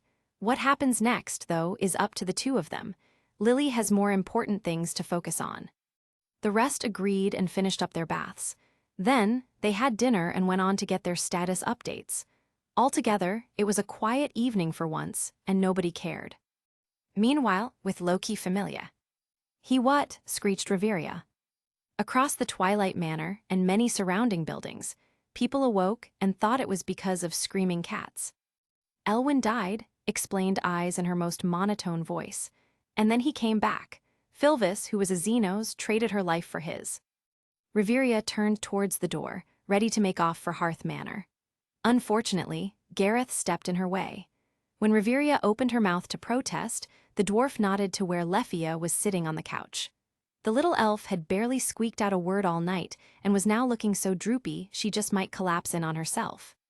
"The lad's coming by tomorrow anyway, Riveria, wait for him then. But right now, the little lass needs our help. Think you can do it?" asked Gareth. Riveria nodded with a sigh. She glared over at Finn to make the message clear they would be having words later. Then, she sat down next to Leffia and pulled her in tight. Her apprentice returned the hug, and with a shaky breath, Leffia let herself pass out. With Hestia Familia. The next day, the various members of Hestia Familia sat down at breakfast. "So then, Lady Haruheim and Miss Mikoto will stay home to take care of things," began Lily. "Mr. Welf will be at the forge, working on equipment repairs and requests, while Mr. Urashima and Lady Ottoheim sell everything we found in the dungeon. Lily will be reporting to the guild and turning in our magic stones with Miss Ryuu, and Master Bell and Mr. Elwyn will be heading over to the Twilight Manor to talk with Mr. Finn and Lady Riveria." The Prum looked around the table. "Does everyone understand their tasks?" The others nodded and made to begin their day when Goddess Hestia raised her gloved hand. "There's something I want to say first," said the itty-bitty goddess. "Belle, Ryuu told me about what happened during the expedition about your aunt. She figured that if everyone else knew, then I should too." As Belle shrunk into his seat, Hestia looked to the heavens and rolled her eyes. "You're not in trouble, Belle. I'm not going to lie, I don't know much about the Ulfia lady, but I also don't really care." She walked over to her first child and ruffled his hair. "Your name is Belle Cranel, captain of Hestia Familia. If that's still true, then you're still a member of my familia, which means that I will always care about you." Hestia snorted. "Besides, I don't think you could have an evil bone in your body if you tried." She watched Belle relax and then turned to look at the rest of the familia. "And the rest of you?" She leveled an accusatory finger. "I get it, the news was shocking, and you didn't like that he kept a secret. That's fine, but I want you all to remember how many secrets you've all kept." The rest of the familia had the decency to look away. Belle's aunt was responsible for something bad, so were most of Welf's ancestors. Ulfia killed people, and so did Ryuu. You got upset, that's fine. Now, get over it. She turned her finger to the outside. If we can't trust each other, we're all good as dead anyway. And again, does anyone really think that Belle would do anything nefarious? Those who had harbored feelings of doubt blushed. They remembered who their captain was, a massive fool for heroic tales. Belle was too innocent to even consider it. There was a small round of apologies, and Belle apologized for hiding his secret, and then everyone stood up. Welf left for the forge, Ottoheim and Urashima shouldered the sack of things to sell, and the rest started to file away. Haruheim and Mikoto bustled about to take away the dirty dishes, working in perfect tandem, and Elwyn and Belle left for the Twilight Manor. When they got there, they found Riveria and Finn already waiting for them. Elwyn was pulled in for another tight hug. After Riveria let go, she turned to look at Belle, and he remembered her threat before the expedition. He braced himself for the scolding of a lifetime but was met with a bowed head. The members of Loki Familia guarding the gate, who both just happened to be elves, stood in absolute shock. When Riveria lifted her head, she had a smile on her face. "He came back, you helped bring him back," said Riveria. "Thank you, Belle Cranel, I am in your debt." Finn just chuckled at the collected, bemused expressions. He looked down to his thumb and then back to his fellow captain. "I believe that is our cue to go," said the Prum. "Come, let us go for a walk." Finn patted Belle on the back as they left. Elwyn watched them go and then turned back to his big sister. He found her staring at him. Her gaze was intense but also broken. She beckoned with her head that they go inside. They sat down in their usual spot in the courtyard, and Riveria started to pour some tea. The only problem was that her hands were shaking so bad that it splattered everywhere. "Hey, why don't you let me get that, huh?" said Elwin. Although his movements weren't as elegant as Riveria's could have been, it got the job done. When he set the pot back down, Riveria whispered, "I'm so sorry." The half-elf tried for a smile. "Hey now, it's not your fault." Riveria shook her head. "Still, though I knew something was wrong, I felt it in my gut and I did nothing. I just sat here." There was a sudden breaking sound as her hand curled around her cup too tightly. She looked down in surprise. With a deft movement, she placed the cracked teacup down and wiped up what had spilled. She talked as she worked. "I'm supposed to be your big sister. I'm supposed to protect you and—" She trailed off, unsure of what to say. Elwin chuckled as he helped. While he wiped the tabletop down, he replied, "And you have your own responsibilities. You're the vice captain of one of the greatest familia in Horario. Not to mention, from what I understand, you're basically everyone's mom." When he finished, he took one of her hands. "This isn't going to be a normal brother-sister relationship. We both have too many responsibilities and obligations for that. So, this is just going to have to be one of those things we learn to live with, yeah." Riveria sighed, but nodded anyway. "As much as I want to force you to convert to Loki Familia, that isn't going to happen, right?" Elwin shook his head. "And I'm guessing you won't accept an invitation to the illustrious Hestia Familia." He waggled his eyebrows for dramatic effect, which earned him a snort of laughter. They sat in companionable silence after that and talked about small things. Eventually, Riveria asked him how his status was doing, and his face lit up like 1,000 stars. "I got a rank up," declared Elwin. He pulled out his status sheet and passed it along.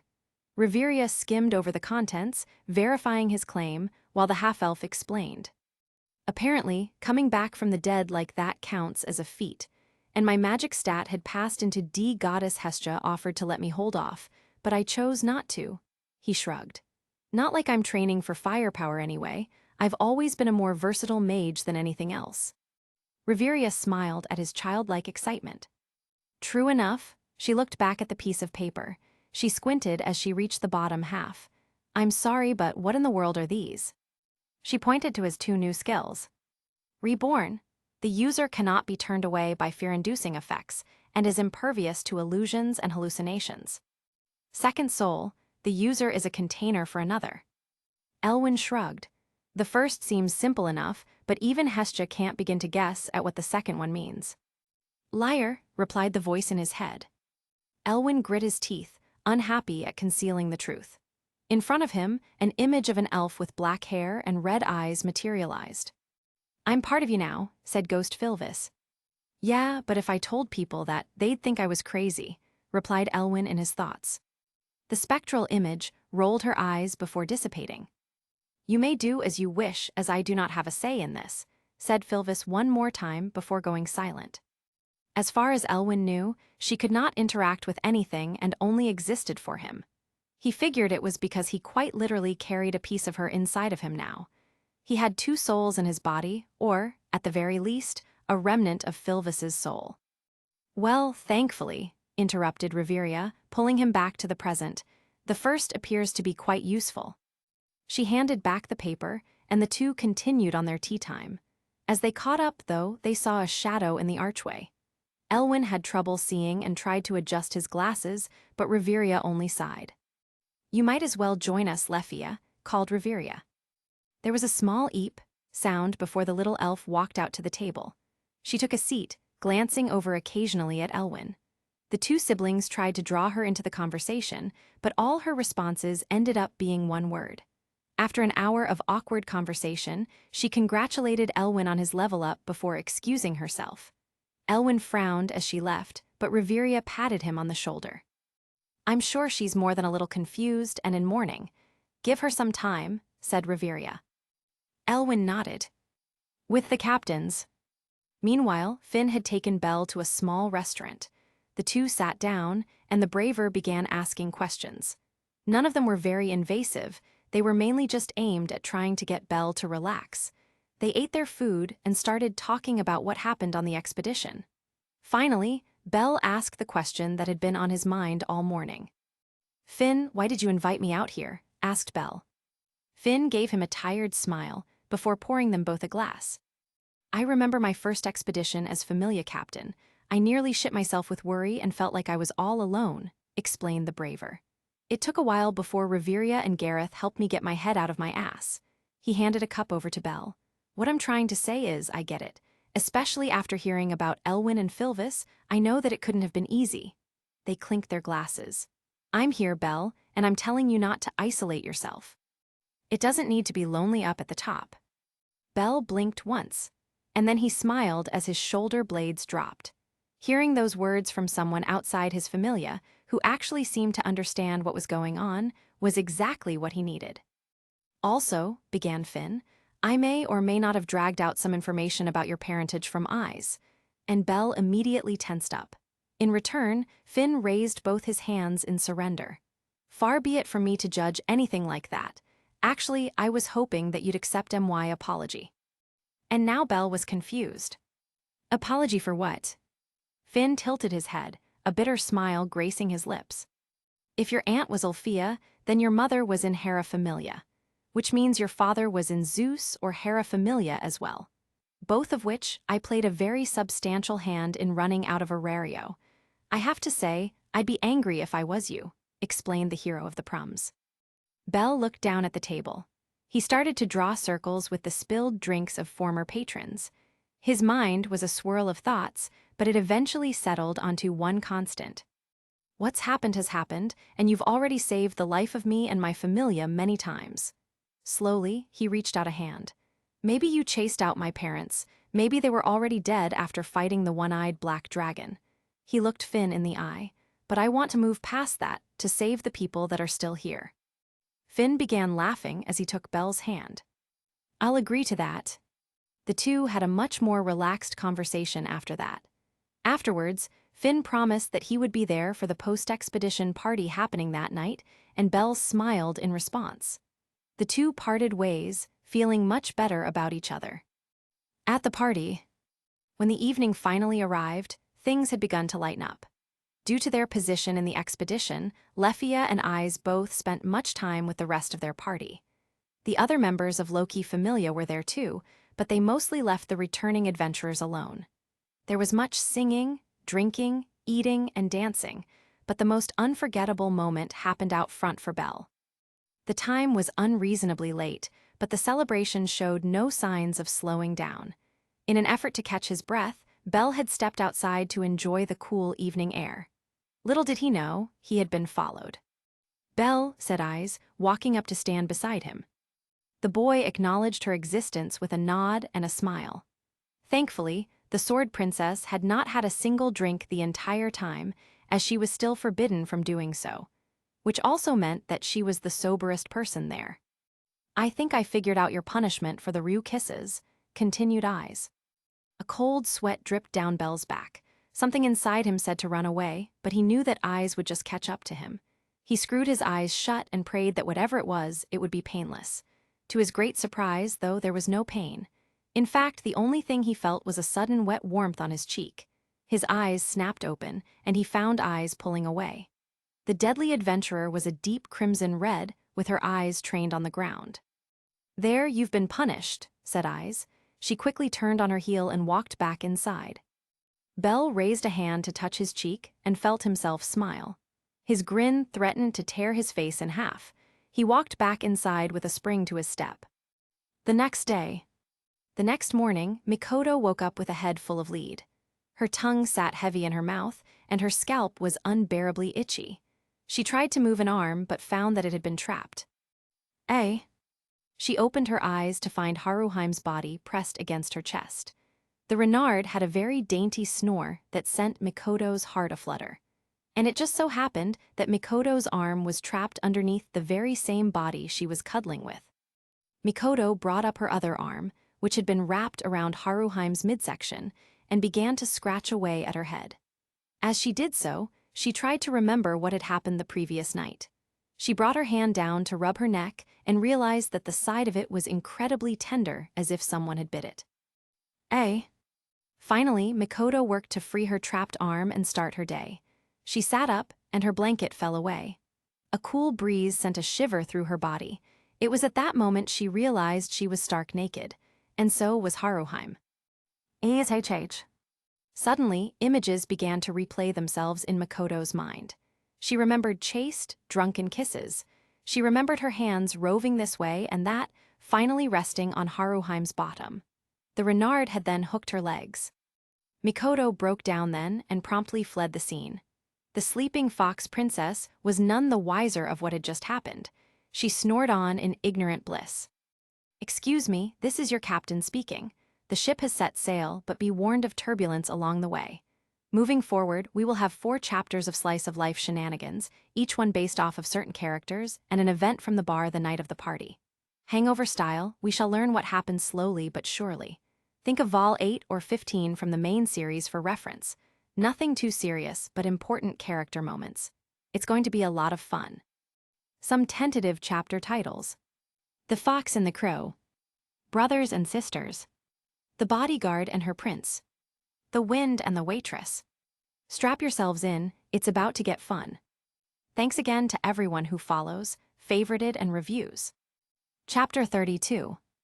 Haruheim woke up and nearly had a heart attack at her disheveled appearance. She had no memories of the night before, just an overall pleasant feeling. When she found the outfit she had worn to the party, lying in a heap on the side, she saw that it was sticky and covered in beer.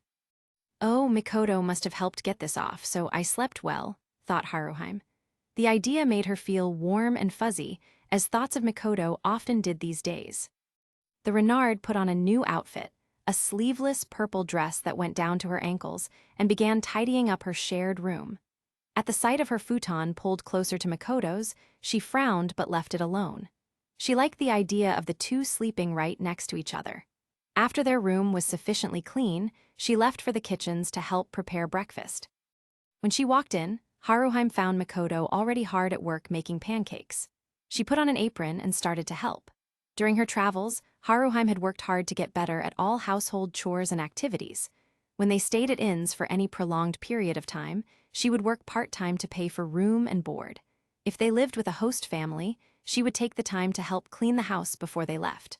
All so that she could find any way to support her familia. "Mikoto," said Haruheim. She took note of how her dear friend seemed to jump at her name. "I have finished mixing a second batch of batter. Shall I go set the table?" Slowly, in a jerky fashion, Mikoto nodded her head. Her hair, which was pulled into a ponytail this time, bounced erratically behind her.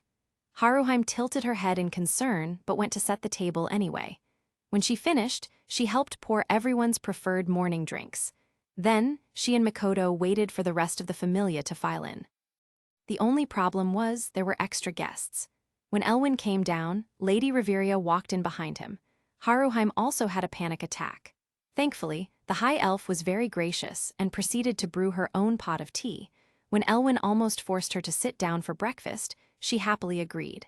And then Lefia walked into the dining room as red as a beet. Both members of Loki Familia were wearing the same outfits that they had last night. The next down was Urashima Taro. There was one problem, though. "Has anyone seen my arms?" As if for emphasis, the young man wiggled the stumps of his shoulders. His eyes looked bleary, and he also seemed quite frustrated with the situation. He was also not wearing a shirt since he could not put one on. How he had slipped on his pants was a testament to his skill. "Who in this house, right now, could get away with stealing and hiding your arms?" replied Elwin. The bodyguard sighed before stomping away. "Otioichimi." "Calm down," replied the dragon princess. She walked in from the garden doors. "Did you wake up outside?" asked Elwin. Otoheim nodded. Tucked into her belt were Urashima's arms, and again the bodyguard sighed. He sat in a chair, and Otoheim pulled one up to sit in front of him. She started helping reattach his prosthetics without looking him in the eye. "I don't suppose you remember why you stole my arms?" asked Urashima. Otoheim didn't respond, but she thought, "Probably to force you to come and talk to me." Riveria watched on with an amused expression. "This reminds me of Loki Familia," said the High Elf to Lefia. The little elf nodded, a tiny smile gracing her lips. Elwin rolled his eyes but was internally happy about the development. Any emotion was better than no emotion. "I concur," commented Philvis. She manifested for a brief second to look lovingly at Lefia.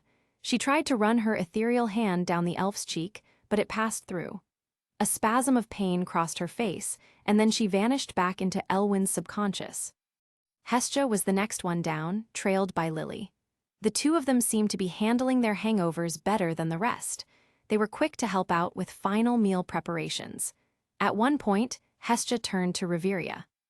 "I assume Wallenwadisit got her way," asked the goddess. Reveria grinned while she nodded. The high elf gave a slight chuckle and brought her tea to her lips.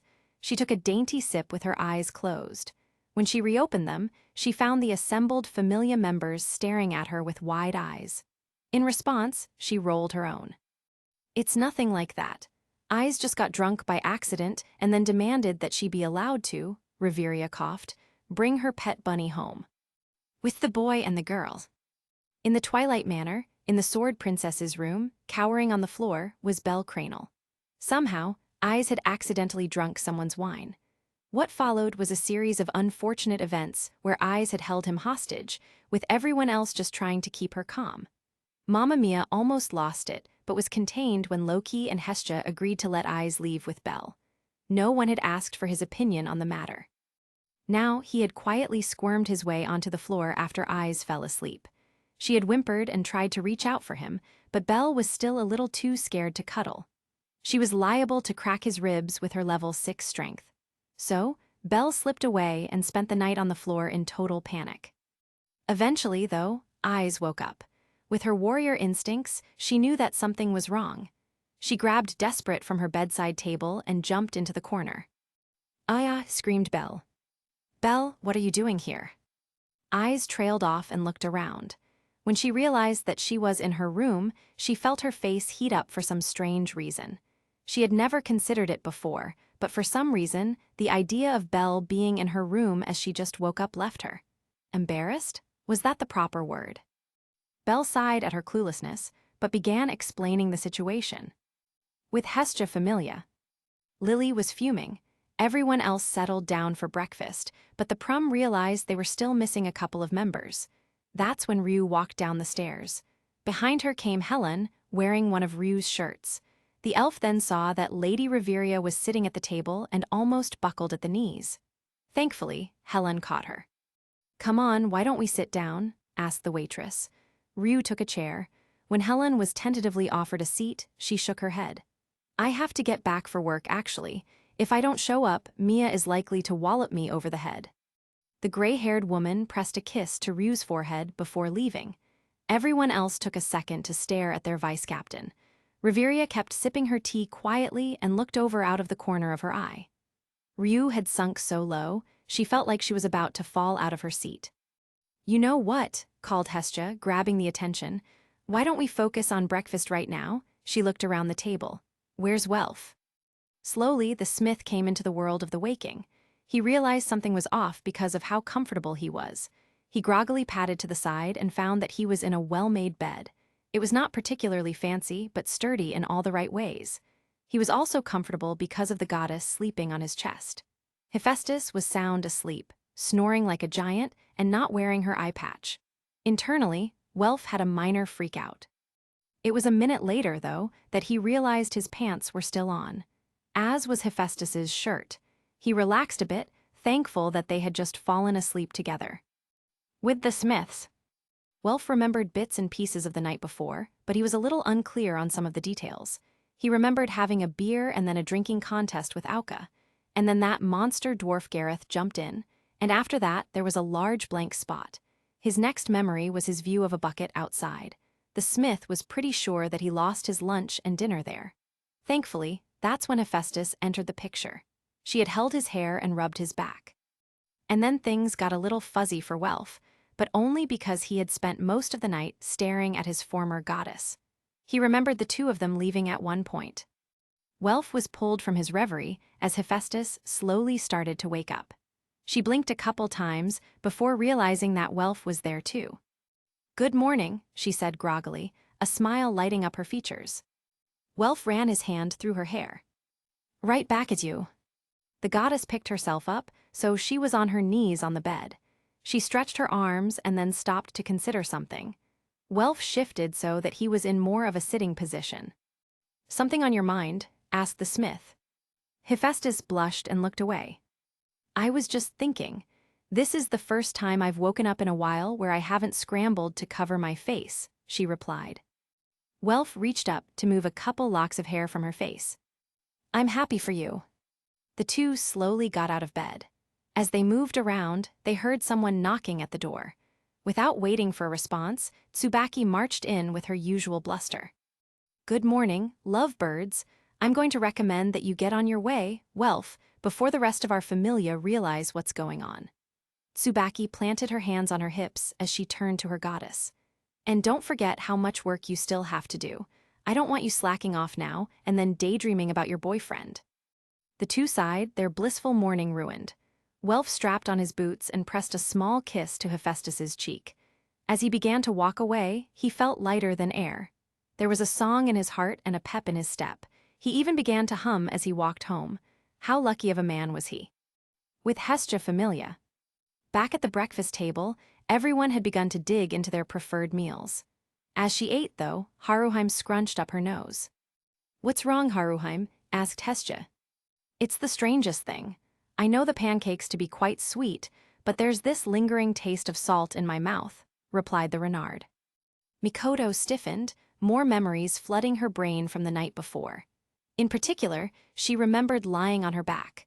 Haruheim had then parted Mikoto's legs and stuck out her tongue. "I must be going," declared Mikoto as she stood at the table. Her chair went flying backwards from the force of it. As she gathered up her plate and brought it to the kitchen, she ignored the pointed looks she got. The black crow then snuck out through a window, eager to escape into the town. At the table, everyone looked on in confusion. "What's wrong with her?" asked Lily. Otoheim nodded. "I thought she would be happier, considering what I heard last night." The dragon princess turned her gaze over to Haruheim. "I'm happy for you too, though." Haruheim tilted her head. "I don't understand. What are you happy for, Lady Otoheim?" Otoheim frowned. "You two finally getting together. I mean, we are neighbors, so I did hear her shouting your name, and it didn't seem like it was in pain." Everyone watched as things began to click in Haruheim's mind. The first thing that happened was that she smiled, and it stretched from ear to ear. Her tail swished behind her so fast it might catch on fire. But then she turned red, from the soles of her feet to the tips of her ears. She tried to hide her face and cover her body. "Excuse me, I must be going." She then scurried off to her room. "I believe that is our cue to return home as well," added Reveria. The high elf stood up and gestured for Lefia to follow. She ruffled her little brother's hair as she passed. Lefia stopped in front of Elwyn. She reached down to grab his hands with her own while looking down at the floor. "Talk soon," was all she said. Elwyn smiled and nodded. The two members of Loki Familia left then. After they did, Hestia turned back to Otoheim. She pointed a fork at the far eastern adventurer. "Okay, Spilyu, what did you hear last night?" "Well," began Otoheim, "I came back from the bar alone." This was punctuated with a glare at Urashima. The bodyguard flinched back from its intensity and began to head back to my room. It was then that I heard moaning coming from Mikoto and Haruheim's shared room. Deciding to wait them out, I left. And now she smirked at her bodyguard. "That was when I got bored and stole your arms." "Why not sleep in one of the spare rooms next to mine?" asked Ryuu. Otoheim leveled another look at the elven warrior. Again, I didn't want to be kept up by the moaning. Ryuu blinked and then started to play with her food. Otoheim looked back to Hestia and shrugged. After that, I was so tired I just decided to sleep outside, near Yura's flowers. "Why not just come to my room?" asked Yura. "Figure that out on your own," replied Otoheim brusquely. In the awkward silence that followed, everyone avoided looking at the two supposedly inseparable adventurers. Urashima almost reached out to comfort her but pulled back when she glared at him. A little after that, Hestia coughed into her fist. "Well then, I don't think we'll be getting much done today, or for the next week. How about we all take some time off, yeah?" Everyone nodded and began to take their plates in. Urashima tried to grab Odo's, but she moved out of his way. Unused to the cold shoulder, the bodyguard followed behind her like a kicked puppy. The others watched before going their separate ways. When the dishes were done, Hestia went off looking for their foxy maid. She didn't find her in her room, but in a dusty hallway, trying to sweep. Haruheim was not doing a very good job, though. "Everything all right?" asked Hestia. Haruheim shook her head. "I am happy that Mikoto reciprocates my feelings, even if only drunk, but why did she run away? Am I truly so dirty?" Hestia sighed. "I don't think it has anything to do with that. I think Mikoto's just a little confused and working through her feelings." Haruheim tilted her head. "When did you know that you like guys and girls, Haruheim?" The Renard blushed but did not deny the fact. "I believe it was when I entered the pleasure district for the first time. There were so many erotic situations involving other women, it was hard not to realize." Hestia nodded. "Makes sense. You were in a highly sexual atmosphere, therefore, you explored your emotions and reactions. A lot of that place was bad for you, but you still got a chance to figure that kind of stuff out." Hestia didn't continue. Instead, she watched Haruheim come to her own conclusions. The Renard slowly stilled as she put her thoughts together. After a minute of contemplation, she faced the goddess. "Mikoto never had that opportunity. She grew up an orphan and then an adventurer," said Haruheim. Hestia nodded. She might be scared and confused. Hestia reached out to grab Haruheim's hands. "Whatever decision she reaches, though, I'm sure she still loves you very deeply." Haruheim nodded and looked down at her broom. Then, she looked up at her goddess. Hestia smiled and reached out. She then took a broomstick and started sweeping. "Thank you, Goddess Hestia," cried Haruheim. The Renard took off running after that. She had someone very important to find and talk to. With the boys. In the Twilight Manor, Bell put his clothes back on and made his way out. Ais said that he could stay for breakfast, but he thought that it would be best to head home for now. As he left, he fumbled his way through the building. Bell didn't exactly know the layout of the Twilight Manor and eventually got lost. It was while he was looking around that he ran headfirst into another adventurer. "I'm so sorry," said Bell. "No, it's my fault," replied the other adventurer. When Bell looked at him, he found himself face to face with Raoul. The high novice had a panicked expression and had just left another room, one that was not his own. "Oh, Raoul, I don't remember saying you could go." Anna Kitty, without thinking, draped her arms around Raoul's shoulders. She then started to pepper kisses along his neck while running her hands down his chest. She whispered into his ear, "I'm not done playing with you yet." "Aki, look, it's Belle Cranel." The cat girl stopped her seductions and finally looked up.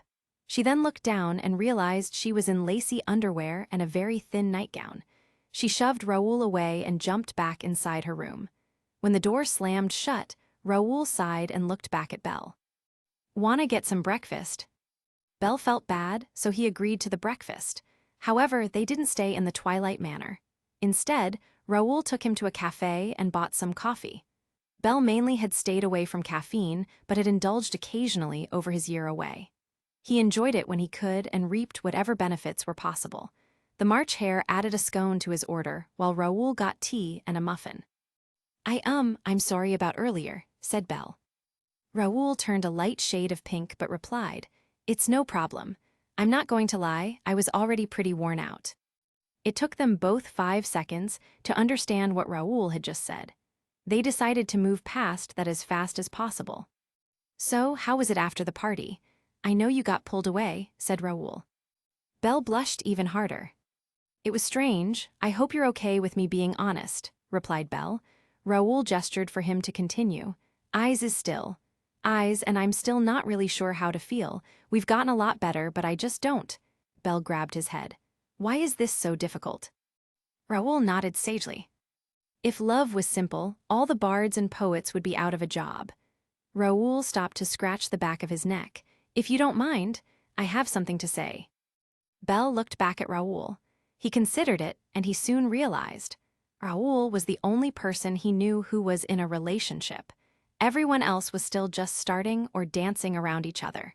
If he wanted to learn how to use a sword, he'd find someone with experience Suo. "Please give me your wisdom," responded Belle. Raoul's face took on a panicked expression, and his hands rose up in surrender. "It's nothing serious, just some advice," replied the high novice. He gathered himself, coughed into his hand, and said, "Just don't stand in the way of your own happiness, okay? I can take a guess about why you're hesitant with Miss Ais, but if you want to forgive her, you can." He looked out the window. "Trust me, when it comes to standing in your own way, nobody gets that more than me.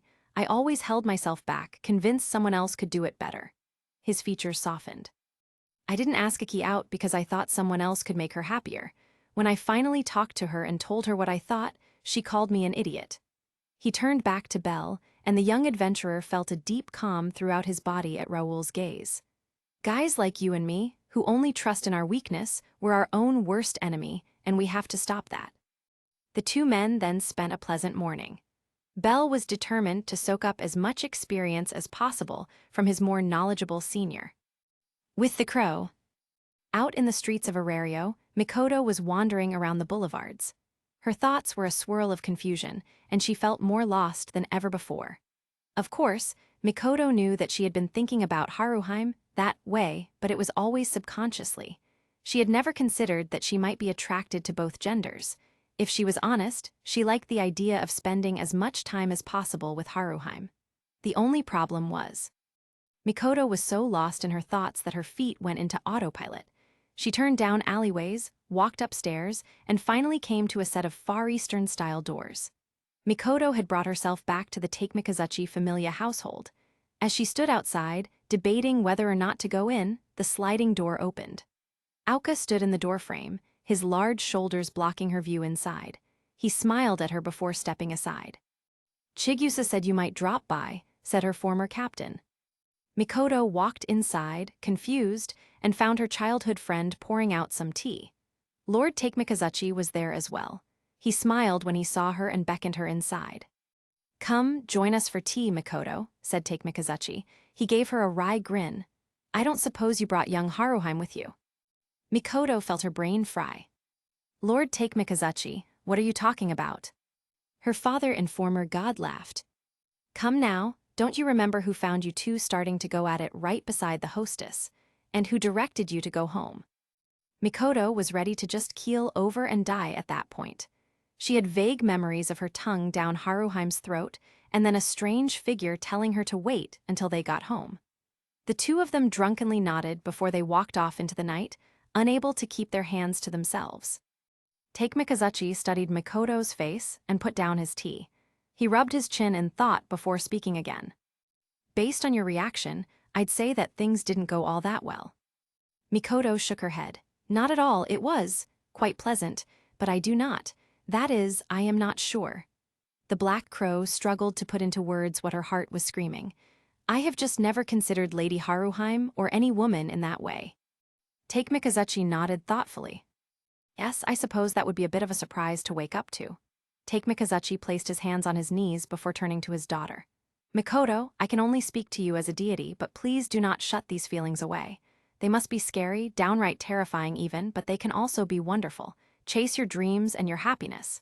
He smiled. "You mortals live and die in an instant to me, but that just makes your ability to love even more splendid. Life is short, do not waste it." Takemikazuchi shrugged, but these are also just the words of lowly God. He reached out and patted her on the head. "No matter what path you choose, though, you will always be my daughter. Whatever decision you make, I will stand at your side." These words were too much. Mikoto launched herself at her adoptive father and wrapped her arms around him. She buried her head into the crook of his shoulder and let herself cry. With the princess and the bodyguard, Haruheim called out Urigen. "What?" asked the former princess. She was hard at work dew-eating and fixing up the garden. There were notable imprints left from her night out, so she did her part at fixing what she had broken. "I would like to understand why you seem so intent on ignoring me right now," replied Urashima. Haruheim flinched. She looked back at him and tried for a smile. "Oh, well, that's just silly old me, you know. You just did something to upset me, so I'm going to hold it against you, okay?" She turned back to the gardening, her body practically vibrating. "That's all. You may go." Urashima knelt down next to her. "If I remember correctly, a stubborn princess sat at my bedside for months." He began to work on his cultivation, no matter what others told her. That seemed to calm Haruheim down. She smiled at him. "Yeah, okay," she pouted, "but I'm still angry at you." Urashima rolled his eyes. I wouldn't have it any other way. With the fox, Haruheim peered up and down the many side streets. She did not know where she would find Mikoto, so she had to try everywhere. At one point, she had wandered into Daedalus Street, but had gotten horribly lost within the labyrinth. You idiot little fox girl. Haruheim was startled as she looked up. Over on one of the rooftops, Aisha Belka looked down at her. The Renard allowed herself a smile as she waved up. Miss Aisha, please, could you help me get out? The Amazon rolled her eyes but hopped down anyway. She started walking down a particular alleyway, her waist-length hair swaying behind her. This way, and try to keep up. Haruheim took off behind her, eager to follow as fast as possible. What are you even doing out here? Asked Aisha. Oh, well, I was searching for Mikoto, replied the Renard. Ah, so I see you made your move then. Haruheim's eyes popped out of her head. How in the world do you know about that? Aisha looked back, her eyes narrow. Then, she burst out laughing. Haruheim stopped walking to give her a minute, which then became 5. Eventually, the Amazon composed herself. She walked up and ruffled Haruheim's hair. Look at you getting all drunk and brave. The Amazon bent low to look her little sister in the eye. I know because you told me that was your drunken plan, to confess your love. You said that seeing the Xenos girl die made you realize that you wanted to declare your love then and there. She tapped Haruheim on the forehead. You also asked me for advice. And again, the fog lifted from Haruheim's mind. The night started to come back to her. Last night. Lady Haruheim, where did you go? Asked Mikoto, her cheeks rosy red. Haruheim giggled and draped herself over top of her crush. I was just talking to Aisha and getting some advice. Advice about what? Mikoto leaned in. To tell my crush how I feel about them, responded Haruheim. Like a sack crushed beneath a rock, Mikoto deflated. Her shoulders dropped and she seemed to frown. She began to turn away, eager to hide her oncoming drunken tears. Well, good luck then. Bell is a lucky man indeed. Mikoto started to stumble away, almost slipping on the wet floor, when she felt someone grab her shoulder. She turned to find Haruheim's finger an inch away from her nose. Who said it was Bell? Asked Haruheim, leaning in close. Mikoto frowned and tilted her head in thought. There was no one else she could think of, perhaps that werewolf. He seemed to have frequent interactions with Haruheim. At Mikoto's adorably confused face, Haruheim sighed. She brought her hands to cup Mikoto's face. The level 4 adventurer stilled, like a piece of prey. The feeling of power made Haruheim shiver. She was done waiting. She pulled Mikoto's face towards hers and. In the present, Haruheim almost fainted at her own boldness. Alcohol indeed was the most dangerous of all substances. As she tried to put her thoughts back together, Aisha got tired of waiting. She grabbed the Renard and hoisted her over her shoulder. She then carried her young companion out from Daedalus Street and back onto the main boulevard. There, you're out of the maze, said the Amazon. Now, I think I saw the Black Crow walking towards her former home with that war god. If you want to talk to her, go now. As she pushed Haruheim away, she whispered one final piece of advice. Don't look at her collarbone, it'll make you faint.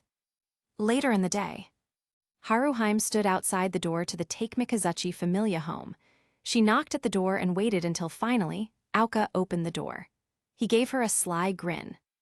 I bet I can guess what you're here for, or rather who, said the large man. He nodded inside. She's talking to our god at the moment. I think you should listen. Haruheim stepped inside and followed Auka down a hallway. When he stopped outside some screen doors, she stopped as well. From the other side, they heard. Wait, so you were in love with me, came the voice of Tgthegood. Please, Lord Tgthegood, do not say it out loud. I hear it now, replied Mikoto. I would hope so. Haruheim noted panic in the god's voice. Auka rolled his eyes but smiled. Thank the gods and goddesses that this particular misunderstanding was finally clear. But if Mikoto was confessing, what did that mean for Haruheim? Yes, Tgthegood was rejecting her, but wasn't there some rule about waiting? At least, the other former prostitutes from Ishtar Familia had mentioned something about that. Excuse me, Lord Tgthegood, Lady Haruheim is here to visit, declared Auka. The large man pulled open the door and almost shoved the Renard inside. Mikoto's face was an intense red, her eyes wide as she stared at her treasured childhood friend. For her part, Haruheim had stilled. Her tails and ears twitched erratically. The two of them were so intent on staring at each other that they didn't notice everyone else leave. When they looked around to find themselves alone, they felt themselves become more self-conscious. Mikoto continued to braid and unbraid her hair. Miss Mikoto," began Haruheim, I have something to say." Haruheim flinched back. Mikoto shut her mouth, and then said more quietly, "I have something I want to say, is that okay?" Haruheim nodded, and the young warrior gathered her thoughts. She shut her eyes and took a deep breath. When Mikoto opened them again, the Renard felt herself quiver from the intensity of her gaze. "I don't know how to do these things. I didn't know that you were someone I could be with, and I've only just started to think about it." She crossed her arms over her chest in a defensive position. "I've never had a chance to be someone who spends their time on feelings. I was an orphan, an adventurer, and a gladiator, but never a lover. I don't know if I can be the kind of woman that makes you happy." She stopped, and Haruheim held her breath. Then, something unexpected happened. Mikoto dropped down to her knees. It was the familiar doja position. "Please, I beg you for a chance." Apparently, that was all Mikoto had to say. The young samurai pushed her head to the ground. She felt her heart stop as she waited for Haruheim's response. What she wasn't expecting was giggling. Mikoto looked up to find Haruheim smiling down at her. The Renard reached down and pulled Mikoto up off the ground. She then took the samurai's hands in hers. "Mikoto, I am not exactly your typical woman either. The only love I've ever seen is the kind that was bought and paid for. The only kind I ever felt was a storybook romance. It was a fairy tale that I tricked myself into believing." She helped Mikoto up off the ground. "I'm not sure that I'll be able to give you the love you deserve either, but I want to give that chance." She took Mikoto's hands. "We can go as slowly as you want till we both figure this out." And then they kissed, and they both felt something settle in them, as if they were two halves made whole. With the Amazon. Aisha was walking home. She had helped that dumb little fox find her dumb little crow. Now, she was going to go home and relax. The Amazon had already put away her share of the cut from the expedition. Now, she was heading to the house to figure out how to spend it. "I'm home," she shouted to no one. As far as she knew, the rest of her familia was still away. Which is why the sight of luggage made her draw her sword. "Who's there?" screamed Hippolyta. "Wait, wait," came a familiar voice. Aisha relaxed as Lulun rounded the corner. She was waving her hands, her dog ears flat behind her. The Amazon tossed her hair but still waved a hand as she walked by. "So, how was the expedition?" asked Lulun. Aisha shrugged. "It was fine. I'll be saving my full report for Hermes for later." She grabbed some of the food they had lying around. "How was your trip? Did you find what you needed?" Lulun smiled. "Yep, that's why I'm back. Actually, Lord Hermes told me to bring it to Horario to give to the March Hare." That caught Aisha's attention. As quick as a flash, she stole into Lulun's luggage and started digging around. The dog girl scrambled around her. "Now, hold just a second. Lord Hermes said that it was for Belcranel's eyes only." Lulun dared not step any close, though, or else she risked facing the wrath of the Amazon. "Don't care. Besides, I'm just going to check and make sure Hermes isn't pulling another fast one on Hestia Familia." With a triumphant grin, she pulled out a black cylinder. Inscribed on it were runes in the language of the gods. Aisha looked it over from top to bottom before turning back to Lulun. "I'm just gonna take a look at it for one day. After that, if I don't find anything suspicious, then you can bring it over to Belcranel." Lulun sighed, but nodded in acceptance. She had grown accustomed to her Familia members' quirks. With the Familia. A couple days later, Hestia Familia was enjoying a much quieter evening together. They had just finished dinner and were now chatting in their sitting room. Haruheim was curled up against Mikoto's side, and the black crow had draped an arm over her girlfriend's shoulder. Otoheim looked back and forth enviously between the happy couple and Urashima sitting in a chair across from her. He still hadn't found out what he did wrong. "Still though, Mikoto," began Ryuu, "I am quite glad that you decided not to try and be with your father." Mikoto blushed as the others nodded sagely, except for Belle, who also blushed. "Please no more, I get it now," cried out the samurai. She buried her head in Haruheim's shoulder. The Renard giggled in response. "No, I think we get to hold this over your head," said Welf. "I mean, the entire time this was happening, we all had the same thought." Welf nudged Belle. "Isn't that right?" The boy couldn't look Mikoto in the eye. "I did find that it was a little strange." Haruheim smiled. "We all have our first crushes, just as you were mine, Master Bell." The room stilled. Everyone was surprised to hear Haruheim speak those words. Said Belle. The others looked ready to object, but Hestia held a finger up to her lips. The goddess was smiling as the events unfolded. Haruheim nodded. "You were my hero, and I loved you for it, but I think I found something better." Haruheim planted a kiss on the crown of Mikoto's head. "I found a partner." So that's one ship sent sailing. I hope you all enjoyed this chapter because I enjoyed writing it for sure. Next up is Brothers and Sisters. Thanks for the follows, favorites, and reviews, speaking of which. Chapter 33. It was the middle of the night, and Elwyn was lying awake in bed. For the past week, he could not sleep. Every time he closed his eyes, he was back in the clearing with Seldia. His new skill meant that he couldn't feel fear, but he still felt something deep in the pit of his stomach. "I am here to talk if you want," said Filvis, floating in front of him. "Did you ever have sleepless nights?" asked Elwyn. Filvis nodded. "I spent countless nights racked with guilt. If you like, I can give you some advice. I have some habits that I developed. But first, you need to get dressed." Elwyn hopped out of bed. As he slipped on his robes, Filvis waited nearby. Most of the time, she was sarcastic and a little bit irritable. But now, she was relaxed. She seemed to have made peace with her situation. "So, what do we do now?" Filvis gestured outside. "You have a lot of nervous energy that you need to burn off. I usually did so with training." Elwyn nodded. He walked outside to find a blanket of stars overhead and the moon hanging in the sky. He gazed at it appreciatively before he felt Ghost Filvis try to poke him in the shoulder. "We did not come here to gaze at the stars." Elwyn nodded before putting his staff in the ready position. He set his feet apart and started swinging. As he dueled his imaginary opponent, he saw Filvis gradually frown more and more. Eventually, he stopped. "What am I doing wrong?" Filvis shrugged. "If it's humans that you're fighting, then you are fine, but none of these moves would work on monsters." Elwyn nodded along. He had imagined a human opponent for his shadow duel. "So, what should I do differently?" Filvis walked over, her feet gliding across the ground. She squatted down and pointed at his feet. "You need a stronger stance." She stood back up to look him in the eye.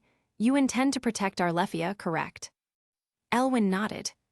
"Then, you need to have a better stance for receiving impacts. In many cases, monsters will knock you off your feet with their sheer size." Filvis was quiet for a second. "Besides, you have to be ready. The Sun Seekers are still coming." Elwyn shivered. The sight of his own heart flashed in front of his eyes. There was Seldia's smile and the great big tree. Filvis's hand touched his shoulder, and he came back to the clearing. "I don't want you to die either," said the she-elf. She smiled, and Elwyn smiled back. He returned to his room a little bit later. The sleep went well, but not as well as the night of the party. That night, Elwyn did not feel like drinking. He was tired, and he knew himself. His mood had been particularly sour that day, so he stayed away from the bottle. Sitting on either side were Reveria and Lefia. They had noticed his mood and were trying to comfort him. "If you want, we can leave," offered Lefia. She reached out to place a comforting hand on his shoulder. At that moment, the little elf forgot her own despair to help someone she cared about. Elwyn almost shied away but was stopped by Reveria. The high elf had seemed to notice Elwyn's reluctance to talk to Lefia. When Elwyn turned back, he came face to face with Lefia's pained expression. The half-elf sighed but took Lefia's arm. He walked her into the hostess of fertility's backyard. When they stopped, Elwyn turned to face her. Lefia reached out to take his other hand, and the two of them stood there in the darkness. "I know what the other skill does," said Elwyn. Lefia tilted her head. "You mean the second soul one?" Elwyn nodded. As he nodded, Filvis puffed into existence next to him with wide eyes. "Are you sure you want to do this?" she asked. Elwyn looked her in the eye and nodded. Lefia turned her head to look where he was and found nothing. Her eyes turned back to him, filled with confusion. Elwyn closed his eyes and let out a long breath. He reopened his eyes and looked Lefia in the eye. He knew it had been happening for a while now, but now he really understood what was going on. Elwyn was falling in love with the little elf. He was falling for the way she pretended not to care about things. He fell for the way she got irritated by the most minor inconvenience. And he was head over heels about how open her heart was to everyone around her. Lefia, when Filvis gave me her magic stone, a part of her came with it, explained Elwyn. Some part of Filvis's consciousness is in me now.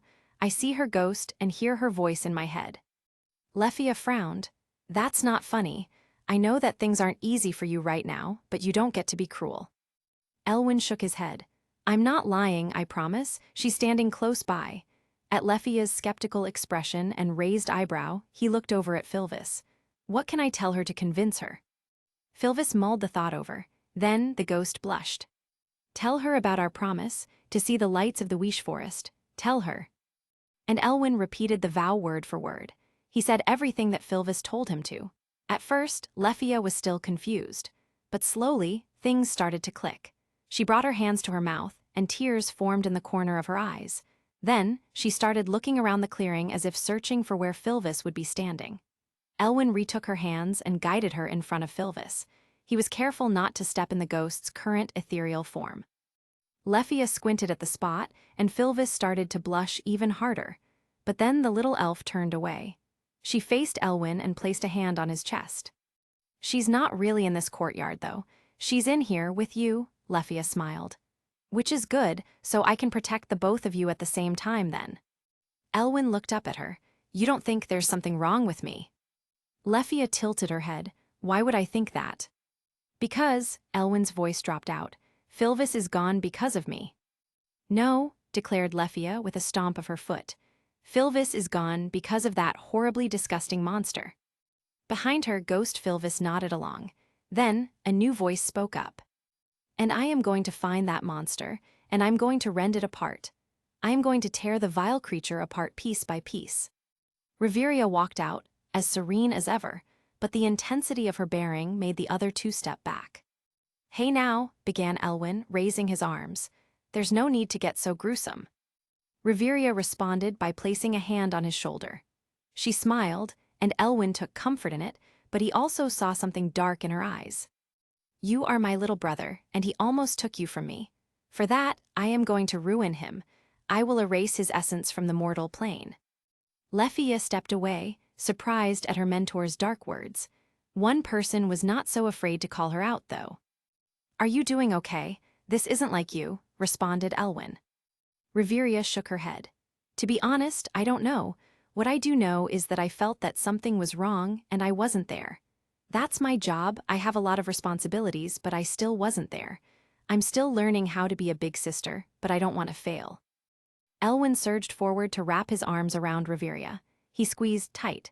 Riveria was surprised to see that he was taller than her. She always knew it, but this was the moment she realized just how big he was. Her head came up to his chest. She slowly brought her arms around and hugged him back. The two siblings felt the tension leave their bodies. For the first time since he had left for the expedition, Riveria was able to take a deep breath. Riveria, would you mind if I stayed with you tonight? I don't know how well I'll be able to sleep, asked Elwyn. Riveria pulled back. She reached up one hand to ruffle his hair. She smiled as she said, Of course. Actually, why don't I come with you to Hearth Manor? I think you need as much family as possible. The high elf then turned to Lefia. Would you like to come with us? Ais did say that you slept better in the dungeon with him around. Lefia turned a dark shade of red but nodded. The three elves walked inside while Riveria informed Loki of the situation. The crimson-haired goddess looked over, her slit-like eyes staring into Elwyn's soul. She turned back to Riveria and gave a single nod. The high elf led them outside, and then they started to walk home.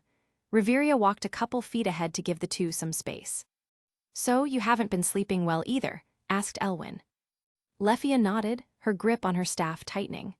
It's almost like, every time I close my eyes, I see her ripping out her magic stone, or I see you getting stabbed through the chest. Elwyn reached out a hand and rested it on hers.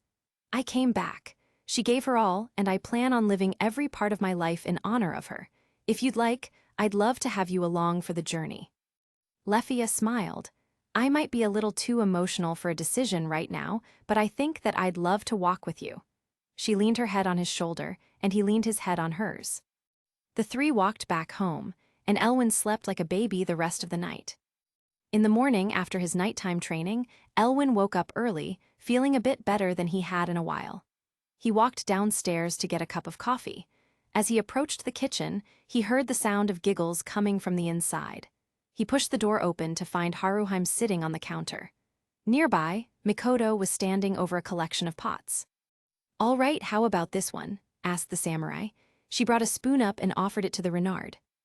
The Renard leaned forward and happily slurped what was there. She gave off a joyful humming sound. "It's wonderful. The hint of sweetness is perfect." "Okay, now this one." Mikoto offered another spoon from another pot. Haruheim was eager to swallow what was presented but shivered as she did so. Mikoto giggled at the Renard. "Mikoto, you gave me something bitter." Her girlfriend gave Haruheim a teasing smile. "I know." Haruheim gasped, "You're horrible." "Yes, but you're stuck with me." "I suppose so," replied Haruheim. The Renard slipped her arms around Mikoto's neck. The black crow leaned forward, eager to catch Haruheim's lips with her own. That was when Elwin made his presence known. The half-elf coughed into his fist. The noise made Mikoto jump. She turned to find the source of the noise so quickly that she banged her knees into the cabinet. Haruheim turned a bright red and fell backwards, hitting her head against the wall. The two had become quite comfortable with each other in private, but were still very embarrassed around others. The number of accidents that had happened when they'd been discovered just kept becoming more numerous. "Good morning," said Elwin. "Good morning," replied Mikoto, clutching her leg. "Is there anything you'd like, Sir Elwin?" Elwin smiled. "I'm just getting some coffee." He filled up his cup and was quick to walk away. The two lovebirds deserved to be left alone.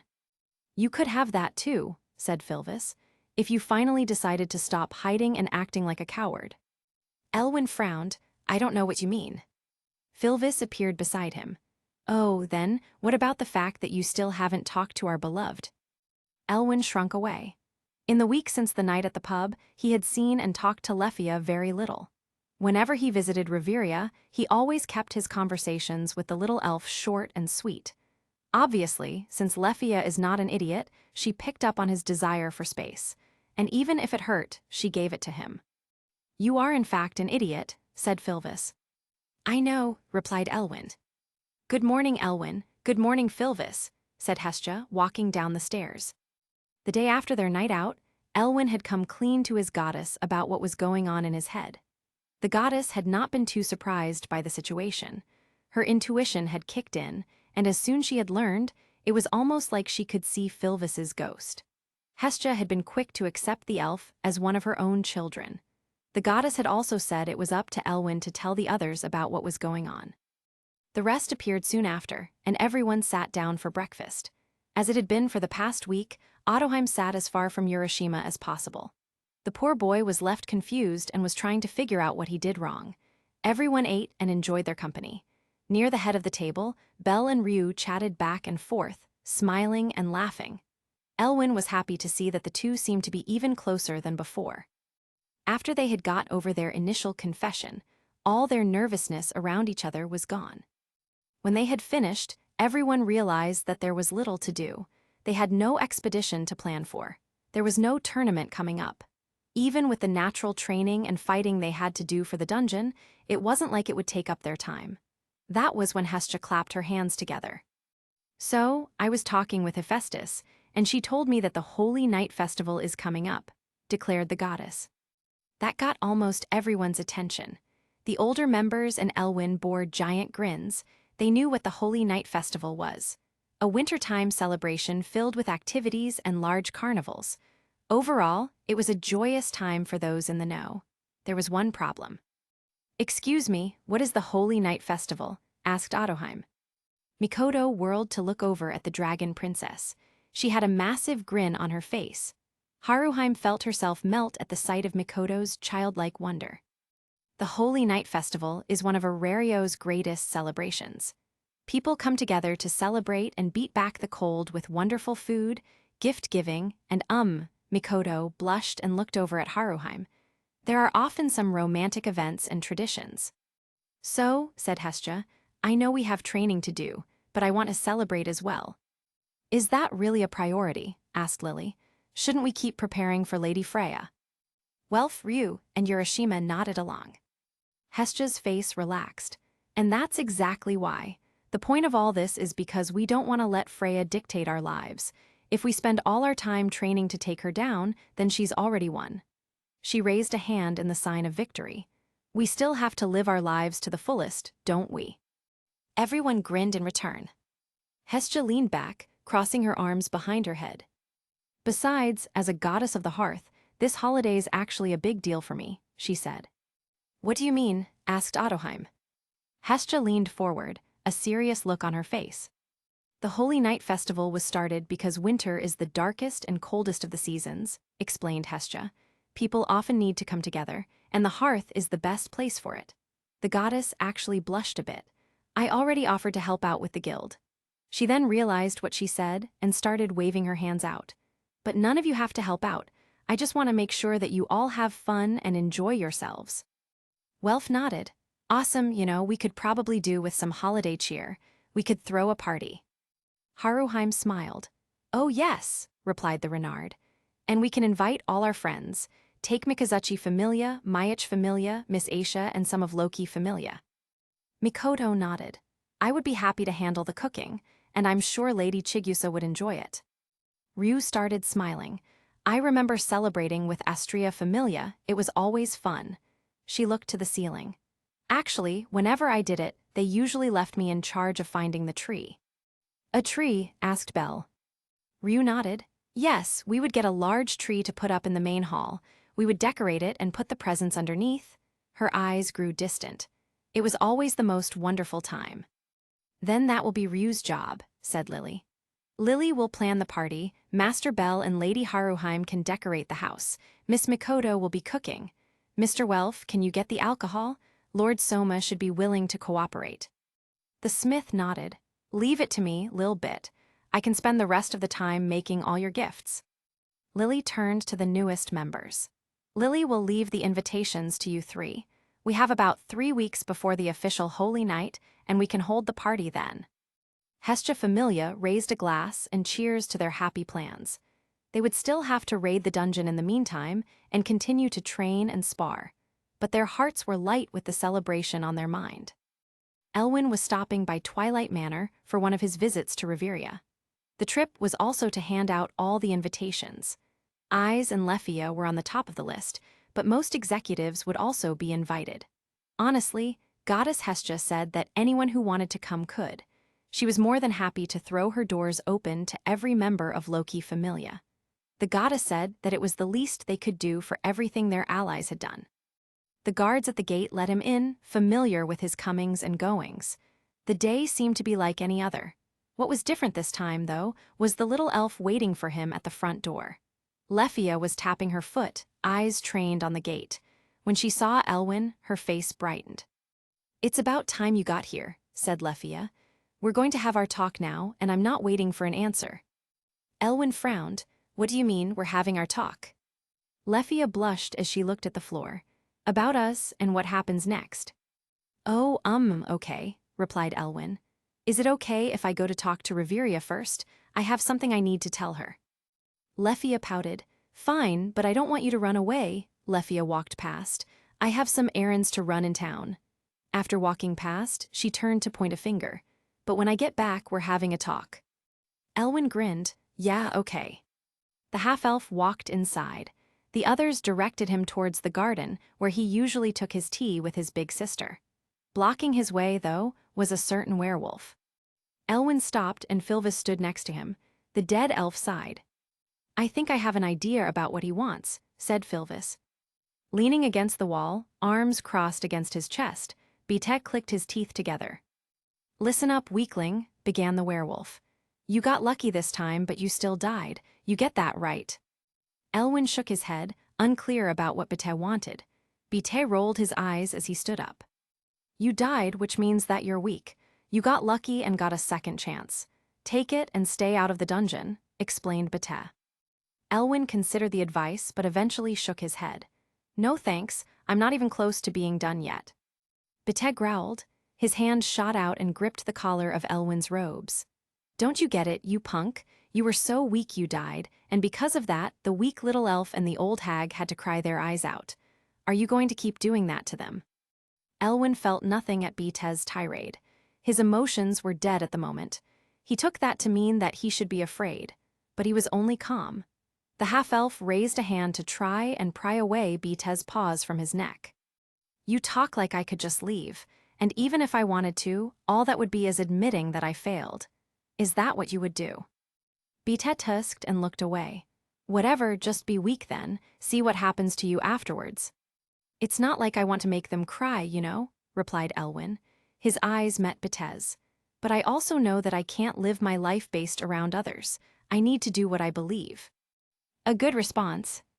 Bete and Elwyn turned to look at the third voice. They found Riveria walking in from the outside. I was wondering where you were, said the high elf. Now that I've seen you, I think I understand what happened. She looked over at Bete. Thank you for caring, but I think I can take care of him on my own. Bete growled and started to walk away. Whatever, old hag, like I care what happens. Riveria rolled her eyes. She turned to Elwyn. Shall we begin? Elwyn nodded. Lefia strolled down the street.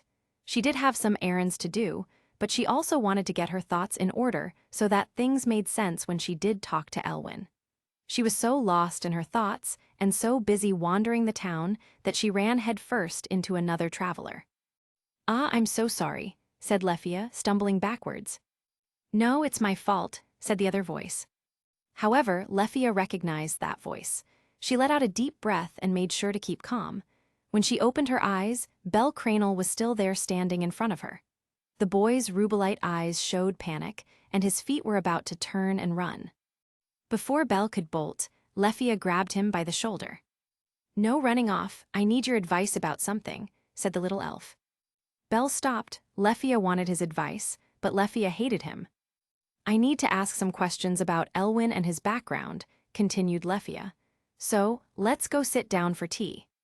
The level 5 of Loki Familia dragged the March Hare away. Bel knew that he could probably break out of her grip, but was so confused about the situation that he just let it happen. Lefia took him all the way down the main boulevard, with every pedestrian watching. She sat him down at a table on a terrace. Then, she left to place an order for a pot of tea. After placing and paying for the order, she sat down across from him. As her eyes bore into him, Bel was just about ready to run again. However, what kept him there was that he knew Lefia did all of this because she cared. So, Bel waited for the tea to come. When he reached out to pour a cup, Lefia swatted his hand away. She took her time to pour 2 delicate cups. She waited for him to drink at least half his cup before asking her first question. I know it wasn't easy, but what was Elwyn's childhood really like? Why does he always seem distant? Asked Lefia. Bel looked to the sky to consider the question. He sat in silence, and Lefia waited. I think it's because he's afraid, began Bel. He's only actually distant with elves. Because of his father, responded Lefia. Still looking to the sky, Bel shook his head. He was only the first. After more and more elves learned about who Elwyn was, they all turned their backs eventually, almost without reason. In fact, most of the elves of his old familia left because of him. Bel frowned, finally looking back down at the table. But it wasn't his suffering he cared about, it was his mother's. What do you mean? Asked Lefia with a tilt of the head. His mother was the one who slept with King Larfel, explained Bel. To a lot of the elves, she was the one who tempted him. The boy sighed. The term succubus got thrown around a lot, at least that's what Ryuu says, and as the product of her temptation, Elwyn blames himself for the pain. Bel looked at Lefia. He told me about Filvis, and I think that's why he's keeping distant. He believes that all he'll do is cause you more pain. Lefia opened her mouth to respond, but apparently Bel wasn't finished. The white-haired boy reached out. Before his hand touched hers, he stopped. He remembered the elvish preference for touch, but Lefia lifted her own hand. Go on, she said.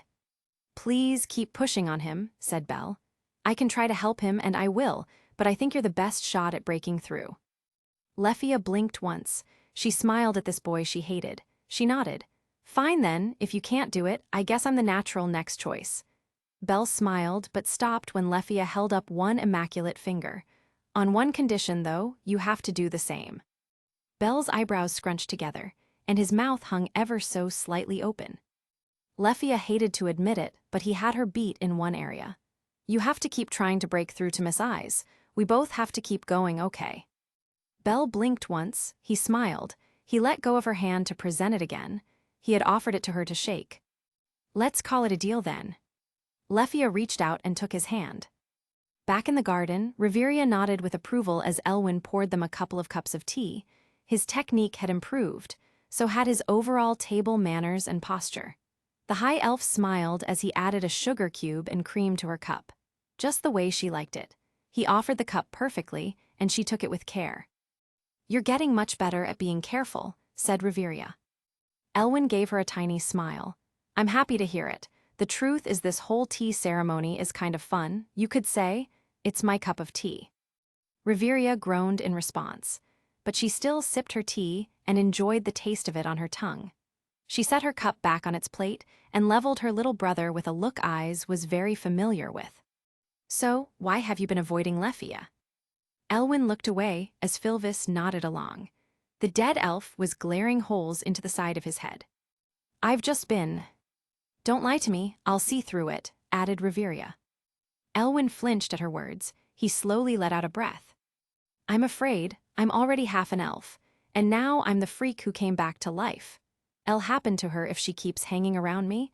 I've already seen what elves do to those who associate with the impure, explained Elwyn.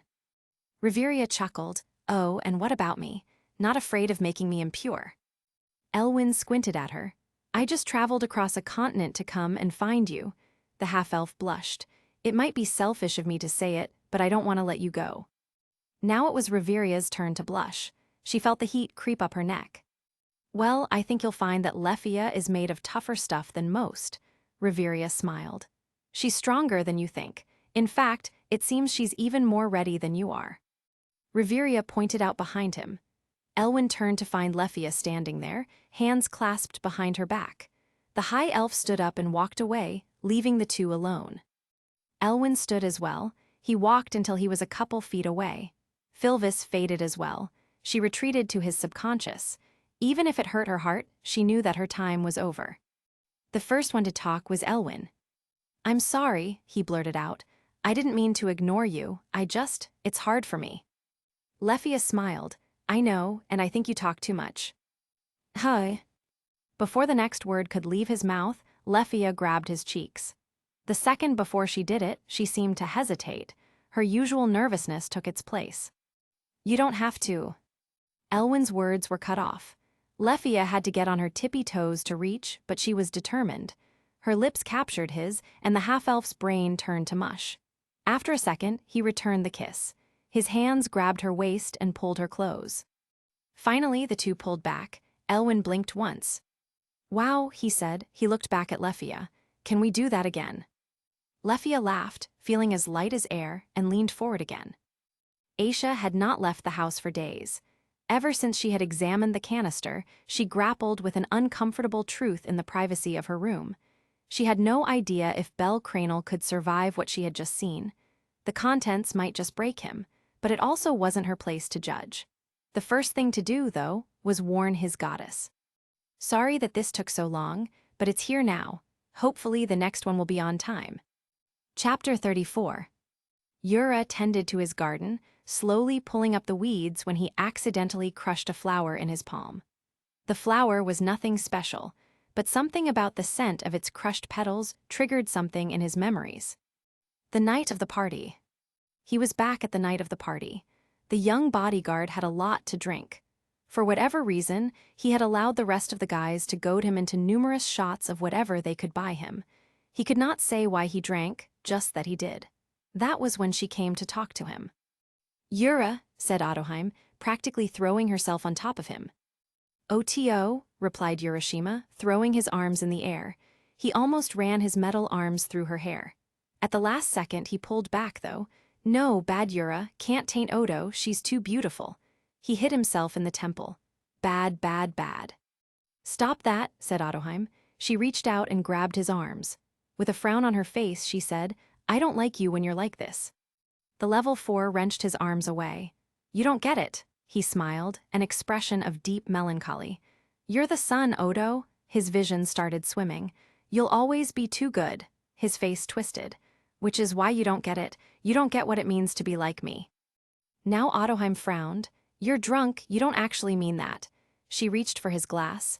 Thankfully, they were in their own secluded corner. Give me that, we should put you to bed. Yura pulled away. No, you shouldn't talk to me anymore. He hunched over. I'll ruin you. Odo's frown deepened. She took a deep breath and tried to remember that he was unbelievably intoxicated. With her gentlest smile, she reached out. I don't think that's true. I think that you'll make me even better. No, you deserve someone good and noble. Odo frowned. Noble, what's that supposed to mean? Be noble, like those people at home. You should have been with someone back home who deserved you. Odo felt her temper spike. That's not true, and you know it. Yura nodded. Yes, it is. You should have found someone noble, or let someone like your brother do it. She pulled away. Yura wandered off, rambling as only the drunk could. He returned to the guys and seemed to get into higher spirits. Meanwhile, Ottoheim sat there, dumbfounded. He spent the rest of the night ignoring her. No matter how hard she tried to talk to him, Urashima Taro ignored Ottoheim Nakamura. So, that night, after he went to bed, she stole his arms. No matter how he woke up, he would have to talk.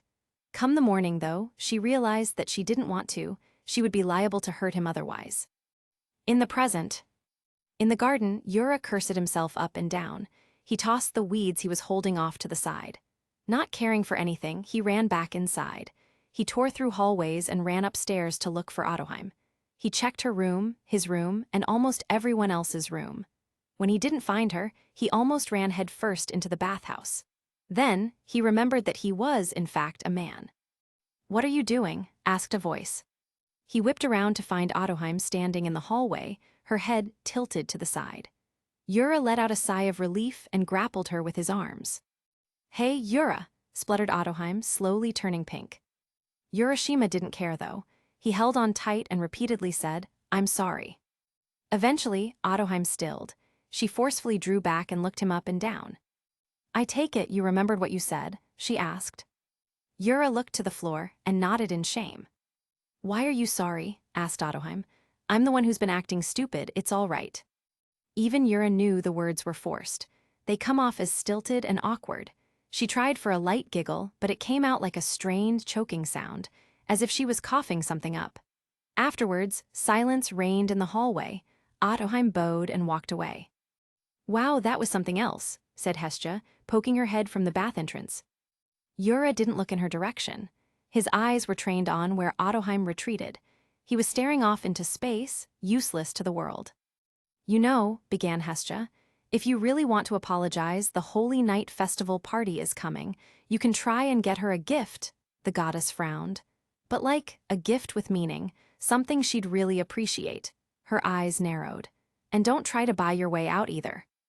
Urashima nodded dumbly. Then, he went to his room to grab every bit of volleys he had saved up. The bodyguard hit the streets running, in search for the perfect gift for his perfect woman. In the Tower of Babel. Up in the Tower of Babel, a goddess of beauty watched on.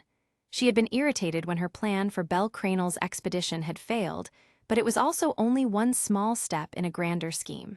Her otter would be returned to his final glory, and when he was, she would snatch him away. All this would be done before he could repair his bond with the cursed sword princess. Freya also understood, though, that she'd have to separate the boy from the rest of his familia. He needed to be isolated and cut away. Looking out over the city, she saw something fascinating. When those new familia members came in, she took a look at their souls. The goddess saw how the two from the Far East were connected and how it would let them resist her. But now, that connection has wavered, if only slightly. Something had happened between the two of them. Freya smiled and gestured with her hand. Otter, go find that new member of ours, the girl with the special magic. Tell her I have a job for her. Yes, Lady Freya. With the princess. In the Hearth Manor, Ottoheim tried to go about her usual business. Currently, that meant helping Bel and Haruheim put up decorations. They had wreaths, strings of pine needles, and many colorful ribbons. They were going to decorate the outside tomorrow before the snow started to fall. At the moment, Belle was at the top of the staircase, running a red ribbon in a swirling pattern. Ottoheim worked from the bottom up with a white ribbon. The young boy had a smile on his face, but noticed that the ordinarily jubilant girl did not. Ottoheim, began Belle, is there something wrong? It appeared as if she did not hear him. The young woman just continued to twine the white ribbon through and through. The sight made Belle's heart ache. This was the Holy Night Festival. They were supposed to be having joyful times. As the captain of Hestia Familia, Belle felt personally responsible for bringing joy. Especially for Ottoheim, who always took the time for him. So Belle slowly walked down the staircase. He knew that creeping up on her was a bad idea, but something seemed off. He felt like he could sneak up on her this time. So he tapped her on the shoulder. Ottoheim jumped and tried to get her hands on Belle to throw him. Thankfully, Belle knew this was coming and planted his feet. One of her hands went to grab his arm. He grabbed Ottoheim's wrist and stopped the other hand from coming for his shoulder. Ottoheim blinked in shock, surprised that she had been so disarmed. Belle grinned sheepishly. That wasn't like you, Ottoheim. Usually, not even Ryuu can sneak up on you. Oh yes, I'm sorry about that. The former princess looked at the ground. Things are a little complicated between me and Yura right now. He said some things, and I have been behaving less than exemplary. Belle released his grip on her arms. Would you like to talk about it? Ottoheim nodded. Her hair fell over her face. She pushed it up and looked at Belle. Could we go for a walk as we talk, though? Belle smiled. He turned towards the door and offered his arm. Their walks and talks had become a tradition for the two of them. They would often sneak away. Originally, Ottoheim started the walks because she knew something was always bothering Belle. Eventually, though, she was feeling bad, and he had offered the same to her. Now, it was their tradition. Ottoheim took his arm happily, smiling honestly for the first time in a while. Shall we go, milady? Ottoheim giggled. We shall. With the bodyguard. In the streets, Urashima Taro wandered. He walked this way and that, not really aware of his surroundings. The people on the streets gave him a wide berth. Some did it because he was a member of Hestia Familia, who were known to be magnets to danger. Others did it because they saw the shining metal of his arms, so he was left in peace. Well, almost. What do we have here? A dog let off its leash. Yura let out a long and deep breath from his nose. He recognized that voice. The young bodyguard turned to find the Amazon Pato standing across from him. His opponent from the tournament's first match had her hands on her bare hips. She wore almost no gear. Instead, she wore pink wrappings around her chest and a dark maroon Pero skirt. She wore bangles around her wrists and a bright gold choker. Yura grunted at her before resuming his walk. The Amazon followed behind, arms crossed behind her head. All this did was push her chest out. She strolled up to his left side. So where's the girlfriend? Asked Pato. At Yura's silence, Pato nodded. Trouble in paradise then, possibly looking for a way to make it up to her. She skipped in front of him before turning to stand in his. When Yura tried to walk around her, she reached out with one hand. Her palm rested at the center of her chest, and her eyes looked him up and down.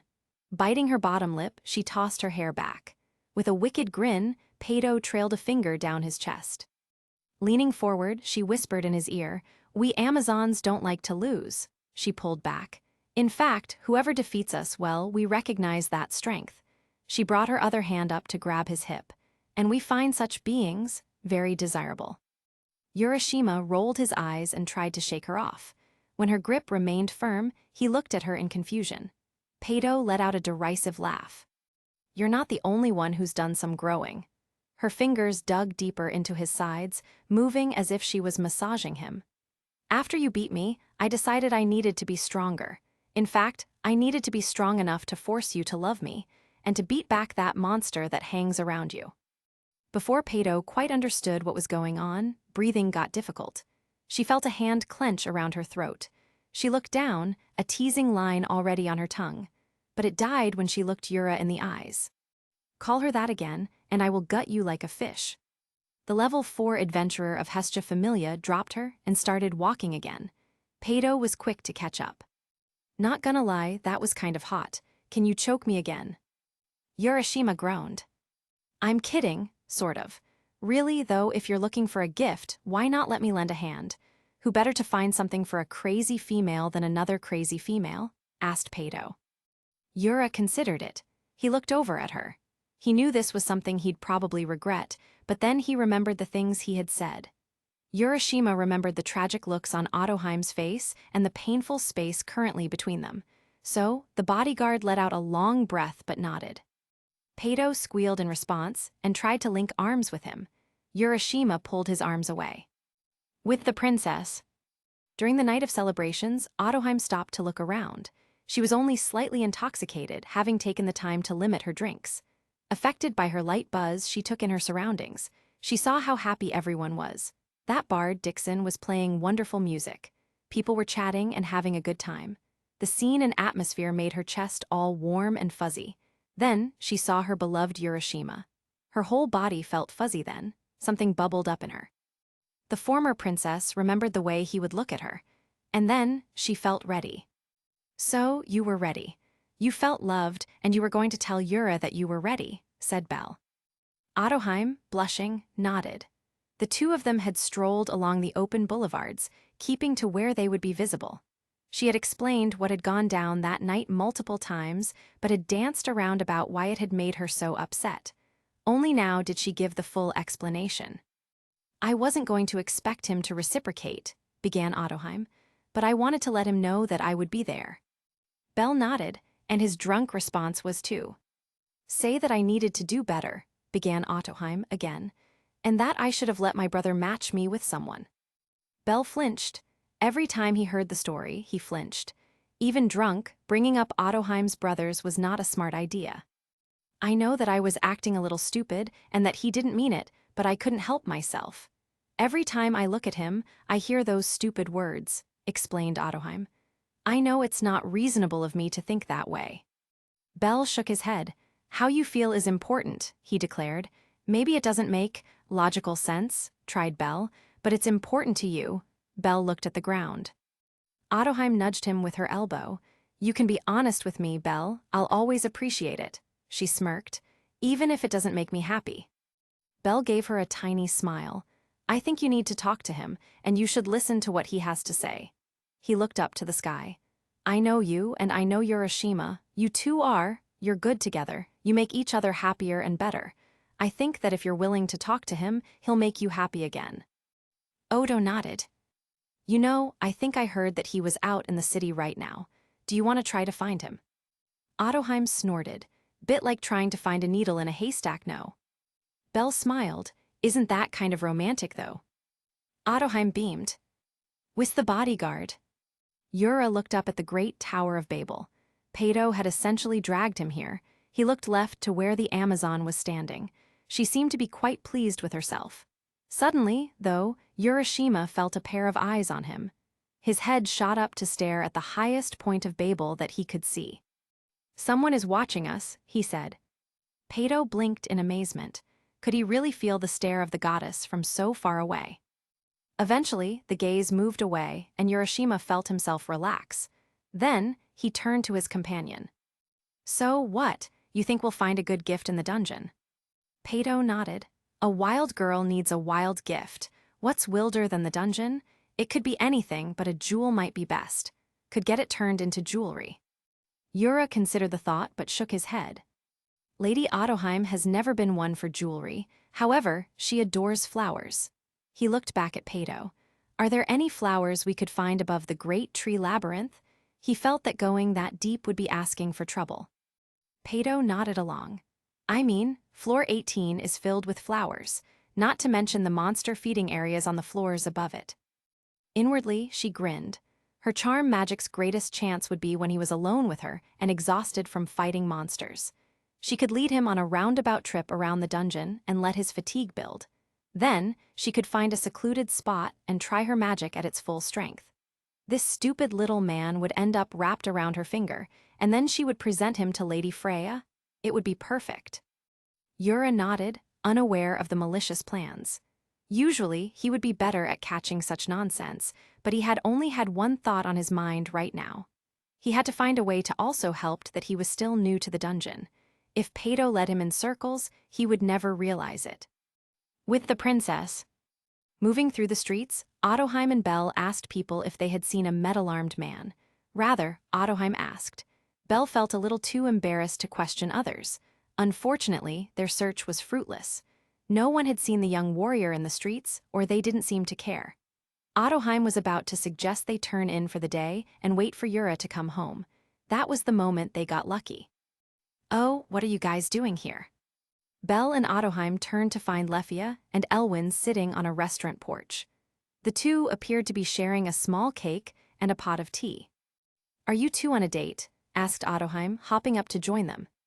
Elwyn gave a goofy grin. "Yeah, our first official date, actually." He took Lefia's hand, who was busy blushing. "It's pretty exciting." "You don't need to tell them everything," said Lefia, squeezing his hand. She did not let go, though. She turned back to the two visitors. "Are you two looking for anyone right now?" "Yes, I'm looking for Yura. Have you seen him?" Elwyn shook his head, but Lefia tilted her head in thought. Looking up at the sky, she seemed to consider the question. Eventually, she looked back and nodded. "I believe so. I think I saw him walking towards the dungeon with another adventurer," said Lefia. The last word sounded like she was about to say something else. "He was with another woman, wasn't he?" asked Ottoheim. Unintentionally, her entire body shifted towards violence. Lefia withered under her glare and nodded. "Hey now," interrupted Elwyn. "Take it easy." Ottoheim blinked and shook her head. When she looked at Lefia again, she gasped and bowed low at the waist. "I'm so sorry, Lefia. I didn't mean to. I just heard and tunnel-visioned." Ottoheim gave an embarrassed smile. "Again, so sorry." Lefia shook her head. "No problem. But yes, I did see him. He was walking with a female adventurer toward the dungeon." "How come I didn't see this?" asked Elwyn.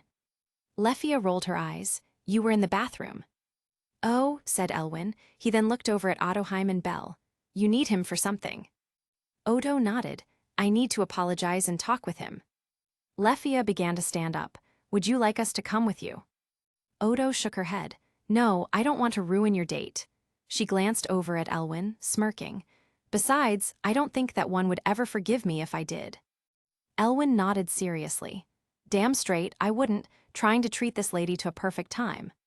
The two Hestia Familia members left them to their date. They turned their eyes toward the dungeon. "You have the knife, right?" asked Ottoheim. Belle nodded while frowning. "But you don't have your bicento."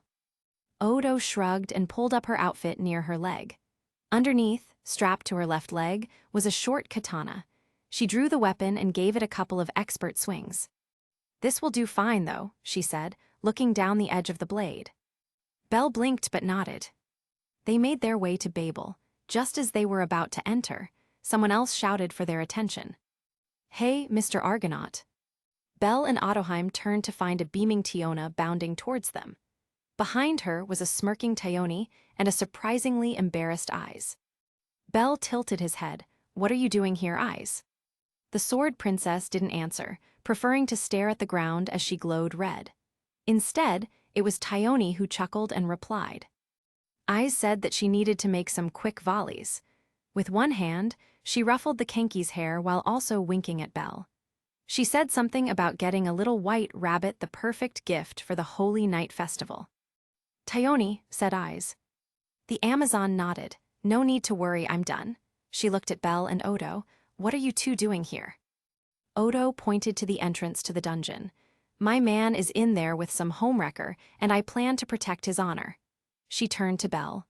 "Those words made sense, right? I only used them because they popped up in a book I read." Belle sighed. "Yes, they do, unfortunately."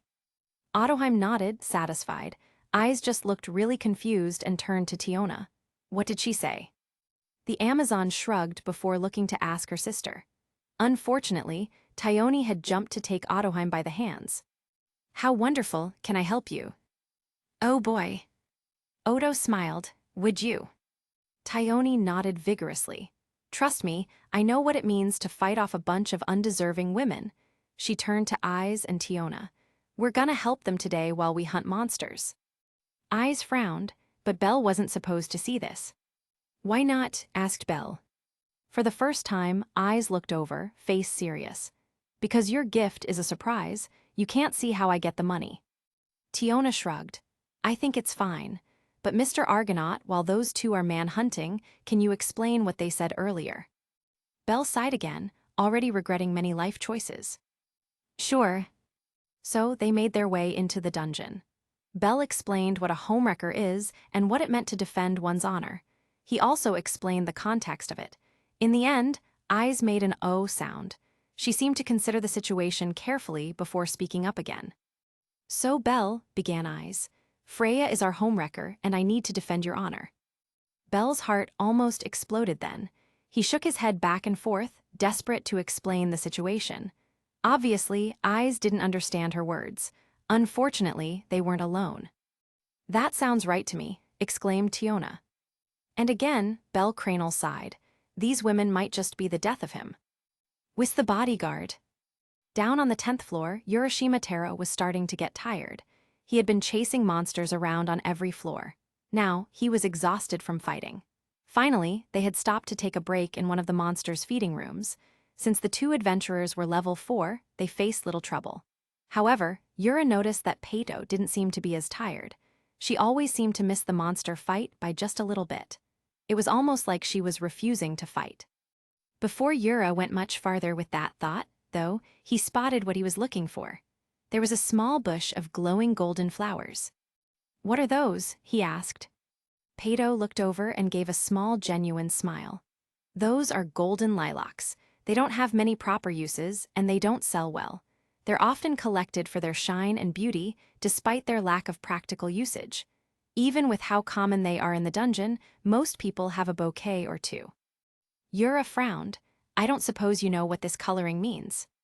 Peito raised an eyebrow. Yura sighed before continuing. Every flower has meaning, which can change based on the color.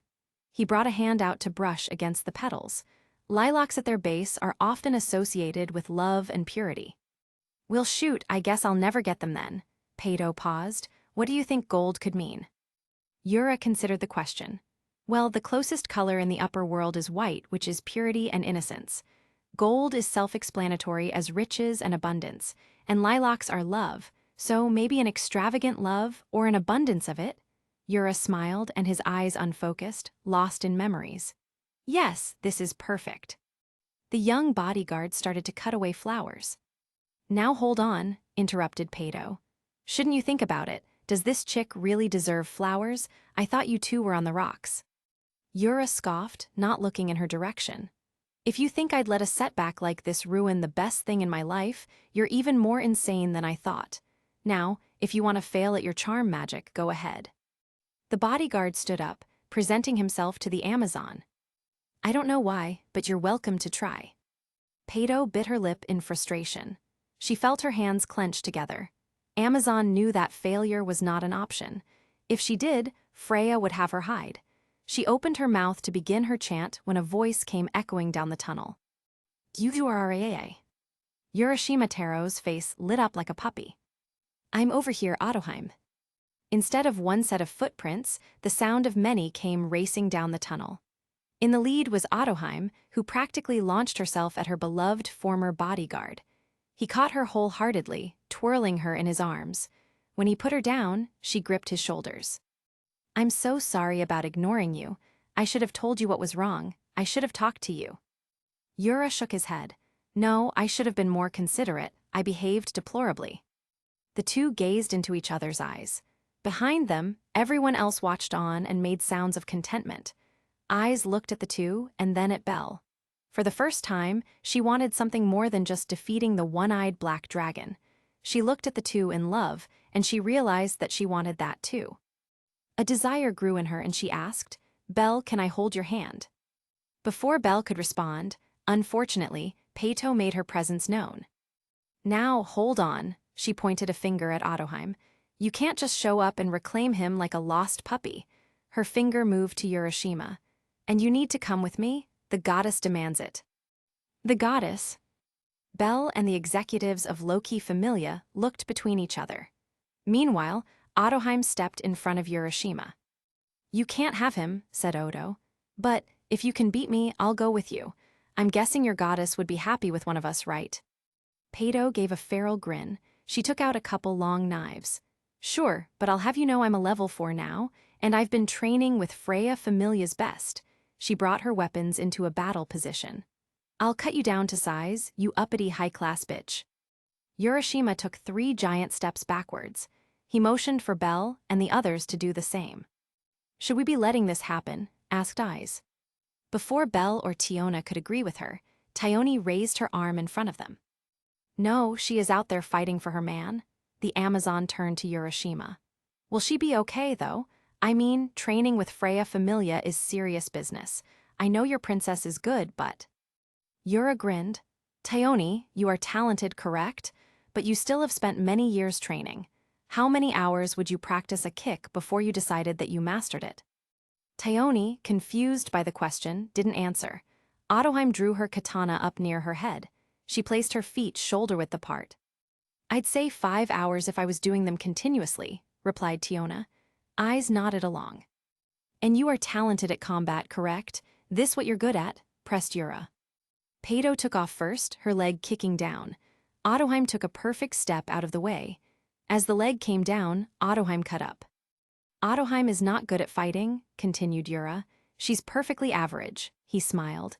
But she's also stubborn. He looked at the first-class adventurers. If one kick would take you 5 hours, it would take 20, and then she'd practice for 50. His eyes went back to Odo. She works harder than anyone else, and she does it for the benefit of everybody. His smile grew. How could I not fall in love with such a woman? Belle and the others watched on in awe of this simple expression of Yura's feelings. Then, a cracking sound drew their attention. Their eyes widened when they saw Peito slammed into the dungeon wall. As she fell to the ground, parts of the wall fell with her. Odo marched forward, and the Amazon drew back in terror. I don't want to knock you out and then carry you back outside. So, leave now, she said, bowing low. She brought her face close. And if you ever threaten my man again, the dragon's coming out. Do you understand? Peito nodded. Then leave. The Amazon took off without looking back. After she fled down the tunnel, Yura walked over to where she had slammed into the wall. He crouched down near the debris. What are you doing? Asked Odo, drawing close. Yura stood up, a gleaming gemstone in his hand. He nodded in satisfaction before slipping it into his pocket. Odo rolled her eyes. You don't have to get me a present anymore. Yura shook his head. It's not going to be your present. It's going to be part of your engagement ring one day. He took off down the tunnel, leaving a stunned party behind. Ais looked at everyone's confused faces. She didn't understand what was an engagement ring. In the end, though, things didn't change too much between Urashima Taro and Ottoheim Nakamura. They still weren't together, but they were happy. They were not in an official relationship, but they didn't mind. A little later. A couple days later, Ottoheim was walking through the halls of the Hearth Manor. She was admiring the decorations when she spotted Urashima waving at her. He was the color of a tomato. She strolled up. What is it? She called from halfway down the hall. He continued waving for her. So, the princess walked all the way down the hall. So, what is it? She asked. She also looked back and forth. Is there something you need to show me? In response, the bodyguard pointed up at the roof. When Ottoheim looked up, there was a small sprig of green dangling from the top. Why in the world is a plant tied to the ceiling? Asked Ottoheim. Yura finally found the courage to look up. It's called mistletoe. Apparently, it is a tradition in these parts that when two people find themselves underneath some, they kiss. Odo blushed. Well, we shouldn't be the ones to break tradition then. Yura nodded. Slowly, Yura went to cup her face with his metal hands. He hesitated when they got close, but before he could pull away, Odo took his hands. She made sure to place his palms on her cheeks. Like I've always said, I love the way your hands feel. They make me feel so warm. She closed her eyes and waited. Yura leaned forward and captured her lips. Maybe things were a little bit better. Chapter 35. At the breakfast table, Belle looked to his right. Hestia was sitting there, not meeting his eye. Something had been up for a couple months now, but Belle also felt like there was an extra bit to it. There was a problem with his goddess, and he was determined to figure it out. More on that story later, though. For now, an elf had her own problem. Sitting across from Belle Cranel, Ryuu stewed in her feelings of unease. She had been avoiding an entire couple of blocks around the hostess of fertility for the past week, mainly because she had felt awful after her night with Sir/Helun. She was guilty of taking advantage of the silver-haired waitress and her kindness. After watching the sword princess steal Belle away, a pit of loneliness took root. And then she saw the other couples taking off together. So, Ryuu looked to find her own fun, and it seemed that Sir was more than willing to oblige. The fairy princess knew that the silver-haired girl was feeling lonely and afraid. Sir did not know who she was and was probably still trying to find herself, and Ryuu had used that loneliness to her advantage. She had seduced Sir and brought her home. Now, though, Ryuu was embarrassed. Even if she felt something for the silver-haired waitress, which was a mess of feelings unto itself, it was wrong to take advantage of other people's weakness like that. But Ryuu was still a proud elf.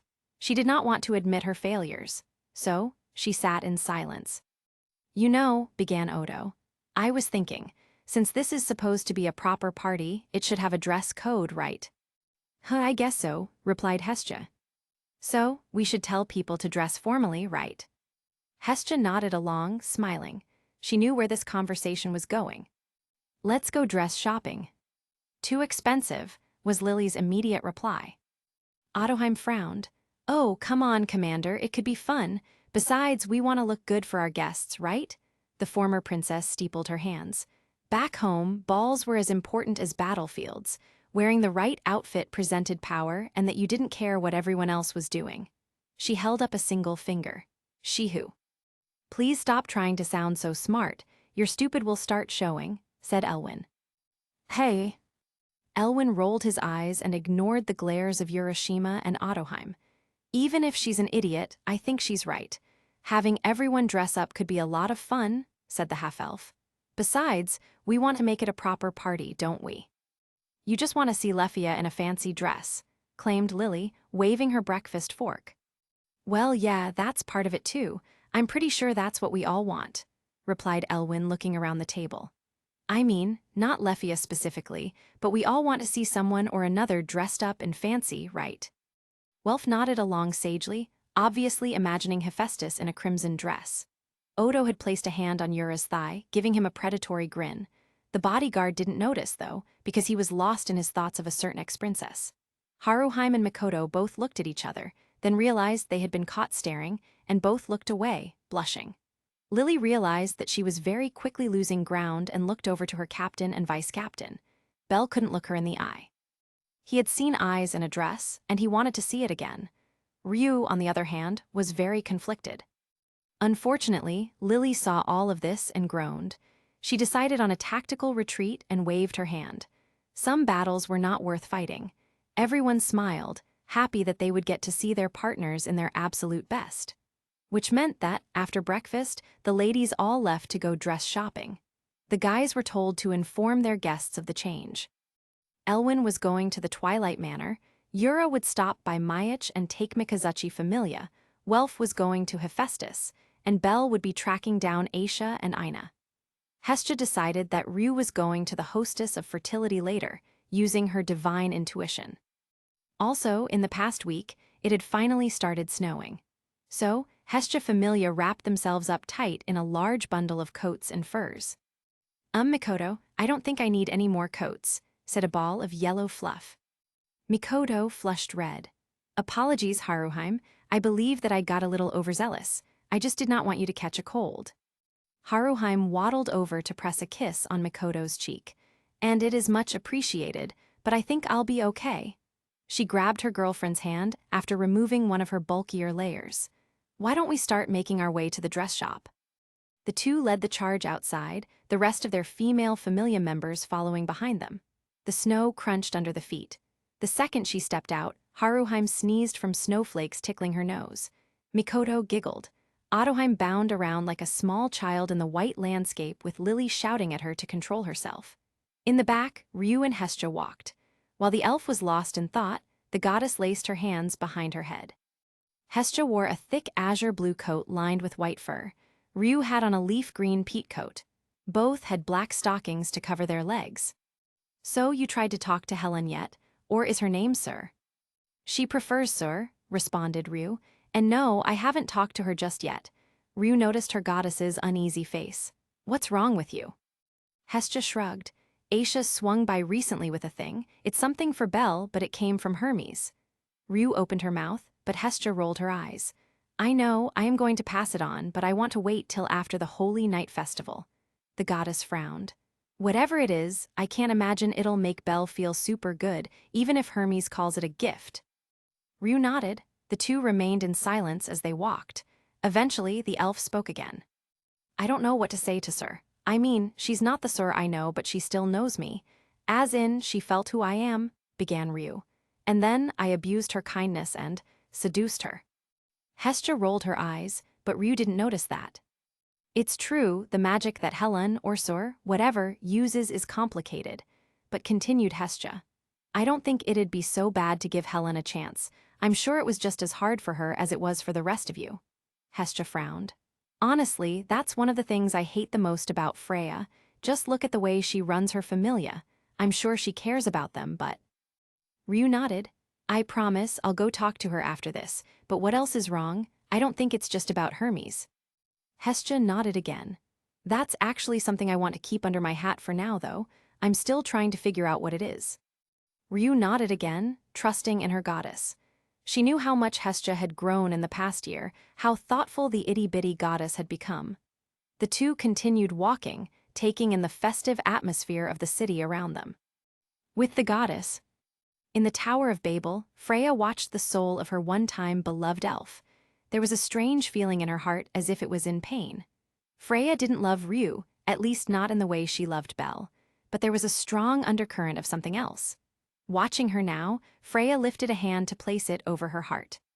Is there a problem, Lady Freya? Asked Otter. No, I'm fine, Otter. Should I go and grab the elf? Freya shook her head. No, I doubt my dear Ryuu wants anything to do with me now. Otter paused, then he nodded once. As you wish, Lady Freya. The goddess of beauty could have stolen the elf away and charmed her. It would have been easy, but that would ruin her soul, and there was something beautiful there. Thinking back on those times, having friends that liked her for who she was made Freya happy. She didn't charm Ryuu and the other waitresses, but they chose to be her friends all the same. Even the goddess of beauty knew better than to try and change that. Otter, how is the other thing coming along? It goes well, Lady Freya. We are moving ever closer to the starting time. Freya smiled. Good soon, my precious Otter, you will return to me untainted and pure. With the girls. Oh, that is so cute, Lily. Ottoheim clapped at the yellow dress the Dauntless was wearing. Now give us a twirl. Ottoheim spun a finger. Lily sighed but turned in a circle. The frills at the bottom of the dress, which ended below her knees, rose in the air. Wow, little Miss Supporter, this looks really good on you, commented Hestia. Lily blushed, her tiny hands clenching into fists. Still, though, she smiled. She decided to buy the dress no matter the price tag. The rest of the girls followed. Haruheim found a jade green sheath gown that had a specially tailored hole for animal people. At first, the Renard was unsure about how much skin the dress showed and how tight it was. Then she saw Mikoto's jaw fall to the floor. Everyone else moved through their dresses, finding the colors and styles to best suit them. The process took all morning, but no one minded. They had fun and went out for a big lunch afterwards. They found a cozy restaurant off the shopping boulevard. It had a warm hearth and focused on food over drinks. The girls placed their orders and chatted amicably while they waited. It's unfortunate we could not find you anything, Mikoto, said Ryuu to her protege. The young Far Eastern woman tried to smile. It was bound to happen. I do not believe I'm the kind of lady ow. Haruheim, why did you just pinch me? The Renard had given a severe pinch to her girlfriend. She had to squeeze it as hard as possible to actually get through to the level 4. Even then, it was more the surprise of the action that stopped Mikoto than the pain. Her surprise was met with the seriousness of Haruheim's face. Don't you dare repeat something that stupid again, the fox girl frowned. We will find you the most beautiful outfit, and even if we don't, all you would need to wear is a ratty shirt and pants. She cupped Mikoto's face. No matter what you wore, you'd be the most stunning person I'd see. She kissed her girlfriend then, and something in Mikoto's brain fried. She felt her knees turn to mush. Oh, come on, you two, not in public, called Hestia. The two jumped away, only just remembering that they were around other people. Mikoto fell backwards, crashing to the floor. Haruheim went to help her but tripped over her own tail.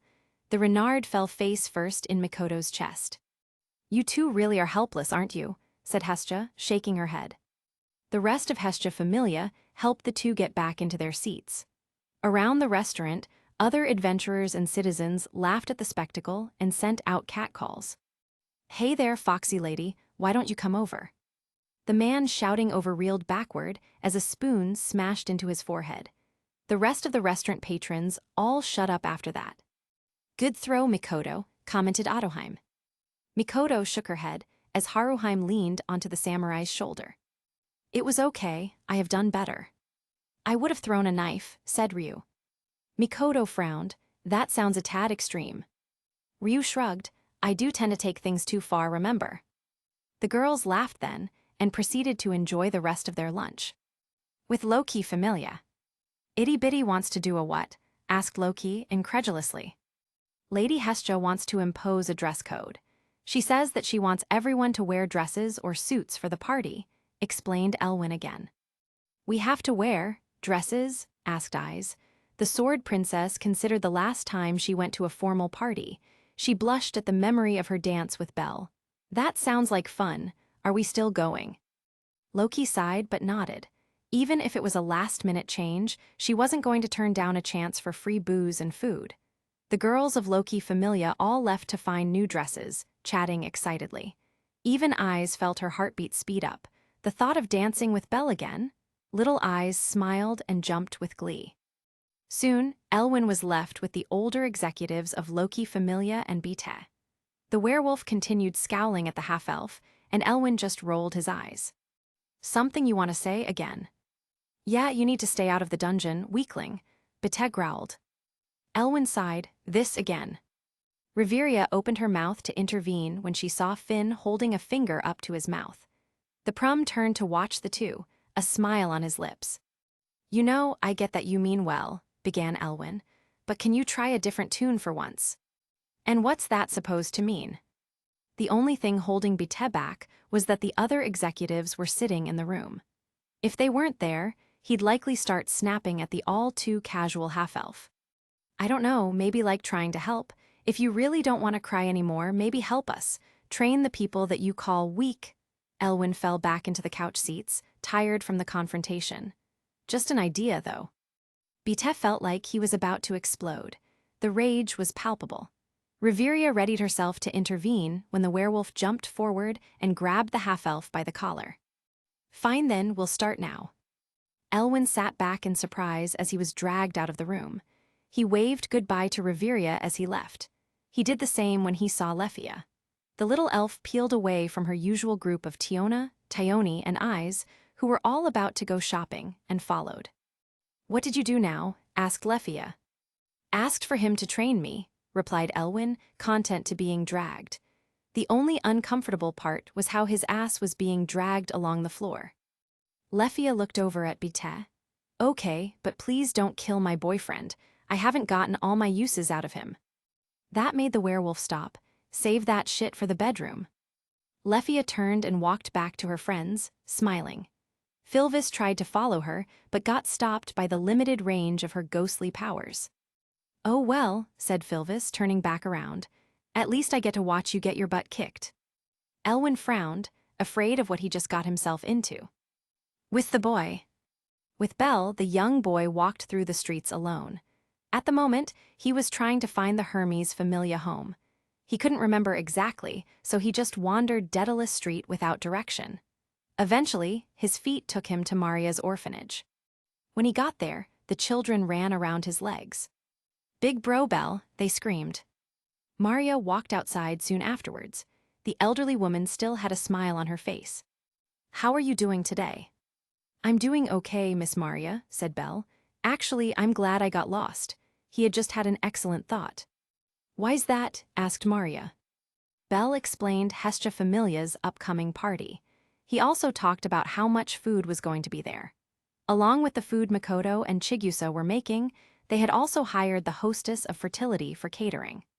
which served as a pleasant excuse to get the waitresses an invitation for the party. They would work in shifts with other employees Mia was hiring for the season. But that was a lot of food, and there would only be so many guests. Belle also made sure Maria understood just how much empty space there was at the Hearth Manor. If a group of kids wanted to come and grab their fill of food while eating in a nice room, well, Belle wasn't going to stop them. Maria reached out to ruffle Belle's hair. The first-class adventurer blushed. "You are too kind of a soul, Belle Cranel. We'll be happy to stop by." Belle gave her a large grin then. Afterwards, he said goodbye to the orphan kids and kept walking around the street. It was while he was searching that an Amazon jumped in front of him. "Belle Cranel," screamed Aisha. Belle jumped back in surprise. "Miss Aisha, how long were you following me?" The Amazon flipped her hair back. "Long enough, something you wanted to tell me." Belle blinked before startling. Something seemed a little off with the Amazon, as if she was expecting something. It took him a moment to remember why he had been searching for her. "I wanted to tell you, the dress code for the party has changed. Goddess Hestia wants everyone in a dress or suit." Aisha nodded along before leaning in close. "I'll have to wear something nice then." She snaked a hand up his arm, squeezing at his bicep. "See if I can finally get you where I want you." Belle froze, his eyes the size of dinner plates. He was just about ready to bolt when Aisha pulled back. The Amazon's face was deadly serious.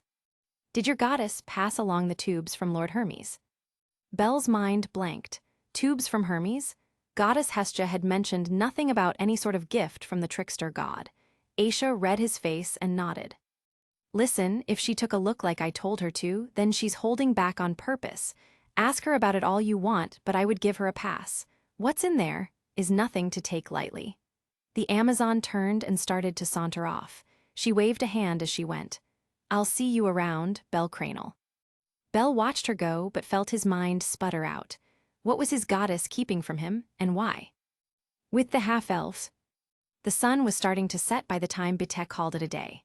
Elwyn panted, hunched over and sweaty. He barely felt the chill of winter. The werewolf was relentless and punished every mistake with bruise after bruise.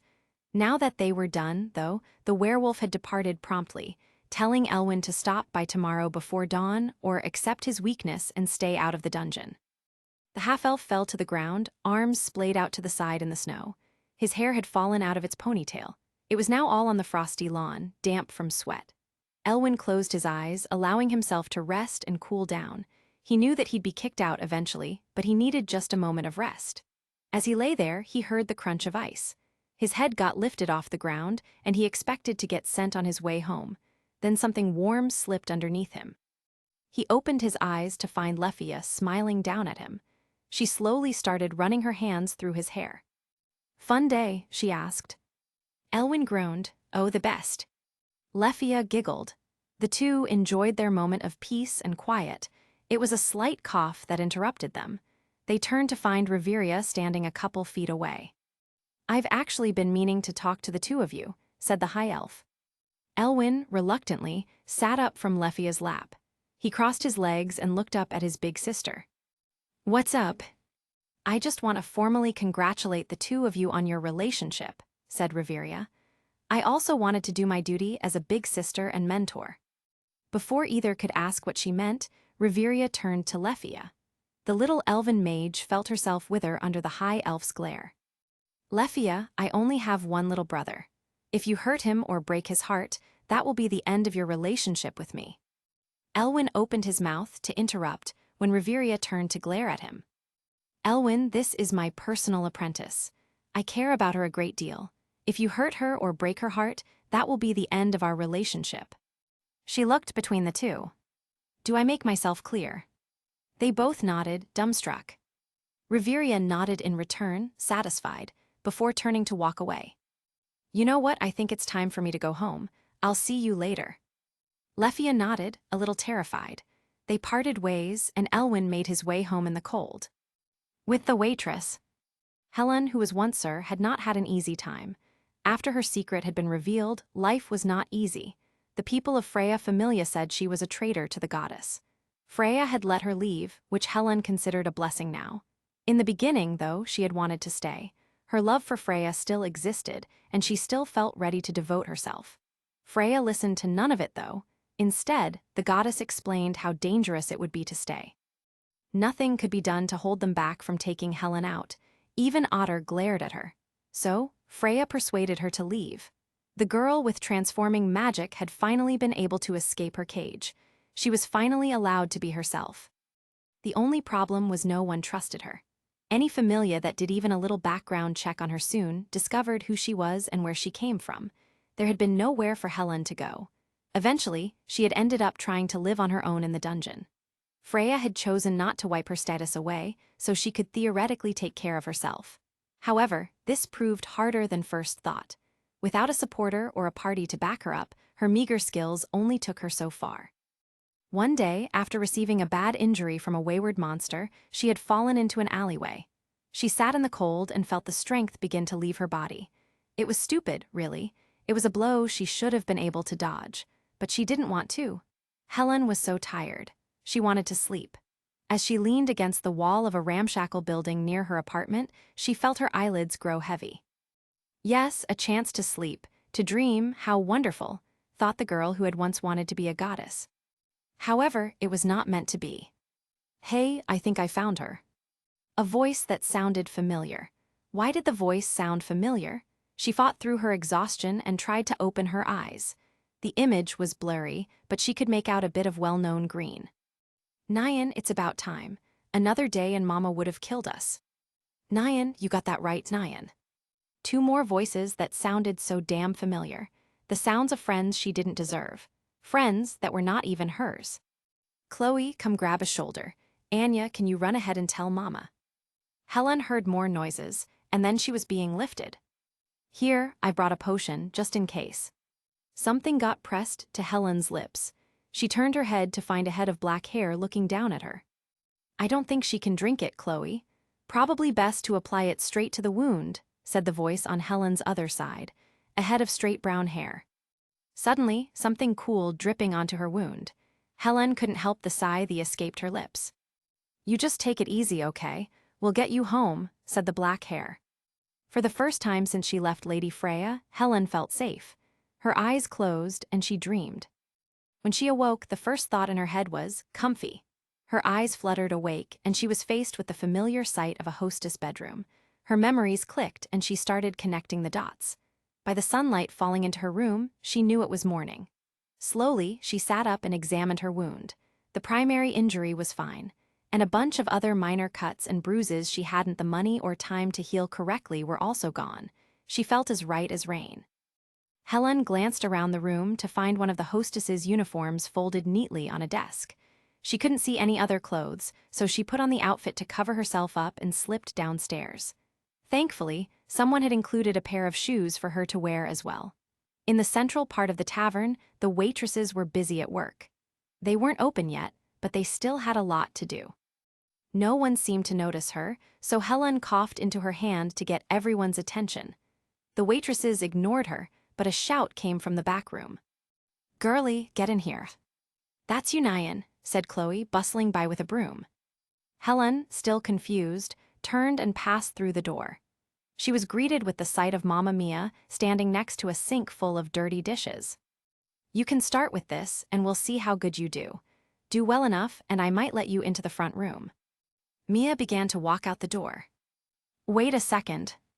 Mia stopped and fixed Helun with a glare so intense that the girl shriveled into her shoes. You trying to skip out on work? Helun was so petrified, all she could manage was a little squeaking noise. You cost me 2 good waitresses. I'm understaffed and you look like you need some help. Now start washing dishes. I'll get May to make you a decent meal. Helun could only nod. Still though, Mia stood there, arms crossed. It took Helun a minute to understand. Yes, Mama. The young adventurer jumped to work. Months passed and Helun slipped into her new role. 3 months in, and she started asking for the others to call her sir. Some tried, like May and Chloe, but it was too hard for some, like Anya. Their sir had vanished, which made it all the more confusing for Helun. Why had they saved her? Because Nyan, screamed Anya one day. You're not sir, but you're like her, right? The catgirl frowned. You know us and you need help, we'd be mean not to, Nyan. Chloe and Lunwar nodded along as if Anya's logic made perfect sense. Helen didn't, but she stayed anyway. 5 months in, and she found Mia behind the bar after closing hours. The demi-dwarf was cleaning mugs, a vacant expression in her eyes. "Mama Mia," asked Helen. Mia sighed, setting the now spotless glass down. "Do you think they're okay?" Helen tilted her head to the side. "What do you mean?" she asked. Mia nodded to the doors leading outside. "Ryuu and, you know who, do you think they're doing okay?" The thought of the elf with sky-blue eyes made Helen's heart stutter.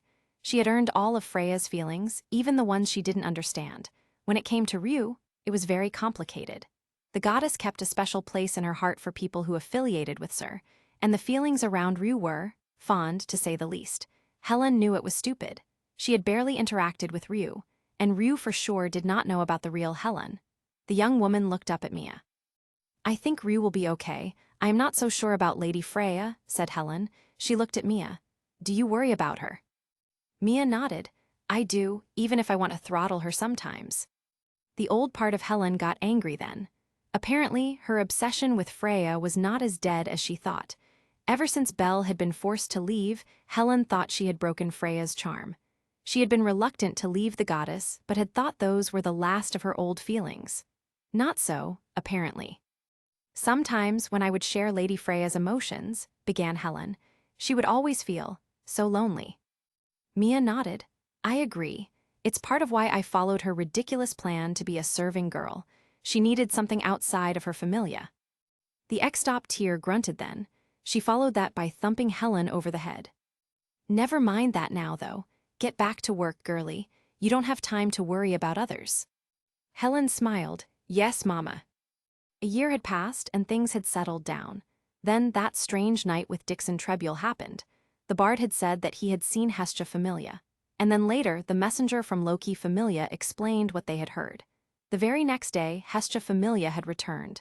The other waitresses jumped at the opportunity to go find their elven sister. When faced with the same option, Helen shied away. Thoughts of Ryuu clouded her head. But she didn't feel worthy, not yet anyway. Ryuu returned, and Helen was happy. And Ryuu wanted to be her friend, and she thought that would be enough. With the elf, Ryuu sat in the Familia's library, snuggled under a blanket Mikoto had knit for her. The weather had turned even colder, and everyone had decided to stay inside. So, Ryuu thought she was in the clear. "Oh, Ryuu," called Hestia, smirking. "You still need to let everyone at the hostess know about the changes."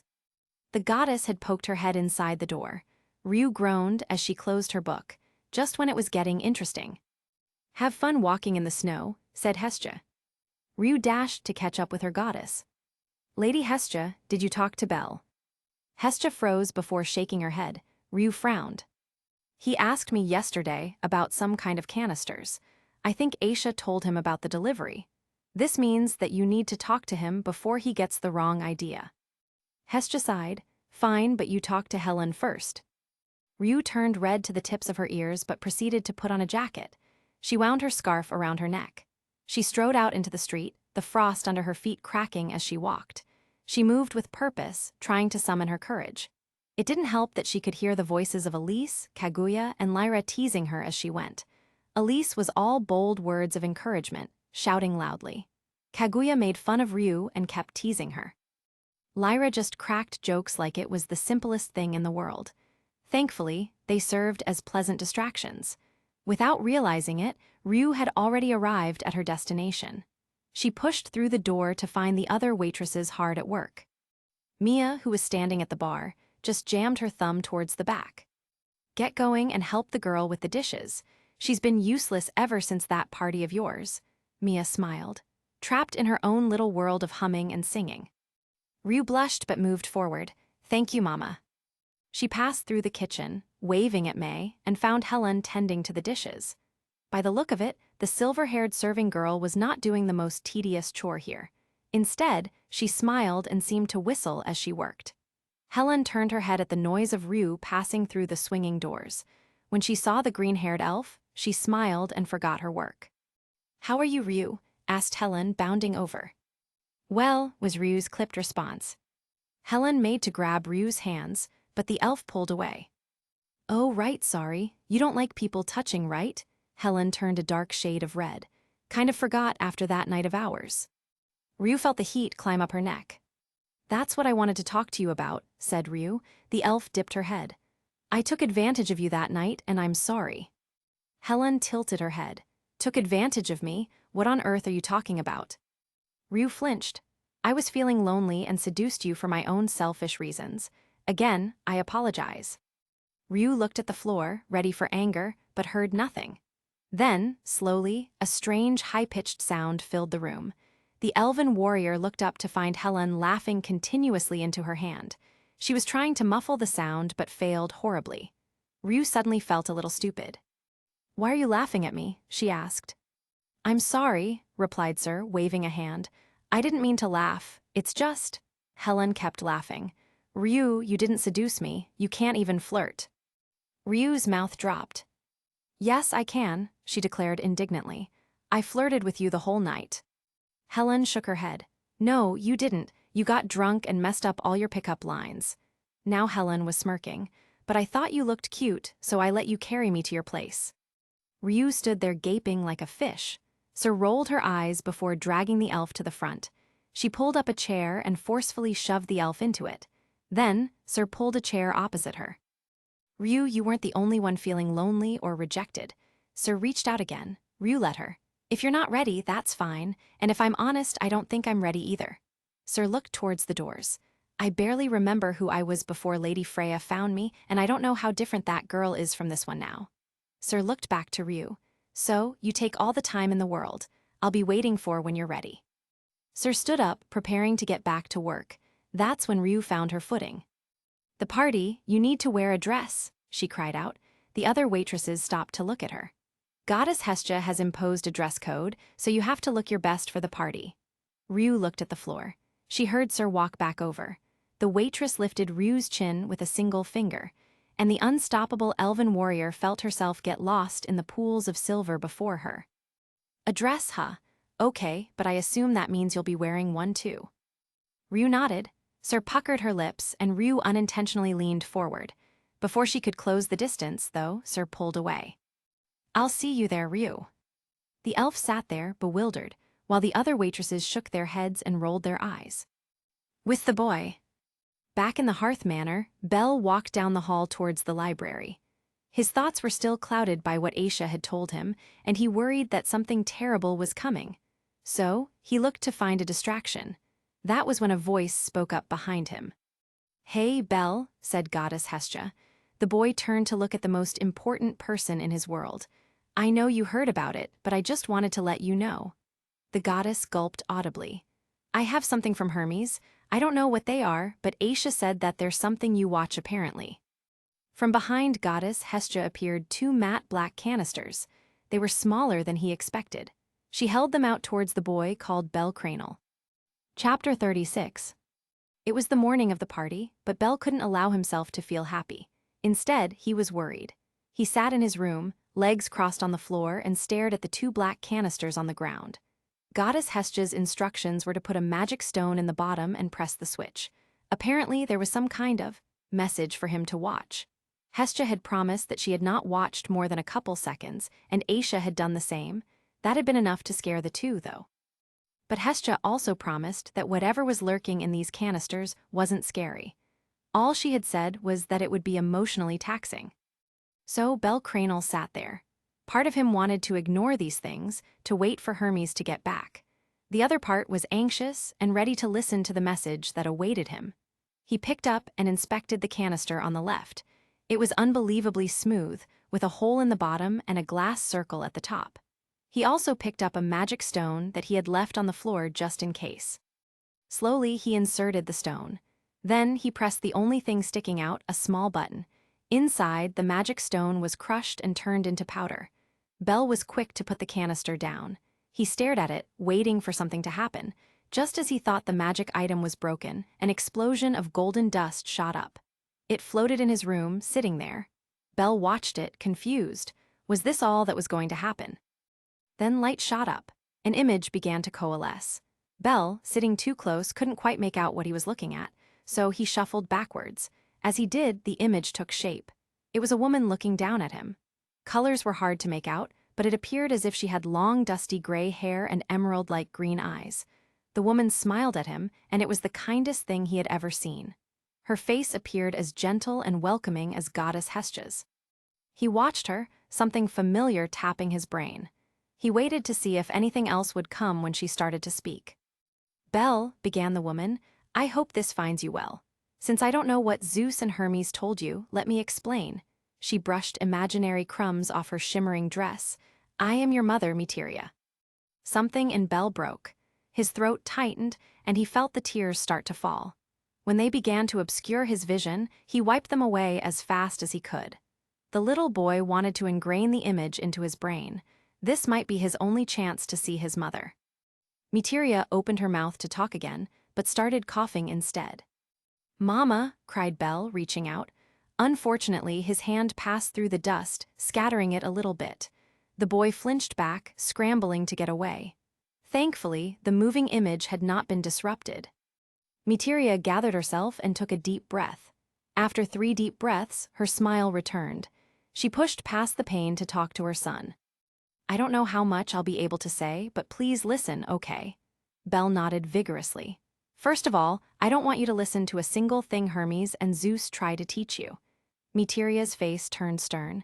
"They're nothing but a couple of useless perverts, and I refuse to let my son become a pervert." Belle flushed red, remembering his original harem goal. He also chose to forget his misadventure in the pleasure district and how Hermes dragged him around to peep at girls on the 18th floor. "Second," Materia held up 2 fingers. "Don't let them drag you around and try to force you into any heroic shenanigans. Do what you think is right." Materia smiled and spread her arms wide. "The only thing that should matter is your happiness, Belle. That is more than enough for me. If you want to be a hero, that's okay. And so is just taking it day by day." Materia's face relaxed. Her smile turned to a sense of heart-wrenching sadness. "And this is the last thing, Belle." Her voice sounded like she was begging. "Please never ever forget this part." The dust turned to tears, falling from Materia's face. "I love you so much. My beautiful baby, I am your mother and I will always love you." She brought her hands together. "I am so sorry that I won't be there for you, but I promise, wherever I am, I'll be watching over you." Materia rubbed away her tears. "I'm sorry, you shouldn't have to see your mother cry." She smiled again, and it broke Belle's heart. "Please, Belle, promise that you'll live a life that makes you happy." The image shimmered and faded out from existence. The dust fell to the floor, and Belle watched it go. Long after Materia had vanished, he sat there weeping. With the goddess. Outside his door sat a tiny goddess. She had delivered the gift late, but Belle hadn't been angry, because of course he hadn't. Belle never got mad at her, but he did seem disappointed. The thought almost made Hestia laugh. If Belle only knew what other secrets she was keeping from him and their familia at large. Hestia thought back to Belle's status. She had told everyone that Lyris Freese wasn't working anymore, but that wasn't actually true. In reality, the spot that Belle's unique skill had once occupied was now holding some sort of gibberish. Some madman's text was written in a language that she couldn't understand, even as a goddess. The only other person who knew of its existence was Mayach, because he had dealt with something similar regarding Cassandra.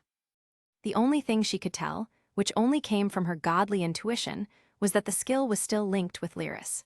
In fact, it felt more advanced, as if Belle's skill was evolving in response to his changing mindset. Hestia thought that the only other person with even a hint of what was going on was Ryuu. The elf had mentioned strange premonitions in the dungeon when she fought alongside Belle, coming from years of honed instincts as an adventurer. That particular secret would have to wait, though. For now, Hestia continued to sit outside her beloved child's door. Time went on, and people started arriving to prepare for the party. The girls from the hostess showed up and took over the kitchen.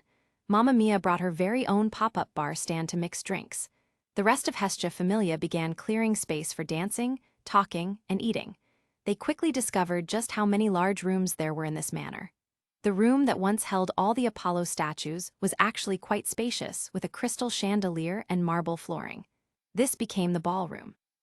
There was a large room filled with long tables, which they used for the banquet hall. Their smaller, more intimate dining room must have been for Apollo and the executives only. Eventually, after most of the work had been done, Ryuu left to check in on her goddess and captain.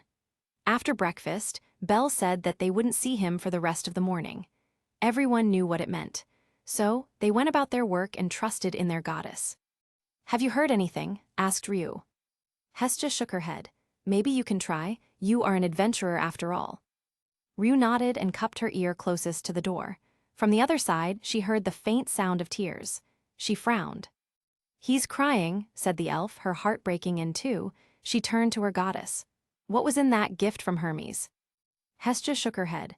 "Not my place. I will say, though, that from the tiny bit I saw, it's a gift."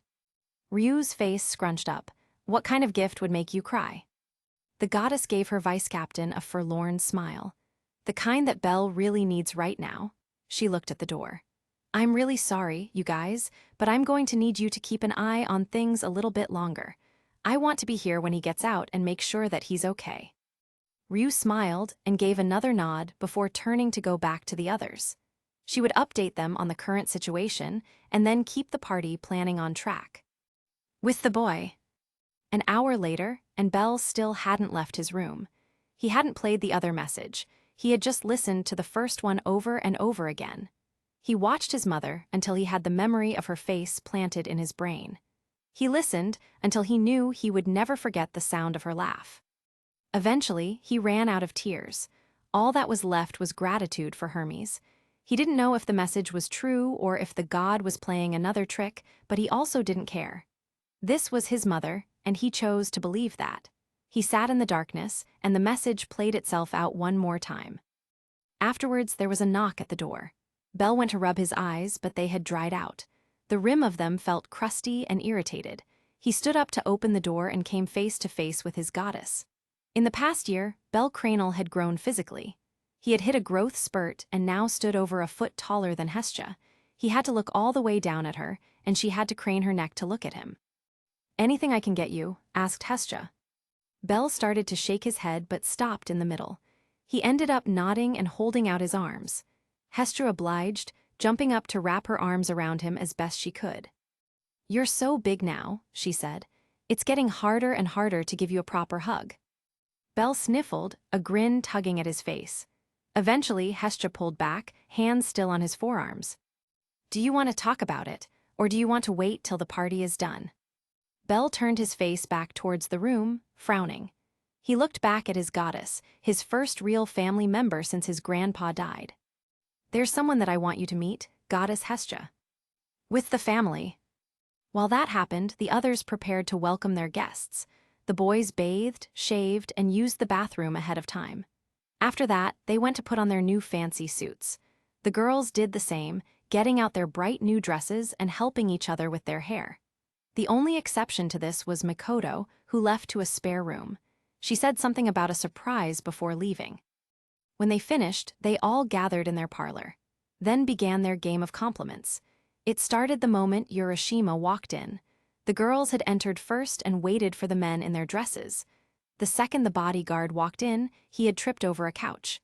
He quickly righted himself but kept his eyes firmly planted on Ottoheim.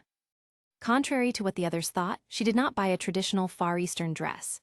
Instead, she purchased a burgundy tunic dress, the slit starting up high near her hips.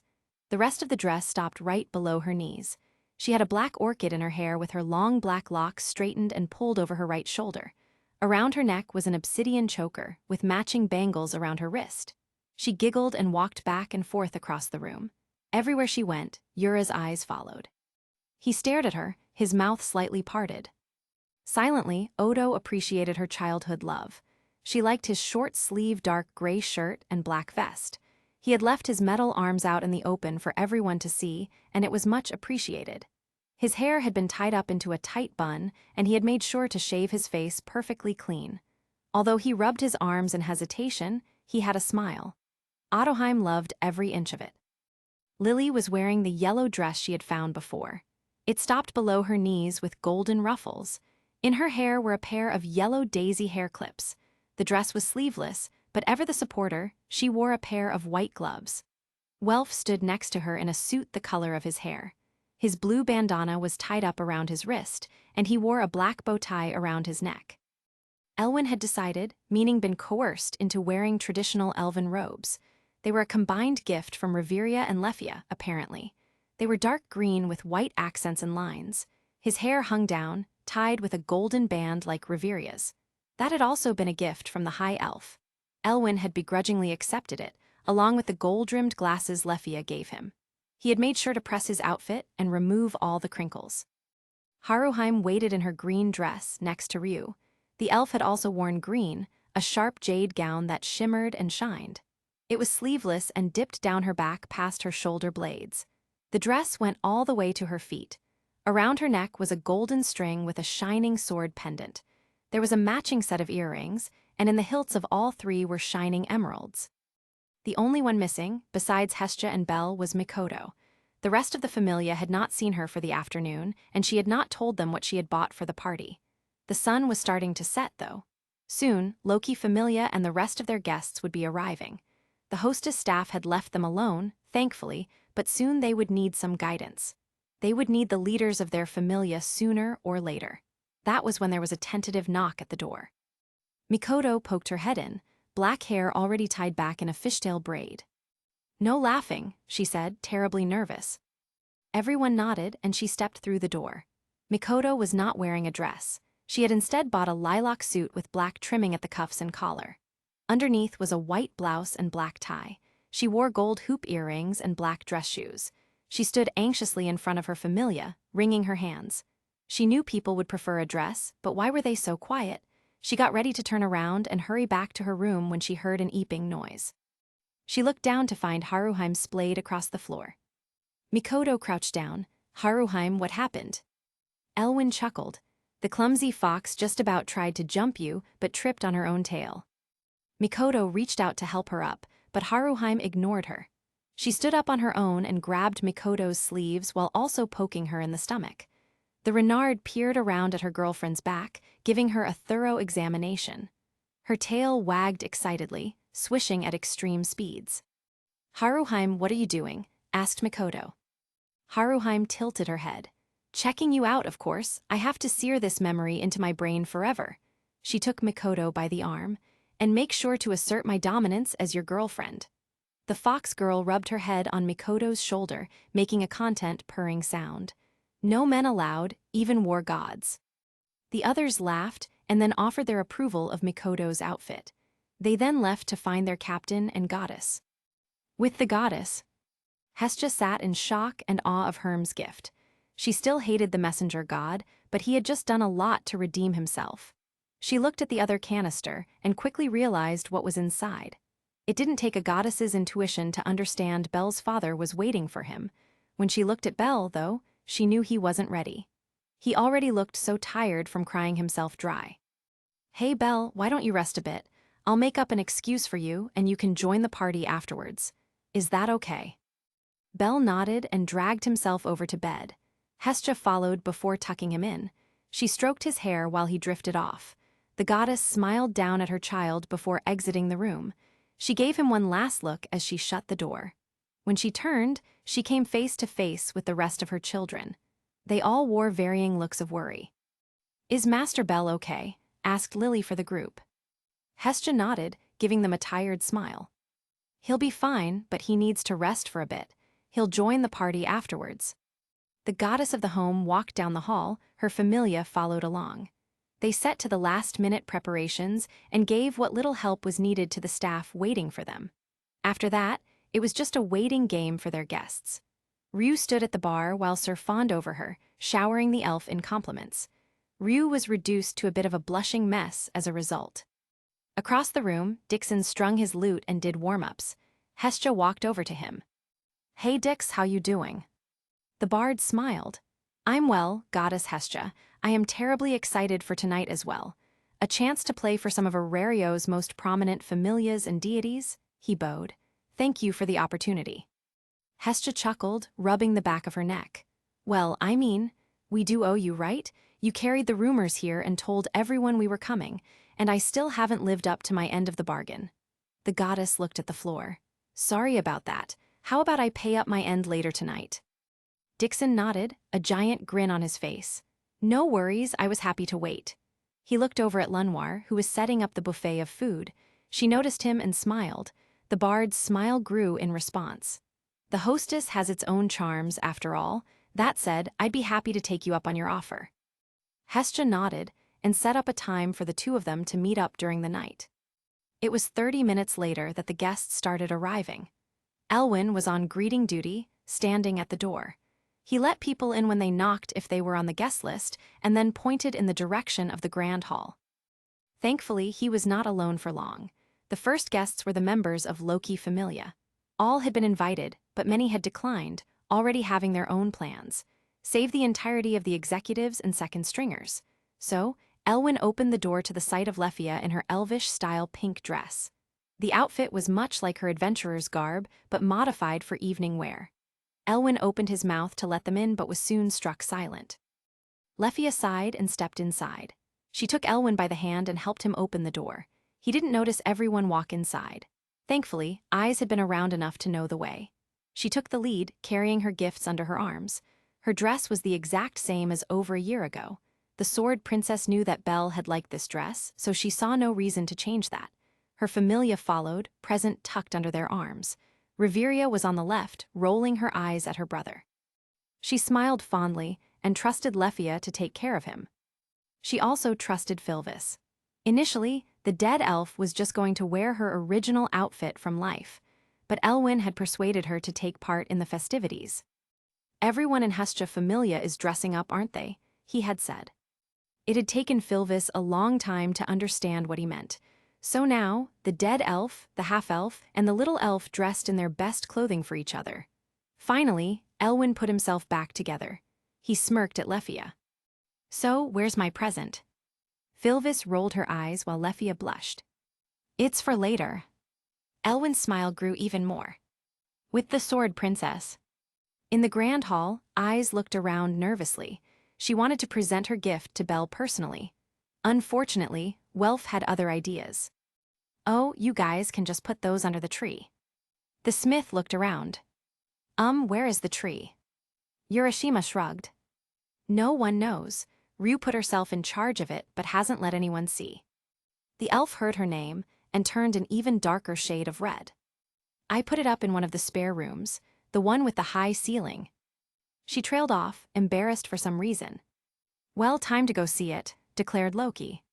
The trickster goddess marched off, totally unaware of where she was going.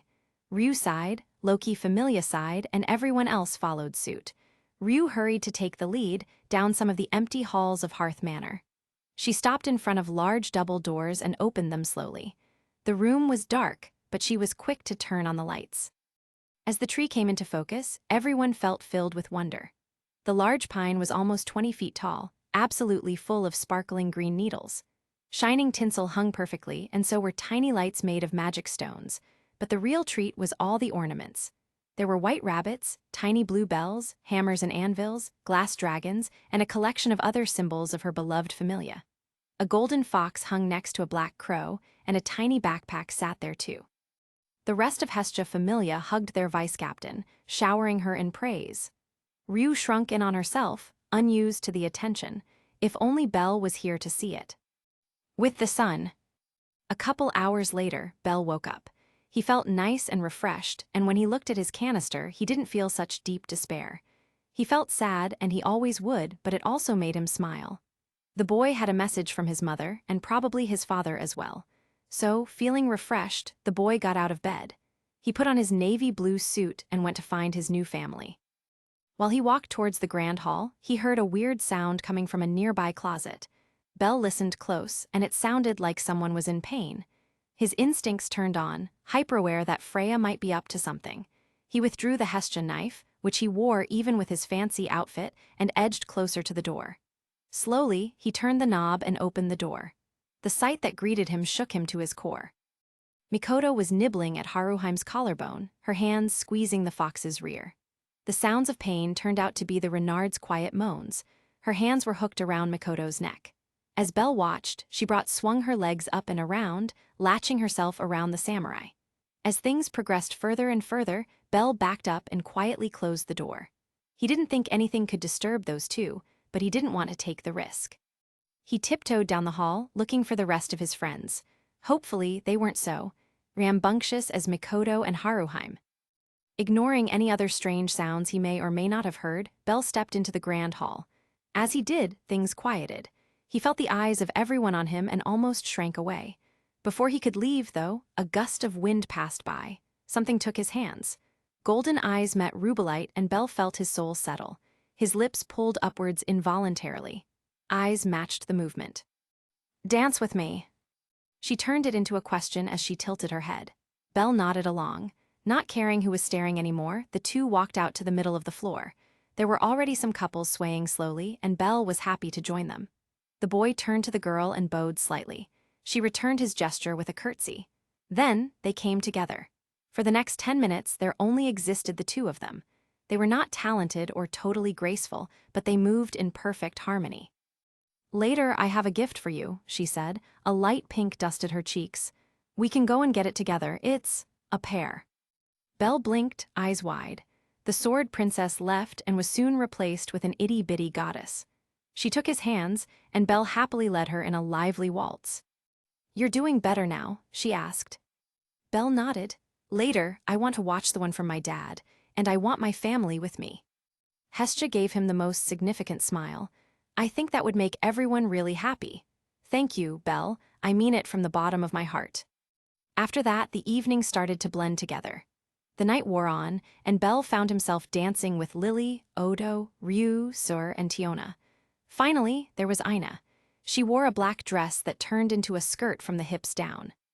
"Belle," began Aina, "I heard about your family about Ulfia, so I did some digging." The half-elf smiled. "I brought everything I found with me. I left it with Goddess Hestia, so just ask her later. Happy holy night." Belle nearly toppled Aina over with a bone-crushing hug. He barely remembered to keep his level 5 strength in check. "I love you, Aina. Thank you so much." "That's fine, Belle, but please put me down." She looked around the room. "People are staring, Belle. Put me down." Too quickly, Belle remembered where he was. He nearly dropped his advisor in panic but caught himself at the last second. Slowly, he put her down. "With the Amazon." The dance wore on. Tione hugged the wall, unsure of herself. She didn't know how to dance, only how to fight. Gareth stood next to her to keep her company. Across the room, the braver approached the dauntless and offered a gloved hand. He would keep trying to woo over his worthy bride. "Can I have this dance?" asked Finn. Lily rolled her eyes but accepted. The two made their way across the floor, and Lily found her partner's eyes wandering over elsewhere. The prum gave him a devious smirk before taking the lead in their dance. Finn raised an inquisitive brow but let it happen. Slowly, Lily danced around the room, careful not to give herself away. When she reached the right spot, she spun Finn away. The captain of Loki Familia had not been paying attention but was still steady on his feet. That did not stop him from crashing, as Lily surprisingly let go. Finn looked over to where she had started swaying with Gareth. The dwarf laughed heartily. Finn shook his head and turned to apologize to whoever he had crashed into. What he saw was a very shy Tione. The usually feisty Amazon looked surprisingly bashful. She didn't even offer to dance, clearly nervous about her ability. Finn felt his heart ping. He held out a hand. "Would you like this dance, m'lady?" Tione, not believing her ears, faced the captain. When she saw that his offer was genuine, the first-class beauty smiled. She took the hand gladly. "With the lovely couple." Iki had almost given up on actual dancing. Her beloved Raoul was too clumsy for that. Instead, she tucked her head onto his shoulder and twined her tail around his leg. The two swayed slowly to music only they heard. "Hey, Iki." "Yes, Raoul. I want you to know, I love you." Iki's heart soared every time she heard those words. "I love you too, you goofball." This was the holy night, and it would forever be Iki's favorite day in the year. With the lovers. Bell watched his friends dance. Welf and Hephaestus had been glued at the hip all evening, save the moment Hestia had stolen her best friend away for a minor waltz. Ryuu didn't dance, but she did move around the room. She was always near a waitress, usually Sir. Belle had made sure to compliment her multiple times on her dress. Apparently, she had partially chosen it for him. He had said he wanted to see her wear one after all. Cassandra had danced a little but quickly grew tired. Daphne carried her off, bridal style. The two had gotten together after the night of partying, and now the snarky adventurer scowled much less. She had taken Cassandra away to a spare room to rest for a bit. Mayach and Naza nodded approvingly from where they stood and danced. Finally, there were Otto and Yura. Of course, the princess was an accomplished dancer. She had been light of foot all night, moving like a flower petal caught in the wind. Yura followed her steps, the petal's shadow on the ground. It was also funny to watch as Ottoheim constantly led him away. They'd disappear for a couple minutes. Hestia would notice and sigh. The goddess would leave and return with the two adventurers being dragged by the ear. Ottoheim had decided that mistletoe was the best tradition ever. Eventually, though, he turned to leave. He knew Maria was around here somewhere, and he wanted to make sure she and the orphans had gotten their fair share of food. When he tried to leave, though, Ais appeared in his way. "No running," she said. Belle sighed fondly. "I'm not running, just going to check on the kids. Do you want to come?" Ais nodded, obviously not believing Belle's lies. He did have a history of running away, after all, and he was a delinquent with multiple girls around. So, she followed closely on high alert. She kept one step behind, ready to chase him down. Her dress was ill-suited for it, but it did not matter. Belle would not get away. Strangely enough, though, he really was just checking on some little orphans. The kind old woman Maria was there, and so was Bete of all people. The werewolf had looked for peace and quiet, away from the noise, but had stumbled upon the children by accident. They had all taken an immediate shine to him, to his great fake chagrin, and he now was asleep on the floor. His arms had curled protectively around a couple of the tiniest children. He snored loudly. The sight and sound made Ais feel unbelievably happy. This also meant that Lena was there. The Amazon had waved at the two but motioned for quiet. She promised to get Bete home and keep an eye on the kids. Belle thanked her, assured Maria that she was welcome to stay the night, and the two moved on. Ais decided it was time to give her present and practically dragged Belle to the great holy night tree. Along the way, though, she stopped. From a spare bedroom, she heard the sounds of an adventurer in pain. Before Belle could react, she sprung into action. She didn't have a weapon, but that didn't stop her as she opened the door. She barely saw anything in the darkness of the bedroom, but it appeared empty. Belle pulled her away, fearful of what lurked inside. He had heard the noises too, after all, and was more well-versed in what they could mean. The two left, Ais willing to go in her impatience to present her gift. With the delinquent. "Philvis, I owe you my life," thought Elwyn. The elf ghost had stood on the lookout while Elwyn and Leffia got frisky. As soon as she saw the sword princess bolting close, Philvis had alerted her host of the incoming danger. Despite her protest, Elwyn had pulled Leffia off the bed and clamped a hand over her mouth. Leffia stopped struggling the second the door opened. She quietly tried to get her dress back in place, but failed miserably. Thankfully, whoever was there had left just as quickly. She looked over at Elwyn, who was staring at her exposed neck. He had a stupid grin on his face. "What are you so happy about?" asked Leffia. Elwyn pointed to the mark blossoming on her shoulder. Leffia looked on in amazement. Was this one of those hickeys Aki had told her about? She glared at Elwyn. Well, two could play at that game. With the boy and the girl. When Belle saw the tree, he looked on in amazement. It was a thing of beauty, and it made him even happier that Ryuu had put so much time into it. He watched Ais dig through the pile until she pulled out 2 boxes the size of dinner plates. She gave one to Belle and kept one for herself. At her nod, Belle unwrapped the box. Placing it on the ground, he lifted the lid. And out came a small plushie that looked like Ais. She even had a potato puff in her little plushy hand. Belle stared at it, feeling confused and a little creeped out. What in the world was Ais thinking? Ais blushed as she opened her box. From within, out came a white rabbit plushie. She brought it up to her face and spoke. The fur turned it into a mumble, and Belle had to ask her to repeat it. Ais lowered her stuffed bunny. "I got us a specially made pair, so if we ever get separated again, we'll still be close by." Ais waited. She felt so stupid now. She hated gift-giving. None of this made any sense. The others had claimed it was adorable, but now she felt. Was this embarrassment? She shook her head, trying to dispel this newfound emotion that plagued her. That was when he took one of her hands, the other wrapped protectively around his little eyes. "Thank you," he said. "I love it." Something warm and fuzzy blossomed in Ais's chest. He smiled, and she returned it.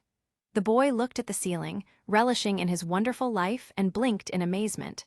The sword princess followed his eye movement. "Belle, why is there a plant hanging from the ceiling?" Elsewhere, a mischievous former princess giggled, hoping her trap worked. Belle looked back at Ais, whose body caught the glow of the tree.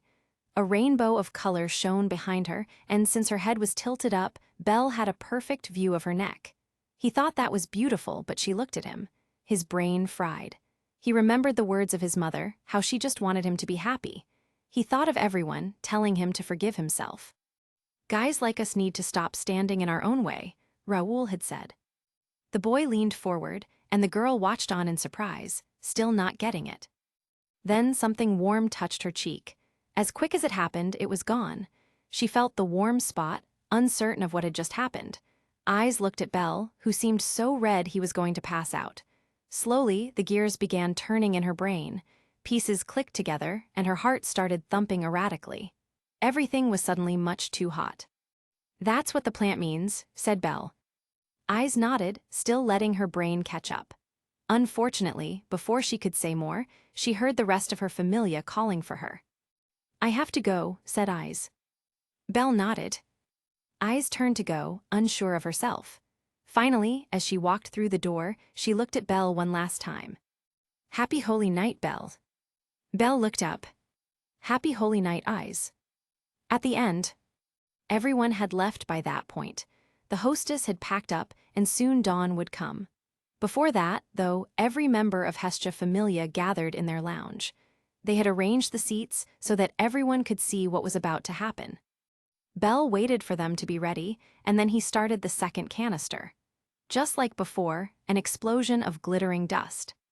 Its image was that of a man. As soon as they saw him, everyone knew he was Belle's father. They did not look alike, but they held themselves the exact same way. The man was unsteady and unsure, looking over at some unforeseen person. "Mehdi, I don't know what to say." Belle's mind flashed to the knife he had found. "Just say what it's in your heart, dear. Give him some fatherly wisdom." There was a pause. "But no pervy stuff." The man smiled. "It worked on you, didn't it?" Materia said something unintelligible. The man smiled, blissful and forgetful. Then, he remembered why he was making the video. His image turned back towards Belle and the others. I'm so sorry, Belle." Lily snorted. Oh yes, this was definitely Belle's father. "I don't know what to say, so I'll try and keep it short." The man took a deep breath and prepared to speak. When nothing came out, he fell to the floor. I don't know what to say," he rubbed at his hair. After a small break, his gaze came back up. His look was honest and sincere. "Belle, there's not much I can tell you to help. I was never much of an adventurer. In fact, I was only ever a lowly supporter." He tucked his knees under his chin. "I'm a coward, no matter what your mother might say. I only ever achieved greatness because I did the smartest thing possible." A brief pause. "I surrounded myself with the greatest people I knew. That's the ticket to true success, Belle. Whatever you do, find the people you trust, who share your beliefs and ideals." Belle looked to Lily and Ryuu. "People will guard your back and help you become even stronger."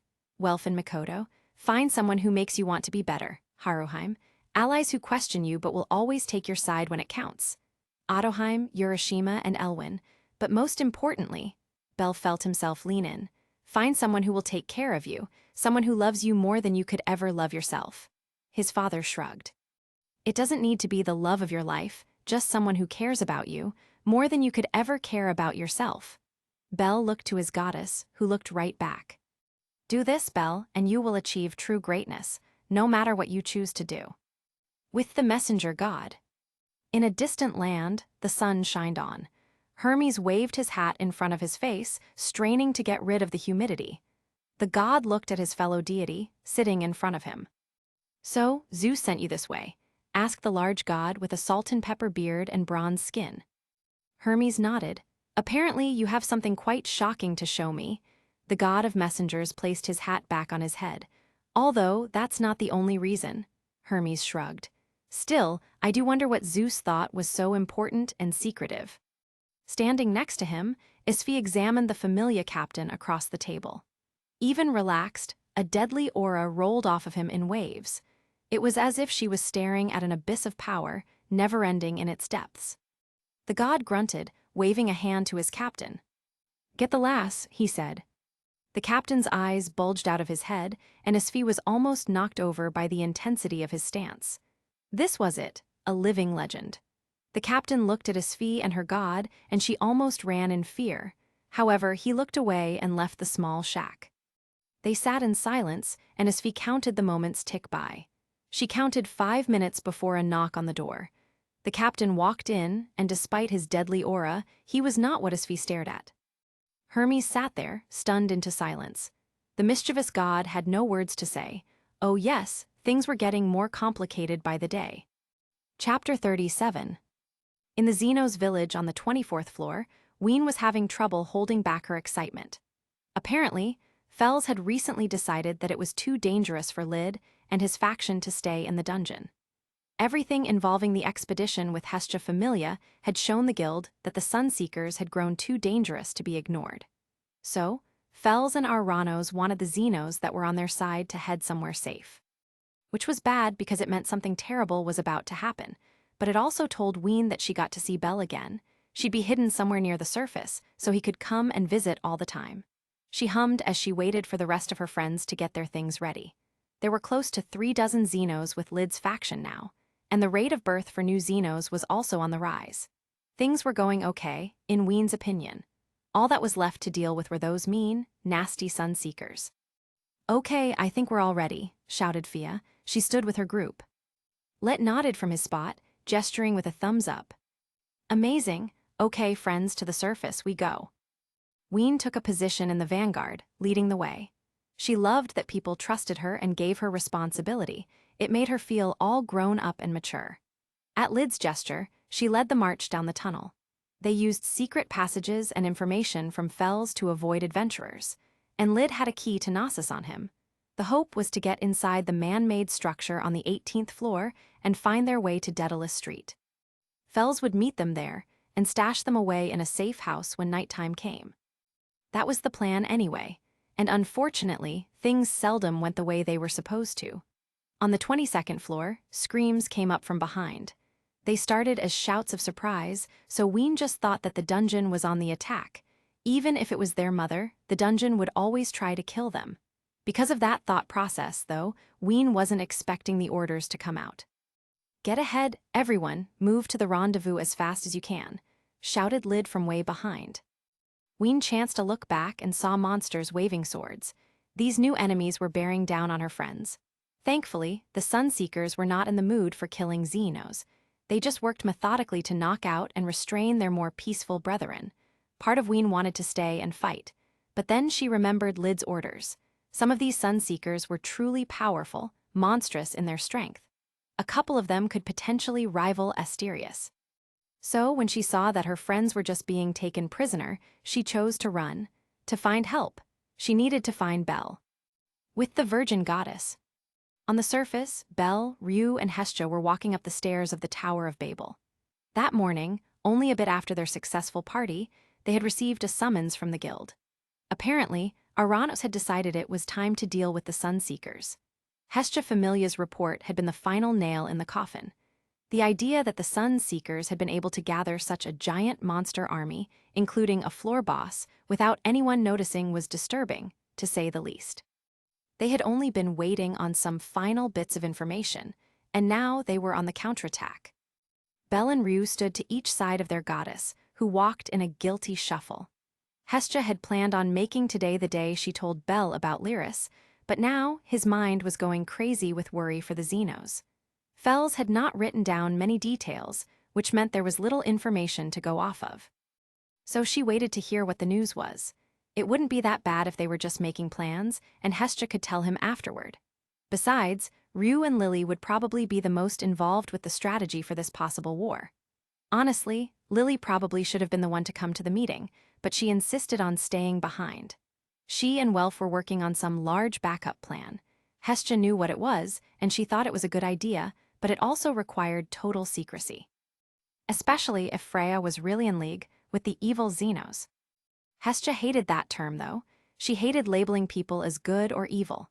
There was no way she could agree with the Sunseeker's methods or the methods of someone like Freya, but she couldn't bring herself to use a word like evil. And more importantly, she could understand their pain. Those poor monsters were being persecuted and hated just for existing. Honestly, it made her feel just a little bad for them, but they had attacked her familia and had killed Elwyn, which meant any chance for peace was gone. So, they were evil, and she was good, as chosen by the labels of the guild and adventurers, and they were now going to war. Hestia shook her head, dispelling those thoughts for the moment. There were more important things to focus on, like the fact that Loki knew about Lyris now. Who knew how long it would be until that chatterbox goddess spilled the beans? Loki had said that she wouldn't say anything for now, but Hestia did not want to trust Loki for too long. So, her eyes followed Belle's retreating figure, pondering how she would break the news. They followed him all the way up to their meeting room in the Tower of Babel. Ryuu knocked on the great set of doors in front of them, and they were soon led in by Ina. She smiled at the trio but said nothing as they were led to their seats around a great round table. Sitting in attendance, representing adventurers, were Ganesha, his executives Shakti and Ilta, Loki and her trio, and finally Hephaestus and Tsubaki. Representing the guild were Royman, Ina, and Fels, the skeleton. We asked Miss Aisha and Miss Lulun if they wanted to represent Lord Hermes, but they turned us down. Lord Arano says that he already knows about the god and his travels, and that will be okay, began Ina to the entire room. She then looked at Hestia Familia. Although Miss Aisha brought a note from Lord Hermes that says to consider what Familia members of his remain to be members of Hestia Familia for the time. Belle and Ryuu looked surprised, but Hestia nodded along. Makes sense, Aisha already travels and fights with us constantly anyway, replied Hestia. And I'm sure Lulun is the only other member, so it won't be hard to fold her into our formation. Ina nodded.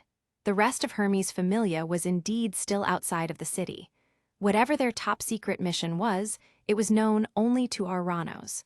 Not even Fels understood what the messenger god was doing, but apparently it was essential for the survival of Horario.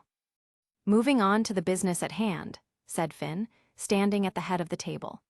From what was seen by Hestia Familia during their expedition, it appears as if the Sunseekers are actually using special magic tools to control hordes of monsters. Tsubaki's face scrunched. Where would they be getting things like those? The leading theory is that they get them from Freya, replied Finn. So why aren't we breaking down her door? Asked Shakti, tapping her fingers against the table. With what proof? Asked Reveria in response. Even we are unsure that Freya is their benefactor. That is just the leading theory. A glance to Ryuu. For all we know, this could be a ploy by the remnants of Evelys. The hands at Ryuu's side tightened. She nodded, conceding the point, before looking over at Fels. My question is, how would Freya get such an item? Wouldn't it require someone with the Enigma developmental ability? Who else in the city could have that besides you and Andromeda? The question made everyone pause. Obviously, this was the first time they had really stopped to consider that particular problem. Hephaestus rubbed her chin in thought, nodding along. Well, I can start looking into that then, said the goddess of the forge. The next most obvious person is the D-Saint, but if she's doing it, it's because of her god. However, I'll leave that particular spot of inquiry to Myich Familia. With me and my children asking around about magic items, it'll cause less suspicion. Her one good eye looked over at Royman. And I'll start with whatever inventory you've kept of collected contraband. The large, sweaty leader of the guild turned red in the face. Are you accusing me of giving items to Freya and her ilk? No one is saying that, sir, replied Ina, quick to try and placate her boss. I think what Lady Hephaestus is talking about is the fact that Freya could have sent somebody to steal it. Or use her charm, added Loki. Aside from itty bitty over there, no one here has any sort of immunity, right? The crimson goddess swung her sharp gaze around the room. It pierced into Hestia's soul. She understood the problem, though. Freya could have spies in all their familias, and they wouldn't know. It was Hephaestus who responded. Which is why I'll check the documentation. Freya can charm people, but not logs and books. If it was written down, then we can work on finding it. Honestly, might as well take Lulun with you then, added Hestia. She's one of Hermes' kids, which means she worked with Isfi. She'll know what kind of magic items and discrepancies you'll be looking for. Royman, finally calm, nodded at the goddesses. Yes, I suppose you're right. He looked over at his second-in-command. Tool, find someone to dig up every piece of documentation we have. Royman looked up before snapping his greasy fingers together. Get Fraught to do it. Even if she was charmed by Freya, she wouldn't know how to be a spy. This was Royman's nice way of saying that Misha was a little too simple-minded for espionage. And as much as Ina hated to admit it, he wasn't exactly wrong. She loved Misha dearly, but the Pinkette was a horrible secret keeper. If it's Freya we need to be looking at, began Hestia, calling the attention of the room. Then it should be my kids who do it. We should, asked Belle, incredulous. Hestia nodded. Something Athena explained to me. Children of a virgin goddess have a harder time being charmed. She gave Belle the side-eye. You guys aren't immune, except maybe Odo and Yura, but it would be harder for Freya to get you under her spell. Might just give enough to get away. Hestia shrugged. Not to mention the fact that we do have the best people for spying. We do, asked Belle, again incredulous. Hestia started listing it off on her fingers. Yura's literally a ninja, Mikoto was trained as a ninja, Ryuu was the gale wind, and Lily has disguise magic. Belle blinked. His familia were such kind people, with such loud personalities, that he often forgot that they were kind of deadly. So, if we need to investigate Freya, my children might be the best option, finished Hestia. The only problem is that you're all celebrities, said Hephaestus with a smile. But Hestia grinned back. Which is why we have the advantage. She looked over at her first child. If we have Belle out in the open, Freya's eyes will be drawn to him. Everyone will be so busy watching Belle that the others can slip away unnoticed. We can probably do the same with Welf. She looked at her captain. Maybe have the two of you run a magic sword promotion event. Loki's lips curled upwards mischievously. And while she's focused on your little brats, the others can get about their business. Loki stopped. Wait a second. How'd you come up with a plan like that? Hestia opened her mouth, indignant, but Ryuu beat her to it. It was Lily's plan, actually. She has created several countermeasures and scenarios to help us do what we can against Freya. The elf looked at Finn. But that says nothing about what we're going to do about the Sunseekers. Freya or not, they have hordes of monsters on their side. Not to mention the Sunseekers themselves. Both of the ones we fought were level 6 potential easily. Finn nodded. True enough.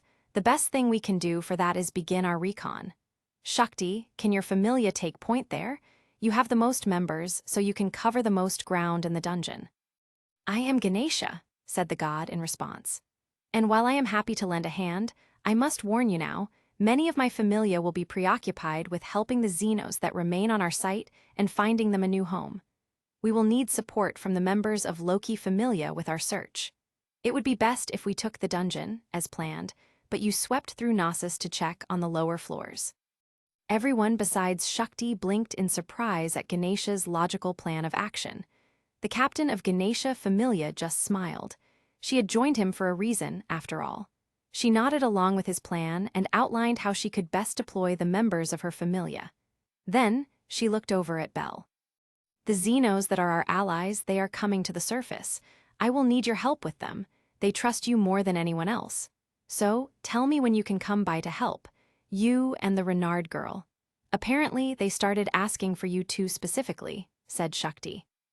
Belle looked over to Fels. Ween and Lyd and the others are coming up to the surface. The skeleton nodded.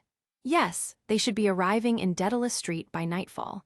I have bought an empty warehouse to store them in and keep them safe. It has already been set up with beds and the like.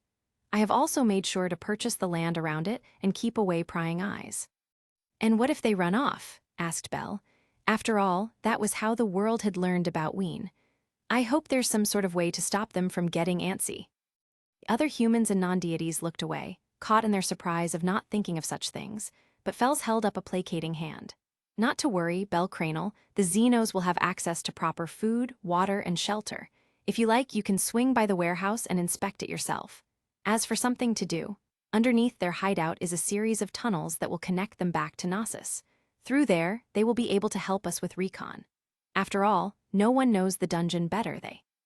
Lyd and the others will be well taken care of. You have my word. Belle nodded, a serious glint in his eyes. Then, he noticed that the other older and more experienced adventurers were all staring at him.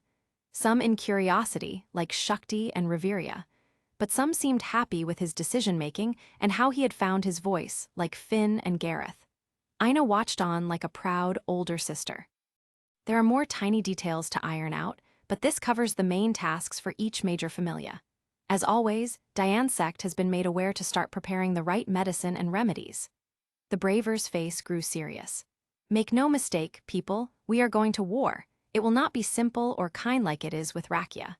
Our battlefield is the dungeon itself, and despite being seasoned adventurers, we will be sorely lacking in knowledge of the terrain. We will be outnumbered and most likely overpowered if the enemies we've seen so far are anything to go by. I don't want to lose anybody, but I can't do it on my own. So, do your parts, and do it to keep the ones you love safe. As soon as we have the other Xenos with us, we begin our expedition. Belle frowned. Who will protect the city while we're in the dungeon? Aina sighed. We are planning on asking Freya to do it, actually. Thankfully, she's still playing along with our demands and limitations. Belle opened his mouth, displeased with the answer, but Aina cut him off. Trust me, Belle, none of us like it, but at the moment, the Sun Seekers and this King Typhon are the more pressing emergency. If we're not careful, they could destroy us all. We're walking into a trap then, added Tsubaki, arms crossed. Finn shook his head. There's something off about all of this. He looked at his hand. My thumb has been twitching this whole meeting. It's like we're all part of some grand opera, and some is the director pulling our strings. He gave them a rueful smile. So, it's up to us to follow the script, but improvise where we can.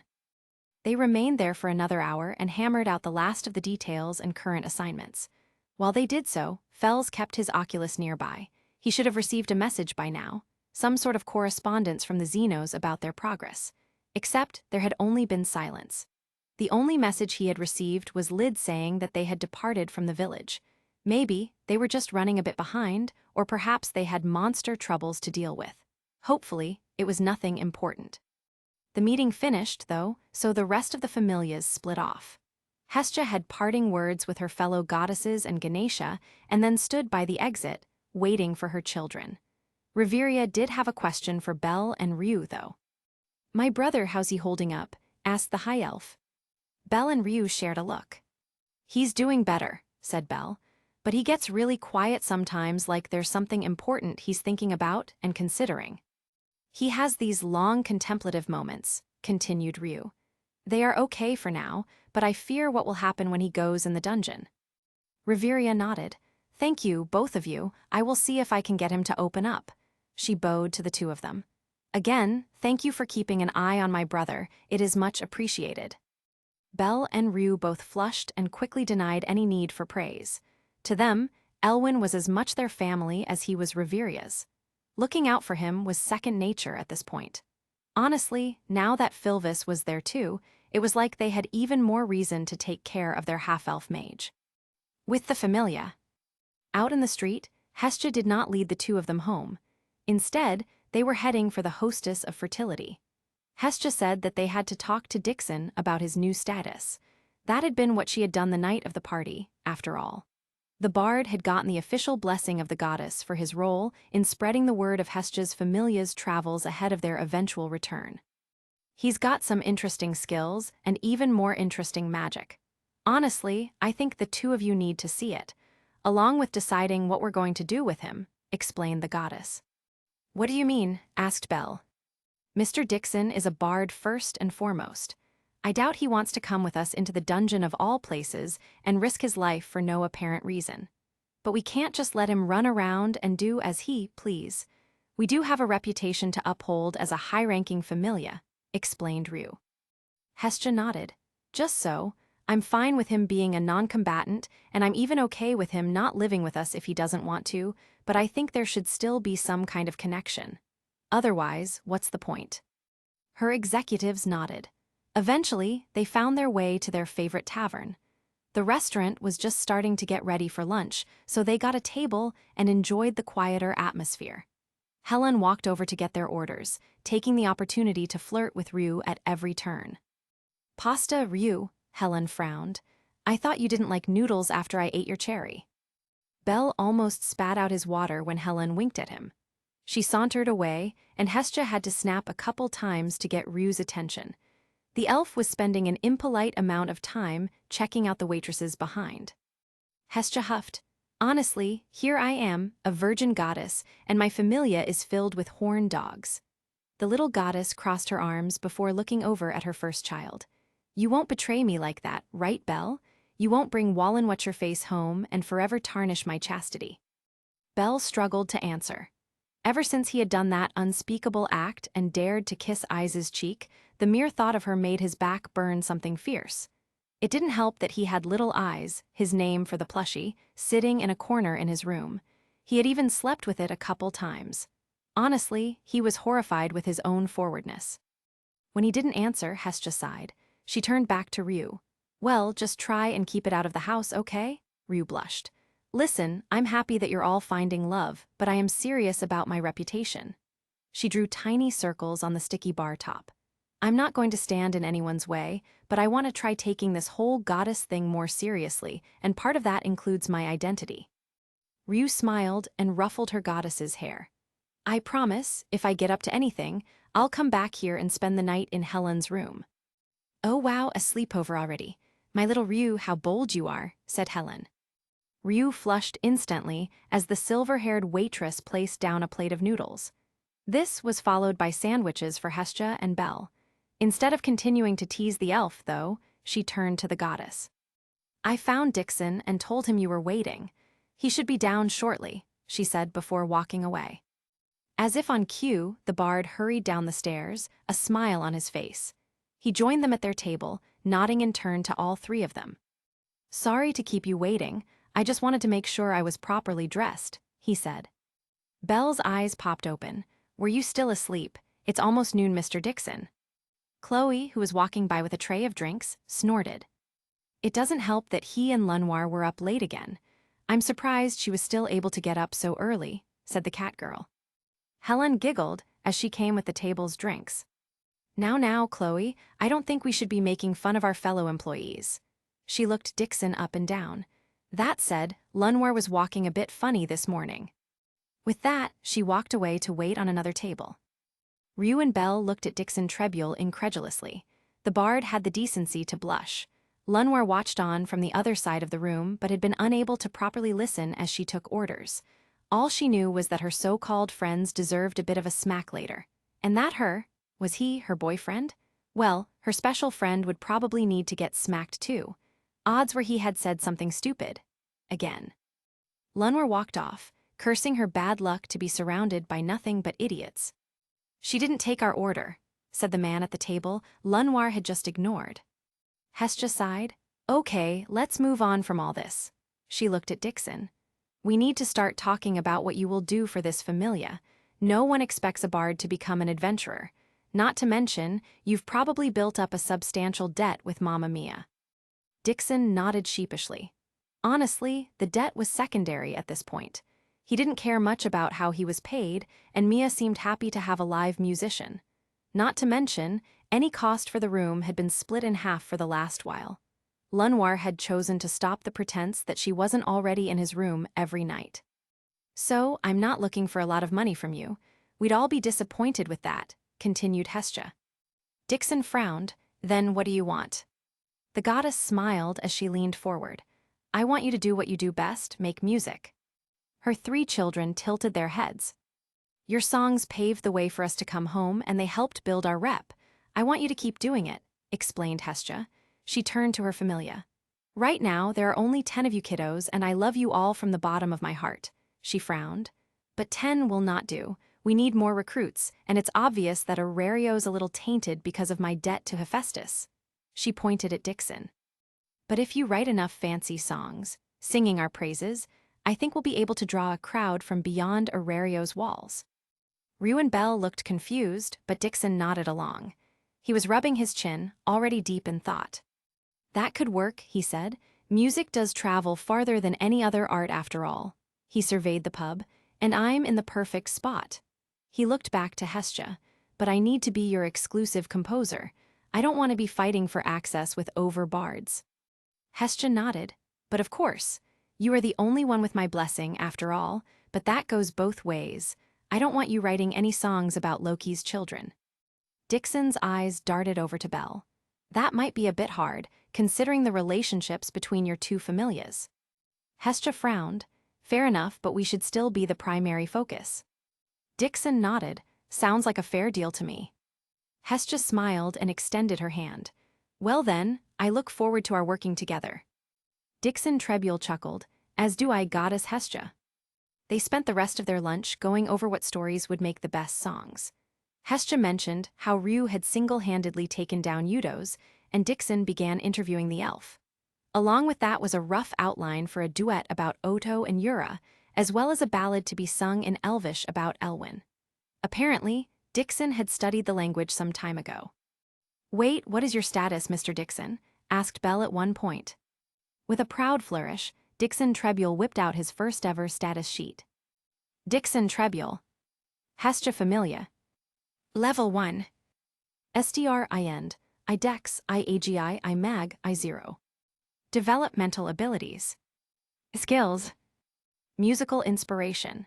Enhances mind recovery and spellcasting efficiency when playing a musical instrument. Potency scales off the user's mag stat. Magic. Sostenuto melodica. Support magic, whose effects depend on the music played by the caster, does not distinguish between friend or foe. Belle and Ryuu studied the sheet of paper, asking about what his particular magic and skills did. Dixon explained that they were actually quite common among bards. He essentially had no attack capabilities, but a vast range of possible support spells at his disposal. Ryuu hummed thoughtfully, already forming an idea in her mind about what Dixon could do for her familia. The trio left soon afterward, waving goodbye to their friends. They walked home, and once inside, Hestia motioned for Belle to follow her. She brought him into her office and pulled out 2 sheets of paper. What is it, Lady Hestia? Asked Belle, looking curious and a little worried. Hestia didn't look him in the eye. All she did was hand over a couple papers. These are your complete status sheets from over a year ago, back when you were a fledgling adventurer. Belle looked confused but took the papers anyway. Hestia watched him read them over. Slowly, the confusion gave way to disbelief, followed by growing despair. He looked up at Hestia, and she felt her heart break at the disappointment and sadness on his face.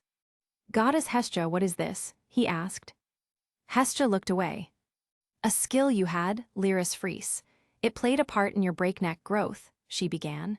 It only took me a little while to figure it out, but it was linked to your desire to catch up with Ais Wallenstein. Is it still there? Asked Belle. Hestia shook her head. Her betrayal, we think it killed the growth. You fell out of love with Ais Wallenstein, or at least, you don't want to be like her anymore. Belle barely heard the second half of her sentence. What do you mean, wait? Hestia looked up. Everyone in our familia knows Belle. Before he could speak again, she kept going. But please try not to blame them or think too badly of them. She hung her head. It was my decision to keep this a secret. She could see the storm of questions and emotions on Belle's face. Only one word ended up finding its way out of his mouth, though. Why? Hestia smiled, but it held a sea of sadness. You were finally proud of yourself, Belle. You finally believed that you could do something great. She felt her tears form at the corner of her eyes. She sniffled but fought through it to try and make him understand. I've done nothing but fail you as a goddess. From our debt to all the times you've had to risk your life to save me, I've been nothing but trouble. But you were happy because you were growing so fast. She took a second to rub her eyes. Thankfully, Belle was still listening. I don't know much, but I know you, Belle. If you had an excuse, any excuse, to put the reason for your growth somewhere else, you would have taken it. You would have said that Lyris was the reason that you were strong. Because it is, said Belle. Hestia shook her head, still crying. No, you're the reason you got stronger, Belle. Lyris Fries is just a trigger. She looked him in the eyes. Be angry at me, Belle, that's fine. I lied to you and I deserve all your hate for it. She reached out to take his hands. Belle, in his shock, let her. But please don't discount everything that you've done. Don't forget how far you've come as an adventurer. Except it wasn't me, I just got lucky with a skill. Belle shook his head as he pulled away. He started to walk backwards, away from Hestia. I need to go, I can't be here right now, I need some fresh air. The boy left the office. His familia tried to smile and wave as he went by, but he ignored them. He took to the streets. He couldn't stay in his home. Some rational part in his brain told him to go back and try to talk it out. But really, he just wanted to leave. He needed to go see Ulfia. He needed to talk to her. He'd rather listen to his mother, but she and Papa were still in his room. And Belle couldn't go back there, not yet. So, he set off for the graveyard, not really paying attention to what was happening around him. With the love goddess, Freya watched over her otter from her room in Babel. The stage for her grand production was set.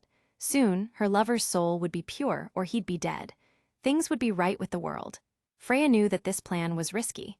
If he lost one of his familia, then she ran the risk of his soul becoming even darker. But as she watched him leave, those worries abated. With her godly vision, she saw how distraught he was. The goddess saw how he ran from his home and his family. If she wanted to remove Hestia's pieces from the board, now was the time when their passing wouldn't affect him. Her loyal attendant, Otter, stood nearby. Sensing her mood, he stepped forward, ever diligent. "Orders, Lady Freya." The goddess considered it for a second. Then she shook her head. "No, better to let the Xenos deal with these problems. I did promise them their pound of flesh, no." Freya also did not want to bloody her own hands. If she and her familia took part in this fight, there was a good chance it would leave them tired. Better to watch on the walls like the guild would ask. Then, if the coalition of familias won the day, they'd be exhausted. It would be that much easier for her to capture Belle and make him hers. And deep down, Freya knew the truth. She didn't want people to die if she could help it. She was a goddess of love, and she cared about everyone in her own twisted way. So, if she could avoid it, she would not play a direct hand in her otter's affairs. That would only happen if she knew she had to. Even Freya had her limits. With the rogue. Down in Riviera, boards had been called to the front gate. Apparently, there had been a massive disturbance. The people there were verging on a riot. As town leader, it was his job to investigate the issue. What he found was a large crowd standing in shock and awe. He shoved his way to the center to see a crumpled-up figure wearing a red cloak. She was no larger than a young girl, but Bors understood the people's apprehension when she lifted her head. Her hair was an aqua blue, as were her scales. Yes, she had scales and fangs and claws. All of these were soaked in blood, though. With the last of her energy, the little creature looked at Bors.